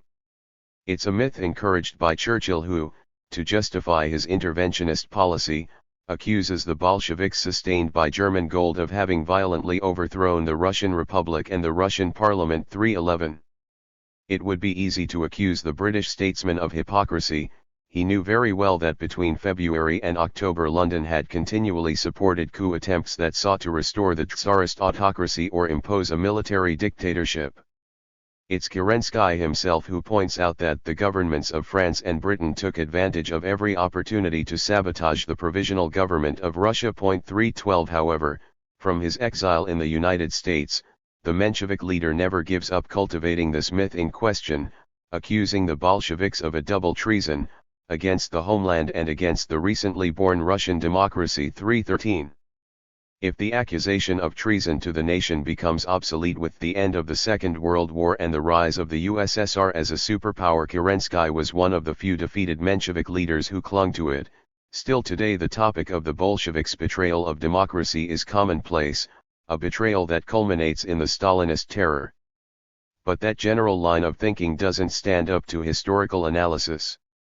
It's not just a matter of the obstinacy of the leaders who arose out of the February days of the revolution, determined to remain in a bloodbath that the great majority of the people are determined to end. It's a political line that can only be carried forth by resorting to terror and an iron-fist discipline on the front lines and in the rear. And not even the repeated attempts to install a military dictatorship constitute the principal aspect. There's much more. The idea that the February Revolution had been a bloodless revolution and that mass violence had only broken out with the October Revolution was a liberal myth. It's one of the most stubborn myths around 1917, but has now lost all credibility. 314. Let's examine the real timeline of events. The rebels took terrible revenge on the officials of the old regime. There was a hunt for police officers in order to lynch and kill them without mercy. 315. In St. Petersburg, after a few days the death toll reached around 1,500, with the ferocious lynching of the most hated representatives of the old regime. The worst violence was to be committed by the Kronstadt sailors, who mutilated and killed hundreds of officers. 316. Those who mutinied were the younger recruits, the standard disciplinary norms didn't apply to them, and the officers took advantage of this to treat them with a brutality even more sadistic than usual, and now they have unleashed a vengeance of unprecedented ferocity. 317. Things worsen later in September, after the attempted coup d'état by General Lavrov. Executions and assassinations by crowds break out and are accompanied by unprecedented violence. The officers were tortured and mutilated before being killed, hung upside down, impaled. According to General Brusilov, a large number of young officers killed themselves to escape a horrible death. 318. Further, the methods of killing their superiors were so brutal, that no one could really condemn such a suicide. 319. Moreover, the rage already made itself felt before October, and in the resolutions by the Soviets, then in large part dominated by the socialist revolutionaries, they branded as enemies of the people the bloodthirsty capitalists, the bourgeoisie who drink the blood of the people. 320. On the other hand, the crisis in commerce between the city and the countryside, well before the seizure of power by the Bolsheviks, caused a new round of intense violence. In the tragic situation that had arisen after the catastrophe of the war, with the fall in agricultural production and the hoarding of what scarce food is available, the survival of urban residents depends on quite drastic measures. Even before the October Revolution, a government minister, despite being a prominent liberal economist, argues in favor of requisition by force of arms should market incentives fail. The fact is that the practice of requisition is common to all parties during War. 321. The combination of these multiple contradictions causes a bloody state of anarchy with the collapse of all authority and all administrative organization, with an explosion of savage violence coming from below, and with a militarization and an overall brutalization of social behavior and political practices. 322. It's a brutalization without possible means of comparison to that known in Western societies. 323. To understand this tragedy, it's necessary to keep in mind the way in which social violence spreads, beginning in the areas where military violence takes place. The rear is engulfed in the violence by peasant army deserters outside the confines of the military, by the millions of deserters from the crumbling Russian army, by the fact that the distinctions between the front and rear, between the civilian and military sphere, become increasingly narrow.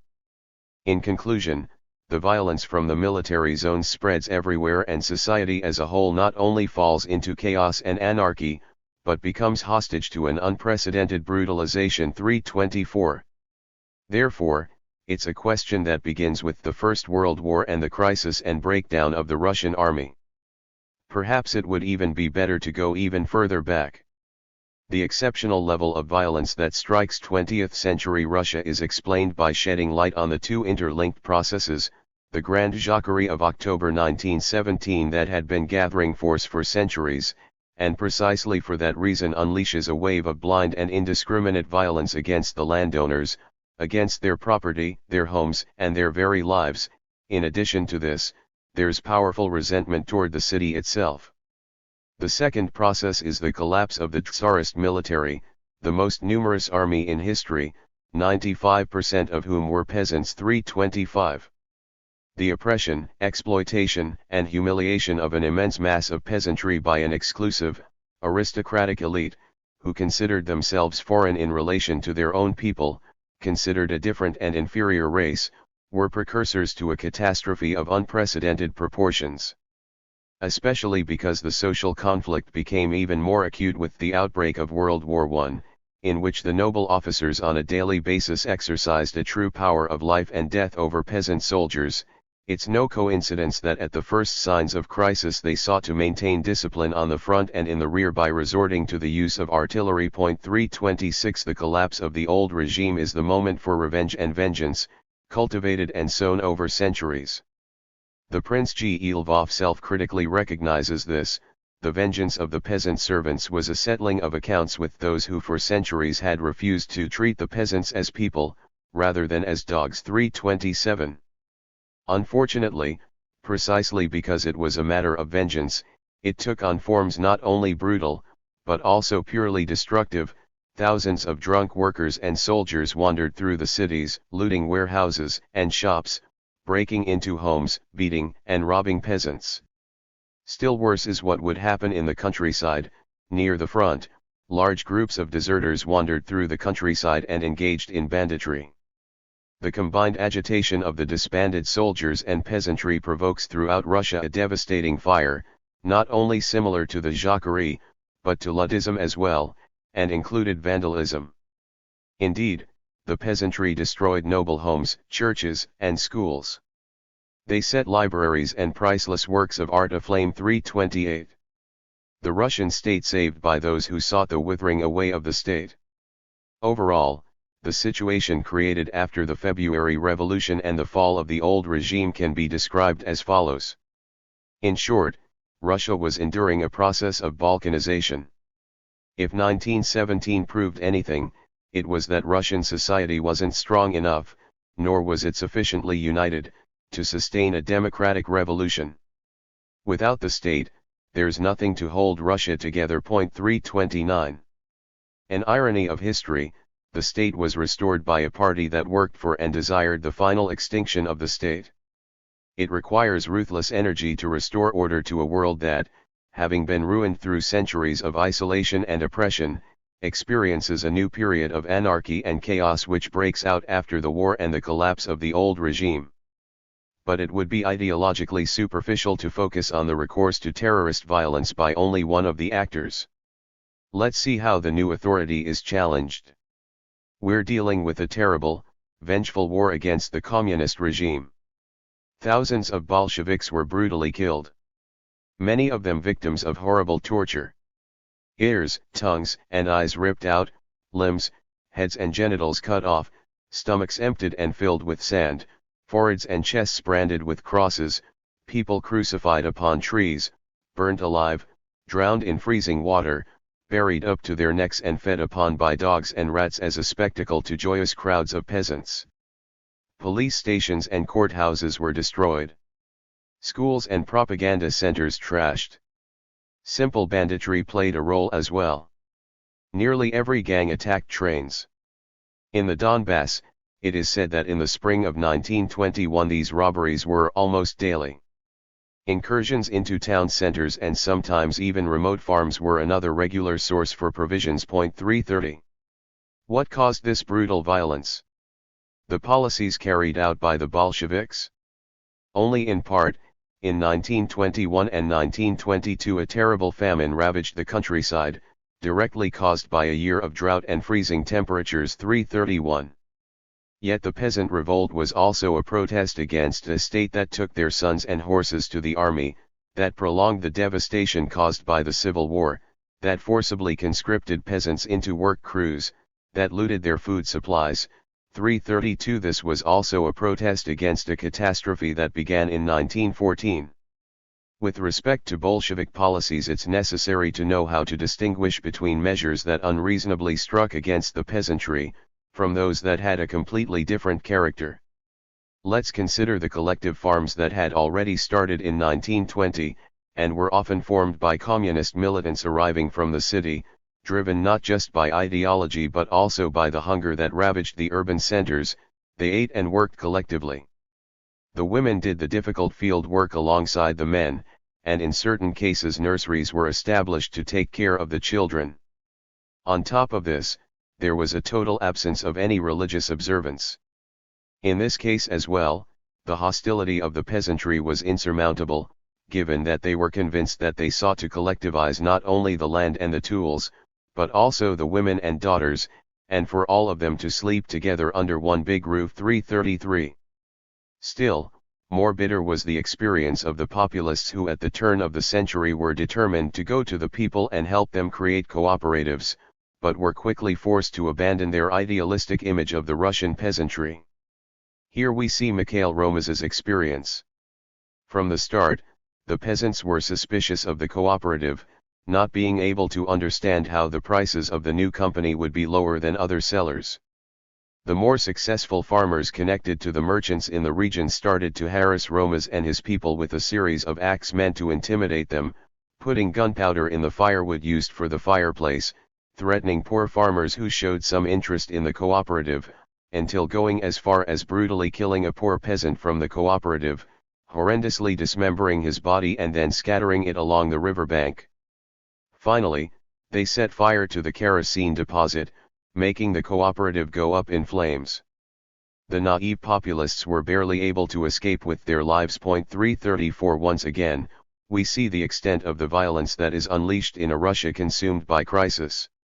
This is true as well for the horrific pogroms directed against Jews and Bolsheviks, the first especially, who are suspected of being behind the Bolsheviks, using them as puppets. Let's again turn to the English historian previously quoted.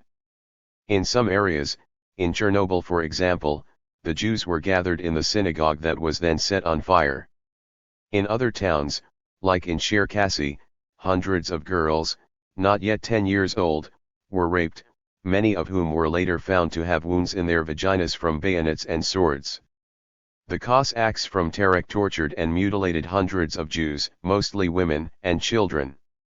Hundreds of bodies were discarded in the snow, food for the dogs and pigs. In this grim atmosphere, Cossack officers had a party at the post office, with dancing, evening wear, an orchestra, with the local magistrate in attendance, and a group of prostitutes brought from Cherson. And while the soldiers continued to massacre Jews for pure entertainment, officers and women spent the night drinking champagne and dancing. Regarding this, the final report of an inquiry done in 1920 by the Jewish Agency in Soviet Russia speaks of over 150,000 documented deaths and nearly 300,000 presumed victims, including the dead and injured. 335. Stalin and the conclusion of the second time of troubles. The Russian Revolution is now seen under new light. Without a doubt, The success of the Bolsheviks in the Civil War was ultimately due to their extraordinary ability to build the state, an ability that their adversaries lacked. 336. Those who called attention to this question were, in the Russia of 1918, some of the declared enemies of the Bolsheviks. Pavel Milyukov recognized their merit in having known how to re-establish the state. Vasily Maklakov went further. The new government has begun restoring the state apparatus, re-establishing order, and combating chaos. On this front the Bolsheviks have shown energy, and I'll add undeniable skill. 337. 3 years later, in a conservative American newspaper, we can read that, Lenin is the only man in Russia who has the power to maintain order. If he were toppled, only chaos would reign. 338. The revolutionary dictatorship born out of the October Revolution performed a national function as well. Gramsci understood this well when, in July of 1919, he celebrates the Bolsheviks as protagonists of a great revolution, but also for having shown their revolutionary greatness in the form of a leadership group made up of excellent statesmen, capable therefore of saving the entire nation from the catastrophe caused by the old regime and the old ruling class. A year later, Lenin himself would indirectly reference this in a polemic against extremism, stressing that the revolution isn't possible without a crisis of the entire nation. The political force that demonstrates its ability to resolve that conflict is the one which conquers hegemony and achieves victory. 339. It's on these grounds that Alexei Brusilov, a brilliant general of noble origin who tried in vain to save his officers driven to suicide by the savage violence of revolting peasant soldiers, joins the side of Soviet Russia. My sense of duty to my nation has often forced me to disobey my natural social inclinations. 340. A few years later, in 1927, while offering an overview of Moscow, Walter Benjamin stressed the strong national identity which Bolshevism has developed among all Russians, without exceptions. 341. Soviet power had achieved a new identity and a new self-esteem for a nation not only terribly tested, but also in some ways lost and adrift, without any solid reference point. However, the crisis of the entire Russian nation hadn't truly ended. It had exploded with all its violence in 1914, but with a long period of incubation behind it. At times it is defined as a second time of troubles, in an analogy to the crisis that raged in 17th century Russia. 342. The struggle between claimants to the throne develops and combines with the economic crisis and peasant revolt, and with the intervention of foreign powers, it escalates in the 20th century to a conflict between a number of actors claiming political legitimacy. According to Weber's classic tripartite, traditional power follows the Tsar's family to the grave, even if this or that general desperately seeks to recover it. Charismatic power, already weakened after the difficult conflict sparked by the Brest-Litovsk Treaty, doesn't survive Lenin's death. Finally, legal power finds great difficulty in asserting itself, after a revolution that triumphs with an ideology marked by the utopian idea of the state's extinction in a country where the hatred of the peasants for their masters is traditionally expressed in violent, anti-status terms. To the extent that a charismatic power was still possible, its most likely realization took shape in the figure of Trotsky, the great organizer of the Red Army, brilliant speaker and writer, who sought to embody the hopes for the victory of the world revolution, and thereby legitimize his aspirations of governing the party and the state. Stalin, however, embodied traditional legal power which tried to solidify itself with great effort.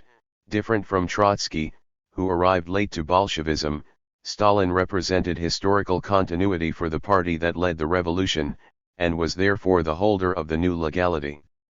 Moreover, affirming that socialism could be achieved in one country, Stalin gave new dignity and identity to the Russian nation, thus overcoming the frightening crisis ideological but also economic suffered after the defeat and chaos of the First World War, to find historical continuity at last. But for that very reason his adversaries denounced him for treason, while for Stalin and his supporters the traitors were those who, with their adventurism, facilitated the intervention of foreign powers, and in the last analysis, put in danger the survival of the Russian nation that was at this time the vanguard of the revolutionary cause. The clash between Stalin and Trotsky is the conflict not only between two political programs, but also between two forms of legitimacy. For all these reasons, the second time of troubles ended not with the defeat of the supporters of the old regime, or with the defeat of the intervention by counter-revolutionary foreign powers as is often thought, but with the end of the Third Civil War, and also with the end of the conflict between the two opposing forms of legitimacy, therefore not in 1921, but in 1937. Despite the fact that the rise of the Romanov dynasty meant the end of the time of troubles, 17th-century Russia found its definitive consolidation only with the crowning of Peter the Great, after having passed through its most acute phase in the years following the outbreak of the First World War until the end of the Entente's intervention. The second time of troubles ends with Stalin's consolidation of power and the industrialization and westernization pushed forward by him in preparation for the approaching war. Exalted utopia and the prolongation of the state of emergency. Obviously, the long duration of the second time of troubles isn't just an objective fact. What role was played in its prolongation by the intelligentsia, politicians, and the ideology which inspired them? One line of thought, with Arendt as its reference, dedicates itself to the search for the original ideological sin committed by the revolution that unfolded in the most tormented way. A different approach seems more fruitful to me, which is based on a comparative sociology of the political and intellectual classes. In the movements unleashed by a revolution, whether in France or in Russia, we see the feathered scoundrels in action, the gueuses plumes, according to Burke's definition, or the Pugachev from university, according to Maister's definition. In short, we're dealing with non-propertied intellectuals, ridiculed as abstract by their adversaries. There's no doubt that the propertied intellectuals already had real political experience, including experience in exercising political power by the time the old regime collapsed. In the United States, the slave owners, from whose ranks came eminent intellectuals and statesmen, not only enjoy their wealth as a particular type of private property, alongside the others, they simultaneously exercise executive, legislative and judicial power over their slaves. Similar considerations could be made with respect to England and the Glorious Revolution. Landed property is very much present in the House of Lords and the House of Commons, and together with the gentry, they directly appoint judges, and therefore retain judicial power. Less prepared for taking power are the non-propertied intellectuals. Their abstraction contributed to making the process of consolidating the revolution more difficult and painful. But there's another side to the coin. It's exactly this abstraction and this distance to property which make it possible for these feathered scoundrels to support the abolition of slavery in the colonies, and for the Pugachevs from university to give their support to the process of decolonization that would later play out across the planet. Over the long duration of the second time of troubles, the role played by ideology is beyond question. However, it's necessary to then add that it's not just a matter of Bolshevik ideology. We have seen the millenarian hopes that accompanied the fall of the Tsarist autocracy, and we also know that the theme of the betrayed revolution goes beyond the borders of Russia and the communist movement. Just a few months or weeks after the October Revolution of 1917, without wasting any time, Kosky stressed how the Bolsheviks haven't kept or are unable to keep any of the promises made upon seizing power. The Soviet government has already seen itself forced into a number of compromises toward capital. But even more so than with Russian capital, the Soviet Republic had to make concessions to German capital and recognize its demands. It's still unclear when the Entente's capital will be introduced into Russia. Everything indicates that the dictatorship of the proletariat has liquidated Russian capital, only to give its place to German and American capital. 343. The Bolsheviks had taken power promising the spread of the revolution to the capitalist countries, under the impetus of the Russian experience. But what became of this grandiose and unrealistic perspective? It had been replaced by a program of an immediate peace at any cost. 344. It is 1918 and, ironically, Kosky's critique of Brest-Litovsk isn't very different from what we've already seen, from Bukharin in particular. Aside from international relations, the record of the October Revolution within Russia itself is even more catastrophic from Koskai's perspective. By removing the remains of feudalism, it has given stronger and more definite expression to private property than the latter had previously. It has now made the peasants, who were formerly interested in the overthrow of landed private property, namely, the big estates, into the most energetic defenders of the newly created landed private property.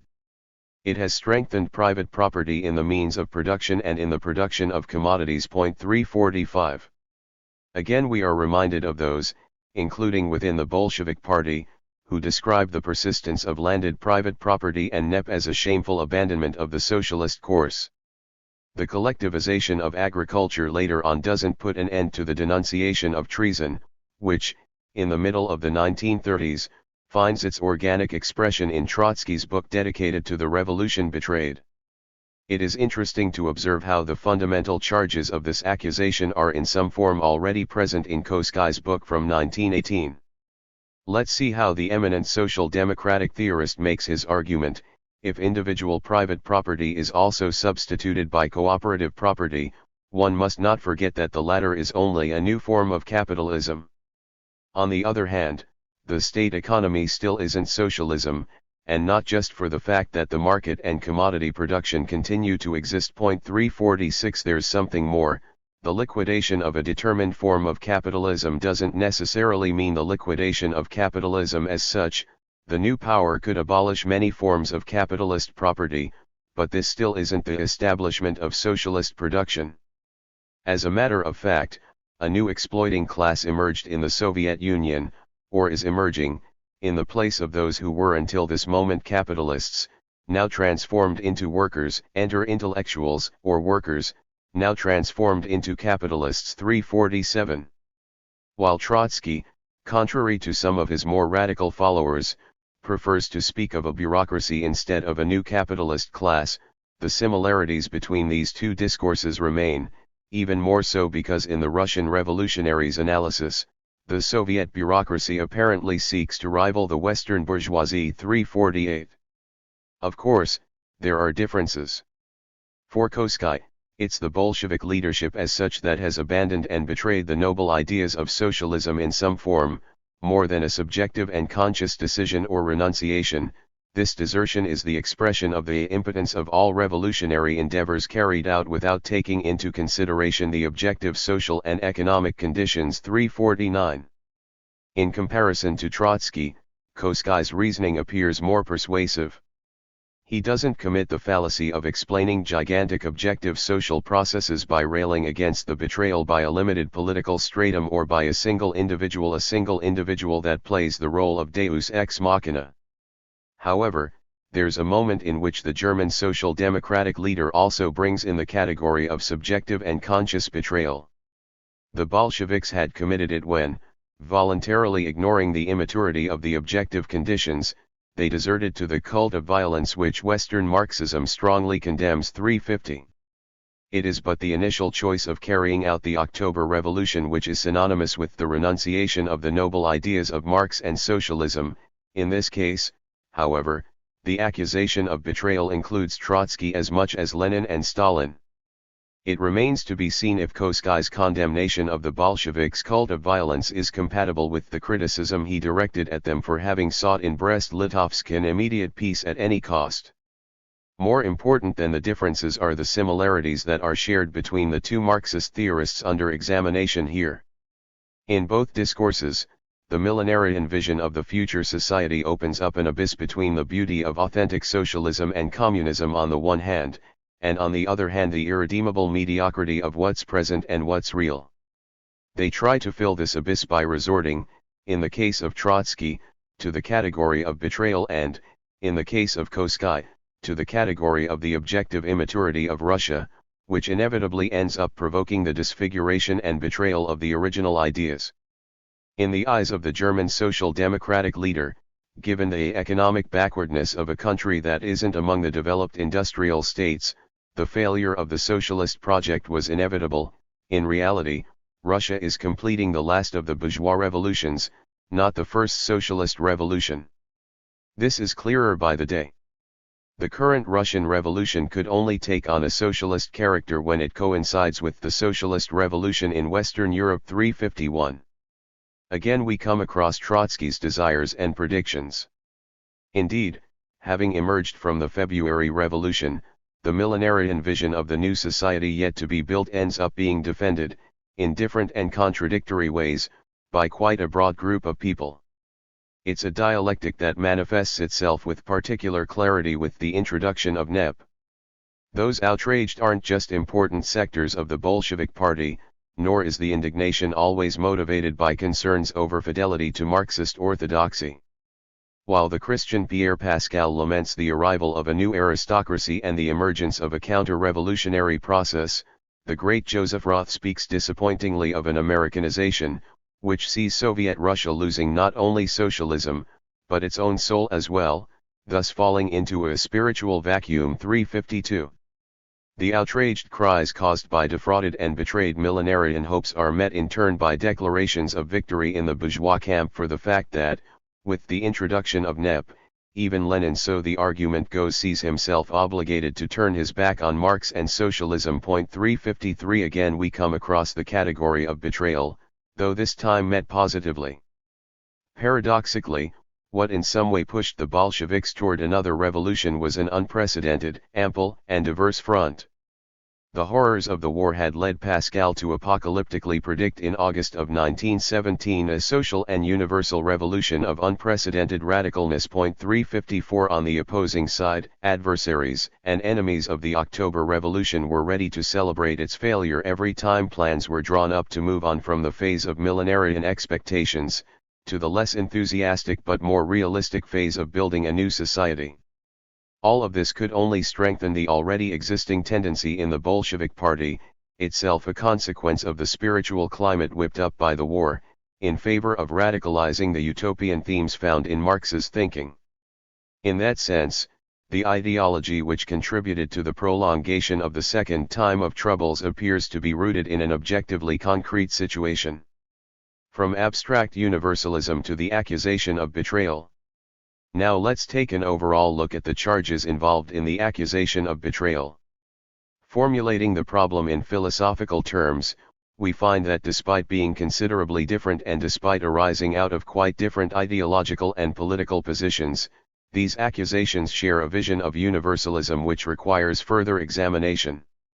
Driven by the need to counter and surpass the domestic egoism of the bourgeois family, which concentrates its attention exclusively on its restricted unit while avoiding the tragedies that unfold all around it, Kollontai calls upon communists to cultivate a universal sense of responsibility, moving past, even with regard to children, the distinction between yours and mine, struggling alongside others for that which is common to all, for that which is ours. We have seen Trotsky rightly point out the catastrophic consequences when parents ignore their particular responsibilities toward their own children. In other words, bypassing the responsibilities within the immediate family unit, without starting first from a particular and unavoidable responsibility, universal responsibility proves to be empty, and even becomes a tool to avoid responsibility.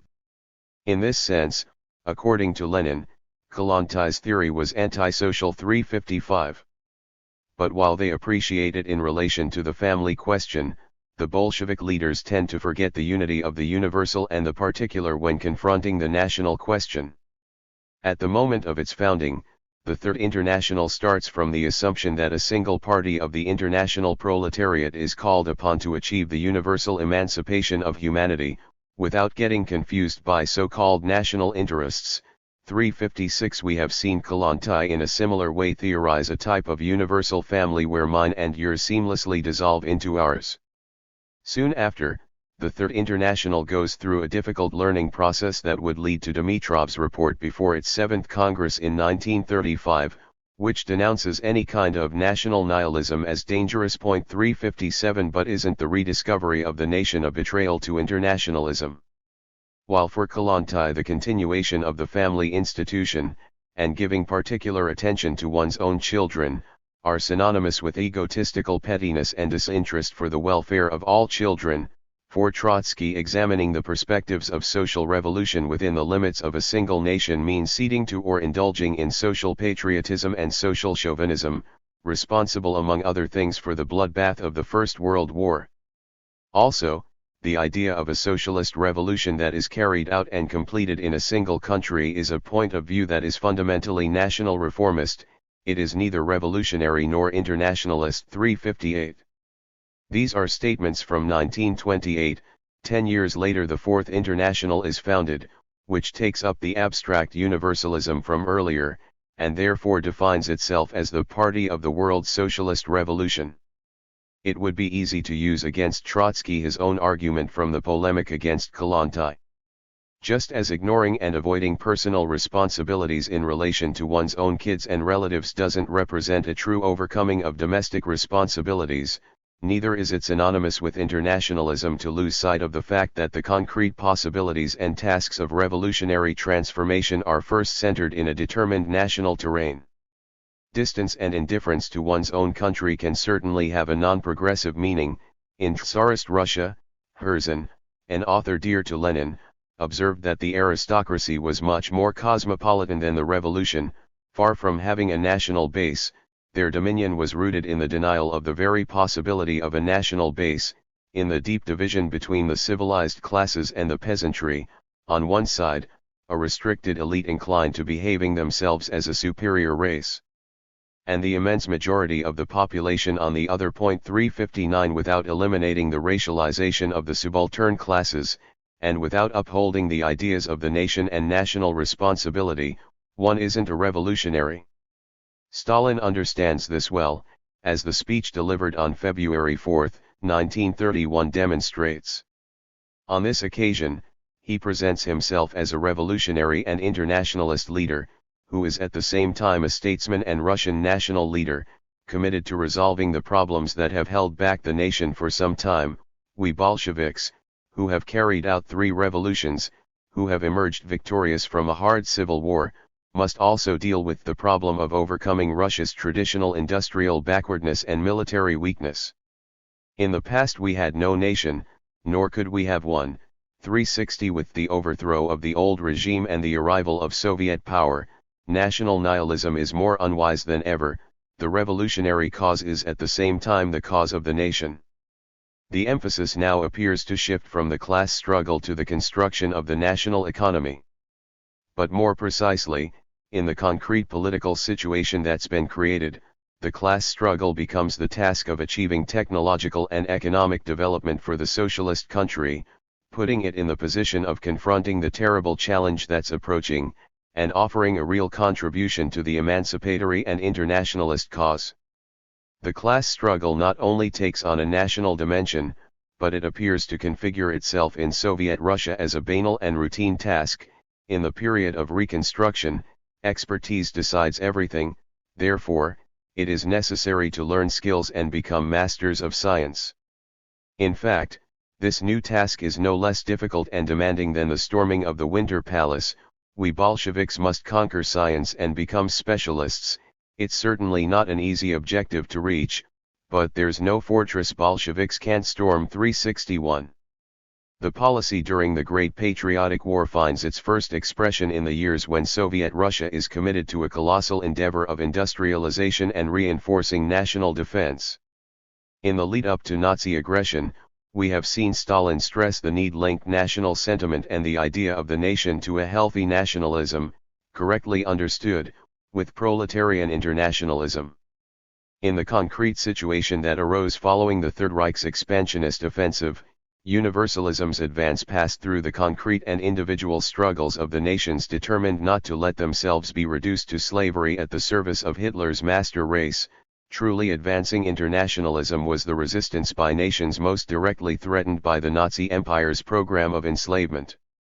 Just 3 years earlier, as confirmation of the fact that we are in the middle of a learning process that's encouraged or imposed by the concrete necessity of developing the struggles of national resistance against imperialism, Mao Zedong states, to separate the content of internationalism from its national form is the habit of those who don't understand anything about internationalism. With regards to us, however, we must closely link them together.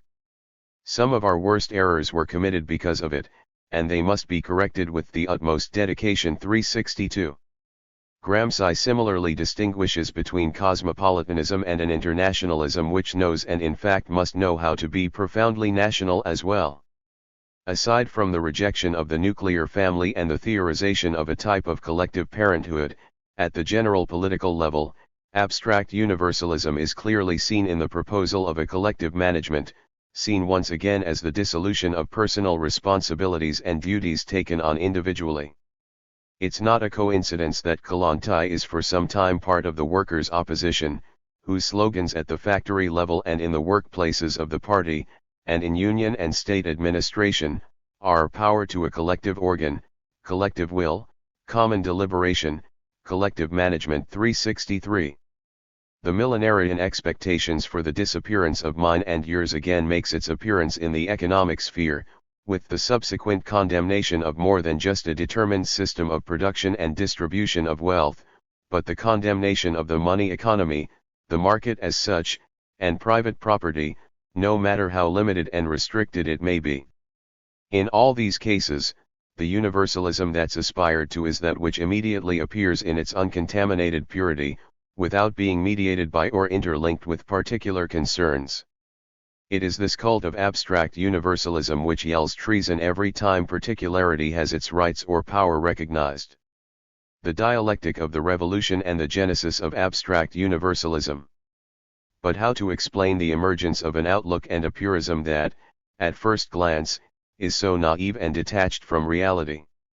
It wouldn't be less naive or unrealistic to assign blame to one individual or another. In reality, there's an objective dialectic at work here.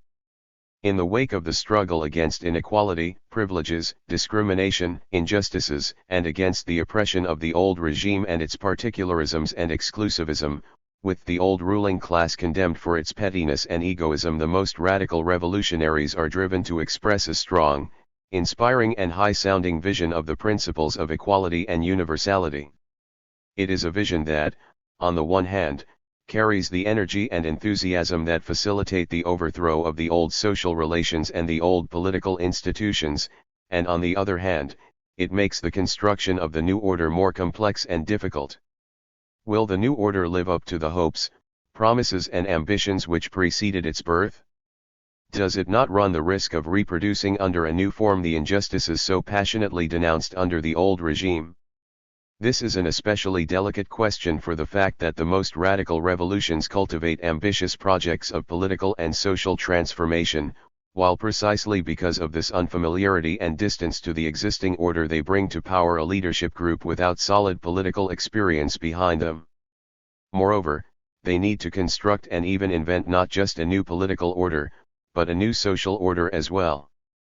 In these circumstances, the thin lines separating an ambitious political project from high-sounding yet empty rhetoric become evident, separating a concrete utopia from an abstract and deceptive utopia. To be victorious, not only in the short term but in the long term as well, a revolution must be able to give concrete and lasting content to the ideals of equality and universality that have accompanied it in attaining power. And to do it, the new leadership group is called upon to let go of those naive ideas which they tended to hold onto in the moments of enthusiasm, and they are called upon to accomplish such a task not in a vacuum, but in a historically charged space where those ideas weigh upon economic and political limits, the relation of forces, and have their presence felt in the contradictions and the conflicts which inevitably emerge.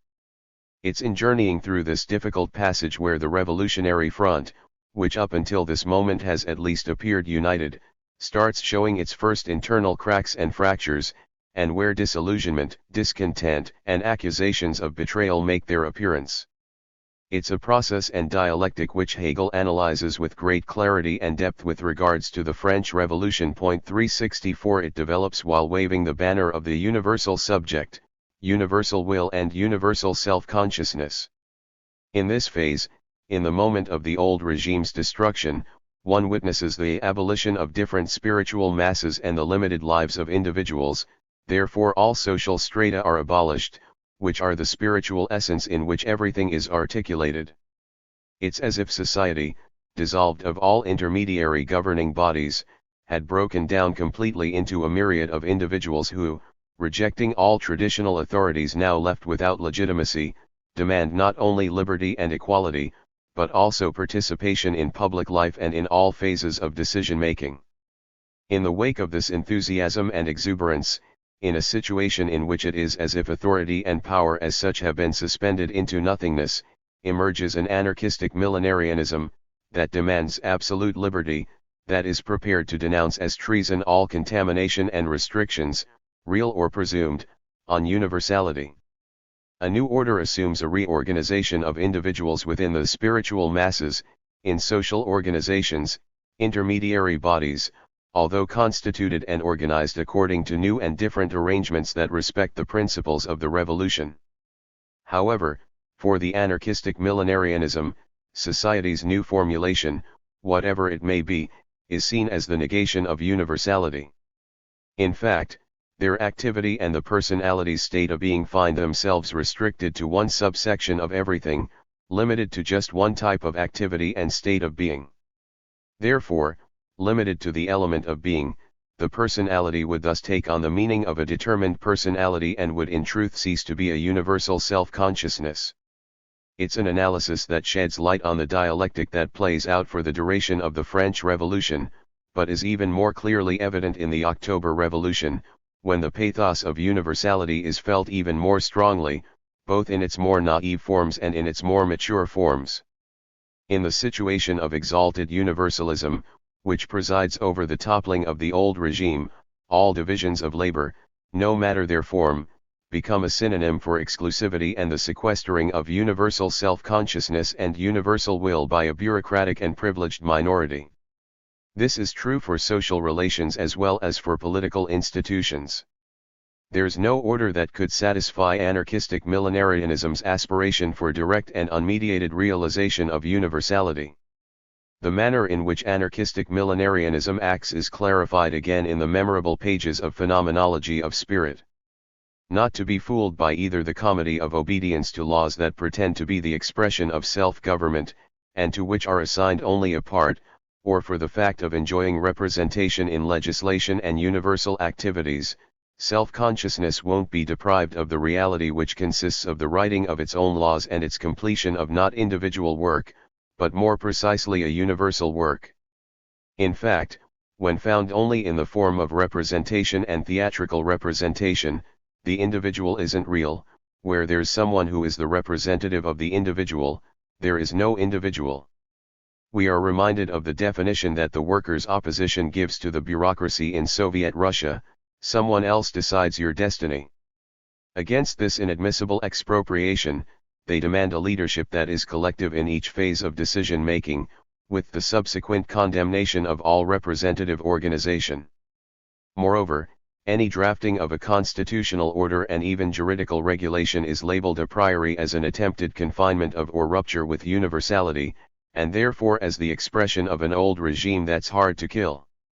To come into action, to become real and effective and to transform into the true will, Hegel continues, universality must find expression in concrete individuals, it must place at the top an individual self-consciousness. Here millenarianism and anarchism cry out against that scandal. In that approach, the remaining individuals are excluded from the totality of action and play only a limited role. Therefore, the action wouldn't be an action of effective universal self-consciousness. The tragedy of the French Revolution is this: if one wants to avoid reducing it to an empty phrase, the pathos of universality must be given a determined and concrete content, but it's precisely this determined and concrete content that is seen as a betrayal. In fact, its particularity as such that is labeled as an element of contamination and negation of universality. While this vision prevails, the liquidation of the old regime can't be followed by the construction of a new and solid order. Universal liberty, therefore, can't produce any work or any positive action, only negative action. Universal liberty is only the rush to erase abstract universalism and terror in Soviet Russia. In Hegel's analysis, to the degree that terror is the result not of the objective situation, but of an ideology, then it's primarily the responsibility of anarchistic millenarianism and abstract universalism that, in their flight from any particular or determined elements, are only able to express themselves through their rush to erase. With regard to the Bolshevik Revolution, one must not lose sight of the permanent state of emergency provoked by imperialist intervention and siege. Yet the most properly ideological component of the terror relates to the cult of universality and abstract utopia, which hinders the action of the new leadership group and ends up provoking its division. It's interesting to see the way Trotsky, in the middle of the 1930s, casts aside his wise critiques of Kollontai and mocks Stalin's rehabilitation of the family. Since the state had been entrusted with the education of the younger generation, political power, far from concerning itself with supporting the authority of those who are older, the father and mother in particular, has instead concentrated in separating the children in order to isolate them from old customs. Also, done openly in the period of the first five-year plan, schools and the communist youth had frequently appealed to children with the aim of denouncing the drunk father and the religious mother, in order to shame them and to attempt to re-educate them. It's another matter to know to what success. In any case, this method has shaken family authority itself. 365. In participating in the spread of the old customs, and therefore of the ideology and particularism of the old regime, the family is identified as one of the obstacles that the forward march of universality is called upon to strike at or topple. The denunciation of family authority causes not a reduction of violence, but an increase of it. The condemnation of the Constitution and of law as instruments of bourgeois domination has the same result. Working from these conclusions, it becomes impossible to put form to and even think of a socialist state and law. Naturally, there's a contradiction between the reverence to the ideal of the withering away of the state and the appeal to the state to intervene as well in the sphere of family relations, but it's a contradiction that invariably manifests itself in the anarchistic rhetoric of abstract universalism and the violent practices it ends up encouraging. At this moment, we are obligated to raise another consideration. This tendency, to see the particularities themselves as a disruptive element that contaminates the universal, manifests itself far beyond the Bolshevik leadership group. We can think of the distrust or the hostility with which Rosa Luxemburg generally viewed nationalist movements, whose neglect of the international cause of the proletariat is denounced.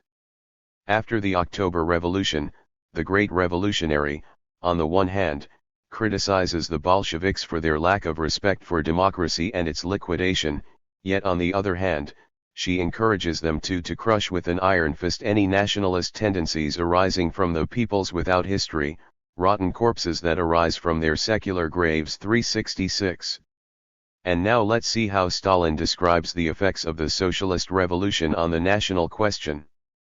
Shaking the lowest stratum of humanity and driving them into the political scene, it brings new life to a whole series of new nationalities, previously unknown or poorly known. Who could have thought that the old Tsarist Russia represented nothing less than 50 nations and national groups? However, the October Revolution, in breaking the old chains and putting on stage a whole series of nationalities and forgotten peoples, gave them a new life and new development. 367. We now reach a paradoxical conclusion, at least from the point of view of the usual historical evaluations and the ideological stereotypes dominant nowadays. In relation to the peoples who emerge from their secular graves, according to Luxemburg's wording, or the forgotten peoples, according to Stalin's wording, it's the first who reveals a much more threatening and repressive attitude. Naturally, with regards to the judgment on those who actually wielded power, it's a matter of seeing if, and up to what point, praxis corresponded to theory. It remains true that Luxemburg's abstract universalism is shown to be potentially more loaded with violence, for in the course of her evolution she has tended to read national demands as a deviation from the real path of internationalism and universalism. We will reach a similar conclusion, again on the topic of the national question, if this time we compare Stalin and Koski. Against the theory formulated by the German Social Democratic leader, on the basis of which, with the victory of socialism in a country or group of countries, and even just with the development of bourgeois democratic society, national differences and particularities would disappear, or tend to disappear. The former objects, such a vision, that superficially ignores the stability of nations, ends up opening the door to a war against national cultures, national minorities, oppressed peoples, and to a policy of assimilation and colonization, to a policy desired, for example, by the Germanizers and Russophiles of Poland. 368 In this case as well, it is a universalism unable to accept the particular that encourages violence and oppression. Still, in the context of comparing different theories, this abstract universalism is closer to Koski than to Stalin.